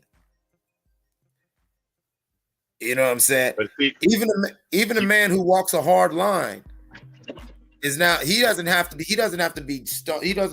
ignoring her voice. He doesn't have to be muting her opinion. But a man who walks a hard line, and when he says, hey, okay, this is what it is, boop de boop, blah, blah, blah, and he sticks to it. If he doesn't bounce and wiggle to her whims, he's viewed as toxic and controlling. Tell me if I'm lying. No, you're not lying, but he has to establish that from the beginning. You can't spring that shit on nobody. It doesn't matter. Yeah. The minute she cries foul, like I said, we're living in a day where, like I'm so scared for my son and all my youngest because it's like, damn, to be a teen or in my 20s, this has got to be scary. I could interact with a female, just a basic ha conversation. And months, even years after the fact, she can literally just say she was uncomfortable. Not only will I have to deal with that stigma and whatever, but if I am not so self-deprecating, if I am not so meek and whatever in my defense of myself, I'm viewed as shaming her. I'm viewed as a monster. I might just lose the case anyway because you can't say the bitch is lying because now you're a pig. Meanwhile, she clearly, look at even Johnny Depp and Amber Heard. Johnny Depp proved that this bitch was lying, but Johnny Depp still can't spike the motherfucking football and do the icky shuffle. Yeah, you hitting on some stuff. Yeah, you absolutely correct in everything you're saying. But I think like when you get older, I think you got more confidence to do what we're saying. When you're a younger man, you're unsure, you don't see the way. Like that's what you're getting force fed by the media. So what it's a symptom of the things that they're being fed from a lot of different sources. It's the elevation of the beta male, and then especially as black men, we don't have men around us, and we are raised by women who are conditionally and systematically raised not to respect men at all. They have fucked up ideas. Think about it. They don't have no man around them really. So they have this, they have 9 out of 10, they mamas and they aunties or whoever who probably ain't got never a successful relationship in their life, telling them what they need to do and what a man need to be. So they already fucked up in the sauce. Not to mention they young, they whatever. And on top of that, Western society has given them every incentive to not only bedwench, but go ahead and do some mahogany shit where they are basically the Jezebelian spirit. You know, they really think that promiscuity is somehow empowerment. Listen, I love a freaky bitch shit. I made 4 years of my life, I was a real deal pimp. That's how I made my money. I'm not proud. I'm not, you know what I'm saying, ashamed to say. But that's always, that's being promoted though. That's that's what I'm saying. So from the Jezebelian spirit, as they would say in Christian terms, that spirit is conflated with women's empowerment and a woman being independent and a woman being, you know what I'm saying, empowered. That is not empowerment. Sexual expression is a form, an expression of somebody empowered, but just because you running around popping your pussy and getting paid for it, that doesn't mean you're a boss bitch. Because I don't know, I was raised by pimps. Like I said, boss bitches were the madams. who weren't fucking You nothing. can't name one rapper that don't do that. One female rapper, you can't name one of them that don't do that. Exactly. I don't know. I mean, there are some. I mean, I could think about it, but like as far as like, you know, Remy Ma and all like that, but they don't get the commercial success that they need. And that's what always pissed me off, because outside of Little Kim's first album, and she still didn't truly embody that, I have yet to see very few female rappers truly talk like a real boss bitch, like from the aspect of a madam, other than they were a high-paid hoe who was feeling herself. That's what most of these rap, and that's why most of these women emulate. They really think that that is hot. Just like I tell any man, once you get past 24, 25, balling on a bitch, you a sucker. If you balling on a bitch past 24, 25, you a sucker. I don't care if it's me or anybody. Any female who really feel it is someone else's obligation to pay her bills or whatever is not an adult and not worthy of any real man or any real worthwhile relationship. Even a kept female should have a sense of industry and a sense of, you know what I'm saying, true agency. That's just me.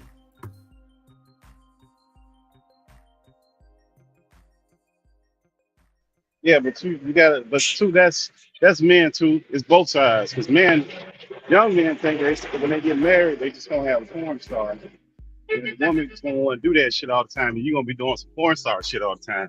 Not all the other shit that go with it. That goes with communication. We done just warped this shit. Yeah, we done warped the whole relationship shit. I wasn't got even warped. talking about sex though. I was talking about No, I'm just adding to what you're saying. I'm not going against you. I'm just adding to what you're saying. yeah. I'm not going against what you're saying. I'm not disagreeing with you. Oh no, T, I just didn't want to get it to that layer yet. I just want to stick on the basic financial. You're an adult. You're an adult. X, Y, Y, to where even if you ain't the motherfucker, you ain't the number one breadwinner, you know what I'm saying? Even if you ain't working, you know what I'm saying? Like, it just killed me because it's like, as somebody like me who own different businesses, right? Throughout the years, I've had several girlfriends who would always want to expect this or that. But a simple thing of, okay, well, since you're really not bringing in this, while I'm at work, why don't you handle this aspect of my other business to make sure that this other income stream, this other revenue stream is coming in. That way, not only things are taken care of, but I got the extra so you can just fall back and take care of the house. So you can be this kept woman. You feel me? That in my mind, that sounds like, okay, that makes sense. You have no idea. You have no idea how many people will fight me. They act like I'm fucking with them, like I'm whatever. And it's like, yo, you gotta at least help with something. If I went up on some hunter and gatherer shit, if I went and killed this motherfucking deer and bring it back, you telling me you can't even skin it and prepare this motherfucker and cook it? You can't even do that? Really? Yeah, I mean, but marriages now, they told you it's a business. It's a relationship that's emotional and physical. It's also a business partnership too, because when you're asking a divorce, you splitting everything.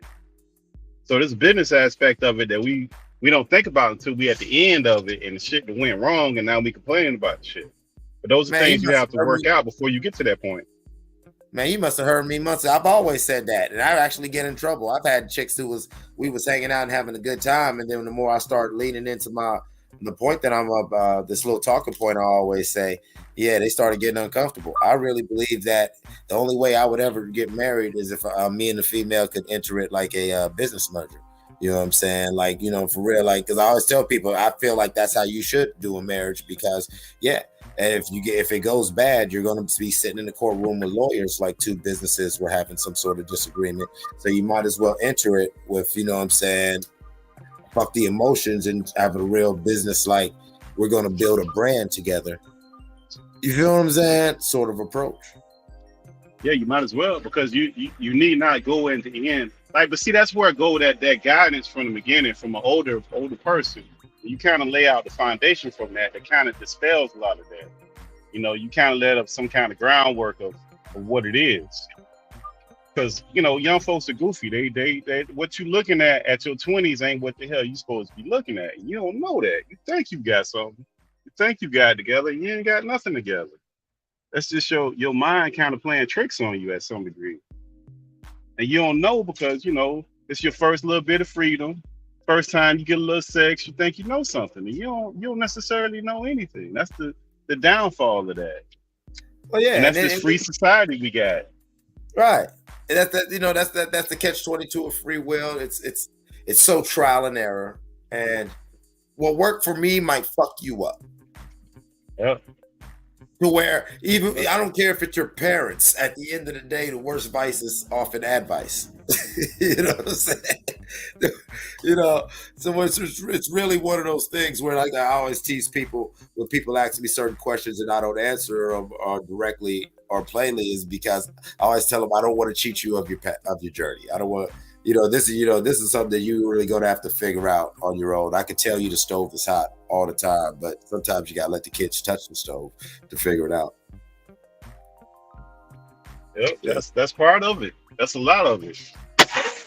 That's a huge part of it. But that's part of the society itself as a whole. That's what I'm saying. Like, our society as a whole, the way that we set up stuff and we just let people go out there and fail and think that's just the way it's supposed to be. That ain't how that shit's supposed to be. You're supposed to be setting people up for failure. I agree with that. I agree. Like, I was never coddled. I grew up real fucked up. And I'm thankful for that because, what I'm saying, it made me who I am. And I do agree with you, though, so much that is a problem with society. I believe that people don't value relationships. People don't value other people. And we are, what I'm saying? We will sit there and watch that person walk off a cliff. We will not say, hey, stop. We will not whatever. We will actually tap our friend and say, look, this nigga about to fall. Watch this shit. Watch this shit. You feel what I'm saying? Like, we're really in an apathetic place to where I really, like, that's one of the things I have an aversion to in most people. Anybody who's just, like I said, you get real dismissive, or if you're one of these people who, like you were saying earlier, the minute you feel any sort of disagreement or whatever, it's straight to, Pittsburgh T, you motherfucker, blah, blah, blah. And you start making personal attacks. Well, then, that's when I show my ignorant side. And it's like, fuck you and fuck your mama and fuck that bitch ass grandmama. And you come from a long line of bitches. And I just get real disrespectful because I just don't even give fuck no more. You know what I'm saying? Because I already know where it goes. I'm the type of person, when you show me that you're like that, I get it. But think about it too, like this: like, most people on those higher levels of corporate America, or even having their own business, if you're not married, you can only go so far with them. That does have effect with business deals. That does have an effect with you moving up the ladder. Well, that also goes back to while women talk about gender equalities and gender paradigms, that also goes back to that. A man cannot be single past a certain age in his 40s. People are looking at you like you weird or you whatever, and it's like, okay. You know what I'm saying? Women, if they're single, and they have their stigma about it. I'm not acting like there is no stigma for women, but it's like, yeah, there are those things where you, even in corporate world, like, say, if I was running for politics, you're about 45, 51, and you're running for politics and you some single nigga. You ain't going nowhere with that. That ain't happening. And, or if you like a certain kind of woman. Yeah, and you really could be just a single dude. You don't have to be gay. You don't have to be, you don't have to be out here knocking them down. You could actually just be a dude who say, you know what, for whatever reason, he found himself single in his 50s and he's keyed in and real passionate about politics. It would be a hard sell to get you on a national ticket. Another one, if you do interracial relationships, you're gonna have a hard problem too. Oh no, because if it's a woman of color and a white man, it'll be awesome. Hispanic, no, I'm talking about. Well, let me reframe that. If it's a man, if it's a white man and he's dating a black woman, he gonna have some problems. It ain't the same it's gonna be situation. just fine. Y'all don't understand. Bad witching is what America all about. Why you think they got Kamala's bitch ass in there? They love that shit. Look at Ketanji Jackson Brown, got her ass to the Supreme Court. They love seeing, something proud and something, real ethnic and exotic hugged up on Connor or Aiden. It's awesome. Yeah, but the man is still the The man is still the more dominant person. It's not the other way around. The woman is the one exactly. But they love promoting that. That's what I call the mahogany. That's what I call the mahogany culture. Like Diana Ross, she, you know what I'm saying? You know, Billy D cleaned her up. Billy D was that nigga that was always there. But yeah, as soon as that white boy with some money came, you know what I'm saying? She's gone and she's out modeling, getting fucked up off drugs, and Billy D got to find her somewhere, fucked off and stanking, get the bitch and clean her up again. And no matter what, all it takes is a little white boy with a little power and money. That bitch gone. Well, that's always been a society because prostitutes been around since the beginning of dawn, and it's countless stories of men getting a prostitute and cleaning her right on up and marrying her. That don't happen on the other way. Oh yeah, hell no. And that also goes. It ain't happen the other way. Oh yeah. That goes back to like Chris Rock said. You know, a man is valued by, you feel what I'm saying, what he does, you know, what he does, what he provides, what he whatever. While a woman is just supposed to be valued as being a woman, which is, I guess, how it is. But you know what I'm saying? I do find that funny sometimes because I believe that when you build a society with those sort of ideologies, you subconsciously put things in everyone's mind. You feel what I'm saying? You know, you naturally would get a fuck a bitch culture from a certain percentage of men, because they feel unappreciated, they feel whatever, they feel, and then anytime they speak about it, it's all be a man. So, you know, now they go extra macho, and now it's like really like, you know, a real closed off, you know, kind of that 1950s man that, you know what I'm saying, that emotionally detached. You know, that's how you would develop that. And it's like, I believe it's like, you know what I'm saying, like it's a self-fulfilling prophecy right now how we got it. Like, I feel like our society's in a place where we're in a real dangerous place for our species. We already have normalized lesbians just going and making a baby for whatever. My dude, Mr. Research, who Reggie chased off, you feel what I'm saying? He already showed us that, yeah, a dude could just spend $30,000 and get him a surrogate, whatever, and he ain't got to deal with no baby mama drama because he bought that baby cash. $30,000 is cheap as fuck as according to what you gonna spend on child support or whatever like that. We in a weird place. Yeah, go ahead, keep cooking, brother. I'm parking this trailer here. Oh, you good? But like I think about it, we're in a weird place, and especially as we're allowing the youngest to now, you know what I'm saying, question the very concept of gender. Because we're gonna you know what I'm saying, and everything. We are in a place where, yeah, you might get a very big divide between men, women, or whatever is gender fluid, and the human species might get weird because we might start, as technology and everything, we might rely more on these test tubes than the old-fashioned way.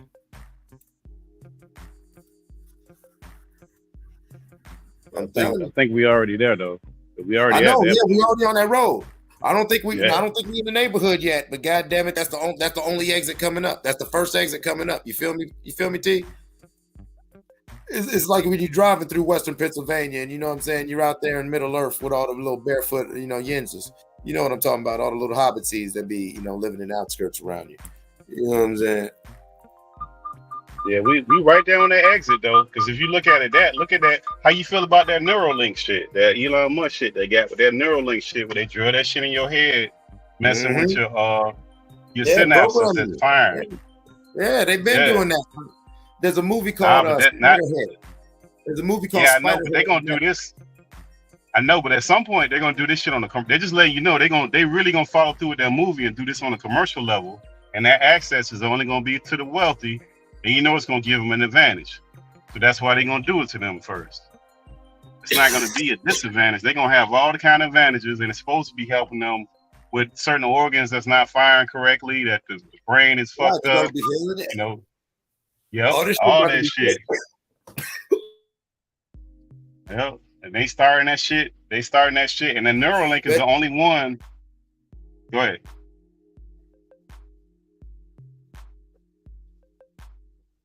Yeah, the Neuralink is the only one that's being implanted on that level, where it's actually embedded in you on the level where it can have that kind of effect.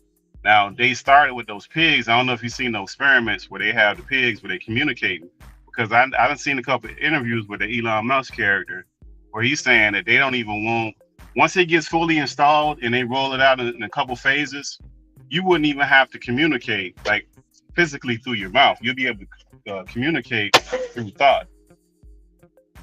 So they own some other shit, man. It's always in phases, just like this metaverse shit that they about to start rolling down in a couple years. They had to change the internet to get us to 5.0, 5G, and then they're gonna get us to the 6G by the time it's shit all the way fully where they can get everything rolling. They roll everything out in phases, and it's years in advance. And we just touching the tip of that shit. They have it already ready, set up. They just got to roll it out slow so they can profit from that shit.